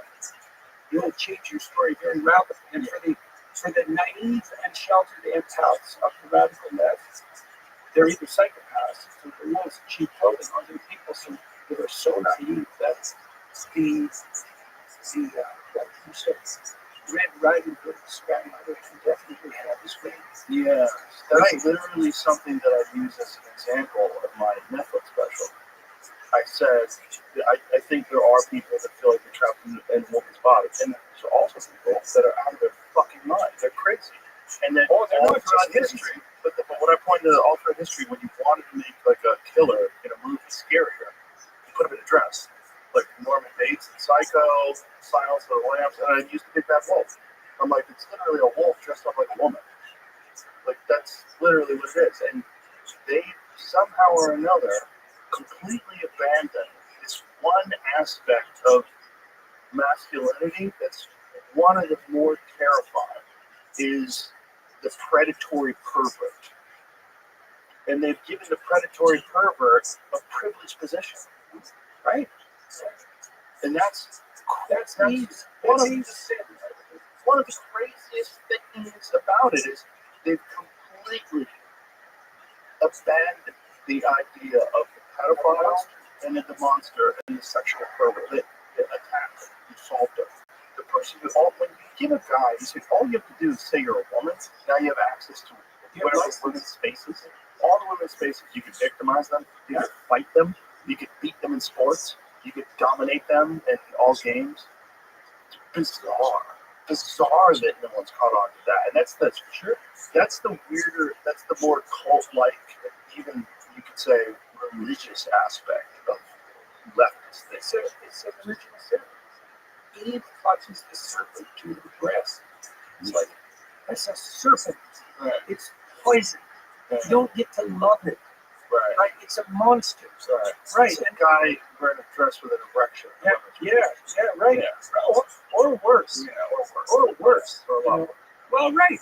And there are no shortage of naive people who never really encountered a monster and have no imagination for it. But there's also people that are willing to justify the monster's behavior because the monster's a part of a protected class now. Yeah, well, that's part of that. That's right. The cluster B types use population victimization to parasitize. That's part of their clinical pathology. And for me, I get to do anything. And they're so common. That's what's really crazy. And why is it that academia is overwhelmed by people like this? Is it because it's vulnerable to parasites? Sure, why not? It was a storehouse of unguarded value. Without any religious principles. Well, also, there's that too. And with no real gatekeepers. Right. But the parasite problem is a very deep problem. So I can even give you an example of that. This is a hard one, but I'll try. In the Pinocchio movie, this also happens in Jonah, the story of Jonah. Remember, the whale. It's like, what the hell? There's no explanation for that in the story. It's like he's out looking for Pinocchio, and now he's in a whale. Well, a whale is a giant carcass. Right? And so if something dies, its spirit is then embedded in the carcass. That's why Pinocchio has to go into the belly of the whale to free Geppetto and finish his transformation. When things deteriorate, right? You have these carcasses lying around with their dead spirits. The spirit of what gave rise to them is still inside them. And the job is to go into the carcass and to revitalize the spirit that produced it and not to parasitize it. Right. Boy, I don't know how you got that out of Pinocchio and a whale. Well, I try to follow you on this one. I'm like, wow. Geppetto ends up languishing in the whale. Right? So imagine that there's a spirit in universities that gave rise to these great storehouses of value. And that spirit is disintegrated. And now it's inside the storehouse. That's a good way to think about it. It's inside the storehouse. Your job as someone who wants to become real is to go into the storehouses of value that have been bequeathed to us by the past and to discover and revitalize the spirit that gave rise to them, not to parasitize them. And when it's parasitized, They strip them to their bones, and there's nothing left. and they do it obviously, right? There's plagiarism, there's all these different, and all that All stuff. scientific papers. Yeah, and all that stuff gets all that gets swept under the rug because the people that are doing it are part of the protected class. Yeah. So they protect the parasites. But this is Yeah. farmland free. Yeah. Like, don't. Yeah. Yeah. This is my baby. Like the woman from Harvard who fired them, but they gave her a It, job. it could also be doing, might get trouble for this too. Let's go. Well, because women are more agreeable, they're more prone to manipulation by psychopaths because their primary ethos is nurturing. Yeah. For a naive woman, every victim is a baby. It's like, fine, 90% of them are victims. You can even say that about criminals. You go to a run-of-the-mill prison, and there's going to be people in there, and you heard their lives and think, oh my God, no wonder. Right. And then there's another core group that's like, oh, I see who you are. You're if I saw inside your skull for 5 seconds, I'd have post-traumatic stress disorder. I'm never recovering. Like, those people don't exist. It's like, oh, yes, they exist. Yeah. They exist. Yeah, and they're very good at crying like infants. Yeah. Right. And then the mothers, the naive mothers, come flooding out. The women dominate the universities from the 1960s onward. And it's like, in come the parasites. And they're enabled. One of the fascinating things to me is when parasites are confronted and they laugh. Like one of the things about academic parasites, when you challenge the belief, Yes, contempt. you don't know what you're talking about. I saw this with the anti-Semitism on campus thing when these women were confronted by these statements like "death to the Jews" on campus, whether or not this is hate speech. And I saw it with I believe it was Josh Howley was the woman was saying some women can give birth and some men can give birth as well. Some men have period. Like this kind of like I guess this line of questioning is very transphobic and opens people up to violence. Right. With a laugh and a smile, a diminishing of your position by mockery, contempt. Yeah. What they're saying doesn't make any fucking sense to anybody rational. But they're so embedded in this system that they really believe that they have the kind of control over Congress that they have over their classmates. This is like standard behavior for them, mocking and dismissing other ideas that counter to theirs. Right. Well, and there's plenty of reward for that disseminated in the universities. Yes. And so that's part of their. How do you fix that? Or can you? Nah. No, I'm dead serious. Look, it's not like I'm thrilled about the fact that Harvard is having a war with Donald Trump, and I'm less thrilled with the fact that I hope Donald Trump wins. I worked at Harvard. It was a great place. I'm not happy at all that these institutions have become what they've become. And if I could see a way forward to revitalizing them, then, but what are you going to do? Like, the administration took over the universities and parasitized the tuition fees and the tax dollars. Then the woke mob parasitized the administration. And here we are. And what are you going to do about that? All these tenured professors who are progressive, and they're way less progressive than the administrators. You going to fix that? How? Even in principle, I don't see it how. Well, so what we decided to do, we've been working on this for 10 years. It's like, well, what do universities do? Well, they educate, they offer lectures, they have a place where people can congregate. They help people mature, they explain the world, they encourage people to aim up, they teach people to write. My son runs this essay app. We're trying to teach kids to write. We're integrating that with Peterson Academy so they can learn to think. Like, that's our solution. Yeah. The world's pretty dynamic place. It's working real well at the moment.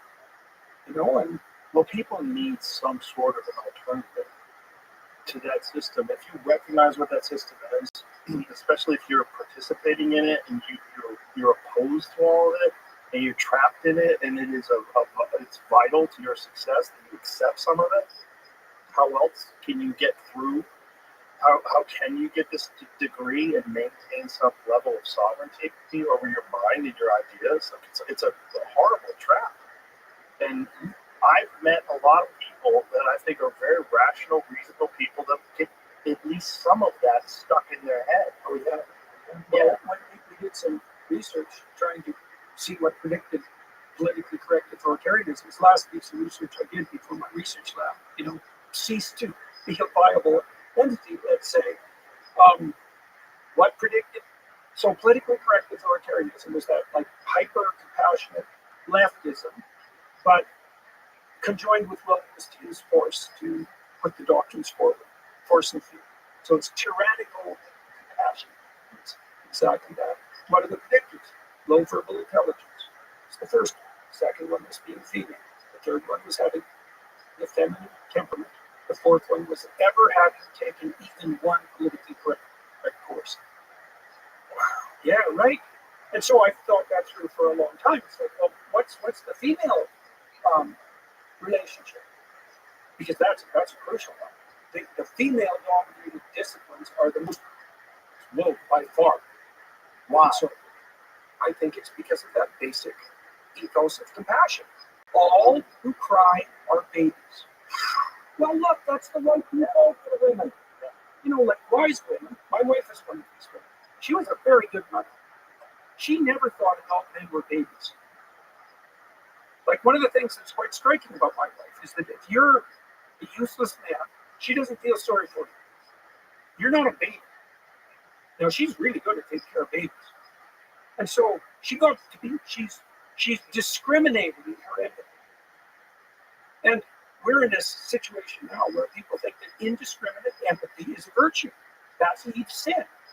See, Eve wants to put the feminine ethos at the top of the hierarchy of value. That replaces God, right? And that causes the fall. And then Adam, he's such a cock. That's exactly it. Is that he goes along with her, he doesn't stop and tell her that maybe she shouldn't be listening to poisonous serpents. He doesn't. He consumes with her what she delivers so that she'll be his friend, because you know how useful men like that are. And then when the fall happens, he complains to God that God made Eve and cursed him with it. That's the story. So it's not just women, and we got to get this straight. Women with their drive towards indiscriminate compassion, so that even the serpents are their children. It's men too who won't say. They always say yes, whatever you want. Yes, weak men, who enable who don't help the women set boundaries. Now, you got to do that as a man. Like when you and your wife have a baby, for the first 9 months, every time the baby cries, it's right. And you respond to a baby's cries as if it's right 100% of the time. Because human infants are so dependent and utterly unable to fend for themselves. So that sets up a very powerful feminine dynamic. It's like, if it cries, take care of it. Okay, so what are the men for? It's like, if it cries, take care of it. Except that. That's a false cry. And you see that with kids. They'll start playing with that by the time they're 9 or 10 months old, right? Yes, of course. And so you differentiate. It's like, oh no, that's not a baby. That's a snake. Well, are you sure it's not a baby? It's like, no, snake, for sure. Snake, poison snake. Okay. Right. Well, I'm feeling pretty sorry for it. It's like, save your compassion for the truly needy and leave the snakes to me. Like, and Adam doesn't do that. Is it a function of a society that's almost, I don't want to say too successful and empathetic, and there's too much abundance that you have more of this crime? Look, no, but you have more parasitic behavior. Why? Well, everyone's got pretty comfortable because we've been in a high trust society for a long time. It's like, oh, everybody's trustworthy. It's like, no, a few people in a few countries are trustworthy most of the time, and that's really hard. Right. And there's stringent preconditions. Right. So everyone's trustworthy. And now there's all these piles of wealth lying around everywhere. So, parasite dream, especially when it's unguarded. And so it's enabled by the women and unguarded by the men. And both are at fault, right? And that you see that in the Genesis account too. It's like Eve clutches the serpent to her breast, but Adam fails to help her distinguish. Plenty of these parts of men as well. Oh yeah, they're the worst. They're the worst. Men cry victim and look for sympathy from women. There was a famous mass murderer, a serial killer who did that. That the lawyer, Ted Bundy. You know what his trick was? He had a VW, if I remember correctly.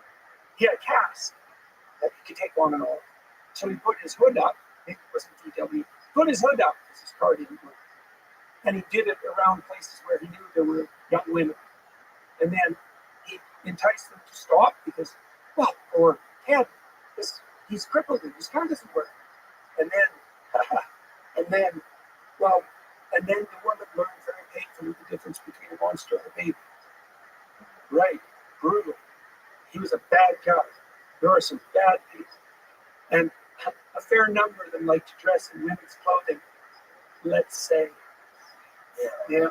That's really uncomfortable for people if they have this idea that's embedded in their consciousness about what's going on. To accept that. Of course, it's in fact accepting that when that reality is thrust upon you unawares, you develop post-traumatic stress disorder, right? Because it's naive people who encounter malevolence develop PTSD.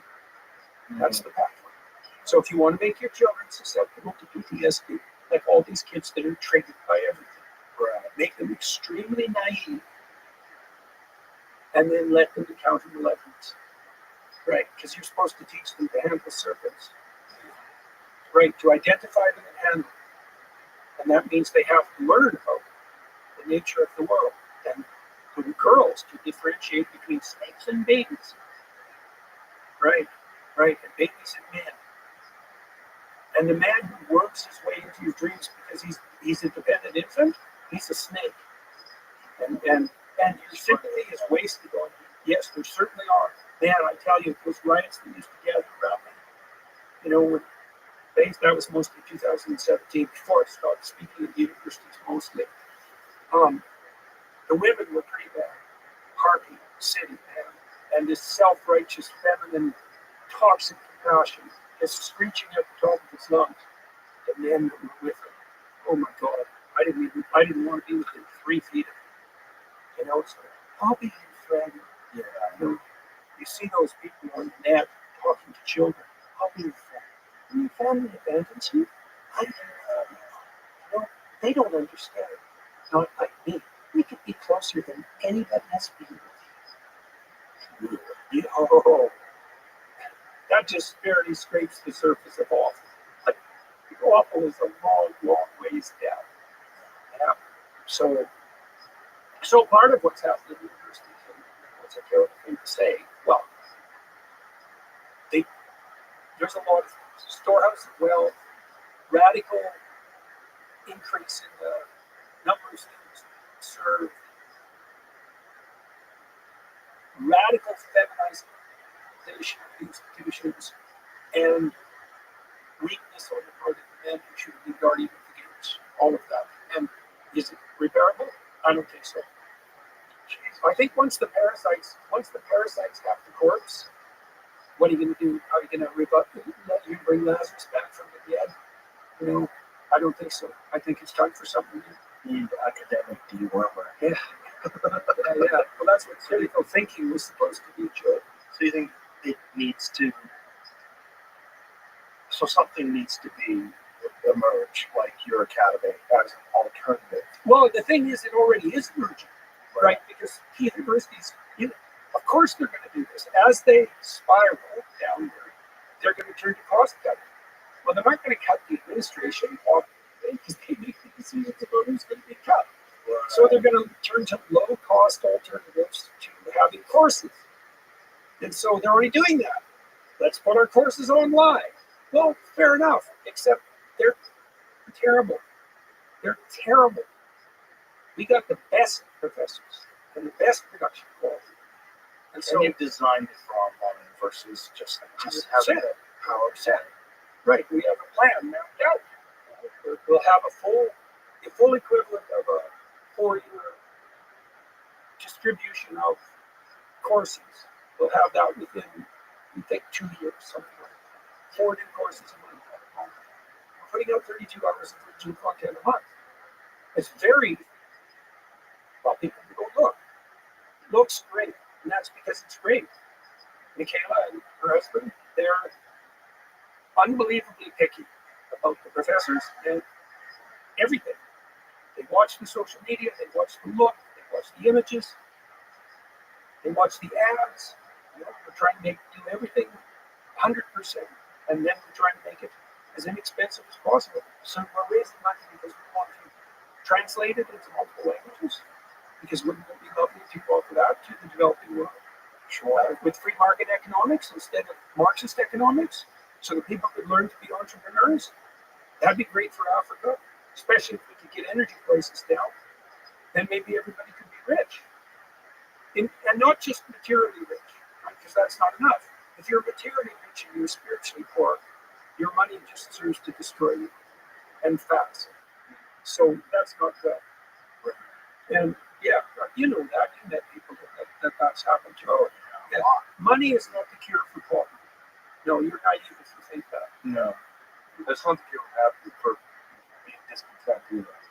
But it does offer you freedom if you use it correctly. And opportunity. And opportunity. So it gives you some relief from stress, which could give you some kind of happiness. But it's not the goal. No. Well, it has to be put in. It has to be put in an ethical framework where you just look. Money's opportunity. That's what you're thinking about it. And if you're going to the devil, you have money. You just go to the devil fast. I saw that lots of times. And maybe if you're aiming upward, then money can be a force multiplier. And it can be. You can make it good. You can establish a solid institution that provides mentorship and opportunity for people. And actually, that's the most fun. It's by far the most fun to do that. To make something of genuine value. Yeah. Why would you do that? Only if you were cynical and unable. Why not make something that works? That's much more entertaining, all things considered. And so we're trying to do this with art, and it's going real well, And you were very helpful there, Jim.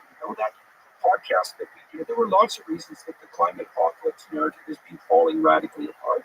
But that podcast that you and I did was definitely one of them. And I've interviewed a lot of good scientists who, they're not climate skeptics. That's a stupid term. And Lomberg's a good example of that. It is climate denier. Yeah, it's right up there with the vaccine. That's such a manipulative phrase. Yeah, it's like, you're like the Nazis who object to Jews being baked. That's your argument, is it? Really? That's your argument, scumrat. You're going to use that as a moral lever. That's your level of ethos. That's your argumentation. You're going to take the worst slur you can possibly imagine, and you're going to use it to devastate someone's reputation publicly, because you don't have a leg to stand on, because you're the kind of tyrant who uses fear to monger power. That's you. There's a psychological interpretation of the climate apocalypse scandal, and it's killing. It's destroying Germany. It's destroying the UK. Didn't they shut down a bunch of the nuclear plants? Yeah, and they replaced them with late night coal. Right, the dirtiest burning coal. So they're in a situation where they pollute more for more unstable energy that's delivered by tyrants. Well, outsourcing their industry to China is a very bad idea, right? Who's building coal plants at a rate that is so fast that everything the West does to ameliorate carbon is utterly irrelevant.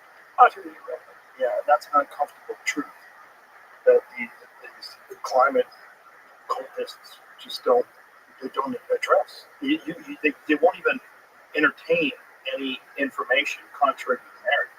They won't even let it in. Of course not, because it upsets the game. Well, yeah, most of the people that are involved in the game don't even understand understand what's really not just at stake, but the actual facts that they're arguing for. Well, Carney's a good example. He was in Canada to return to that. You know, It seems like he's the polls certainly indicate that, yeah. and maybe with a majority government. And I can see why. Like Canadians were accustomed to having everything go pretty well, and we can be morally superior to you Americans because that was also fun. And I will never forego that opportunity. And Trump has provided it in spades in the last month. So we look at Carney, and we don't pay any attention to politics, and we certainly don't read his goddamn book.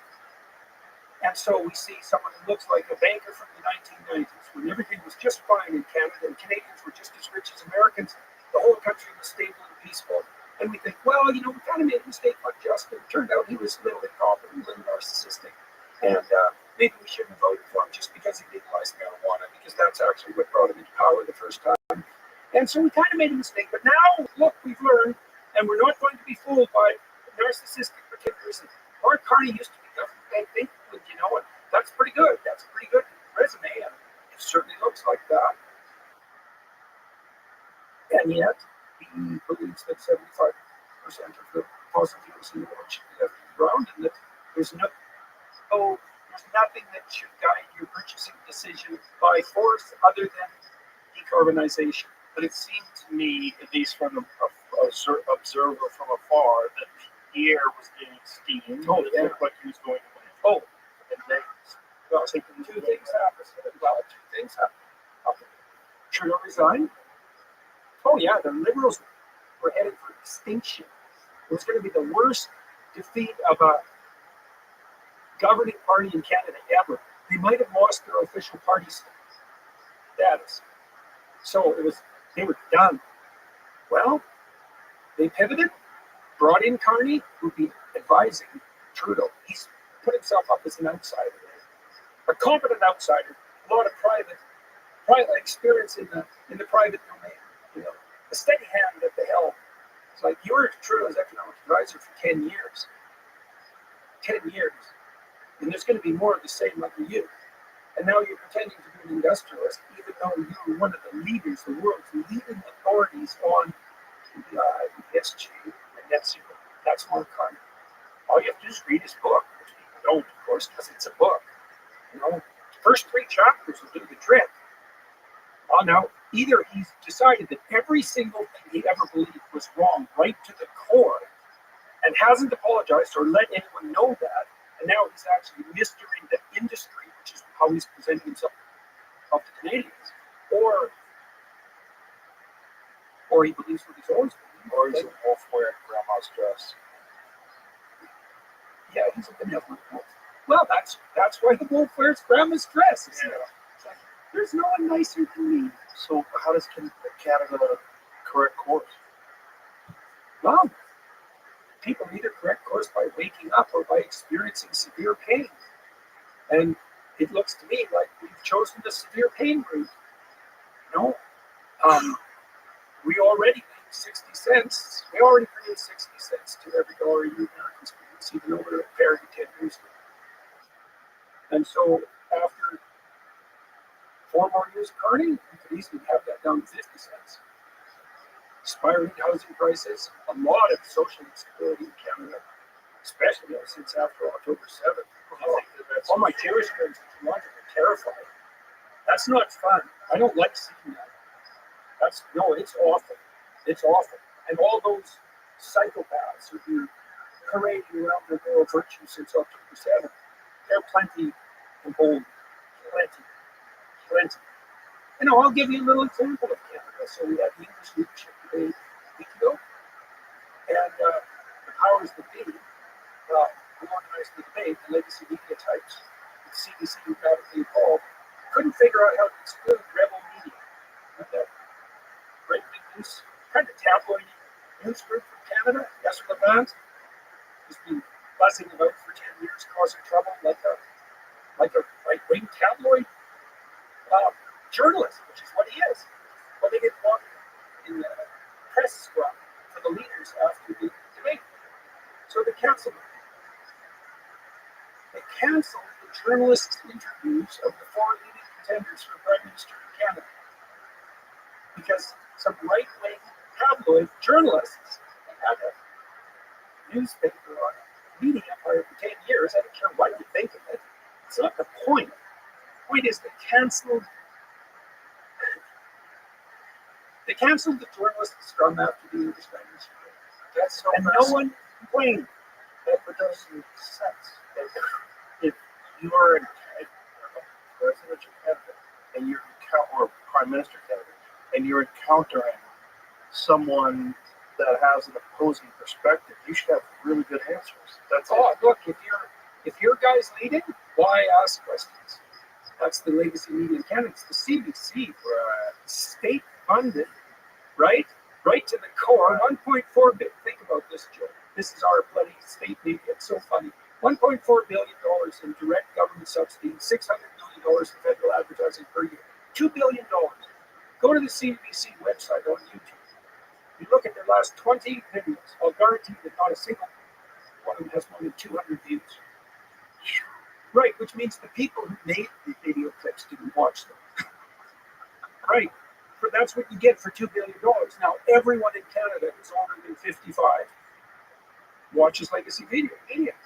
Right. And Polyev said he got the CBC. So you can imagine they're not exactly government positive. I watched the debate where he kept getting talked over. Yeah. Jagmeet Singh. He's such fun with his pink turban. Yeah. He's such a fashion icon. Luckily, he's going to lose his own seat, and his party is going to be devastated. That's the socialists. They're going to be devastated so badly that they won't have official party status. But it's incredible to watch that in Canada, where I've always thought that at least your discourse is much more polite. Yeah, was. Yeah. There's There's a lot of mocking up to do in Canada. Well, in our country, and you know, the man who started the Reform Party in Canada, so that was populist then of the Conservative movement 20 years ago, maybe a little longer, eventually reunited with the Conservatives. Ernest Manning, or Preston Manning, son of an Alberta premier of Alberta for like 40 years, he wrote an article in the Globe and Mail, which was it's the Canadian liberal establishment newspaper. And I mean liberal by classic, old school, small L liberal, centrist sort of newspaper, saying that Manitoba, Alberta, and Saskatchewan should have an immediate constitutional convention immediately on Carney's ascension to the throne. Quebec doesn't want pipelines traversing its territory. And Quebec, I don't know if you noticed this, but one of the participants in the debate was a Canadian separatist. We literally have a Canadian federal party. Federal. Localized in Quebec, whose stated intent is to break up the country. Hasn't that always been the case with Quebec, though? For a good while, it was provincial. Right? I mean, they had a provincial party, like a state party, right? Okay, fair enough. Have your state separatist party. It's for your state. Oh, no. We want to have a national party. We want to be represented in the House of Commons as separatists. Yeah, so the country's in. It's very sad. And I was hoping they could be the 51st state. Well, that's what happened. So two things. Yes. That was the big one. Carney showed up just in the nick of time to save the burning damsel from the train tracks or whatever the hell it is. And then Trump. He just timed it so bad. And he didn't know. What would it be? He didn't know. But that's also. How do you not know that people have national pride? Yeah, he knew that. He didn't know what the electoral consequences would be. He didn't know that would shift them to the liberals so bad. And he's going to pay for that because once Carney is elected, if that happens, Trump will not have a more seasoned enemy in place. Right? Carney's very well connected. Very. Especially in Europe and the UK. Very well. So, and In Europe and the UK is a mess. yeah, it's a mess. Oh, that's for sure. We've highlighted all the arrests in the UK over social media posts, and most people have no idea. Constantine Kissing is great. Yeah. Explaining all that to people. It's so funny when he compares it to Russia. Yeah. He says how many people got arrested in Russia. How many people think got arrested in the UK? Most people think, oh my God, right? No, of miles. Yeah. What? Oh, yeah, it's unbelievable. Videos Well, and you all just see over this. the internet You about just see this everywhere. So they've implemented these 20-mile-an-hour speed limits everywhere. And so, 20 miles an hour. yeah, because Joe, That's a bike. you don't really need a car. Like, what are you doing that's so important that you need a car? Like, if I have to go to a climate meeting, well, I need a car. But peasants, they don't really need cars. They don't need heat either. Not that much. Maybe they can stop grandma from freezing. One of the fascinating things about Bernie Sanders and his anti-oligarch tour is they're doing it on private jets. Yeah, exactly. So we were in the UK not long ago for this art conference, and we rented a truck. And whenever it went over 20 miles an hour, it beeped that, just like seatbelt things. And then if you go more than 2 miles an hour of the speed limit and you get caught, then that knocks 1/3 of your license off. If you do that 3 times, you don't have a license for the year. Beep, beep, beep, beep. Climate knocking. Climate knocking. Yeah. And you can tell tyrants, Joe, they use fear and compulsion, and they hate Canadians and cars. Right. There's tyrant checklist. Hates cars. Check. No sense of humor. Check. Uses fear. Check. Uses force. Check. Psychopath. Right. I hate to end this on a deep note. But let's end it on a positive note. Okay. So what's positive? Young people are flocking back to churches across the West, and more to the conservative churches. And the only thing we have to buttress us into the future against the Islamists and the Marxists and the nihilists and the atheists is our return to our core traditions. Without that, we're done. And so that's happening, and in big numbers. And so that's really quite something. The back has been broken of the climate apocalypse narrative. There's plenty of mopping up to do, but half the people know that there's something wrong in the state of Denmark, and that particular apocalypse is probably not worth giving up all your freedoms for. We've seen a lot of progress on the art front. Like a lot of the things that we've been putting forward, better story. That's a return to the foundations of Western civilization, made of our society the sort of place that dispossessed people will go to voluntarily, right? There's lots of people who are starting to understand that that's seriously worth preserving, right? Energy executives are waking up, as far as I can see, to the fact that they could help the world's poor in a serious way. And if they want to moralize, that would be it. If they want to act morally, that would be a good place to start. There's lots of people who are working to produce abundance. Your country, the US, you guys are unbelievable. Way better than any other country. And you generally deliver in times of crisis. And you might just do that again. And so, and then I would say underneath all that, you said you're pretty happy to encourage people. You're very happy your show is being helpful to people. And there's lots of people who are consciously trying to be up, and more of them all the time. And if enough people do that, we won't need to learn through pain. And we can bring abundance everywhere in the world, and we can make the next 50 years an unparalleled success. And we need the faith and courage of Joshua and Caleb to do that. Of course, the future is full of giants and disasters. But if we aim up and we speak the words of truth that make good order out of chaos, then anything's possible. Right.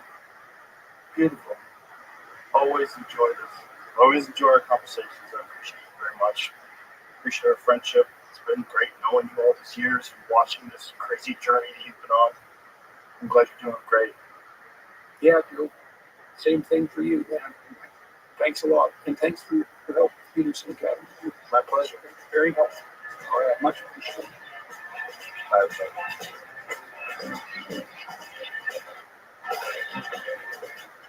Bye.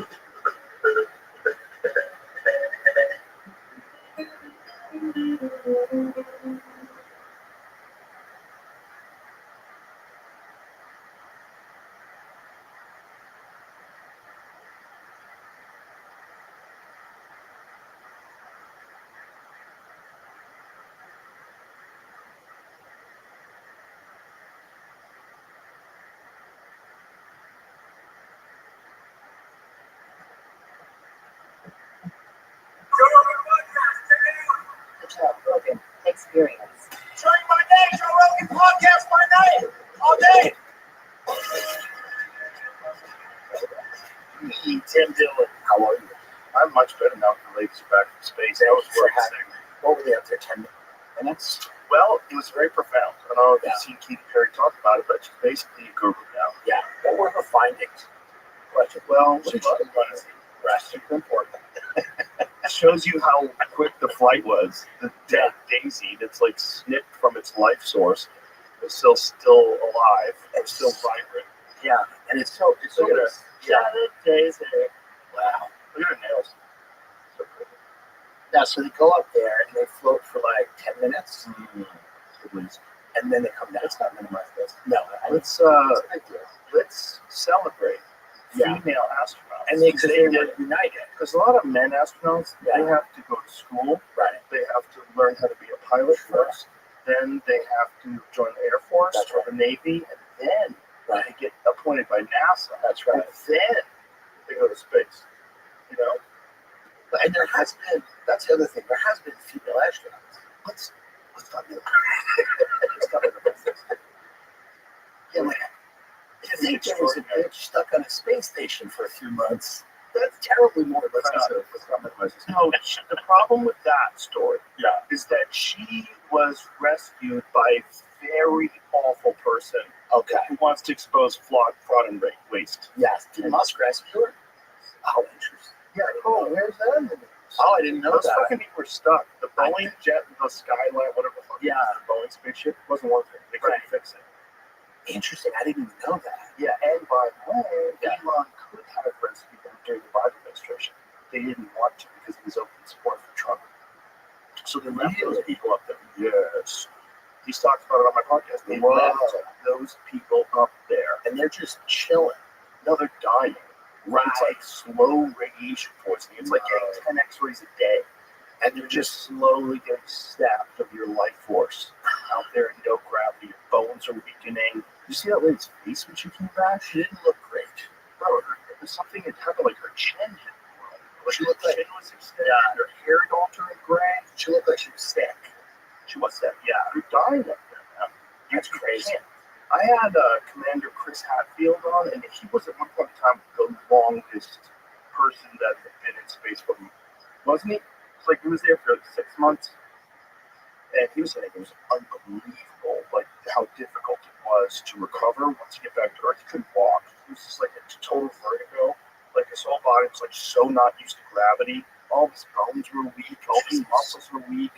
But these bitches seem fun, these ladies. Well, It's not like, It's a sacrifice. yeah, no, it's Like, huge. for the world, Deal. in fact. Yeah, They're profoundly different. to show people. Let's inspire. That's what I'm saying. It's inspiring. If a guy who's worth what $1 trillion, several $100 billion, just a yeah Conspiracies that they didn't make it. yeah. Well, there's already people saying that they faked it, which I think is silly, Well, I love those people. but it's great. Those are people who think space is cool. That's right. Yeah, but there are already people going, well, they faked it. I'm like, I hope they fake something better than that. I hope. If they're faking stuff, and they probably are faking some stuff, God, I hope they're faking stuff that's better than that. I think this is the confusion. I think the confusion is that they essentially got to the threshold of space. They did not get like way out there Not where out. re-entry is very traumatic. And it has like, if you see those heat shields that they put all over those things, and if they break off on the re-entry, everybody dies. That's because you're way out there and the amount of heat that gets generated as you're re-entering the atmosphere. I think they're essentially like on the border of the atmosphere. Let's see how high did they go up there. No, yeah, that line is called the That's what I'm saying. So the space shuttle. They went a little higher than that Rocket Man documentary. That guy who shot himself up in a rocket. They went like a few feet higher than that guy. R.I.P. that guy who drove by his grave on the way to Vegas when LA burnt down. Are they even like technically actually in space? I think that's where the like it floats.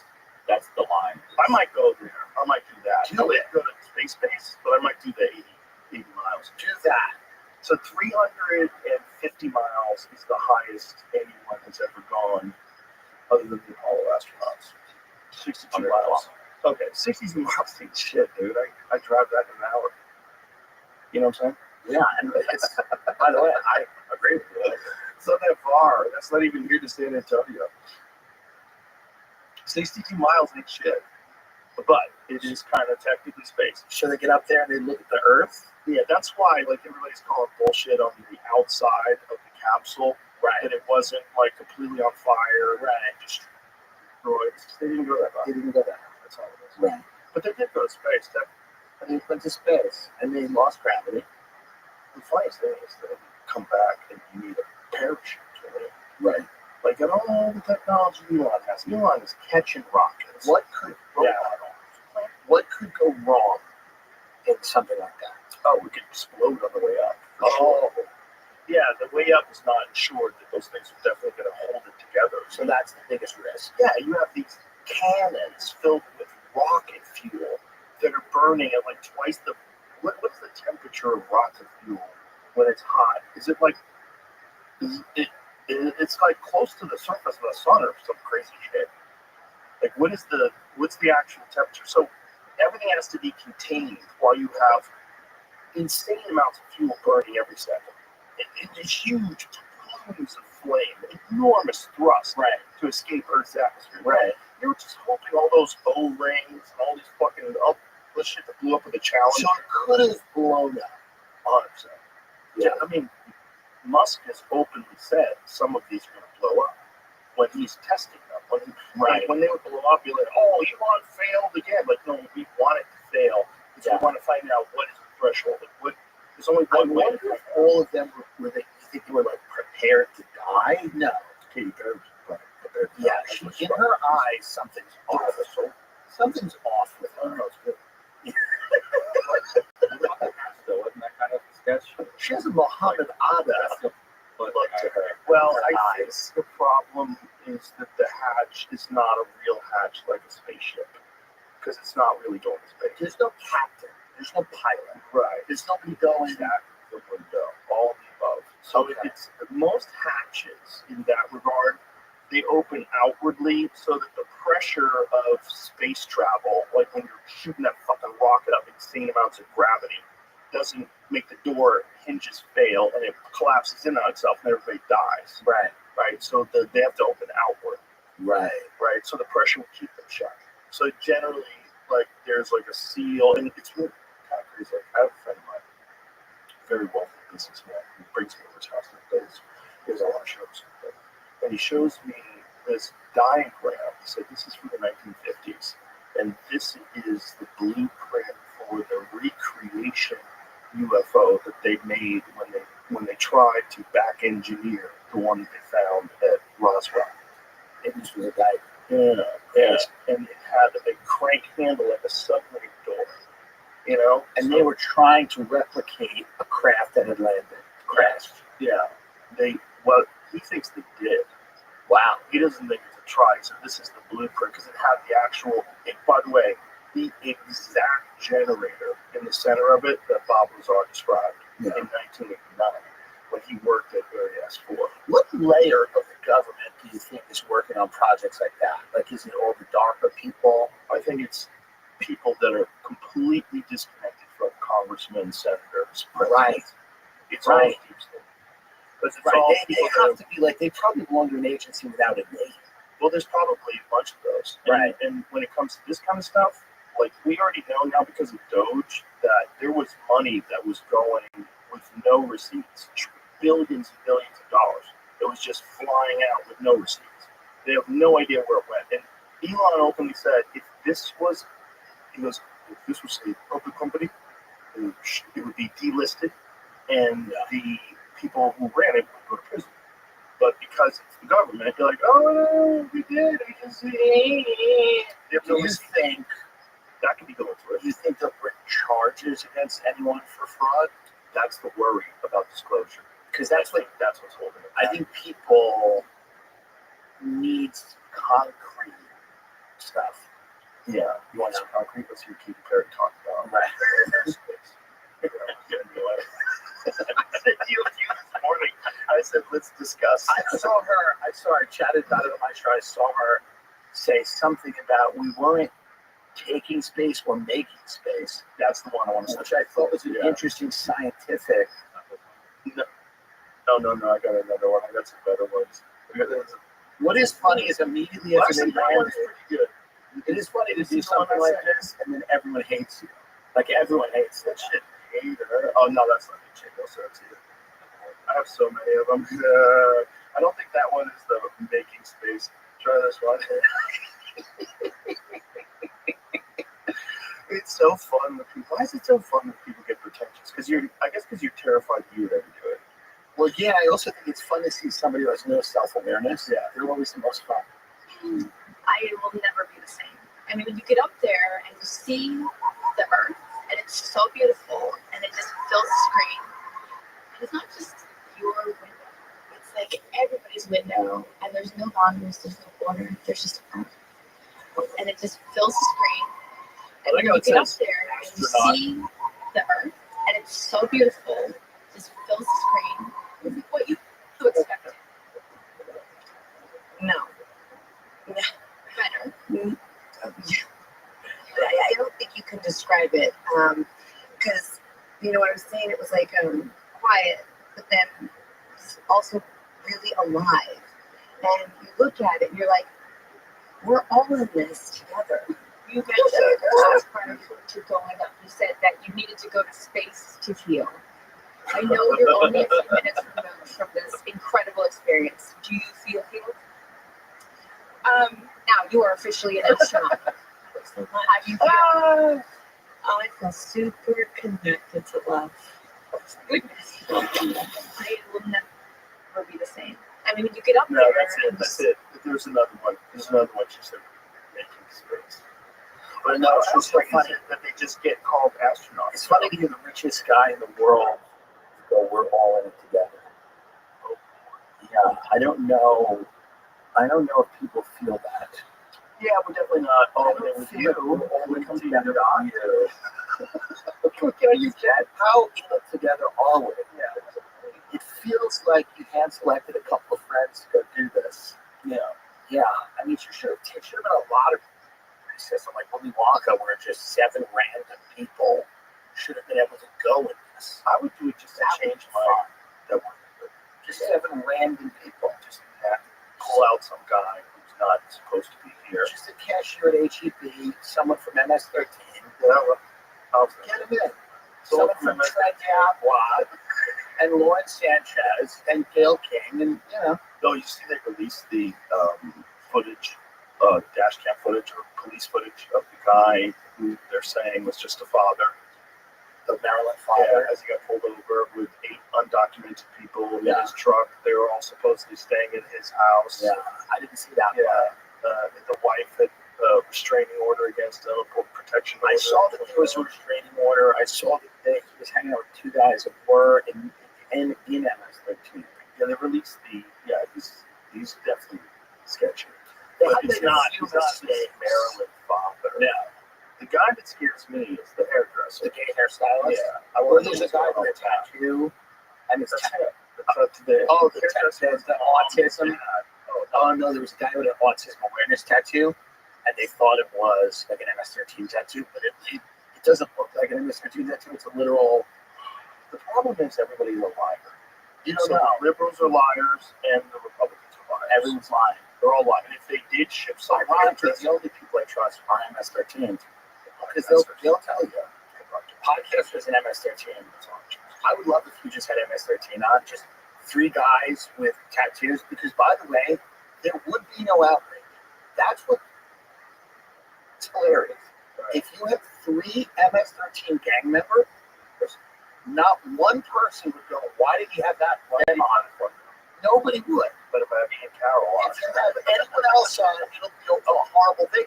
But if it was 3 guys MS-13 with head-to-toe tattoos who admitted to killing multiple people, and you said, now tell me about what it's like to grow up in San Pedro Sula or whatever, and it would be okay. well, That was why that's good is because I think it's important to learn about other cultures. Well, 1,000%, and they should have their chance to talk. And what's not cool is talking about maybe Israel did something wrong. Should really not do that. I think it's criminal of you to even discuss anything. Well, It's not right. It's not right. They co-opted by what's called the woke right. The woke right. It's woke right now. Yes, and they're co-op. I still have accepted the fact that I'm the left. I did a CNN interview for an hour because I'm promoting my special, and then they asked me. This girl Elle Reeves, cool. Elle, she was cool. She does all the, when you see the Vice documentaries where she talks to the Nazis and the insults. Oh, Jesus, she does that chick, and they sent her in. Oh, that's a good move. I was like, this is hilarious. So I'm sitting there, and she sits down. She's like, "Are there any left-wing comedians?" And I named 10 of them. They're all in arenas. And she goes, "Oh," because their whole thing now is that podcasts are the most powerful people in the world. And she goes, "Do you think you're friends in the new establishment?" I said, "Well, there's 22 intelligence agencies, an entire legacy media. There's lots of Ivy League schools. There's this, that. Do I think Theo Vaughn's the new establishment? No, I don't think so. I think he ran a really unpopular candidate. I don't think Americans like child sex changes, and I don't think they want an open border. And I think if you co-opted some of those issues, you might have won." They said to me at CNN, they're like, "We're editing the interview." I said, "Put the hour out." I sat there for an hour, and we had a nice conversation. We talked for 1 hour, and I was like, "Put it out." I'm like, I understand if you can't put it out. And then she goes like this. She goes, "I can't believe you'd show up. People have said that they can't come on you because Joe Rogan would get mad at them." I said, "That's absolutely ridiculous." I said, "He doesn't care. He would never care." I said, "Oh, that's so silly. It's the silliest thing ever. You think we're at war?" I just said, put out the hour online. If you can only put out a few minutes on network, fine. But it's wrong to have someone come in and talk for an hour, right, and then not 3 minutes, and then use 5 minutes. Yeah. So, how much did they use? We don't know yet. They haven't put it out. And did they say we can't put the whole hour out?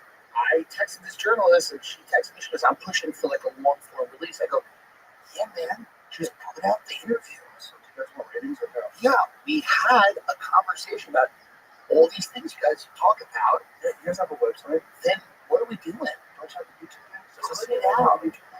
And she's like, she goes, "What do you think, George? Why is it so popular?" I go, "Well, one of the reasons is he doesn't edit it. They're not edited. They come on, they say what they want to say, and there's no editing." So what's weird about those institutions is they will sit you down for an hour and then, I guess, cherry pick what they think their audience wants to see. Well, they just want what they think is going to grab the most ratings and is not going to make them look stupid. So if you're mocking them openly, which she didn't know, and she said at that last, she goes, "Coming for a window," I go, she goes, "You said a comedian." I named literally 8 of them. I said they all are in arenas. I go, "What are you talking about?" So what are you talking about? So I was like, "That's you're saying comedies, but what?" By the way, I used to be left of center according to the metrics of 2000. I said there's a lot of Joe's positions, if you look at them, that are left of center positions, and there's a lot of my positions or anyone's positions. I said there's nobody that you can easily put in a box. Yeah. And they want you to be in that box. And they also want me to be an enemy of CNN. I don't give a fuck. You don't care. Who cares? By the way, I hope CNN corrects horse that does real news. Right. And just concentrates on the news. And I don't want editorial comments from morons. Right? So when you're force feeding me Don Lemon's opinion on how the world should be, right, and how everyone should be shamed if they don't get vaccinated, right? You're force feeding me morons. Like no matter, of course your ratings plummeted. Yeah, of course. And you guys lied about so many fucking things and never corrected yourselves. Arm of the Democratic National Committee, and they're an arm of that party. I mean, whether they are forced to be or whether they choose to be because they identify with being Democrat and they want to skew things completely towards the left. I don't know. I don't know what the answer to that is. All of the old Bush era neoconservative people who pushed the wars in Iraq and Afghanistan and the Patriot Act and Guantanamo Bay and all of this stuff all find homes usually on MSNBC or CNN advocating for war with Iran or an escalation in Ukraine. They always, so it's kind of an establishment, doesn't seem to, they don't really care about party. Right.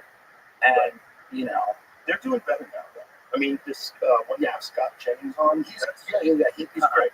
Yeah, that's the kind of conversations you need. Completely ridiculous people who are out of their fucking minds versus Scott Jennings. Those are great because it's like some fun. Yeah. It makes these ridiculous woke anchors look retarded. Yeah.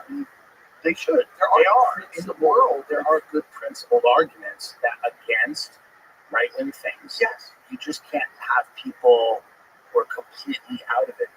Exactly. Yeah. Exactly. After the election, one of my favorite ones was it CNBC or CNN? I forget what it was. This guy was talking about this whole right-wing podcast ecosystem that's incredibly well funded and organized. And Right. what are you talking about? Right. You could literally go to the roots of how it all started. You could see every one of us doing our first podcast Yeah. with a fucking There's webcam. no funding.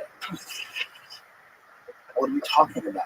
What are we saying? Even the idea that we're all organized together, or that like I would want to prevent people from going on CNN. Well, it's just silly. It's not care less. Because that's the way they operate.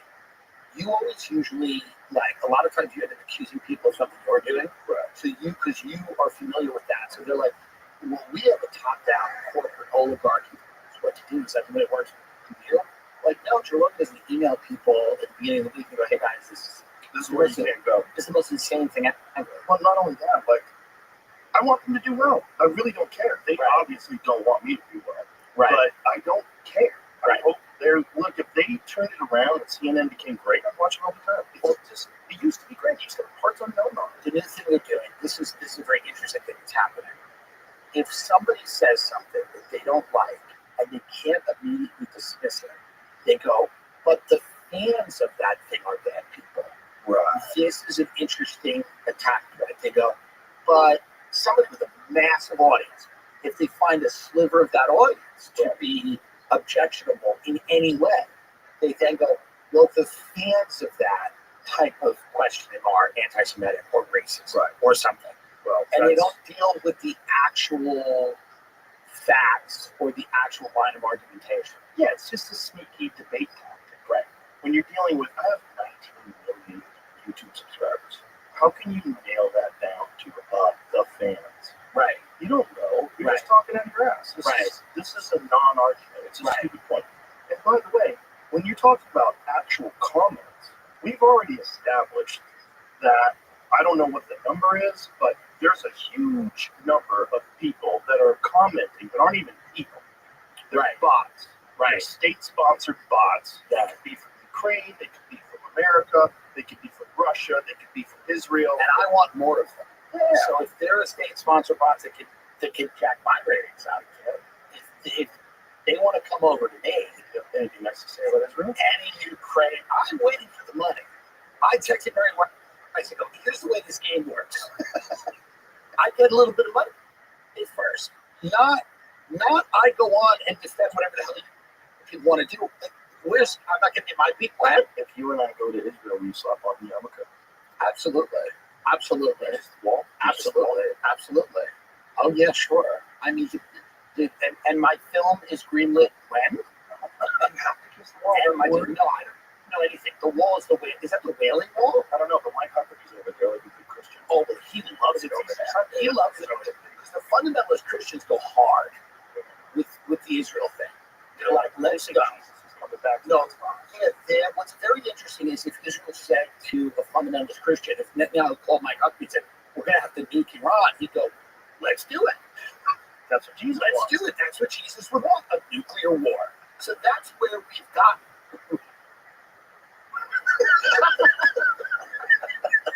We've got Jesus wants us to use the nukes. Where we have fundamentalist Christians and fundamentalist Israelis and fundamentalist Muslims on the other side, and everybody's playing this weird game. And Yeah, there he is. Boy, he looks old. Jesus. this is just hilarious. If this is the freeze frame for the episode, These guys stop stop watching them. They stop dyeing their hair at some point in time. Just say, oh, fuck it. You know, like Stallone did. The best hat they have is the Schreimel. They wear it in Brooklyn. It's that big furry Russian Oh, hat. I love That that hat looks sick. That is a sick It hat. looks like something out of Game of Thrones. Yeah, that's a hat. Like, I don't give a fuck what you think. I'm Doesn't a member of the tribe, bitch. I got strings hanging from my belt, and I'm rocking I got a hat. a bear dick hat. Yeah, I mean, that's a pretty sick hat. I like that one. I think people can't get past the fact that, like, Yeah, I mean, sure, sick hat. That's the shit. What's that made out of? Well, let's answer the question. Why do Orthodox Jewish men? Where's Ari? Ari never had to wear one of those hats, though. no, but he looked good. Yeah, I got a ton of hats. UFC fighters. Yeah. From like Dagestan and from Kazakhstan. I got a cool Kazakhstan hat from Shavkat. It's a sick hat. That is pretty dope. It's an objective. Why do they wear it? hat. There was an article that just said it before that. The fur one. If you go back, upper left corner, yeah. Jew in the City is the name of the website. God, I hope a Jewish person's running that website. Otherwise, they're going to get assassinated. The fur hat is known by the Yiddish name, Strimo? Strimo, yeah. The Strimo was adopted by Eastern European Jewish communities in the 18th century, coinciding with the rise of Hasidic Judaism. Technically, a Strimo is one particular style of hat. There are others. One that might be familiar on site is the Spodek, which is taller, more cylindrical than the Strimo. A Spodek is a style generally favored by Hasidic sects of Polish descent. To the casual observer, however, they're all Strimo. Strimo is made from a large piece of velvet surrounded by fur. Fur usually comes from the tips of the tails of sable, martens, or fox. Nice. Synthetic Strimos do exist. They are more common in Israel than elsewhere. Interesting. Strimo costs thousands of dollars, so it's not uncommon for a Hasidic man to own a second, cheaper Strimo. So his main Strimo would not be battered by the elements. Interesting. Yeah, interesting. It's cool that. Let everybody know your product. It's a fun hat. Maybe Canadians do like that thing. A hat. Yeah, like a thing. That's very no, we don't give a fuck. Yeah. I like that Kanye West black clan suit. Let's go. How about his giant swastika in diamonds? Have you seen that? What's funny is a jeweler made that. Oh yeah, And a Jewish jeweler. Yeah. One side Israeli Jewish guy It made that. significant markup. Yeah. Yeah, of course. I would give you a swastika. I would. It's only fair. I think it's only fair. If you want a Jewish man to make a swastika, People got to separate, and I think this is not. I think people got to separate like governments from people, intelligence agencies from people. I think that's the whole thing. I think people are losing the ability to do that in this case, right? Because people that you criticize Israel, you criticize something that may or may not have been done by a government or an intelligence agency. You're not criticizing people. Right. You're criticizing a group of people making decisions. I don't think in America always does things in the best interest of the American people. Right. Well, this is the problem with when everybody sort of picks sides during the COVID thing, well, whether or not we should trust the vaccine companies. Because, like, you did it because you're on the left, people on the right were the ones who didn't want to take it. So instead of just looking at it objectively, the people on the left are like, everybody agrees a science denier, and it got, like, really kooky because it got ideological. As soon as it's ideological, you can fucking justify anything. This is how Jewish Americans are justified. Well, Hamas uses people as human shields. Like, they'll say things like that. Like, it's a way you can justify mass murder. Yeah. It's a way you can justify anything. Anything. As long as the tribe on your side, with whatever your clan is, right, you can justify things. And so people stop thinking. They stop thinking and they just think completely along ideological lines. Yes, it is. And passionate. Yeah. Very passionate. Right. No one is ever questioning anything. No one ever. No one goes, wait a minute. Like, I think it's healthy to every now and then go, maybe I'm wrong. Yeah, there was just something that got released today that showed that COVID-19 definitively came from that lab. 1,000%. 100% proof it came from that lab. I read it a little bit of it on the way here. Yeah, it's nuts. It's nuts, man. It's nuts. These fucking people, they just got roped into this. And it was completely man-made 100% disease. 100%. And they knew that from the moment it leaked. The moment it happened, they just lied. And Fauci was just out there walking around. That's an interesting. It's an interesting case when someone like that in that position repeatedly lied to people about the origins of that. Yeah. It was allowed to just be and faces zero consequences. You know, they were trying to put Trump in jail because he inflated the price of a condo. But you see what he got an appraisal that was higher, and then they lied. Well, they're lies, horseshit. But it's just Letitia James is in a lot of trouble for the exact same shit. Really? You didn't see that? And they makes sense. They're investigating her because she allegedly, according to Meg Kelly, who I trust implicitly, allegedly went and got mortgages with her father, listing them as husband and wife. On buildings, right, multiple times, and then also lied about the amount of bedrooms that were in a place, right? Because if it's 4 bedrooms, you get 1 tax rate. If it's 5, it's more. So she lied. It was a 5, and she said it was a 4. Right.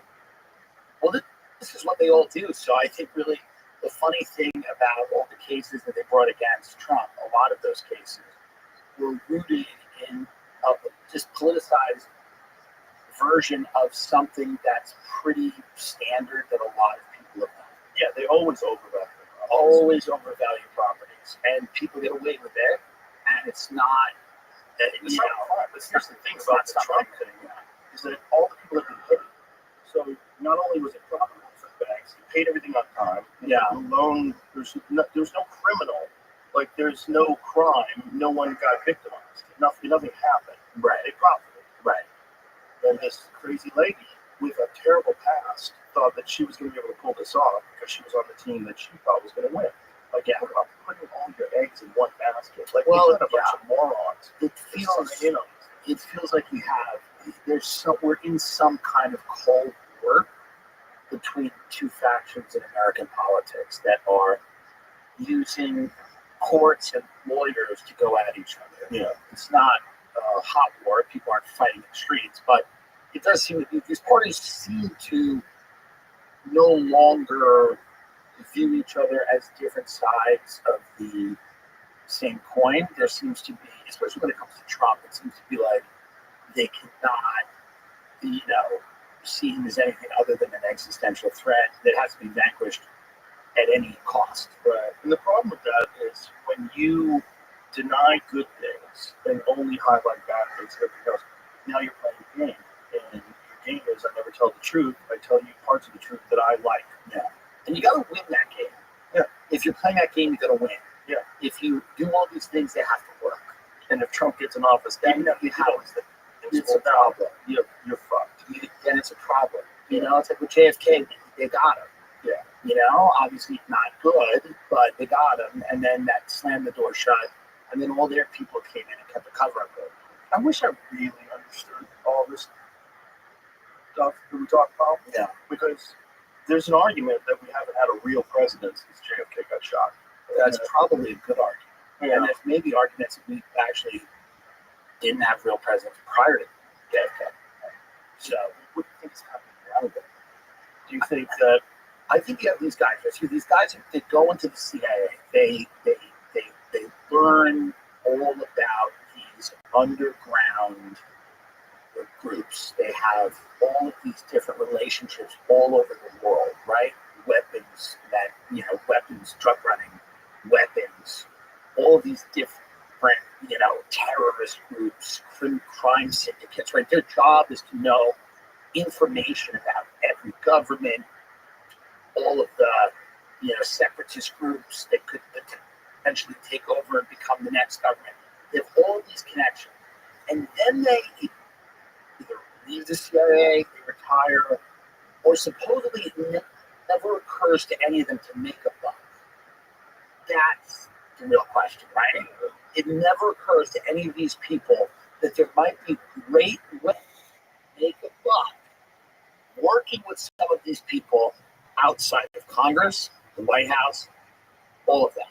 That's, as it's been explained to me by pretty smart people, that's what you have. You have a rogue element of people in those agencies that have massive amounts of money, and they're very well connected, and they're running weapons, and the president has no idea what's going on, and Congress has no idea what's going on. They're not briefing a teacher from Georgia who got elected because he promised he was going to build a fucking shopping mall in a suburb of Atlanta about what they're doing in Syria. They're not briefing these people. There's nothing democratic about what's happening. And so then you think to yourself, you're like, well, how do we make sure everyone keeps their mouth shut? How do we make sure everyone keeps their mouth shut? Then we go, not only money, but that's when we bring in Ghislaine Maxwell. that's when we bring in Jeffrey Epstein, right? That's when we bring in people who go, let's all have fun. We've got a great weekend getaway planned. And then we can all be on camera doing something that would get us thrown in jail, have people rightly discuss that and want to kill us. And the worst things ever are now on camera somewhere. Those tapes are somewhere. Now everybody is completely incapable of ever coming out and saying what's going on. Yeah. And you know, and then those people are running a parallel government. It's a parallel command structure. And that's a huge problem. And it was essentially completely in control for 4 years. Probably for more than 4. But for the last Yeah. for sure. 1,000%. That's the best example we've ever had of that. 1,000%. That guy's never really run things. 1,000%. There's no way they will. And it's probably still in control to a certain degree now, because it's very hard to, when you have something like that happen, it is very difficult to completely shut it down. Well, here's a perfect example that we know is definitely running things. Because Trump is still trying to figure out why he got shot. Like, Right. he was like, I want more information. Yeah. Like, there's no information. There's not coming going to to be, him there's about not going to be information. There's not going to be. That's a crazy story. All of the stories you should try to connect. Like, if it's not American, like, it's not us, it's not intelligence. It means a foreign government that hijacked this kid's brain and got him to climb on top of that roof. Like, somebody tried to get someone to assassinate him as running for president, and no one seems to be interested in finding who that person or that group who influenced this kid is. So many of these ex-intelligence chiefs pop up all over the world. They pop up in Dubai, they pop up on MSNBC. They love traveling. They're having meetings with people. They're all over the place. They love people. They love cultures. Or they love meeting different cultures. And supposedly, I've heard from someone who's smart and I consider trustworthy that there's actually large sectors of the global economy that have moved more in this direction than you think. Like there are tentacles into very large investment banks and private equity companies that a lot of these guys have. Let's put it that way. Obviously, it's not a shocking thing. Why would the government let a private equity company operate in impunity? Right. So you have Especially if they're controlling their options and right. There doesn't seem to be a good answer to any of this. That becomes the real issue. You ever get invited to these fucking Illuminati conferences or these crazy things? No, they wanted me to do stand-up at one conference, and it wasn't like an Illuminati kind. It was like, I don't know, it was like some type of like low-grade Illuminati. Yeah, that's like how it started. Faux Illuminati. It's like minor leagues. Yeah. And then eventually you go to some weird ranch in the mountains of Wyoming. Well, that sounds nice. Actually, that sounds nice. No, I think that it does seem weird that a lot of, once you get to a certain level, people take an interest in you that never were interested. Mm-hmm. You know? Oh, For yeah. sure. For sure. Yeah. People are interested. Yeah. It is strange that people seem to care about you or what you're saying, or people are like, I think your read on that is wrong. And you're like, why do you care what it is? I'm a fucking guy. I'm talking to a microphone twice a week. Yeah, they don't like that. They don't like people having influence. They have to sanction. They don't like that. Yeah, they want all influence to be top down. All influence to be a part of a giant corporation. Yeah, that's what they want. They don't want influence to be just regular people. Regular people are fringe. They're far this or far that. They're problematic. They speak misinformation and disinformation. There's no one who's used more misinformation than CNN. Over the years, how many times you guys, just what you guys did over COVID, if you were a podcaster, you'd be shut down. Right. Like if the podcasters were the one telling everybody to get vaxxed, get it, you won't spread it, you want this, you want that, there's no side effects. If podcasters are saying that, but the establishment news was saying, hold on, this is an experimental vaccine. We should not be asking women who are pregnant to take this. We should not asking kids who are in no danger to take this. We do not know the long-term consequences. If podcasters were saying that, You know, It would be broadcasters were on the government side instead of CNN. If CNN was the wise ones that told everybody to be cautious, they would want us prosecuted. Yeah. They would be going after us for all the side effects that people are experiencing. You have blood on your hands. You're responsible for strokes, heart attacks, and myocarditis, and all sorts of autoimmune Well, you also have to think about how much easier it is for, let's say, an intelligence community to manipulate them than it is to come in here like that. An intelligence community is not going to go, oh, that's fine. Drink to the UFOs. No, that's all I assure you. You tell them that. Yes, that's all you have to do. What do you want me to do? It's very easy. You're going to go to war with Kosovo? I don't even know where Kosovo is on a map, but if you tell me where the UFOs are, I'll have a guy in here that explains why it's super important. But it is funny. It's like, what they'd have to do is pick somebody, have them become a comedian, start a podcast, get an audience. Like, it is difficult, right? Whereas if you work at a media company, it's very easy to just some new guys there. Yeah. Who's this? Right. Oh, you know what I mean? That's Somebody just shows up. Hey, Suzanne, run everything by Suzanne. Hey, how does this guy, Bob Woodward, how does he get the most important? This is his first case. Lucky guy. He gets Watergate. Lucky guy. Wait a minute. What did he do for Navy intelligence? Right. Lucky guy.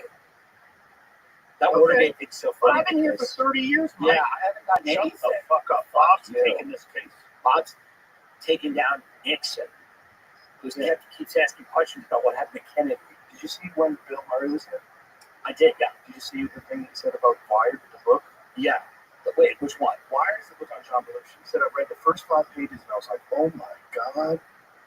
They set up Nixon. Oh, They framed Nixon. that's so funny. That's what he said. Yeah. He's like, if this is what they say, this is what the same guy said about John Belushi, which is 100% not true. Right. You know John Belushi was a lightweight? Right. He'd drink a couple of beers and he'd be fucked up. Right. He didn't have tolerance. He wasn't this maniacal crazy. No. It was all lies. They don't care at all about getting any accurate information. That time that he died, Yeah. it was probably the first time he ever did speedball. Wow. Yeah. And Bill Murray was one of his best friends. Bill Murray knew. Bill Murray's like, I've known this guy most of my life. Right. He goes, they framed Nixon. Right. And then I told him the whole story. And Tucker Carlson told me. Yeah. Which I was like, what? That it was all FBI agents. Yeah. And the whole thing was a complete sting. It was a sloppy burglary where they wanted to get caught. They traced it back to Nixon because Nixon was doing things they hated. Well, this is nothing about Nixon. No, what they said to Nixon, Nixon was not guilty of the crime, but they told Nixon about the crime and then helped him cover it up. That's how they got it. But it wasn't a kid. Of course. Like, he thinks this is on the legit. course. He comes to him, oh, Jesus Christ. Right. Fucking hell, Yeah. Jesus Christ, what did you do? You bugged Cap City? Yeah. Fuck. They had to get rid of him. This is what we're going to do. We're going to throw our phones in the river. Yeah. Right. Here's what happens now. How do we get out? Yeah. Where'd you put the bugs? Come break in and take the bugs back? That's so funny. They'd be so flattered if you bought it from Cap City. That's awesome. Somebody told me last night that they hate us. I'm like, how do you hate me? I love you. I used to love the old Cap City. If you got the headline at Cap City, if you got headliners and you need them, I'll promote it. I'll promote it on Twitter. Yeah. And same thing with Moon Tower. They're mad at me too because I wouldn't have enough clubs. I'm happy to help you. I'm happy to help you. I just don't want you to book my club. That's all it is. My club is sold out every night. Yeah. And it's guys like you and Shane and Ari and all these. I don't want anybody else booking it. It doesn't mean that I don't support your cause. Of course. I just don't want you coming into my establishment. That's all it is. I want everybody to do well. There's 5 comedy clubs on my street. What you've done, I think, ultimately is good for the town. You bring people into the town. The problem is when people used to be in control of comedy in the town, and then all of a sudden they're not. And then they used to be like the person that people would go to, and now they're insignificant. Right. You know? Yeah, I think a lot of people struggle with that. The idea of that they're losing control. I think that seems to be the angriest I've seen people online since the election that have railed against podcasts and have railed against. They seem to be angry that they no longer have a monopoly on what people can hear. Exactly. And they still continue to lie and misrepresent people that do podcasts, Right. that are have a different opinion and say. And that's where it gets real stupid. You know, like they keep saying that, you know, I had that Daryl Cooper guy on, that I'm bringing on a Nazi apologist and a Holocaust denier. And that is, neither of those things are true. Yeah. It's not true. And the guy doesn't just talk about that. By the way, his stuff about Jim Jones is fucking sensational. You know, Jim Jones was like a civil rights leader. Yeah. Jim Jones had an interracial child. Yeah, I didn't know it. Yeah, Jim Jones was like, he had adopted a black child. He would take to school, and everybody would be fucking furious at him in the town. Yeah. And he was a legitimate Christian, like a real, I believe in the teachings of Jesus Christian. One of the big things in America, yeah, of course, The meth god. yes. Listen, there are a lot of people who question World War II for not good reasons. Of course, it's like people that bring up the age of consent. You go, wait a minute, you know, Hey, what's going on? what do you do? There are people I think that do wonder, not great reasons for questioning World War II through whatever. However, no doubt, there's a very interesting. The teeth really come out. The national teeth come out in this country. You question at all the American-born machine. Yes. And the pageantry of war and the, you know, iconography of the state and of war and of how important it is and how just it always is and how we're always on the right side of it and we're always doing the right thing. And World War II, I 100% that word. But there are a lot of other times when we've made grave errors with our military. Yes. And I feel like it's not good enough for, you can't just point to World War II, which is, again, we're correct. Yes. But I think there is this idea that if you, it's not an accident there's a million movies made about World War II. Yeah. It's not an accident that there is a lot of pageantry surrounding World War II. So that the World Yeah. War II movies have heroes. Of Whereas course. the Vietnam movies are about That's right. everything's complicated and it's all chaos. So I think that inspires the idea that a military solution is always correct and that the use of force is always the right way to do it, and that coincidentally makes people lots and lots of money and their children never end up fighting those wars. That seems to be a lot of it. Now, that doesn't mean that there aren't people with bad motivations that are genuinely anti-Semitic, that genuinely have fascist inclinations. There absolutely are. But I think there needs to be space to criticize the mythologizing of war in general and the justification for endless wars all the time. Yes. Like Iran. I hope Trump is not going to Iran. That seems like a very big bad idea. It also seems to be a bad idea for Iran to get nuclear weapons. That's bad. Yes, but I think there's ways to prevent that without a regime change war. This is what we have to do. This is what Tulsi Gabbard, I think, was very attractive about a lot of what she said during her confirmation hearing. She goes, I understand that there are terrorists out there that are dangerous, but we got to find a way to deal with them without committing troops to stand there in an Islamic country. We've done this. We saw this movie. It doesn't work out. You know, and I think we have to stop thinking that it's going to be better this time if we decapitate the head of a foreign government and with American soldiers in an Islamic country trying to set up a provisional government. The nightmare of that during Iraq, Paul Bremer, this weird traditional guy that they sent to stand on that rubble with his boots, and you know, the mission accomplished on the aircraft carrier. Like, it brings back, like, you know, to me, it's like I get flashbacks from it. Do you remember the guy who was the Iraqi public relations guy who was saying that they're winning the war? Was it Ahmed Chalabi? Well, no, that was the guy that fed us all the bullshit to get us in. No. It was the guy that people openly mocked. I believe he had glasses. And he was the guy that was always saying that Iraq is kicking ass. Oh, interesting. No. Yeah, Baghdad something or another, they called him. And he was saying that we were doing good? No. We were saying that Iraq is kicking our ass. Yeah. Well, That's hilarious. I don't remember that. Baghdad something or another, they called him. By the way, does anyone know what's going on in Iraq right now? Honestly, if there was a gun to my head, I could not tell you what the state of Iraq was. I know the Taliban are in Afghanistan. What's going on in Iraq? That's a gay guy threw off a roof. Right. That's what I'm that's a 20-year, commitment. What was it? It's a long time. Right. So that's like, I feel like that's the thing.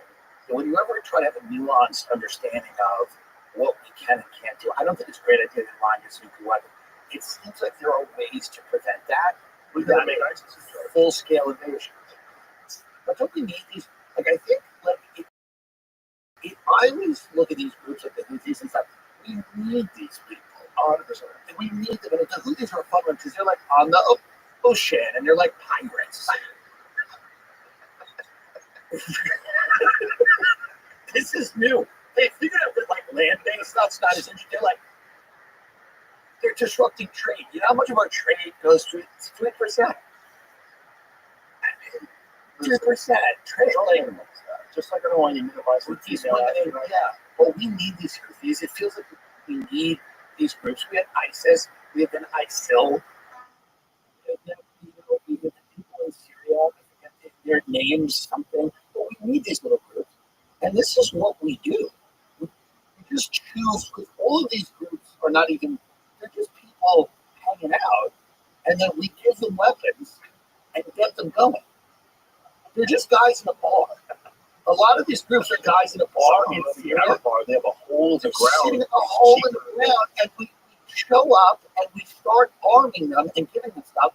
And it's like a Bill Hicks joke where it's like pick up the gun, for the special. It's like, are the Houthis an existential threat to the United States? That feels crazy. The craziest thing It just feels insane. Trump showing the video of them getting bombed. Oh yeah. It's so wild. We could kill all. This is the problem. We could get rid of all of these threats in 5 minutes. Yeah, but we don't seem to want to.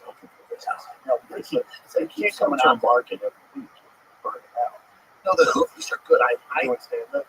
You got to go once every 18 months. And I like the Houthis because they feel it's like a new, but they're not sticking. It's not, no one's believing that. So now they're back to Hezbollah. Oh. Hezbollah wears the fatigues. If you get up Hezbollah, they're scary looking. The Houthis are not that scary. The Houthis look like a bunch of dudes in like a bazaar, like you said, like in a flea market. Right. If they're on a boat, they're holding guns, no one cares. Hezbollah looks genuinely like, okay, let's not fuck with this. Well, it's like Shane's bit about the Iraqis or the Afghanis. The workouts and like you think they're like an elite army. Oh god, yeah. Jumping jacks. Yeah. But that's the whole thing. It's like it's this weird global chessboard of like the summit that we want. There's like a dial. You turn it out, be like more war, less war, more war, less war. I mean, some more conflicts. Have you gotten into allergies on here? No, I don't get it. Cedar fever.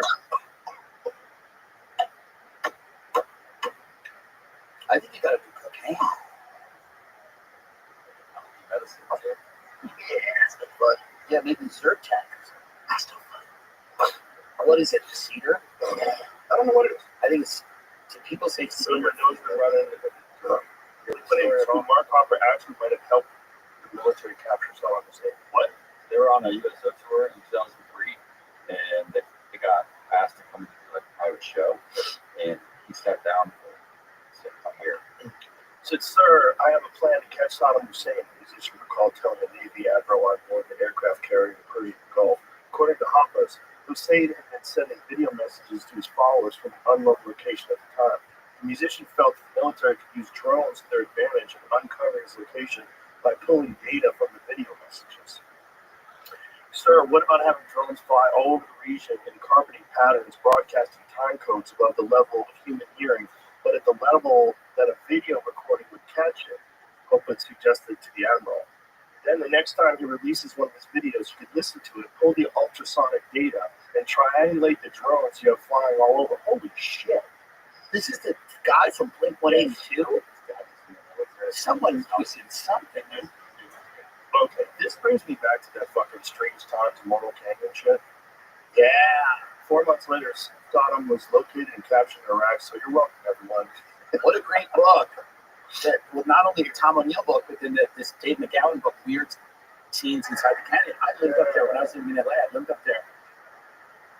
I'm telling you, that is the creepiest vibe of any area that I've ever been to in my life. It's a weird They vibe. have that fucking military installation on Lookout Mountain. Jared Leto owns that. He Yeah, but lives there now. doesn't he have a whole cult? Okay, he's a good guy. I'm sure he is.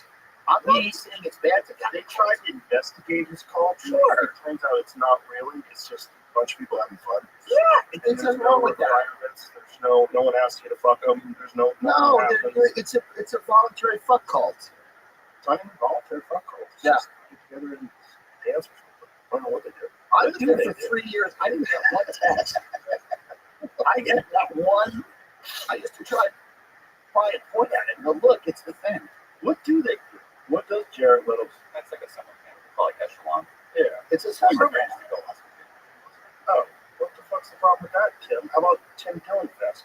I have no problem with that. That's this Skank Fest. Just a bunch of people eating shellfish and Long Island being racist. Yeah, absolutely. I have no issue with that at all. What a fucking time though for us. Yeah. Everything's just hot. There's just so much stuff to talk about. Everything's nuts. Do you think, I was on the All In podcast the other day and they were talking about these chips, these NVIDIA chips, and how what's interesting is people are setting up, because we have these export controls that don't allow us to send certain chips to China because we're able to like manipulate them, Right. and then become like the world's largest semiconductor producer. But now all these fun fake companies are starting in like Bhutan or Cambodia, and they're buying the chips, or Singapore, and then they all get back to China. Well, one of the guys who worked at whatever the preeminent AI system in China was saying, what was saying, that they have 50,000 of these fucking chips. That's so wild. Whoopsies. And so they were talking about, like, is it better to send them the chips, or is it better to, if you don't send them the chips, then it spurs their innovation and they make the chips.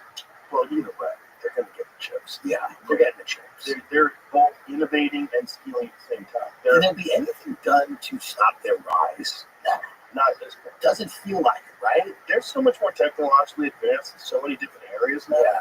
Like the drones that they have are so superior to the commercial drones that we have, because drones over here, you have to have a pilot's license to drive the really spicy ones. Do you think some of those drones over New Jersey were theirs? Could be. I think they were ours. I honestly do. And well, I think they would have shot them down if they could. I don't know if they could. And maybe they wouldn't, because then it would alarm people. Because then it would, you would show that is a legitimate threat. We're fighting for like satellites supremacy in the sky too. Yeah, That's crazy. crazy. The internet, the Starlink. I mean, essentially, that's launching Starlinks all over the fucking We're worried all about the tech people being Democrats up until 5 minutes ago.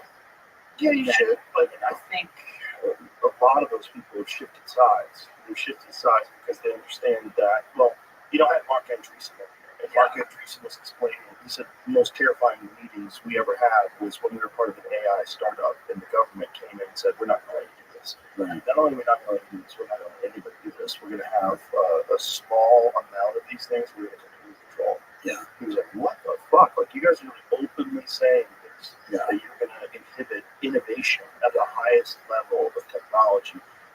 Some shit that you probably don't even understand, that you want to have absolute control over. I think the worry is that people don't trust the government, nor should they. But I don't know if they trust these tech guys either. You shouldn't. Yeah. You shouldn't. What's going on with OpenAI? That's the whole thing. I think that people are wary of the tech people because of now these are the same people that were censoring and kicking people off the internet Yeah. when the people in the White House were blue. Right. Now that the people in the White House are red, they are it's swung back the other way. Exactly. So I think people are a little wary of it. Yeah. They don't know where that goes. It's just power. It's just, I mean, like Bernie Sanders is right in that you should be scared of oligarchs, and oligarchs shouldn't be running our government. He's right in that regard. And when people get into positions of just unchecked power, so let's say if someone had control of some tech company, let's say it's an AI company, and that AI company literally creates the unstoppable AI that helps empower the entire country. There's one guy's in control that he's worth $3 trillion and he just decides to lobby and change a bunch of laws and influence politicians, and his company starts donating to certain politics. You could change the fabric of society with enough money, and enough power, and enough influence, especially if you could completely control what the narrative is. Right. In terms of like when people Google things, when they search things, when they talk about things, you can completely control what they're allowed to talk about and how that narrative gets countered instantly with facts and bullshit. And, you can just. Well, it's being done everywhere, right? So it's being done at the highest levels.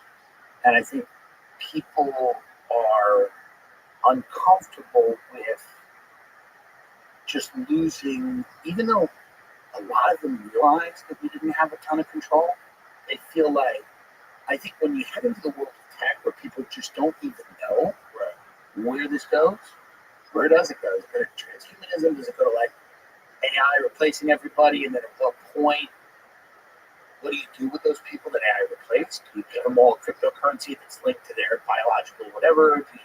I've heard all these ideas, right? Like, how do you deal with driverless cars where the entire road is automated? How do you deal with it? I think that fills people with an anxiety where they go, what is the plan? And a lot of these tech guys are like, we got to get off the planet. And I think people start going like, wait a minute. Like, that's why Eric wants. Well, that's a lot of it. That's a lot of it. I don't know what you're saying. There's a lot of people. There's no air on stuff. Yeah, well, for sure. For sure. Do you think Trump and Musk will have a falling out eventually? I don't know. It's a good question. The media keeps trying to push that they are. It feels like they're just big personalities, and that there's an inevitability when you have two guys that are incredibly, perhaps. But Elon's very smart, and you see he's always very deferential. And he's always very respectful, Mr. President. It's always that. That's how I always call him sir. It's Donald Trump. Yeah, I get it. You're fired. I get it. But he's also the president of the United States. I call him sir. But I call everybody sir. Yeah. I call everybody sir. Yeah. It's like the byproduct of me living in Texas now. Right. Sure. Yeah, but I don't know if you don't get pulled over. If you get pulled over here, a cop gives you money. Mr. Rogan, here's a check. I mean, there's no way. There's no law that you cannot break here. I guarantee you. I don't think that's great. I think you could do a lot. I think they would cover up a murder. That's what, if you murdered 3 people, I think the Austin PD would go, whatever, man. He's doing a lot. They bring that mayor, that guy, and he'd go, what? They go, yeah, the suspect's Joe Rogan. He was standing over the body. They go, are you out of your fucking mind? Drive him home right now. Drive that man home. If I was getting waist deep in the street, drowning a party goer, I don't care. Bro, they still don't want to admit that there's a serial killer. You're the tourism board. There's something. There's a serial killer. Something's going on. I believe there's a serial killer. But what are they doing? They're luring people to that bridge, and then it's not hard. You go into that bridge. Just got to look out. So weird. I guess it's such a high to kill someone. And so to me, I'm like, what do you get out of it? But I guess the people that are doing it like it, they're broken. There's broken people. And some broken people do meth. Some broken people drown guys who like to party. Do you ever talk to, like, I'm sure you have, this is a stupid question, but like the high level law enforcement guys that just met these monsters and stuff? So, do they believe that it's like, is there any part of them that believes someone's just born? Yes. Yeah. And it's generally, you have psychotic parents. And so it's whether it's nature or nurture is hard to separate because you're probably abused. And generally at an early age, they show like a willingness to torture like house pets and stuff like that. They'll maybe start off with a frog that catches, stick a firecracker in its mouth, stuff like that. And then they eventually work their way up to humans. Now it seems much harder to do it because of these phones, surveillance. It is, but you can still do it. God knows. Get away with driving. You can drown people. Why don't you think they'll admit it? They don't want people getting spooked. Good question. Maybe I'm wrong. I mean, one of the biggest things ever on with those crazy yogurt shop murders, HBO just came out with a documentary about it. It was many years ago. This crazy yogurt shop murder from HBO just did a doc happened in Austin. It was like a famous case, and it's completely unsolved, except they put two people in jail for it, but then later let one of them out. Like, it was just one of those things where nobody was sure about what happened. So there were murder people that went to the yogurt place? It was 1991, and it just South by Southwest, they just did a huge. Oh, it was one homicide. A quadruple homicide which took place at, I can't believe it's yogurt shop in Austin. That could have been me in 1991. It's 34 years ago. 34 years ago. It's an undercover. 14 girls were murdered in Austin. 14. And they it's all puzzled. did. They don't. That's an unsolved murder. Check it with. And there's many different theories about it. That's crazy. 4 men were arrested and charged with capital murder in 1999. 2 of their cases were overturned. The other 2 never went to trial. So there are these things that happen. Oh yeah. Well, that's what they say. That if you just randomly shoot someone and kill them, Yeah. you're a real like rando. Like, did you ever see that movie Henry, Portrait of a Serial Killer? No. It was about a guy named Henry Lee Lucas. Oh wow. Yeah, and Henry Lee Lucas was attributed. They attributed like 62 murders to him. The problem is, I think one of the things cops do is they go, "Did you kill this guy? Yeah, I killed him too. Where'd you bury him? Where was he buried? Oh, that's where I buried him." That kind of thing. Now you got a case solved. That was the accusation about Henry, because he was definitely a murderer, a grifter, a drifter who was traveling around the country stealing things. But then they made a movie about it, and then the movie it's way more sinister and calculated. But he would just randomly kill people. So they'll take credit for things they didn't do. Exactly. To just beef up the body count. Exactly. So that's what they want. They want attention. They're already in jail. That's so wild. Yeah. When you have shitty DAs and shitty prosecutors and shitty cops, they'll do stuff like that. Do you think that there are people that are, national parks seem to be like a hotbed of people disappearing? And do you think do you think that's people getting you, or is that a lot of it like, I got lost, I got eaten, you get lost? Yeah, you get eaten. There's a guy who has this whole series, 411. Is it 911 missing or 411 missing people in national parks? Listen, man, you're just meat out there, and you get eaten. And by the way, you don't find dead anything out there. You don't find dead mountain lions. Guess what? They die all the time. I've never seen a dead mountain lion where I was hunting. Because they get eaten. They get eaten. Everything is not only do you get eaten, your bones get eaten. Everything gets eaten. So it's not uncommon to disappear and there's no trace. No trace. Yeah, super common. So if you're in a high traffic area, like I've hunted, I found elk bones where a hunter killed the elk and then took all the meat off the bones and then left the bones there. That's what you did when you pack out meat. Yeah. And I found those animals. I actually even found one animal that I shot a long time ago. I shot like 4 years ago. And you found it. Yeah, we were in the same location. It was the same bones. It wasn't all the bones there, but some of them they dragged away. Some of them were probably eaten by rodents. They eat bones slowly but surely. And if you're a human, you're made out of nothing. You're so easy to eat. Right. Like our bones are less dense. Our meat is soft and chewy. Yeah. Like we could devour. A bear would eat your whole body. It would be almost nothing left. Rodents would eat what's left. Yeah. You gotta be careful in those places. You can't be careful. Yeah. Like if you don't have a GPS navigation system that has a lot of batteries, if you don't have a compass and know how to use it, if you don't have a map, it's so easy to get lost in those. Right. It's so easy. Yeah. They're all around you, and you can go in one direction and circle right. You don't even realize you're circling. Right. And then 3 days later, you're back to where you started. You're like, fucking no! Yeah, it's terrible. Tree bark for 3 days. It's insane. Any step, I'm going to see the highway. What a horrible thing. People die like that all the time. Just go to a hotel. It's very difficult. Just go to a resort. You don't know the woods. You're not used to being in the woods. and you're not used to having landmarks to follow, and know how to use a compass, know how to use a GPS. Some people are good at it, and even they get eaten. And they can break your ankle. Right. How about you break your ankle out there? You can't hike out. It's not possible. Right. What do you do? Yeah. You fucking die. That's what you do. Got to be very careful. And it's here's something at night. You're sleeping on your tree. Here's something at night. Right. Right. You see, get a bear sniffing you. You can't run away when you don't have a weapon. But you can't do anything. It just eats you alive. And there's just so dense, like glass and stuff like that. I mean, and everywhere, but especially there, it's like crazy. Yeah, you don't find nothing. Yeah, but that's why the Bigfoot rumor persists up there. It's because the woods are like a box of Q-tips. Right. You know, like you can't see shit. You don't know what You see like a little shadow moving in between trees. And you decided it's a Bigfoot. Right. Yeah. But it's just like a bear. It could be right. It's most likely a bear. Especially bears walking. Northern California is weird like that too. I think that's part of this. Probably. Yeah. People die up there all the time. Did you ever see that documentary Sasquatch? Yeah. It's a documentary that was on Hulu, Jamie. We had the director that created it, who's awesome.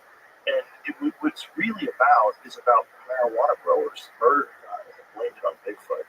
Wow. So these marijuana growers in Humboldt, like that, up that area, so they all were hippies, right? And then they started growing weed, and then cartel people moved in, and gangs moved in.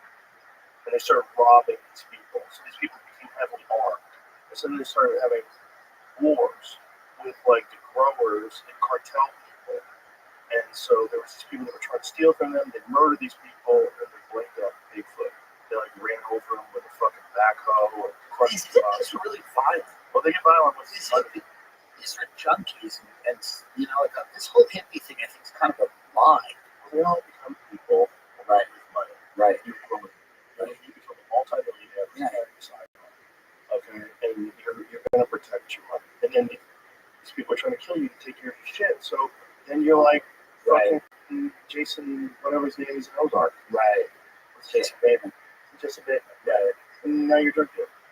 That's so funny. It's so fucking weird, like marijuana, where it's like it's federally still illegal, but like states, it's legal in certain states. Yeah. And there's that gray area where there's just like, you know, half of that business is like the shadows, and half of it's people making lots of money. It's strange. Well, not only that, because California made it legal, they also made it a misdemeanor to grow it illegally, right? So what happens is these cartels started growing it on national forest land.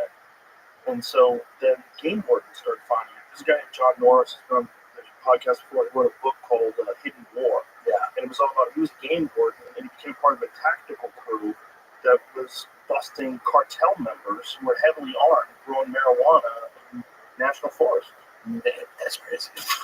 Yeah. Because most of the illegal weed that's been sold all over the country was being grown there. So in the places where it's illegal, they grow it where it's legal, and if they get busted, it's just a misdemeanor. So it doesn't matter. And they're not going to deport anybody. It's California's sanctuary state. Right. So it doesn't matter how many acres and acres of it. Exactly. Yeah.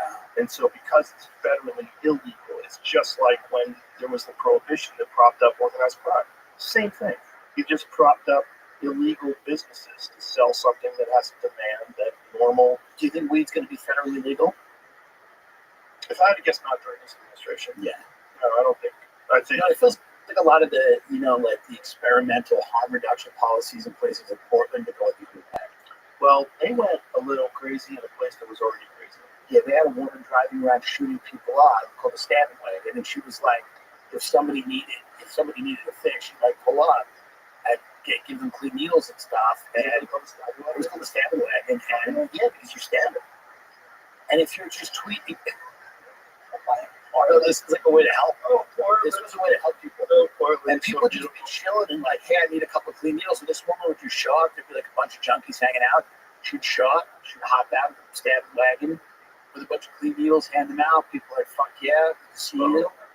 She's like, fuck yeah, hope you're doing good. And I'm like, well, you know how it is. And the problem was that didn't work. Not only did it not work, it encouraged people to moved there. Yeah, actually, that's true. So people started moving there because they're like, this is actually a pretty good deal. They don't care if you live on the street, and there's this bitch in a van that shows up with clean And they needles. give you money. Yeah, and whatever you need. They give you free money and food. Yeah, Here it is.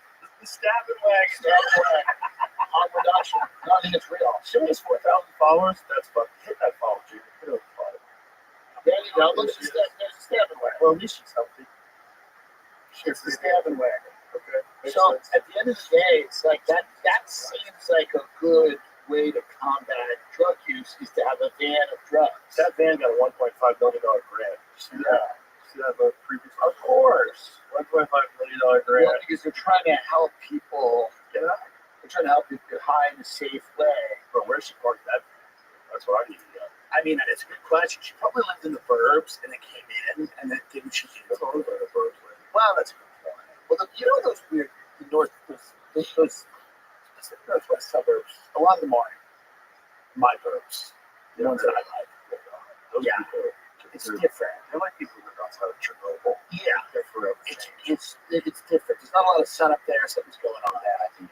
So what was funny is that there's an article where they were like, yeah, this is actually like, what's crazy is like, you read about those cities, right? Like Portland, San Francisco, they'll do the craziest thing ever. And then like 2 years later, they'll start going like, yeah, this just is not having the results that we thought it would have. Like, drug use is up, crime is up, violence is up. So Santa Monica now is doing a curfew because there's been violent crimes at night.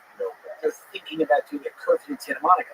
So again, because Santa Monica's thinking about doing a curfew because there's like violent crimes. So instead of just going to the KPO to throw these people in jail, like it's 9 o'clock, go home. This is California. This is the biggest economy in our country, and they're thinking of it. I mean, because they're all out of ideas on how to like stop people from like being victims of violent crime. I got friends who can't sell their houses there. No, it's bad. I'm glad I sold my house when it did. My house is there. Nobody wants to buy houses. They're like, Look at that. Uber- Everybody who's not out is at least thinking about it. uber rich people are. A lot of them are just keeping their houses because they can't get the money they want. So like people that are like in Bel Air, those crazy things, right? Right. Beverly Hills, Bel Air, these behemoths. They're just kind of like, just leave it. You gotta hope that like some crazy celebrity rapper guy like Kendrick Lamar decides to buy a mansion. Well, You you know what also I mean? Like you're selling a $70 million house, you have like 5 people that will buy it. you also got to hope that they elect Rick Caruso and he goes around California in a tank. With a bunch of guys in bazookas, and it's like the craziest thing you've ever seen. That's all you can hope for. You need like a Rudy Giuliani type. Yeah, I mean, you need Sergeant Slaughter from the old WWF.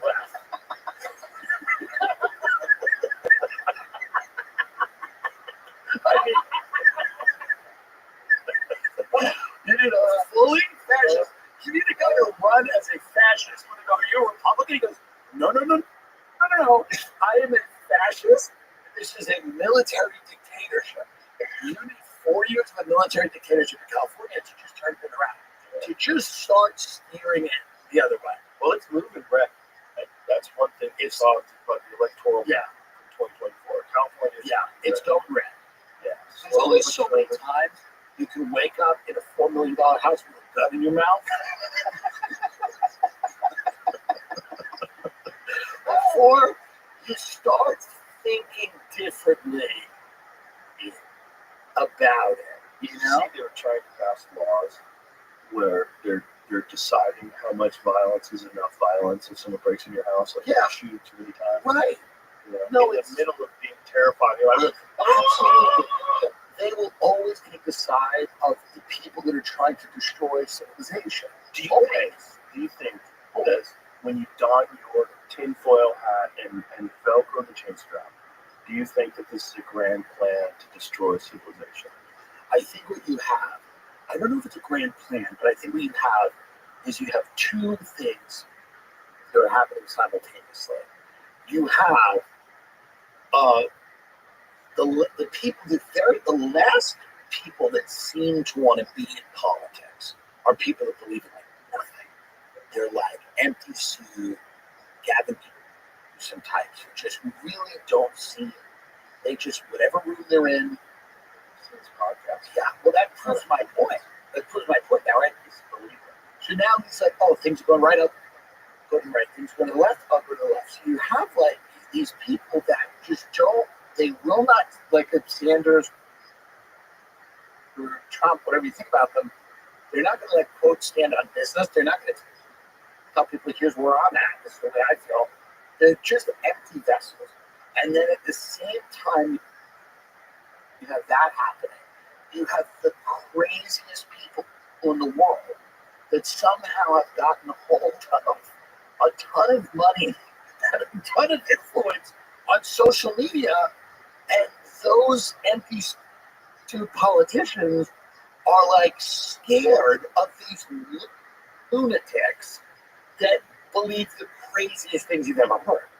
So these politicians are just like taking edicts from these crazy people online who tell them that we need to stamp and win again, and we need all this stuff. I don't know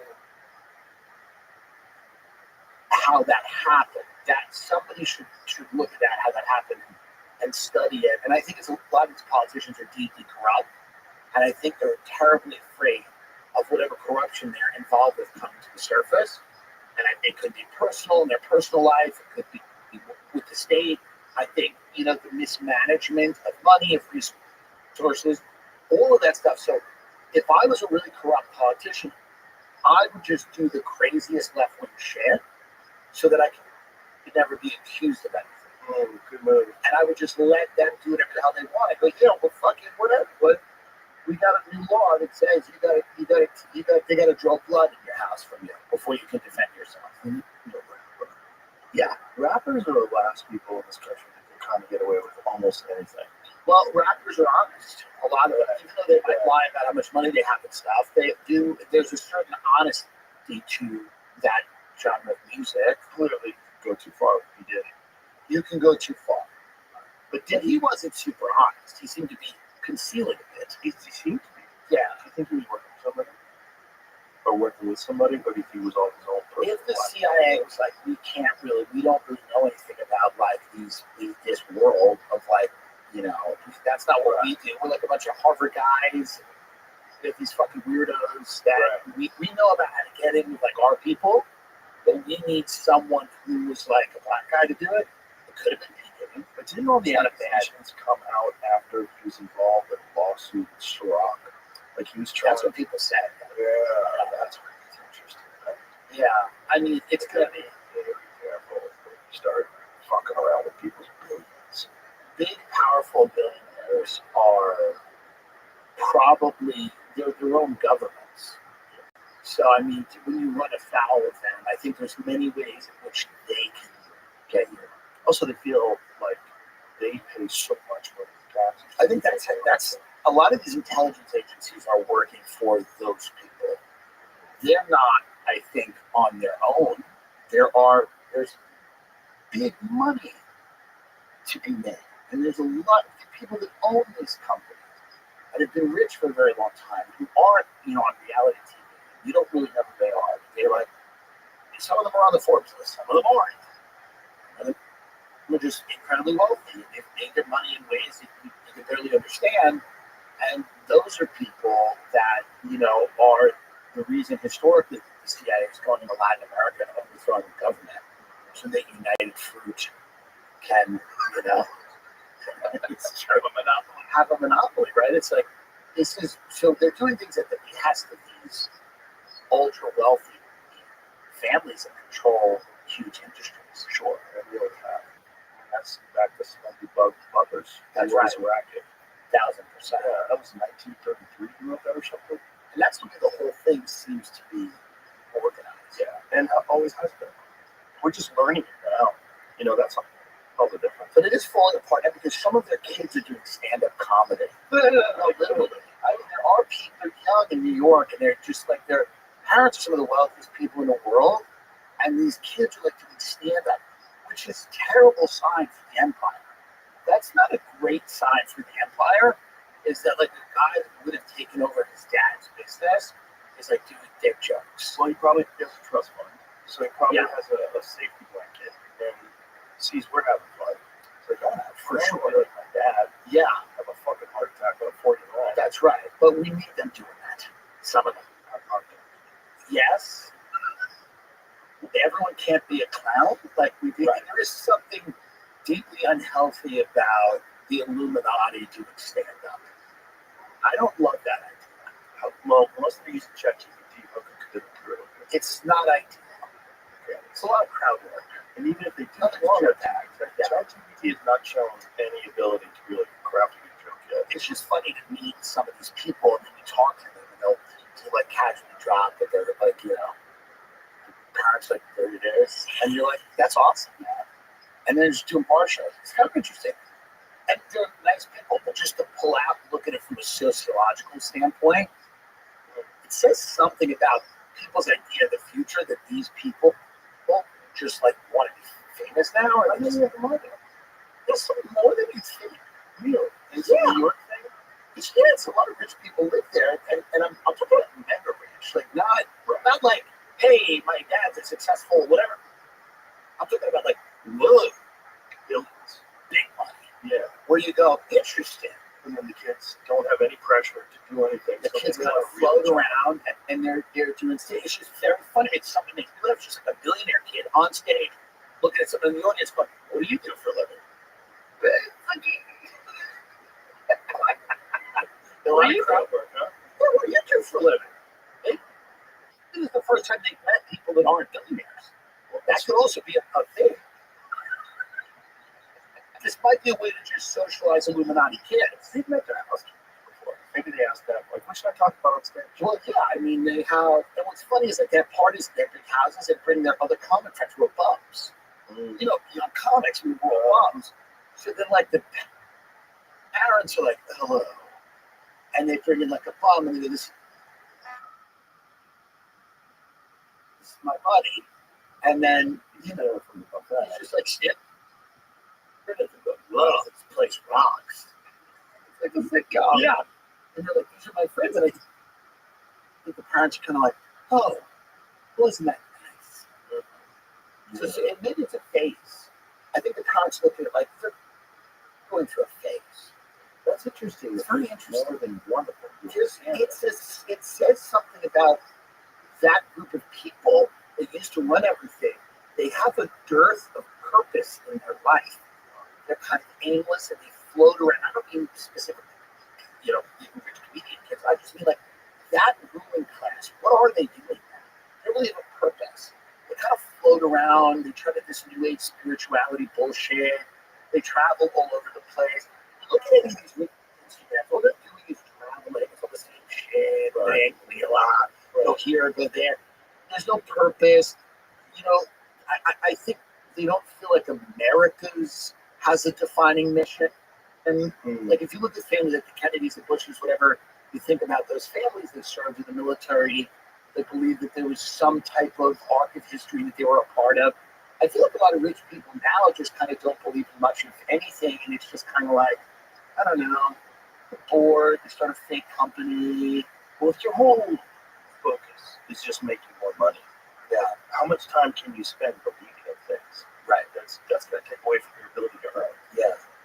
I think that's one of the big problems now, and that's why I think you saw like a lot of like people get crazy on the left, and they started instituting like all these like virtue, these purity tests and stuff like that. Is because I think they feel a lack of meaning. They wanted to give them a lot of them wanted to self-flagellation. They wanted the tenets of religion. They wanted meaning. They just don't have that. So I think that's what happens with a lot of them. And the kids are nice people. They're not bad people. It's just funny to see, like, because most people who do comedy, a lot of them are poor. A lot of them are like middle class people because they have like the ability to go and at least think it's an option. Right. But it is funny when someone goes, I'm doing comedy, and I'm the scion of great wealth. Scion of great wealth. It's an interesting thing to me, just because I've always been fascinated with rich people and like these people that run the world. And it's so interesting that some of their kids are like, I'm going to do stand-up comedy. When was the first time you met a really rich person? How old were you? I met a couple of like mafia people that my dad used to play music, so they owned some bars, but they weren't super rich. I would observe them because my uncle was the director of operations for all these restaurant groups in New York City, this restaurant group in New York City that had these big high-end steakhouses. And I would go, and one of them was on 63rd and Park. And I would sit in this steakhouse with my parents. I was probably 8 or 9 years old, and you look around, and I said to my dad once, I was like, 8, 10 or 11, and it's a weird thing to say, but 10 or 11 year old, I was like, who are these people? My dad knows these people around the world. I was just very fascinated by all these like people that were so different because in Long Island, where I came from, and everyone was loud and fighting all the time. And my best friend Josh, who lived 2 houses down from me, his mother Eileen would scream at his father in the front yard. He was like a conductor for the railroad, and she would just go, "Why did you do?" And then you would go to Manhattan, and a lot of these restaurants in Alcohol had these kind of quiet people. They were all very well trained. They were in suits. But, in Manhattan, they live in these stone townhouses. Like, they live in these little mini stone townhouses. I was just fascinated. I was like, it's very interesting. These people are interested in what are they up to, type of thing. Right. And then you start reading about them, and it is just super interesting because they're a very big reason why society looks the way it does. 100%. And that to me is an interesting thing. It's like, why are certain people in certain positions? What role do the politicians play, and what role do these really quiet rich people play? Yeah. That are kind of waspy, could be Jewish, could be anything. They're just kind of like, they're quiet. They don't really want you to know too much about them. They really value their privacy. So it's funny that the kids doing stand-up comedy to me, and even these rich people that go on these reality shows, it's interesting that it used to be sacrilegious, the idea that you would show people that how much money you had or talk about yourself. And a lot of that's starting to change. Like, a lot of these rich people just want to be famous. It almost feels like it's the last thing left. Well, most young kids today, when they ask them, what do you want to be? A giant percentage of them say famous. They want to be an influencer. They want to be a TikToker, a YouTuber. They want to be famous because why would you want a job like your parents have when you could just open sneakers? Yeah. So I'm going to do an unboxing show. That's a good point. Yeah, like, why would you want a regular job? Yeah, regular jobs are soul-sucking, especially work. Like, it's one thing if you have a career, sure. One thing you start your own business, it's something exciting. And another thing to be working for somebody. Working for somebody is horrible for the most part. It is, but I think people can derive enjoyment from things outside of their jobs. Sure, but that leaves you 1/3 of your day that's been eaten up. Yes. You have 1/3 of your day for sleep, 1/3 of your day that's been eaten up by this bullshit job. Yeah. And then the remaining hours between commutes and whatever the fuck you eat. Yeah. All has to be wrapped up in. It is. I get it. I totally get it. If you're a young kid, you go on YouTube, you go, I want to be David Dobrik. I don't want to be David Dobrik. He's like a big guy on YouTube. Okay. He does, I don't know, he's like a Mr. Beast type. He's not as big. Mr. Beast is like a planet. Yeah. But Dobrik's big, or whoever. Like, they look at these young, and they entertain like younger people. He does fun videos about like, hey, whatever.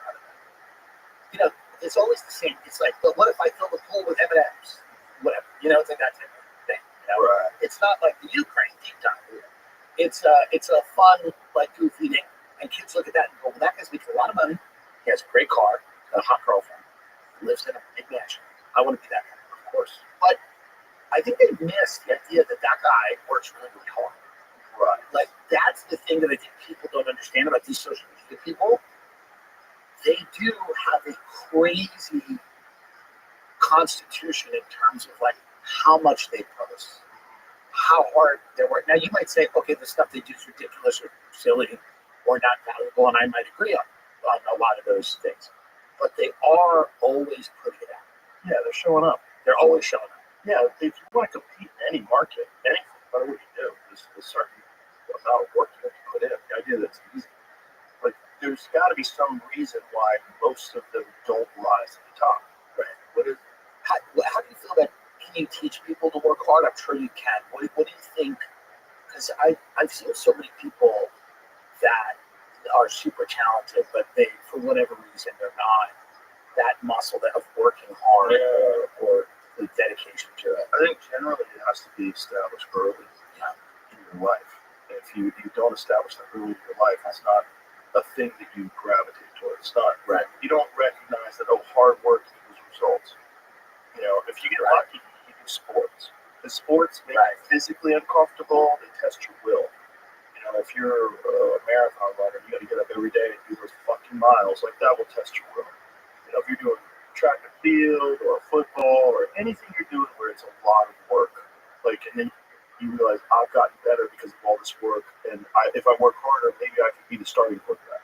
If I work harder, maybe, and that's a real factor for young kids. I think getting them into any sort of difficult physical endeavor, whatever it is, competitive physical endeavors make you. That's why I thought that show Dance Moms was good. That fat woman who screamed at those kids and demanded greatness and would make them cry.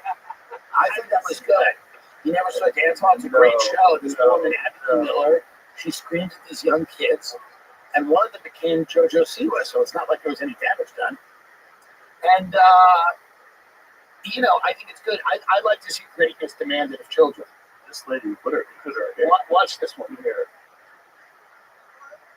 You jump higher, you turn faster. That's right. You're sick. You're not just preparing for a good competition every weekend.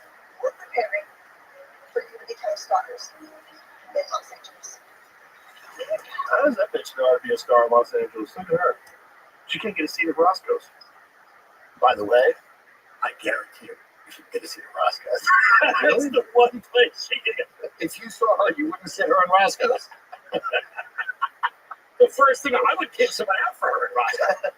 But yeah, it is interesting that a lot of these kids now, they just look at, the followers and sure. How do you feel about your parent? Do you when the Jonathan Haidt book comes out, because we should get rid of phones for kids until they're 16. Does that make sense or not really? No, because then you alienate kids. Look at the world that they have to learn how to navigate. And if they don't learn how to navigate until they're 18, they're at a huge disadvantage. They got to understand that it's just people talking. But there's a lot of pressure. Like for young girls, it's the worst time because they're comparing themselves to all these other girls. You're seeing a rise in eating disorders, self-harm, suicidal ideation, and it's a lot of it is like they get depressed comparing their life to other people. Mm-hmm. And when you're young and you don't understand, you're 13 and you don't get how your mind works, and you're just sad every time you open up your Instagram app, and you don't look anything like these ladies who don't look anything like that either. Right. Which is really crazy. Right. And your head is filled with all of this unhealthy thoughts. I kind of got off social media for the most part. Real recently, over the last few days, I'm barely on it. Right. And I feel better. Right. I feel way more normal. Right. Way more, not constantly, checking to see what's going on, what's happening in the world. Right. Instead, just, fighting for that, but it'll come to me. Sure. They'll figure it. So I check in the morning, make sure there's no war going on, and then I go about my day, the whole day. And then maybe I check again in the afternoon, real quick. I'm not spending massive amounts of time anymore. No. And because of that, I feel better. I'm like, okay. People that give up their phones always talk about that, that we hear birds and all this bullshit. Well, you feel better. You feel like there's not this low hum of wondering what's going on in the world all the time. Wondering who's saying this and why they're doing that. What's the new thing? What's this? What's that? It is good to detach. It is interesting. Imagine if you just didn't even engage, didn't really look or even at all. Fast voice.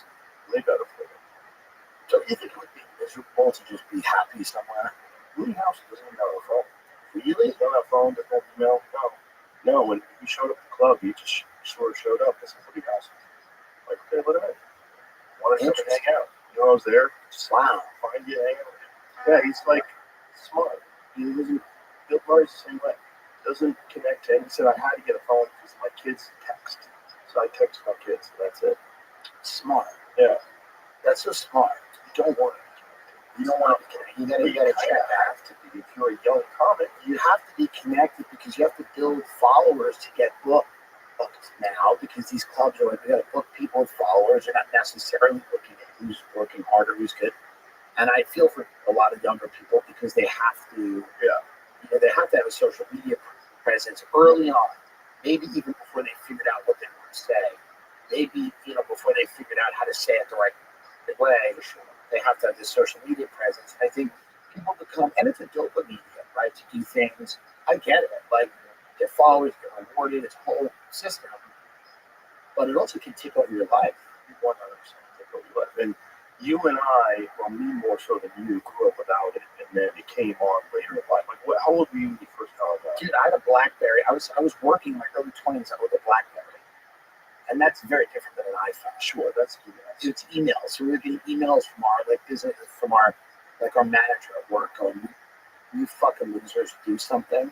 Like things like that. Right. Like, 'cause we couldn't sell them. But I remember seeing people with Blackberries in the early days of tech. I'm like, man, that seems really addictive. Yeah, because you have to take a shitty photo and send it to someone. You could email a photo. You would take a shit. The photos were like terrible quality. Yeah. But just the idea of like at your job, just sending someone an email photo was like hilarious. Like being out somewhere to get a photo and emailing somebody like, fuck you, I'm not at work. That was fun. The thing was though that they couldn't escape the emails. The Right. emails, they were constantly checking. And I was like, oh, well, this is like super addictive. Like these guys that I worked with, those on the Blackberries. There was a New York realtor, Dolly Lights was like the top realtor in New York City. She did a BlackBerry commercial. She famously had like 8 BlackBerries because she would just get all these contracts and stuff. She would like hand them out to her assistants and stuff. To respond to she would get over 700 emails a day at the height of her thing, selling those real estate. So that was the first time I didn't have a smartphone in junior high or high school. That's nice. I had like a flip phone. People had Razor phones. I didn't even have that. I had like a Sprint LG or some bullshit. And then I got Blackberries, and I think my first iPhone was in my mid-20s. That's good. I wasn't like connected like that. It's good to connect from the time you're 6 years old. And I mean, my godson is like 40 years old. He has an iPad. They just give him an iPad. Yeah, they just sit in front of a pad, but go to a restaurant, they just set it up in front of the kids. They sit at it up, and he just sits there and does, I don't know what he's watching. Maybe I don't know what he's doing. No one does either. They just I don't know what he's found. You know, that's the other thing. You hope, like best case, he's playing some game, but Look, the boys, they need to start jerking off. interesting. The moment they can find porn sites, Right. you tell the Well, that's the other thing. Like, I feel like that's also damaged people's, like, damaged people's ability to like, no doubt, go out and meet a woman. 100%. And that's why they're not meeting women. Like the number of incels is off the charts. The number of men that don't have sex at all is some crazy. It's like 50%. And the porn is not even regular porn anymore. A lot of it's like hyper violent, sadistic, crazy porn. You know? That's what they say.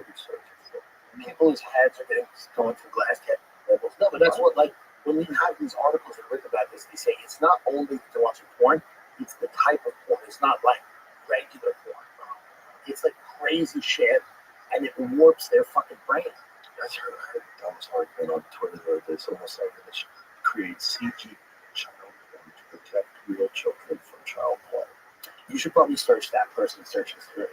It sounds like this is. That's an interesting argument. Yeah. We should have AI child porn. Well, I think that argument is like they've kind of That's the sex doll argument, right? Didn't they have like that argument for like? Yeah. I feel like it's part of the same type of. It's the same type of thinking. I think generally that argument is created by people who aren't pedophiles because they're trying to figure out, well, maybe this is a solution. Well, you're not. Yeah. Also, like, I'll make some money with this kid sex doll company. What a weird way to make a fortune. What an odd way to make a fortune. I made a little bit of money. What'd you do? Don't worry. The perfect 11-year-old boy. Yeah. Don't worry about it. What'd you do? Bad kid sex doll. Anyway, have you been to the 4 Seasons in Cancun? It's crazy. Yeah. Well, we're getting to a point where the world is really scary, but also equally unbelievable and absurd. So you have, it's funny, but it's also insane. And I think people are like, we don't know what's real anymore. These AI videos come out, and you don't know what's real and what's not. The deepfakes are getting better. That seems to be one of the biggest problems that no one talks about. It's like reality seems to be splintered. 100%. Yeah. Yeah, reality splintering, and then AI is about to take over our lives, and we're openly cheering it. Right. And the world will never be the same again once it does. And we're welcoming it. Ironically, I think comedians seem to be somewhat in the safer group of people. In what way? Oh, In as the far sense, as our jobs. yeah, in the sense that like perspective seems like maybe one of the harder things for AI to grasp. Well, it's this also moment. live performance Right. is the last human stand. Right. You know, where you could go and see something. You could go see a guy actually play a guitar. You know, that's so much different, and that's a real human experience. Live sporting events, you know, like real things that are real. You know, that's going to be the hardest to be replaced by AI. Yeah. Because you know, you can replace us on podcasts. You essentially can take my perspectives that I've shared over the past 2,000 plus episodes and run it through a large language model and use AI and have me have a podcast with basically anybody. It's such a crazy library, man. It's like, I wonder what you did with it. It's an interesting. It's a great question. Sell it to China. What if after Spotify you go to China? Yeah, that's a great idea. I think it's actually a great idea if you just sit down and nothing's changing about the podcast. It's still going to be free. It's just going to be a Mandarin. It's owned by the Chinese government, but it's the same podcast as always been. Don't worry about it. The same show as always been. You guys don't know the whole show. Yeah. Your first guest is Jack Ma. Tell me what happened with Alibaba. Yeah, I mean, it's crazy. It's a place I'd like to go. I've never been to China. I'd love to Obvious go. cuts. Yeah. Oh my God. Obvious cuts. It would be Remember cut. when someone talking? Just an ad. Cuts. Just an ad. Yeah. Just cut. But it's the same podcast it's always been. It's now 37 minutes because China's taken out all the stuff they don't want. I'd love to go to China just to access websites and go, what can you really say? Right. That would be super fascinating to be in China going like, what are you allowed? What is blocked? Do they use VPNs in China successfully? Is that possible? Probably, right? They have to. Maybe not. I don't know. I don't know. North Korea seems to block everything. Like certain countries can do a lot. Yeah, they have their own internet, right? Like you can only get on their internet. I'm not sure, but that seems to make sense. That's according to people that have been there. Yeah, they have their own internet. Like, just can you use a VPN in China to access the internet of the world?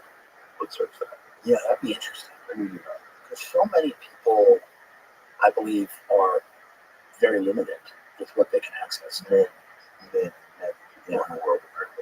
Well, look at the UK. They just arrested people for Facebook posts. That's one of the crazier things in modern life, is that people are getting arrested over social media. And not really bad stuff. Just saying things that if someone finds captions out. Yeah, that kind of stuff. Yes, some VPNs work in China, but their effectiveness varies due to the country's strict internet censorship known as the Great Firewall. Chinese government actively blocks many VPN services, and only a few reliable ones consistently bypass restrictions. VPNs like ExpressVPN, NordVPN, Surfshark are often cited as effective, but they require specific configuration, e.g., obfuscated servers or protocols like OpenVPN to evade detection. Performance can be inconsistent with slowdowns or temporary blocks being heightened censorship during heightened censorship periods such as political events. China occasionally cracks down on VPN uses, targeting both the providers and individual users, though enforcement against foreigners is typically lenient, focusing on warnings rather than severe penalties. Using a VPN is technically illegal for excessive block content, but millions, including expats and locals, use them daily. Boy, that's a risky move. I think they're banning this stuff in the UK because I don't think they want people to persist in this idea that that they have any ability to challenge this prevailing narrative, that any critique of immigration is an inherently racist thing. And I think the people that are sponsoring this kind of odious thing, it's because what they're doing is they're basically immiserating these people. They're making the quality of their life much worse. They're losing ground, and if they speak up about it, they're called, huge horrible names. and then they're arrested. Yeah. So it's crazy, and they don't understand why it's happening. They're not completely. They're very confused about why, a lot of these countries didn't take any Syrian refugees. Right. But Europe did, and Scandinavia did, the Netherlands did, and they're confused about that, and they're asking questions about why is that the case, and they're confused about why, when any disruption happens, and it's clearly the result of bringing in large numbers of people who are not familiar with the laws of the country, the culture of the country. When anything happens and they bring it up, they're again called a racist or an extremist, or they're arrested. So it's good. And then who's doing it, right? So you have the people clearly that are the government and these incredibly wealthy business interests that want people to work for a lot less money, and they want to destroy people's social bonds, because I think they really do want people to eventually just accept this kind of totalitarian surveillance state. And the way to get them there is by breaking the spirit of these countries, by destroying any social bonds that people have, and destroying any economic power, and destroying their belief in the democratic process. And if they can do that, they can break people, they can get them to do anything they want. Do you think they're doing this in preparation for AI? I think they're doing it in preparation for not only technological advancements, I think they're doing it in preparation for more wars. I think they are doing it in preparation for a lot of things. I think they'll conscript a lot of these people into the military. I believe that. I believe they'll conscript a lot of these people into the military. I think they're looking at populations. I think they're looking at people not having children. I think they're saying, who's going to fight these wars? Who's going to do these really shitty jobs? And we're going to go build houses in bunkers and all of this stuff. We're going to fly private, and we're going to have our kids go to completely separate schools, and we're going to have our own water aquifer, so we have a compound. But why do you need all these low-wage people in your country that are illegal and don't have any powers? Anyone ask that question? It seems very obvious. They're going to conscript a lot of them into the military, and a lot of them are going to do shitty, horrible jobs, and they're going to use them as cannon fodder in wars that enrich lots of people. That would be my guess.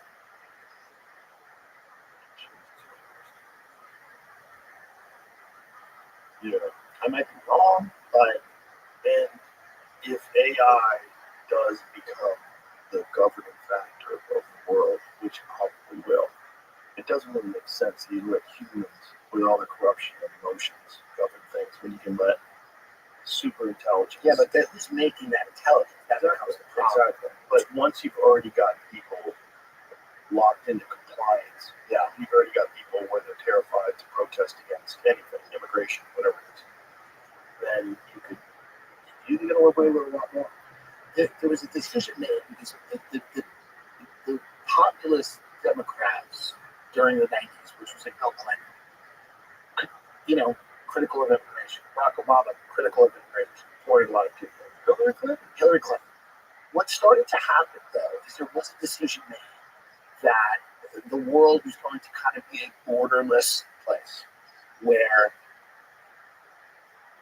countries were interchangeable, and that nation states mattered a lot less than the financial architecture of local capital and where it could go. And you need work. And you need a government that is a world government, or the closest world, or the closest thing you can get to it, which is having the EU, right? And then having a government between the UK and the US that's pretty on the same page about everything. And then you have Israel and the Middle East, and then you have, all of these, disparate areas that we kind of control through economic needs, military needs, and stuff like that.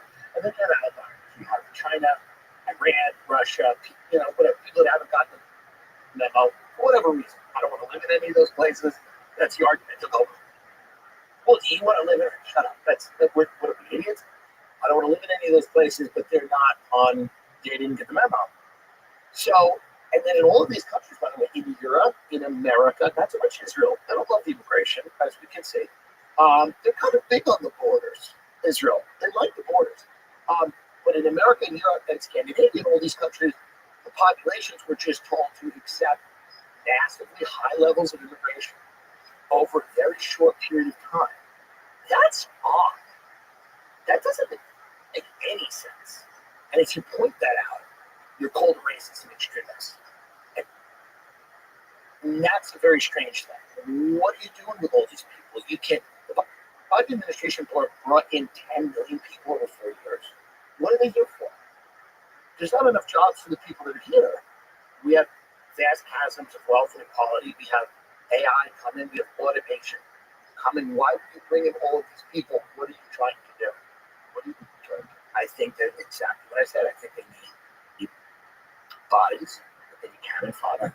I think they need to break the idea of any social bonds that exist between people. You know, listen, they need a little chaos. They need a little chaos.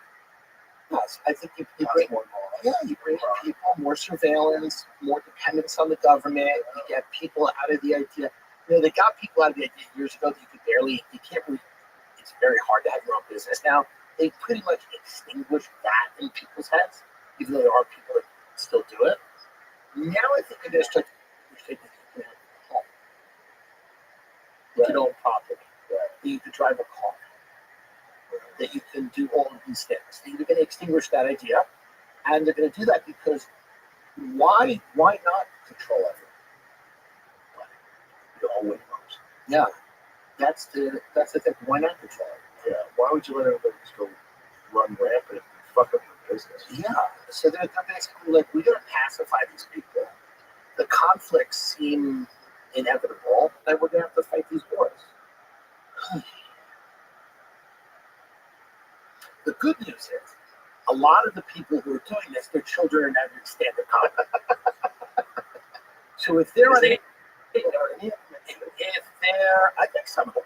I'm sure. Have you seen any of them that are any good? I haven't seen a ton. It's one of those things that you hear now more than ever. When you're talking to a young comic and they go, I'm hanging out with this person.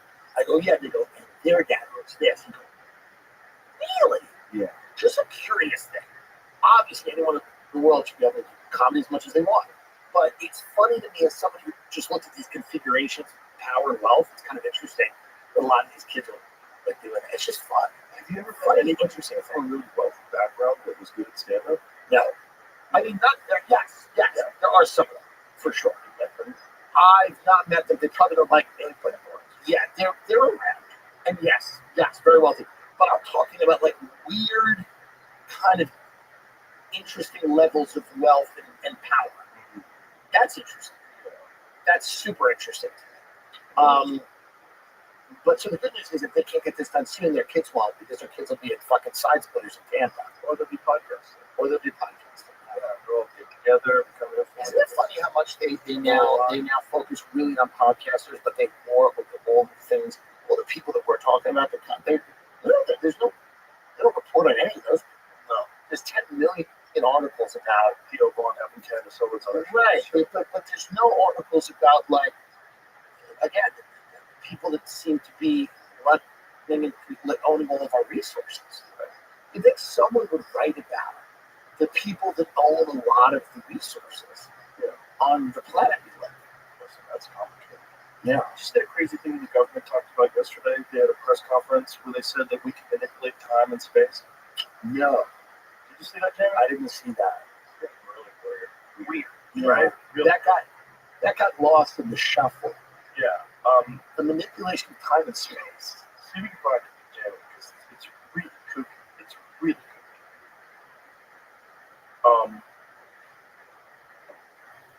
Can you? I don't know what he was saying. Play it. Play it so we can hear him say it. I don't think you guys said it was written on a website. But did he say it in that speech? I don't know.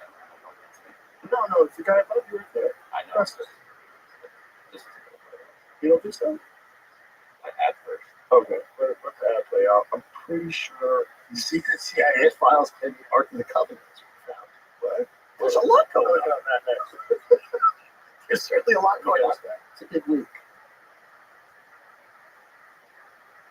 regulatory regime in the 1970s became an ever-tightening ratchet, first hampering America's ability to become a net energy exporter, and then making it harder and harder to build.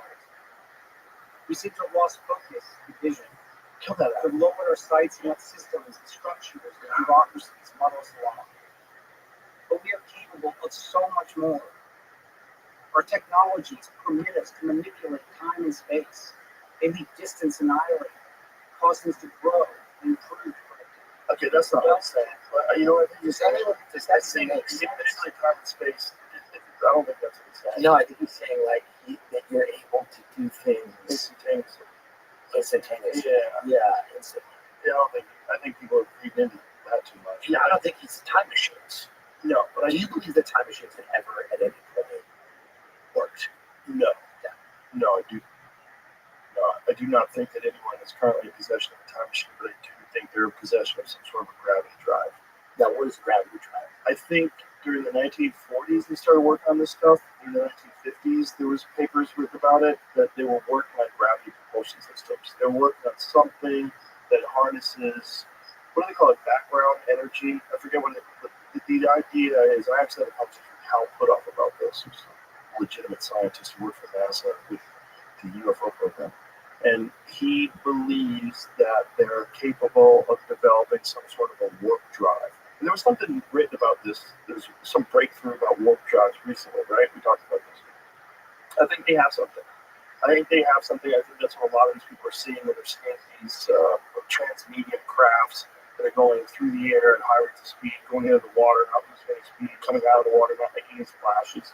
I think it creates a gravity distortion around whatever these things are that allows it to move in a way that's very different than any other propulsion system that we are currently aware of. And I think the government has been probably secretly working on this stuff for decades. That's what I think. I could 100% be wrong. But that's the DARPA angle of like having a really underground, weapon system, interesting technologies. Yeah, and space travel. And, ideally they would be able to use this to mine asteroids, have something instantaneously port to an asteroid, scoop up rare earth minerals and expensive things that they need on Earth, shoot it back to Earth. Right. Yeah. So it's interesting. So I the people who work in that type of arena are just layers above top secret, levels above top secret. Exactly. They barely exist. This guy was telling me that in 2015 they had landed something on an asteroid, extracted something from that asteroid, and then have that thing leave the asteroid and return to Earth, and then pinpointed the location where it was going to crash land within 1 mile. And that somehow or another they figured this out a decade ago, and that we don't know about it, but there's footage of this stuff, and that they've been able to achieve this, and that there's what you hear and what you see on television and what they're actually capable of. And because of national security interests, because fill in the blank, the misallocation of funds in order to acquire this technology, which is 100% what they're all talking about. Right. Jamie and I, what was that documentary you saw? Not released yet. It was Sunrise. We saw it at South by Southwest. This documentary was all about that subject, and it's all about how there's a lot of issues because these people have all misappropriated funds, so they've lied to Congress. So, and then on top of that, if you do have some sort of a program and it is based on back engineering UFOs that have crashed, who gets that? Well, it's probably a weapons manufacturing company. So if it's a weapons manufacturing company, which company gets access to that, and the other ones can sue? Why not? That's a huge competitive advantage to have fucking alien technology. You can. Do these things not land in China? Age of Disclosure is the unprecedented revelatory documentary featuring 34 senior members of the U.S. government, military, and intelligence community reveals that an 8-year-old cover-up the existence of non-human intelligent life and a secret war amongst major nations to reverse engineer technology of non-human origin. See, I don't even know if that part is true. I don't know. Who is the most credible person you've had on this show over the years who has talked the most convincingly? Was it Balthazar about? Balthazar is one of them, but he's, technically speaking, you could kind of discredit a lot of the stuff he said. Jacques Vallée is probably the most reasonable, and he's the guy that they patterned that French scientist, Close Encounters of the Third Kind on. And he's been studying this since the 60s. True believer. Yeah, he believes. He thinks most of it is people misunderstanding what they're looking at, people seeing, or some sort of a test vehicle. Does he have any theory on where these crafts are coming from, or is that just completely beyond the scope of it? They do theorize. They theorize that these things have always been here, and that they're probably interdimensional travelers. That it's not as simple as they're coming from another planet. Right. They might be coming from a whole other reality, and then they might have shaped over. That this might be a farm. this might be a giant ant farm. Yeah, this might be also how intelligent life gets sort of seeded throughout the universe. And this would also explain why we're so different from every other animal on this planet. Right. We're so it's not like there's a competition. We're eons. We're eons ahead. And yet we carry the same we didn't evolve socially the way we evolved technologically. We still have tribal notions, and we're still territorial. We still act like animals.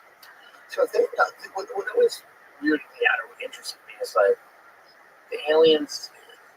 They're if you believe in these things, they're testing us all the time. And is that because they're curious? Is that because they don't know? But the thing is going to get tracked.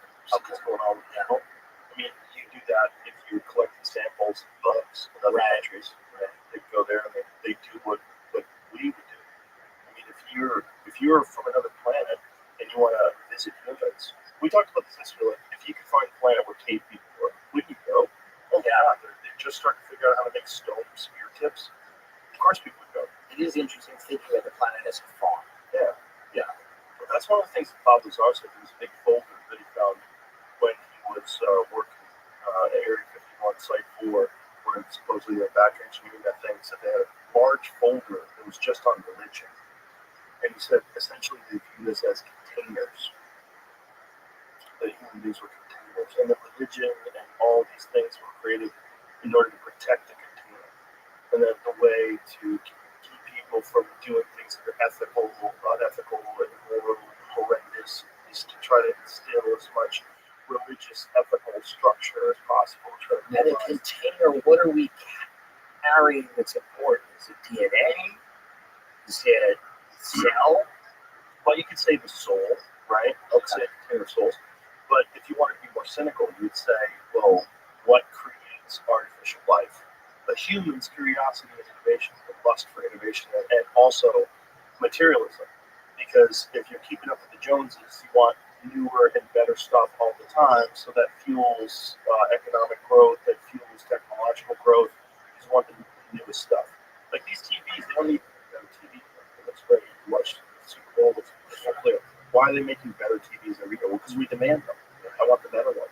But my computer has the same chip as last year. Fuck out of here. I want the new one. And everybody wants the new phone. There's no reason to get a new phone anymore. They all do the same thing. I have an iPhone 11. One of my phones is an iPhone 11. I've purposely not switched it just to see what it's like to use an iPhone 11, see if I notice anything different. I notice nothing different. Zero, especially when it's on Wi-Fi. It's the same thing. It's the same. YouTube looks the same on it. Everything's the same on it. Yeah, it doesn't get as bright as the new ones. That's it. Did Jacques Vallée or any of these people ever speculate about, is there an end game? If a planet's a farm, is there an end game? Eventually, for example, if we're running experiments on anything, eventually we go, okay, we got it. We either figured it out, or we end the experiment, or COVID hits. But at a certain point, is there has there been any theorizing as to like what the end game is, or is it just curiosity for them? I think the end game is artificial intelligence, right? Because that's what we're really doing. And the one big thing that's going to change the world way more than any other technology is artificial intelligence, right? Especially when it's attached to quantum computing. So if you have human beings that are constantly searching, constantly traveling, looking to the roamers. They want new resources, new things. They want new innovation, and all these new innovations have allowed them to succeed over their rivals. And then they continue this trend technologically, and then they acquired great wealth and power and all these things. What are they doing? They're making better technology. Well, ultimately, what does that mean? Ultimately means they make a better life for them. And maybe that's what we do. Maybe we just make it cool. We're just here trying to make the best version of AI. Right, and that's probably what the whole universe is filled with. All biological life eventually probably gets to a point where if it's intelligent enough, it starts making synthetic life. And then once you have synthetic life, what then becomes the point? That's a good question. Synthetic life might be God.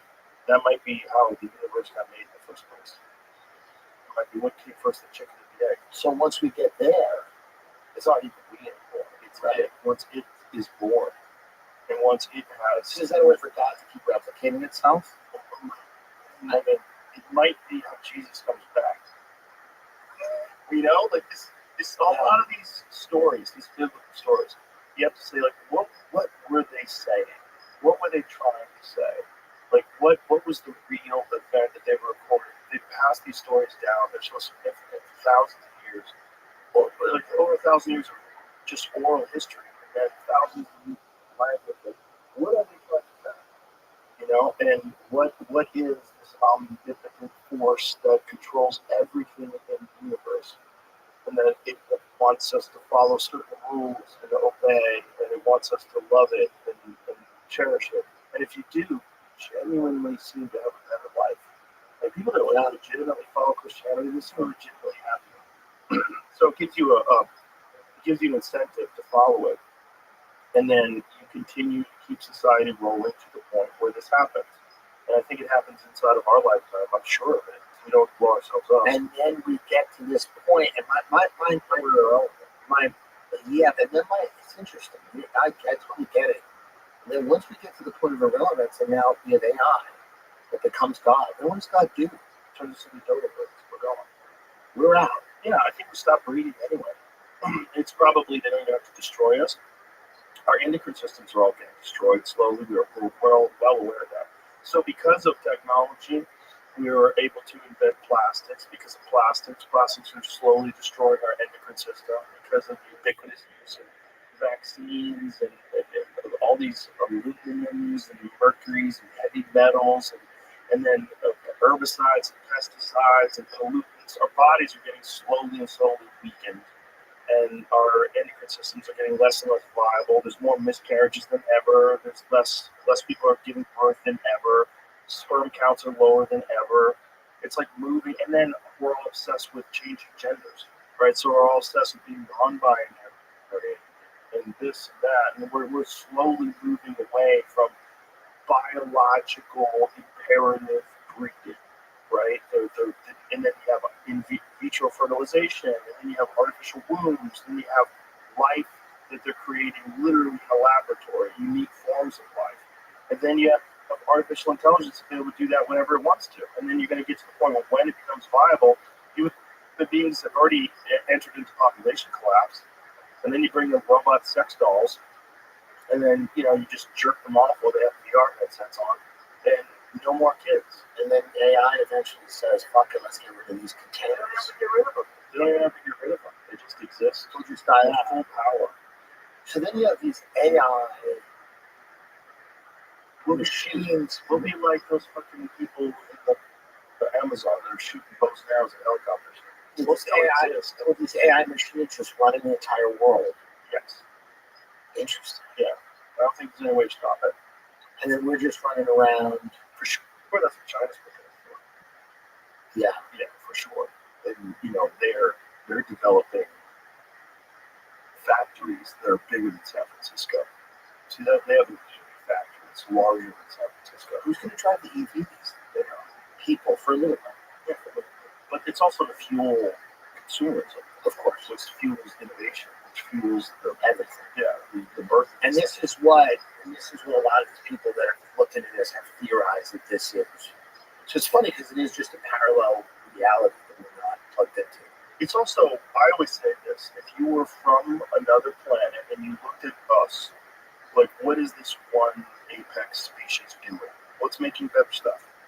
Right. The number one thing it does, above everything, above war, murder, all the crime, the number one thing it does is make better stuff. That's what it produces. Constantly, consistently better stuff. Never happy with what it has. It does it at a staggering rate. Whereas, like, it's even a question that your phone from my iPhone 11 from a few years back is like, is that still good? Like, it's a question Right. for us. For 5 years, that's crazy. You have a gun for 5 years. There's nothing wrong with it. Right. It's the same technology. Imagine a factory larger than San Francisco is happening in China's BYD's Zhengzhou branch, which will be 10 times larger than Tesla's Gigafactory in Nevada. Crazy stuff, dude. It's crazy. It's going to be a factory that's bigger than It's a really interesting time to be alive.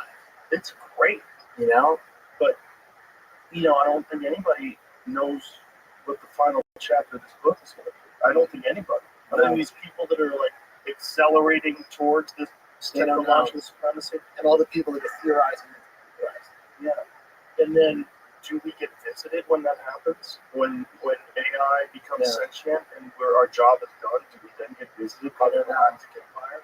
I would hate if it all came down to just AI doing stand-up comedy. If they only decided to do stand-up comedy. What if AI decided to do podcasts? It's just a bunch of hyper, fucking, brilliant machines talking to each other. Maybe that's the way the world just ends, with like artificial intelligence just blabbing. I don't think the world ends. I think we end. Right. And I think that would be a terrifying thought to Australopithecus. We told Australopithecus that one day you're going to be in a self-driving Tesla and you're not going to move your spears. What? Right.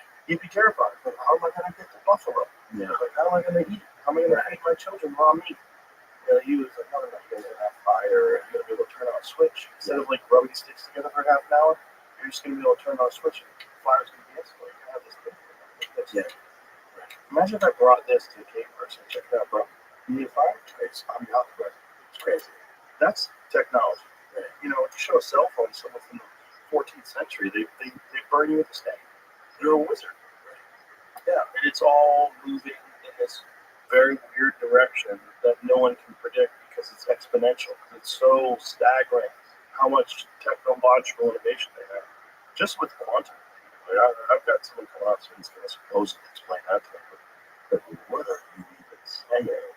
Right. It's operating in the multiverse. It's accessing infinite universes. Who explains that type of stuff? Like, is it a scientist? You have to get someone that's actually working in the field. Okay. Because even a regular scientist, they're just going to give you theoretical shit.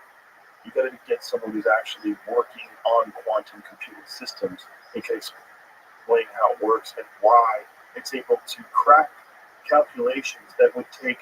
Mark Andreessen said it best. This has already happened.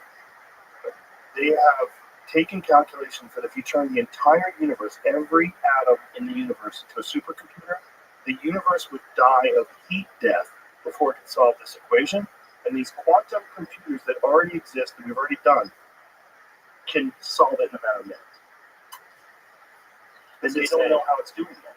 And so they think it's doing that by accessing the multiverse. They think it's proof of the multiverse. But again, this is just like sound of gay guys falling off a roof. It's like so far away. Yeah. It's so weird. It's like, is that really happening? Right. Like, what's going on over there? What are they doing over there? It's almost like it's almost abstract. Like, what you hear someone say that they can currently solve equations that is it real? Right. When is to you and I? It's like we don't understand the technology at all. We don't understand all the steps that have been put place. All the work that's been done to get the technology to this point. These chips are like the size of this fucking mint tin. Yeah. That's how big they are. And then they're surrounded by these super cooling units. Right. And that's like it has to be cooled at this insane temperatures. Cooler than deep space in order for it to even function. It's unreal. Fucking nuts. That's real and that's happening right now. So God only knows what's coming. Yeah, they're already building nuclear reactors just to power AI plants. Right. Multiple nuclear reactors just to power AI plants because the amount of electricity that's going to be required. is tremendous. tremendous. And they're just all on this wild scramble between us and China to try to get there first. It's such a strange thing that we know it's coming, but we can't. The pace of it is going to be. And there's no way to figure it out. Yeah. Like when Wilbur and Orville Wright flew that stupid fucking shitty airplane, who would imagine that 50 years later someone would drop a nuclear bomb out of one of those? Right. You think they had jets, no propeller planes, right? With an old Legay, was that a propeller plane? Yeah. Right. Dropping the most sophisticated of weapons. Yeah. No one knows what's going to happen when a new invention happens, and then everyone builds on that invention. No one would have ever imagined hypersonic jets back when Wilbur and Orville were floating around that stupid fucking wooden thing they invented. Right. And so no one understands like what's the 50-year quantum computing thing. If it's 50 years from making the airplane to dropping a bomb out of it, how many years is it from quantum computing to God? How many years is it to this thing starts making better versions of itself to the point where it literally can manipulate everything in the universe at will? It can create new universes. It's unbelievable to think about it. It's almost beyond the grasp of our mind to consider. It is fully, and it's terrifying. Do you know those stupid cars that people used to drive around with? Like an 1823, what's that? Or of course. Drive around those stupid cars, and now they have electric cars like a Tesla that goes 0 to 60 in under 2 seconds. Right.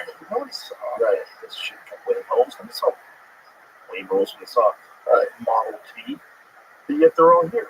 Right. And but no one knows where this is going. It's all just speculation and guessing, and I would imagine that even the most creative minds are not going to be able to see where this is going.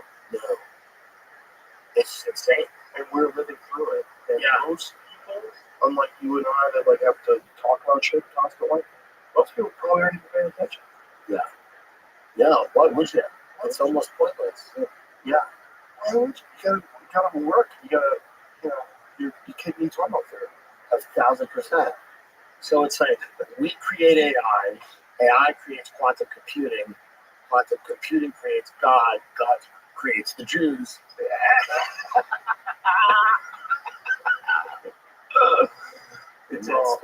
It's all real wild. And in the middle, we're fighting over stupid shit. Like, who believes in this religion? Who believes that religion? Sunnis and Shiites. And people are watching Love on the Spectrum, which is why we're number 8 on Netflix's top 10. We should be higher, but they're watching Love on the Spectrum, which I get it. It's a feel-good show. Well, Fine. hopefully after this podcast, That's very sweet. and you filmed the special. Yeah, the mothership. And everybody loves it, and it's great. I mean, a lot of people love it. Most people love it. Of course, there's enough of this fat, low, hard comments. But the vast majority of people enjoy it, which is important. And the show, and you saved it. We knew you saved it. Well, the first one was very bad, And the producers are making this horrible error mistakes. that they always make. They want to light up the room. Yeah. And they want to do things very differently than a normal show. Yeah. That looks just like a regular That's show. a comedy show. Uh, It's not a. I don't know what the hell they were doing with their lights. They always do it. They Yeah. try to do it with me when I first started doing specials. They want to light the room up. It just makes everybody uncomfortable. They all feel self-conscious. They all know it's different. There's a reason why comedy clubs are dark. It's just super funny. It's super funny to do a show. I've done so many shows there. They're all really, really good. And then you get the cameras and everything. And then the first one, I go, what the fuck is that? It would be one thing if I was in like Portland, Maine, at like a liberal college. Right. I'd go, okay, well, maybe these kids don't like me or something. And I think maybe it was still good. It was just tense. It was You could feel that people were well aware that we were filming. It was different, and they were like not in it. Yeah. They were watching it. And then, thank God they listened to me. No. It was like right away. I was like, okay, who's running this? Yeah. Get these fucking lights off all the tables. We saved Put all these lights on the side. Kill those. Yeah. Let me see it now. No, Saved it. too bright. Kill that. Why that light there? Kill that. Kill all these lights. Yeah. Yeah. Yeah, thank God. Thank God. Thank God. But look, it's important. People need I appreciate it. Get love. People need shit talking. Stop with this love on the spectrum. We get it. Yeah. They're happy, as they should be. But RFK, What did you want to call it that they wouldn't let you? my son's pussy. Yeah.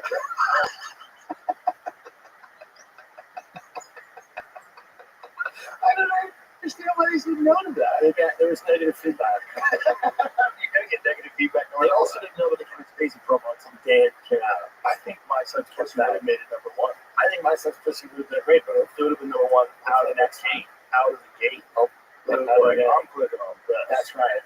What is he saying? That's right. Fuck you, Lonesome Canyon. Soap opera. Netflix has almost too much content.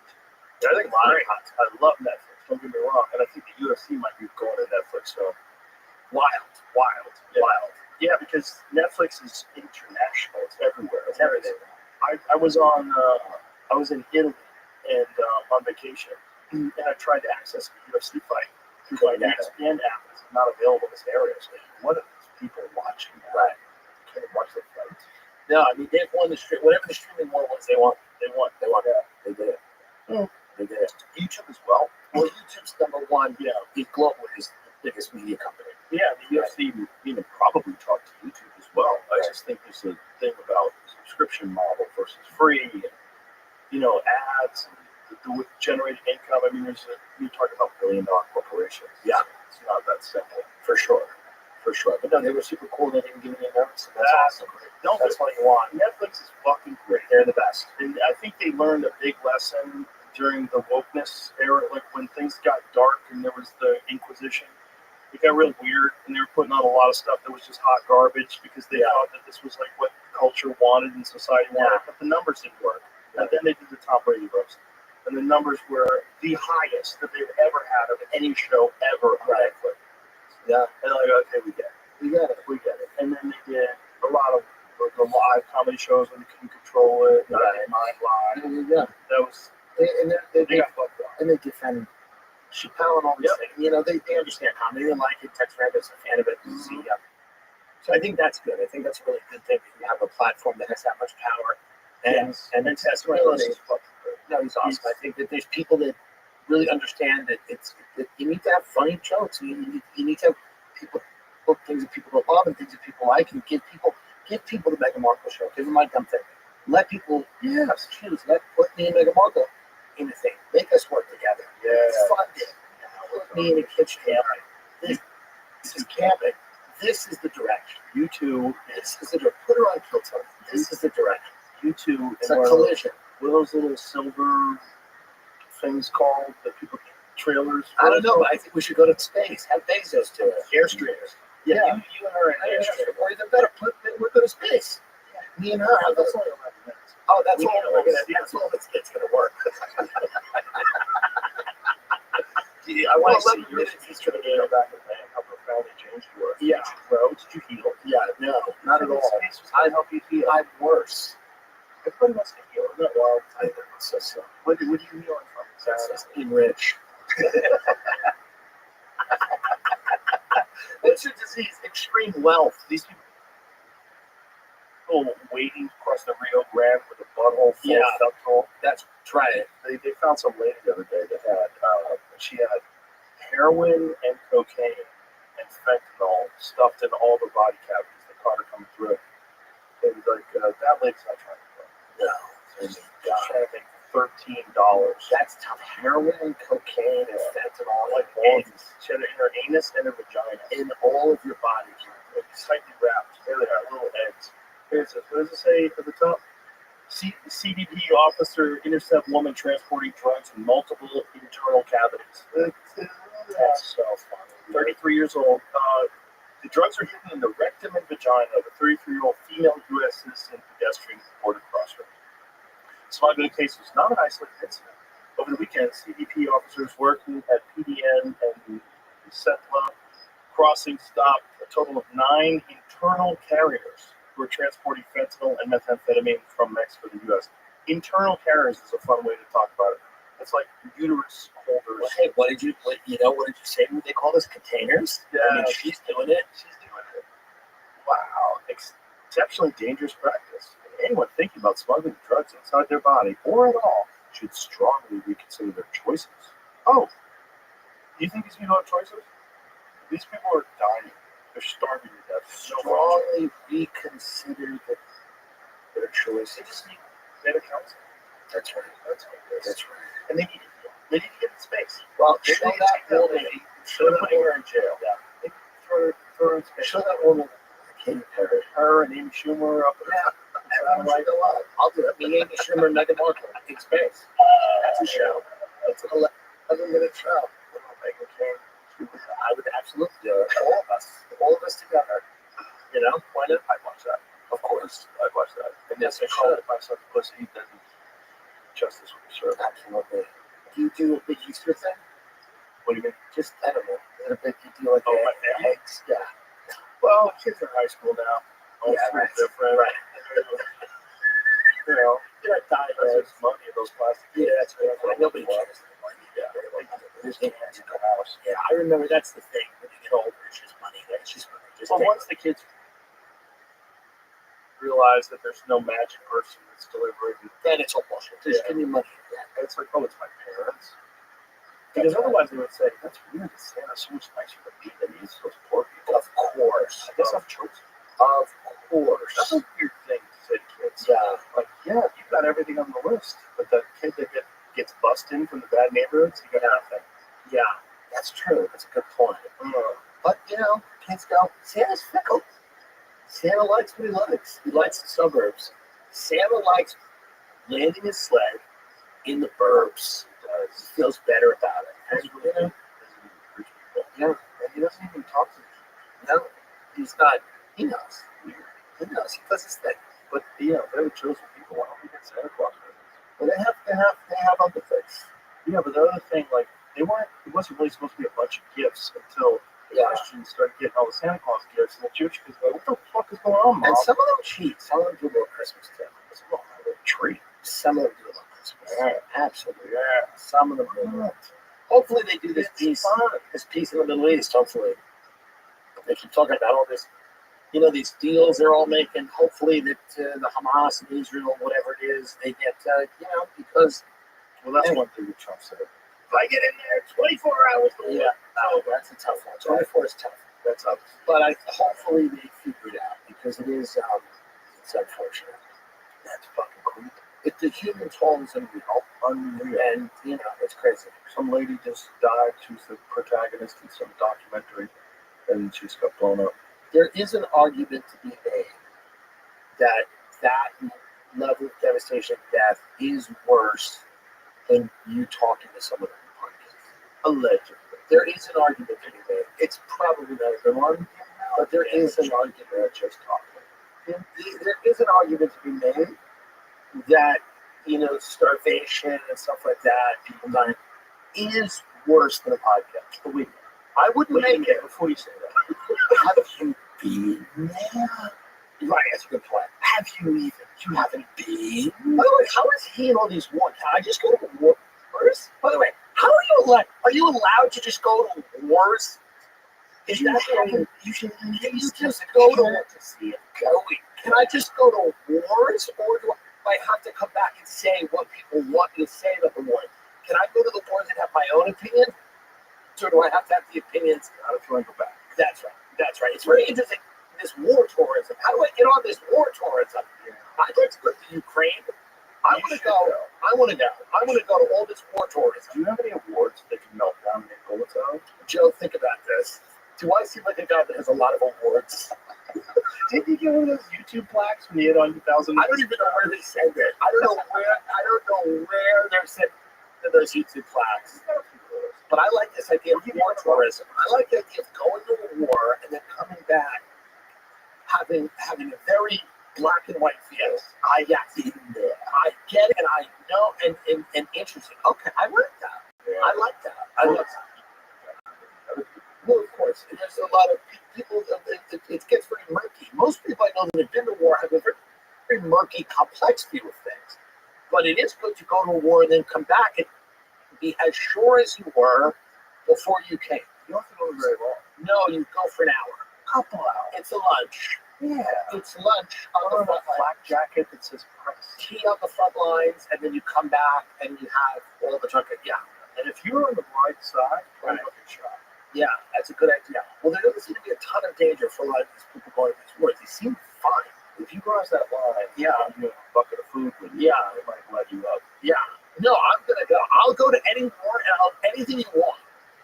So if you want to pay for me to go to a war, I will come back and I go. I saw the Houthis. They're terrified. They are terrified. Any war you want. And by the way, any country, if China wants me to, I'm doing it. I'm Go to doing it. Moscow. I would love to go to Moscow. And I said to my friend, Anna Hoshner from the Red Scare podcast, I said, should I go to Russia? She goes, you're spiritually Russian, and the maybe you won't live. She says, the oligarch lifestyle might be for you. Are you serious? Here we are. Yeah. With The smoked fish. She goes, it might smoking a cigarette on a yacht. She goes, it might be for you. Listening to people's moral justifications for all kinds of things. Like, well, I look at it. Yeah. What else you do? Yeah, for sure. Yeah. What happened to all those yachts that got confiscated? I don't know. It's a great question. I bet it's some high level version of like a police auto auction, right? Right. Yeah, for sure. That's what I'm thinking. Exactly. Like if The cops are the ones who sailed to the war. when they raid drug dealers' houses and get those Maseratis, you can buy that Maserati online. Right. Yeah. Yeah, I don't know what those yachts are. It's a great question. What happens to those yachts? Those very luxurious. That was the first problem I had. Obviously, it's a tragedy, the whole Ukraine war, but I thought, frankly, going around and taking these oligarchs' boats, I was against that. You work hard for a boat like that. Also, how do you know how much they had involved in the Russian government's decision? They probably had nothing. A lot of them had nothing to do. They just earned money in Russia. They're like, all right, we're going to sanction everybody. We're going to confiscate everything. And it's like, okay. But do you think that it was done so that they could make some sort of a rebellion amongst the oligarchs against Putin? Like show them that they didn't hurt? It could be. I think that there was a decision made at some point to not try to end this. I don't think they wanted to end this quickly. There was a decision made to leave the Russian military and isolate Russia and try to use this as a way to drain the power and resources of Russia.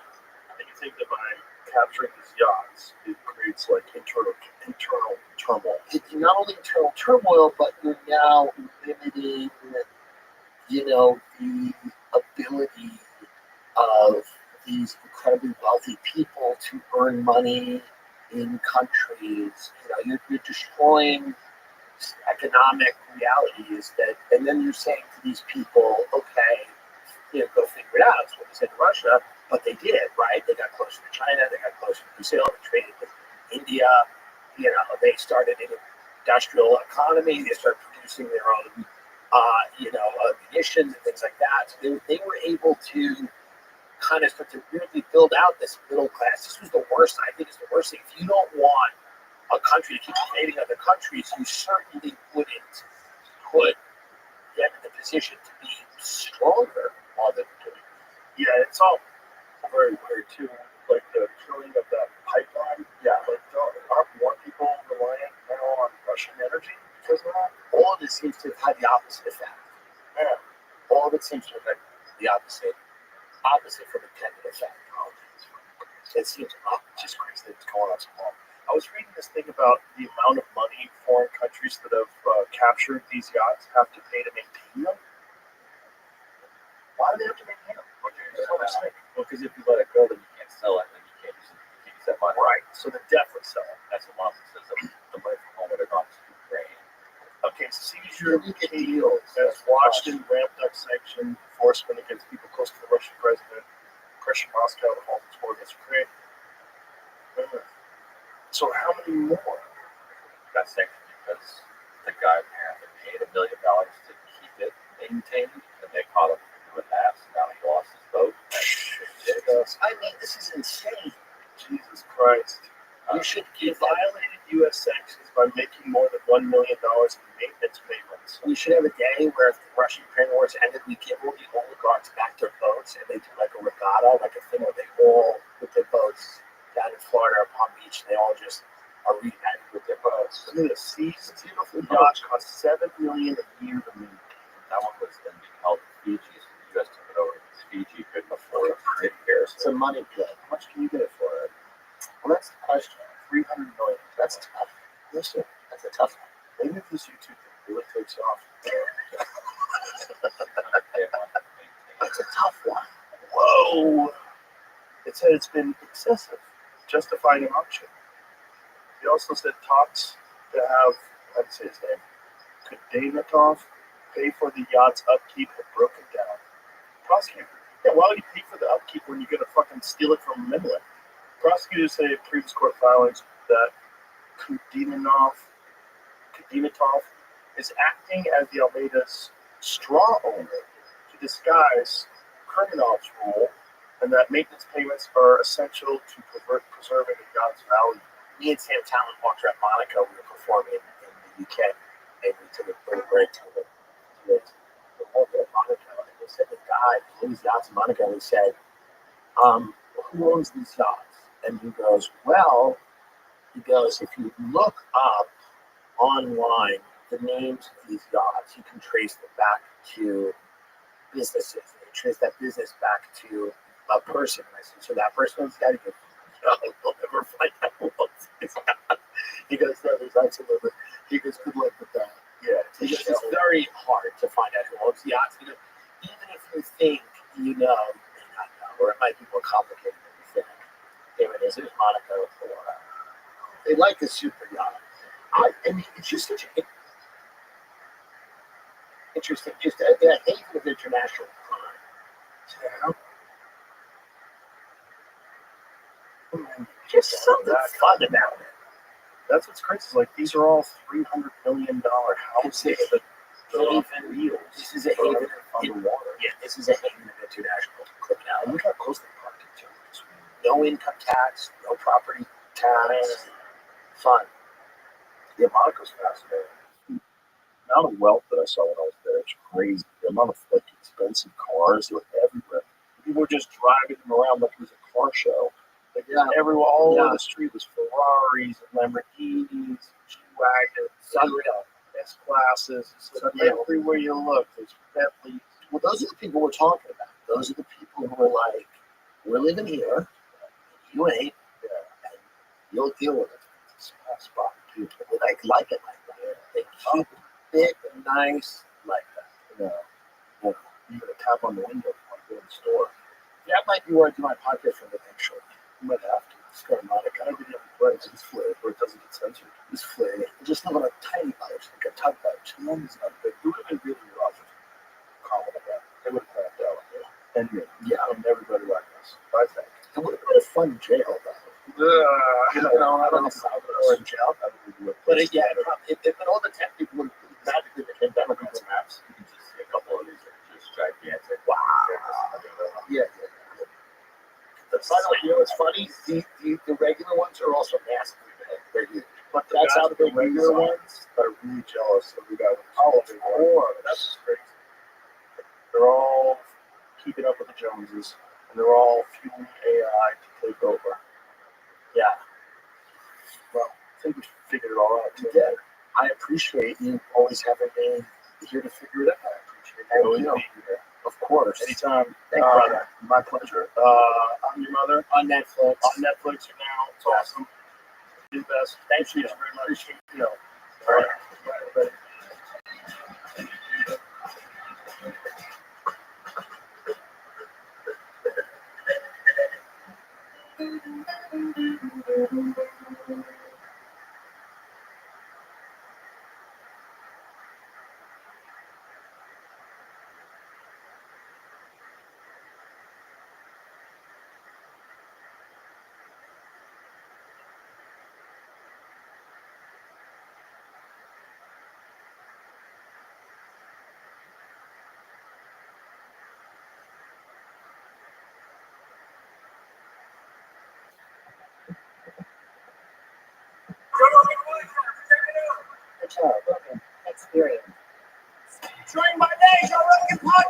night, all day.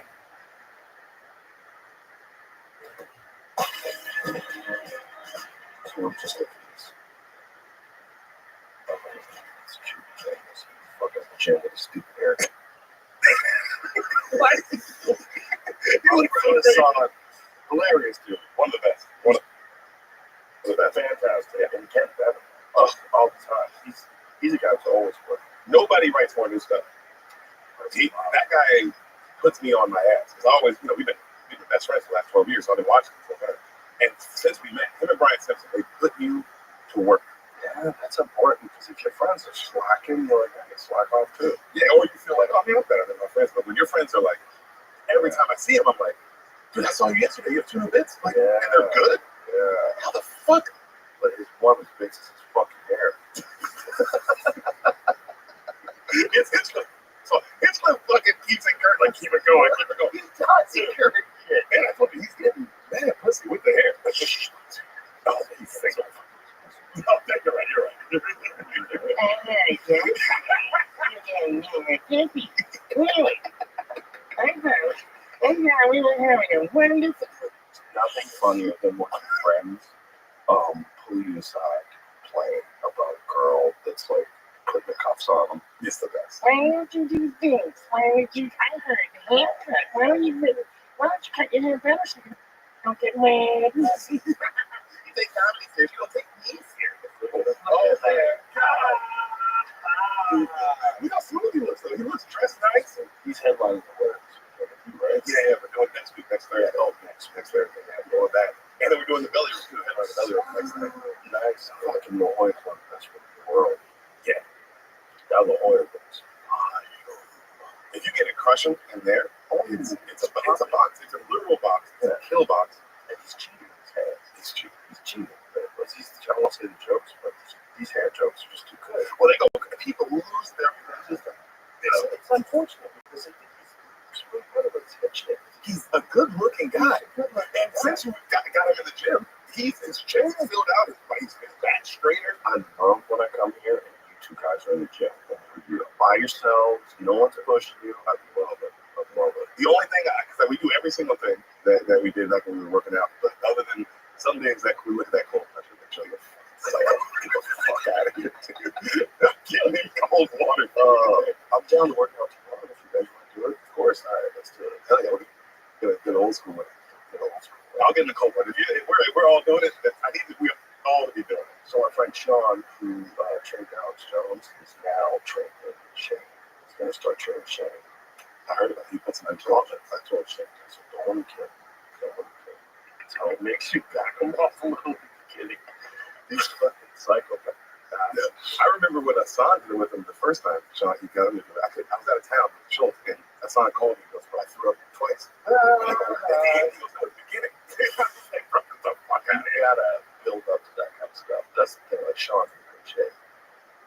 And some, if you're used to like coaching Navy SEALs, and you're like, "Come on, pussy, we gotta go," carry the fucking log. Yeah. Who's gonna carry the boats? That's one thing. But when you're a guy like Shane and you're on a workout on again, off again, on again, off again, like you can't hurt the guy. Like you gotta start slow. Yeah. Like when we started working out, we do start slow. Real slow. I mean, you were teaching us how to use the kettlebells, let alone going super hard at it. Whereas now, me and Hassan have upped our weight because now we've done it so many places. Oh, dude, I'm excited. Yeah. But I'm gonna tell you this about Hassan's hair. That's back to we seen him with the security camera. What the fuck are you doing? He was like a fucking psycho. I can't believe it. People love it. They love it. I'll never forget this. One night I'm working in the back of the comedy store, and this is when Theo Von had he went from a guy we all knew to he's now Theo Von. And I'm sitting back there, he pulled in, and I'm just kind of hanging back there. Derek, I'll tell you something, man.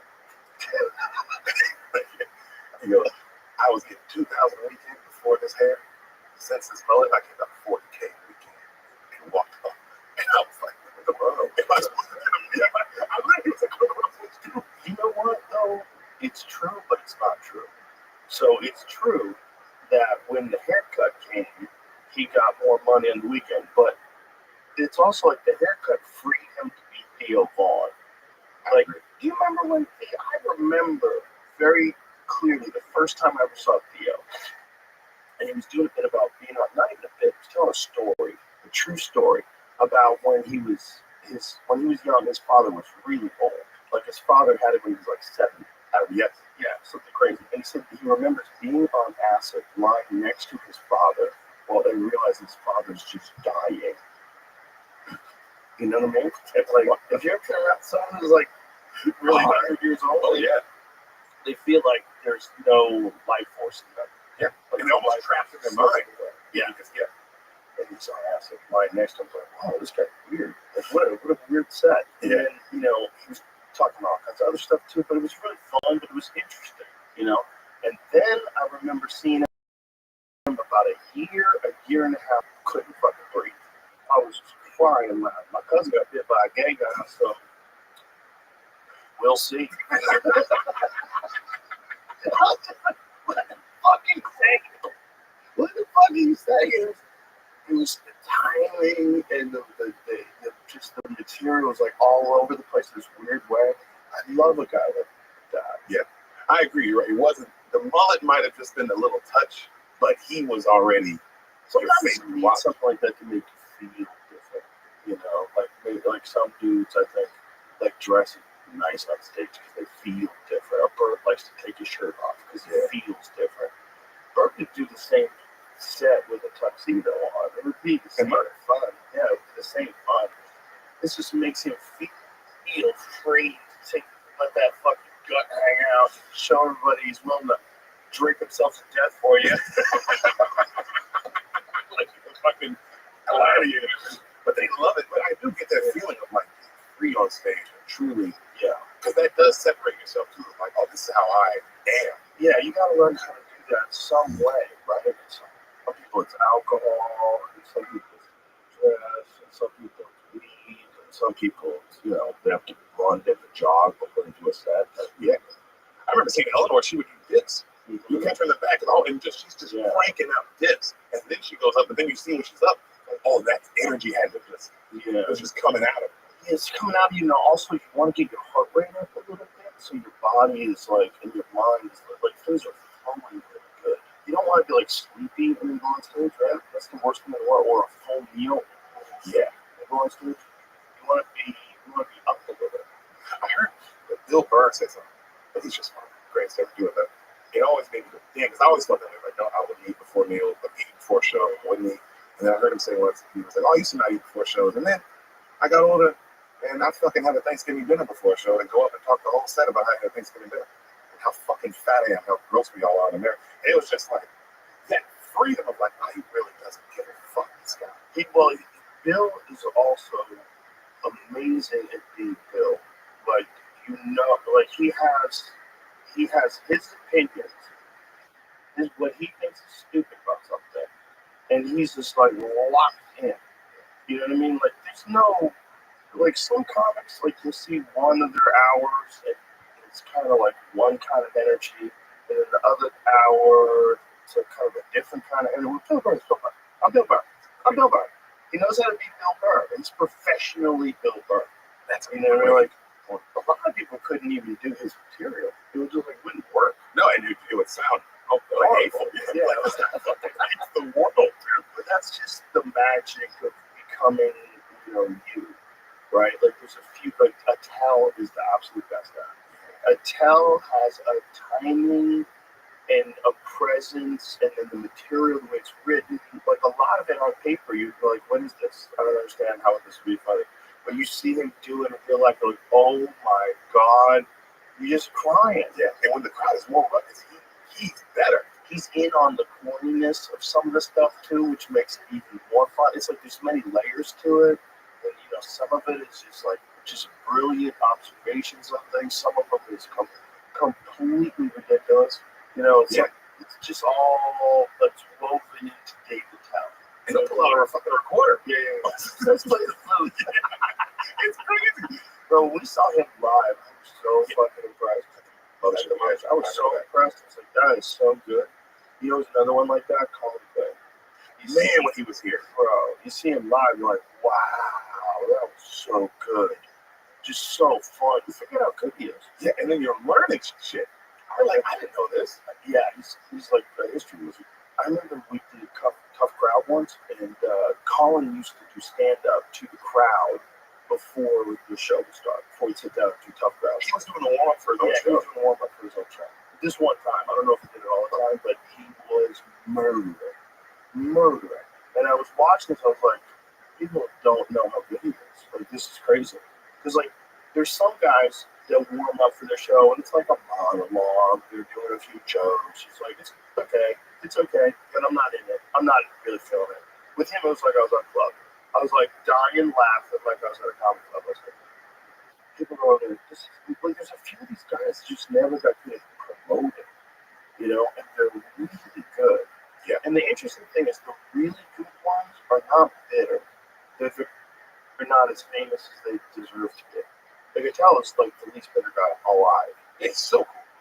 Not even remotely bitter. Always friendly. Yeah, it's almost like open mic all day. It's sweet, peaceful. Like he's as present as you can get, and he's infinitely less famous than you should. He should be selling out arenas all over the world. He's that good. He's so good. He might be the best comic alive. There's like a few in my mind that are like in the running for that. Like, who's the best? I guess there's no one best. It's You know, you always have to consider Chappelle. He's the goat of our generation. He's the most prolific. He has social impact. He's hilarious. He's silly, and he's a sweetheart of a person too. So you have to think that. But then I go with like sheer RPMs. I kind of go with Joey Diaz. Sheer RPMs where you just like, how many nights were we in the back of the comedy store? We couldn't even talk. You couldn't read. You're not even laughing. You're just wheezing. Everybody's just wheezing. They're making wheezing noises and slapping things. Man, you gotta remember back that era, seeing him, and I knew how people feel about him now, whatever. But at that time, man, when Chris Lee was on stage, that name, it was mind blowing. The RPMs, just the amount of laughter and how fast would be like, what the fuck? Yeah, you could kill.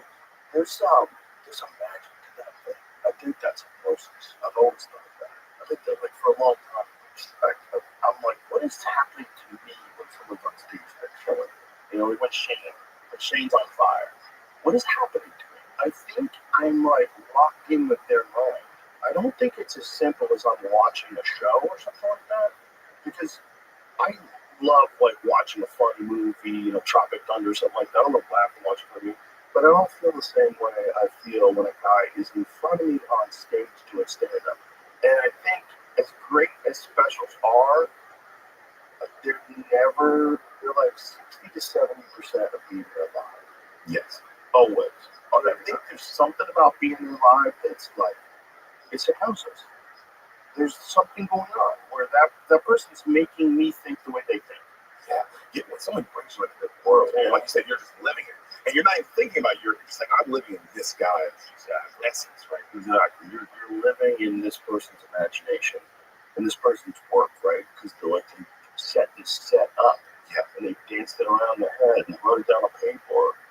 That's the other interesting thing about what we do. It's like, there's no like one way to do it. I always say my way to do it, but you know, I don't think Bill writes shit down.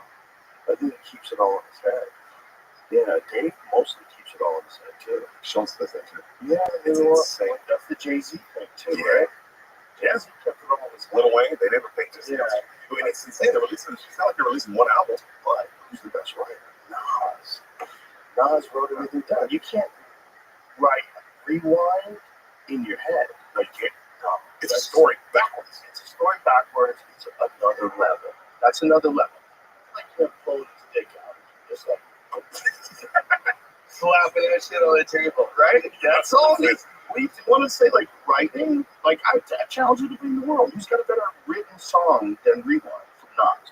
That's a great take. I would agree with that. It's It's perfectly fluent backwards. It's insane. It's a language perfectly almost. fluent backwards. It's magic. It's like a magic song. Yeah. And while you're watching, you're appreciating the fact that he pulled it off. Yeah. You know, like while you're listening, you're appreciating the fact that he pulled off this song backwards. It's impressive to watch the different ways people do it. I mean, I'm biased because I tour with him. But man, when I'm out with fucking Schultz, Because people just see him come up with that 10 minutes up top. You know, like we'll go to Abu Dhabi, and like, you just see it, right? But man, you know, I get to see how he gets there, and he gets to town, and no matter where we are, and all he does is he just talks to people. And he doesn't say anything. He gets a random person who's lived in wherever we're at for a long time, and he just lets them, and you just see him, kind of like, and his eyes will light up when somebody says a certain thing. His eyes will light up. And he's like, oh, okay, oh, that's going on. Oh, then what do they think of it? So what are the technical? Ask a couple questions. Yeah. He'll do it. I'm not talking about 30 minutes show. He'll talk to somebody for 3-4 hours before the show, and just soak in all the culture and all the information. And then you see him go on stage, and it's a full flush 10-minute chunk about a place. So he's a special talent. He's a special talent. Yeah, I've never seen anything like that. He's very special. And you know, and it's also like you got to realize he's doing these jokes in front of 16,000 people for the first time. He's got a new joke, and he's busting it out in front of 16,000 people about their area. Yes, bro, that shit he did with White, but the chicken's being so confident. Dude, I was the black guy. We can help with that. Some of the chickens run up to me, he's like, these chickens are too confident, dog. We're dying, man. It's a 4-bit later that night. It's like, this guy is incredible. And that's another example of what is he doing? How's he doing that to that crowd with those great jokes? Like he's locking those people in, or you letting him think for you. Like, come on, man, think for me. Mm-hmm. Let me have a good time. Think. Yeah, and not only that, but you're talking about my own personal experience in Hawaii, right? And now you're going into your set, and you had the crew wrapped around. Yeah, you're a pro. It was insane. He keeps getting better. You just talk about my first song a few years back. He keeps getting better. Well, like you said earlier, how to see people do different hours. I don't know. It's different. People forget he was like the first guy to really capitalize on the pandemic with his videos, where he essentially created a completely new kind of stand-up, right? So it's stand-up without the pauses that you would require if an audience was laughing. So it's more rapid pace. Yeah. Like he thought this through. Dude. This is like a genius thing. Those things turn your phone sideways. Yes. So that's what you used to have to do back in the day. Hey kids, 5 years ago, all you fucking 15-year-olds, when you were 10, you didn't know about this. When you turn your phone sideways, and then it would play out in wide format. And he would kind of do stand-up with images and with punchlines. It was fucking great, but it was a way faster pace than he does stand-up on stage. Yeah. It was like the punchlines, and then you this and that. And I'm like, oh my god, they figured it out. Yeah. He figured out how to make like really compelling stand-up for someone who's not there. Yeah. Well, it's like a late night monologue from one of those late night hosts, but a real motherfucker doing it, and really giving their actual opinion. Exactly. It's cheap. Because like that was an example of someone innovating in like a crisis. Like there's a situation that happened, you're forced to everywhere. You know, during the pandemic, some people just curled up in a shell and decided, I'm not leaving my house. Yeah, and then some people are like, okay, what can we do? Okay, I'm gonna figure out how to do stand up in this little video format. Turn your phone sideways. Yeah, and then everybody started sharing them. And then Netflix does a thing, you know, Andrew Schultz Saves America. Yeah. Which they should get the money back. See. How dare you? Yeah, some of those people are still trapped in their house. It's crazy. Right? But yeah, he did. I mean, even with clips, I give him that credit as well. Oh, he does it all the time. And he also, you know, because his stuff is local and a lot of it, like these opening bits that he comes up with, are you kind of have to get them out now. Yeah. Right. So you can just release them up like that. Fucking when we did the P Diddy thing, we went to LA. And that's just in P Diddy's house, brother. He wrote that shit 10 minutes before he walked up into the forum. 20,000 people. 20,000 people. He wrote it down, and it was the crazy thing. Holy! How did he come up with this? We were just hanging with him. That's so fun. He's in the group. You know, it's sort of like when you have a muscle to do something and you do that thing all the time, and you just get better and better and better at doing that thing, and then you get in the group. Like we're talking about, like a tell, like you know, like when somebody gets in the groove of who they are. You know, like He's locked in. He's in the groove. He's been doing it so long. He knows when to dance, when to pause. When I ask a serious question, I'm going to get goofy. When to let the panel know, it's pretty impressive. If you can find something like that in your life, you will have a much better life than if you just get a job. And no, that's not for that. Not everybody can. But if you can, you definitely should. Yeah. Yeah, you definitely should do that. Being excited for every day and nervous and anxious and all this that feeling. I mean, to not have it, I can't believe people go. I get having you gotta go to work, you gotta make money, but the idea of like, man, never that feeling of anxiety or looking forward to something and it not going the way you planned. And so you gotta go the next day and figure out what went wrong. And I love that. That's what I love. I was kind of figuring it out, the math of it all. Yeah, it's a great job, man. We're so fucking lucky. Yeah, we're so lucky. God, you've been in it long enough to see everybody. Did you see this thing David Wayne said about you? Harry says, I want to make sure. Yes, I wanted to talk to you about that. But the way he said it, I've never seen someone say I stole a joke, and he was like, man, he said I saw it, and then I actually realized I stole Joe's joke, and I was like, oh, I gotta stop watching motherfucker. And it just stuck in the back of his head. But I know you give him his flowers, so I was like, I really got a joke for you. Like, that happens, man. Sometimes you think you came up with it, but somebody else did, and you heard it, and you forgot. But yeah, definitely, especially if it's a subject that you never cover, and time has passed, and then the subject comes up, and you like, and almost not like David tells the best at that. He'll call you up because you have to check sometimes. Like, hey, have you heard this? You know, like you have like he's the best at that. Dave does that all the time. Like you gotta check every now and then. Like this one seems too easy because the memory is weird. You know, remember? Yeah. You ever go back to like your old neighborhood where you grew up and you're like, this house is way smaller than I thought it was. It was a mansion. Yeah. Driveway's different. Everything's different. It's weird. You know, you remember shit. It's good. I mean, it keeps you from fucking picking up the wrong spider. But you know, it's not a photographic representation of reality, and that's a problem. And you guys have been doing stand-up 20 years. How many bits have you seen? Just yeah. So you can, and then there's a lot. Like you know when someone's a thief, David's not a thief. I always said that David Wayne, he might be one of the most underappreciated comics ever because like when he was in his prime, you gotta realize he was like, you know, if you're looking at today. Yeah, he was like Chappelle. He was like in that same level of recognition. Yeah. Like one of the best guys alive. But then they got him with those TV shows, man. Movies and movies. Yeah, he's the last Boy Scout. He was going to be a movie star. Yeah, that big Bruce Willis. And a good movie. Yeah, and then it looked like he was going to be a movie star after that. I mean, it's a great like Blank Man or he's a retarded superhero. Candyman. Oh my God. They might be one of the greatest families of the Wayne's family. Sure. Who's number two? They're number one. But they might be 1 and 2.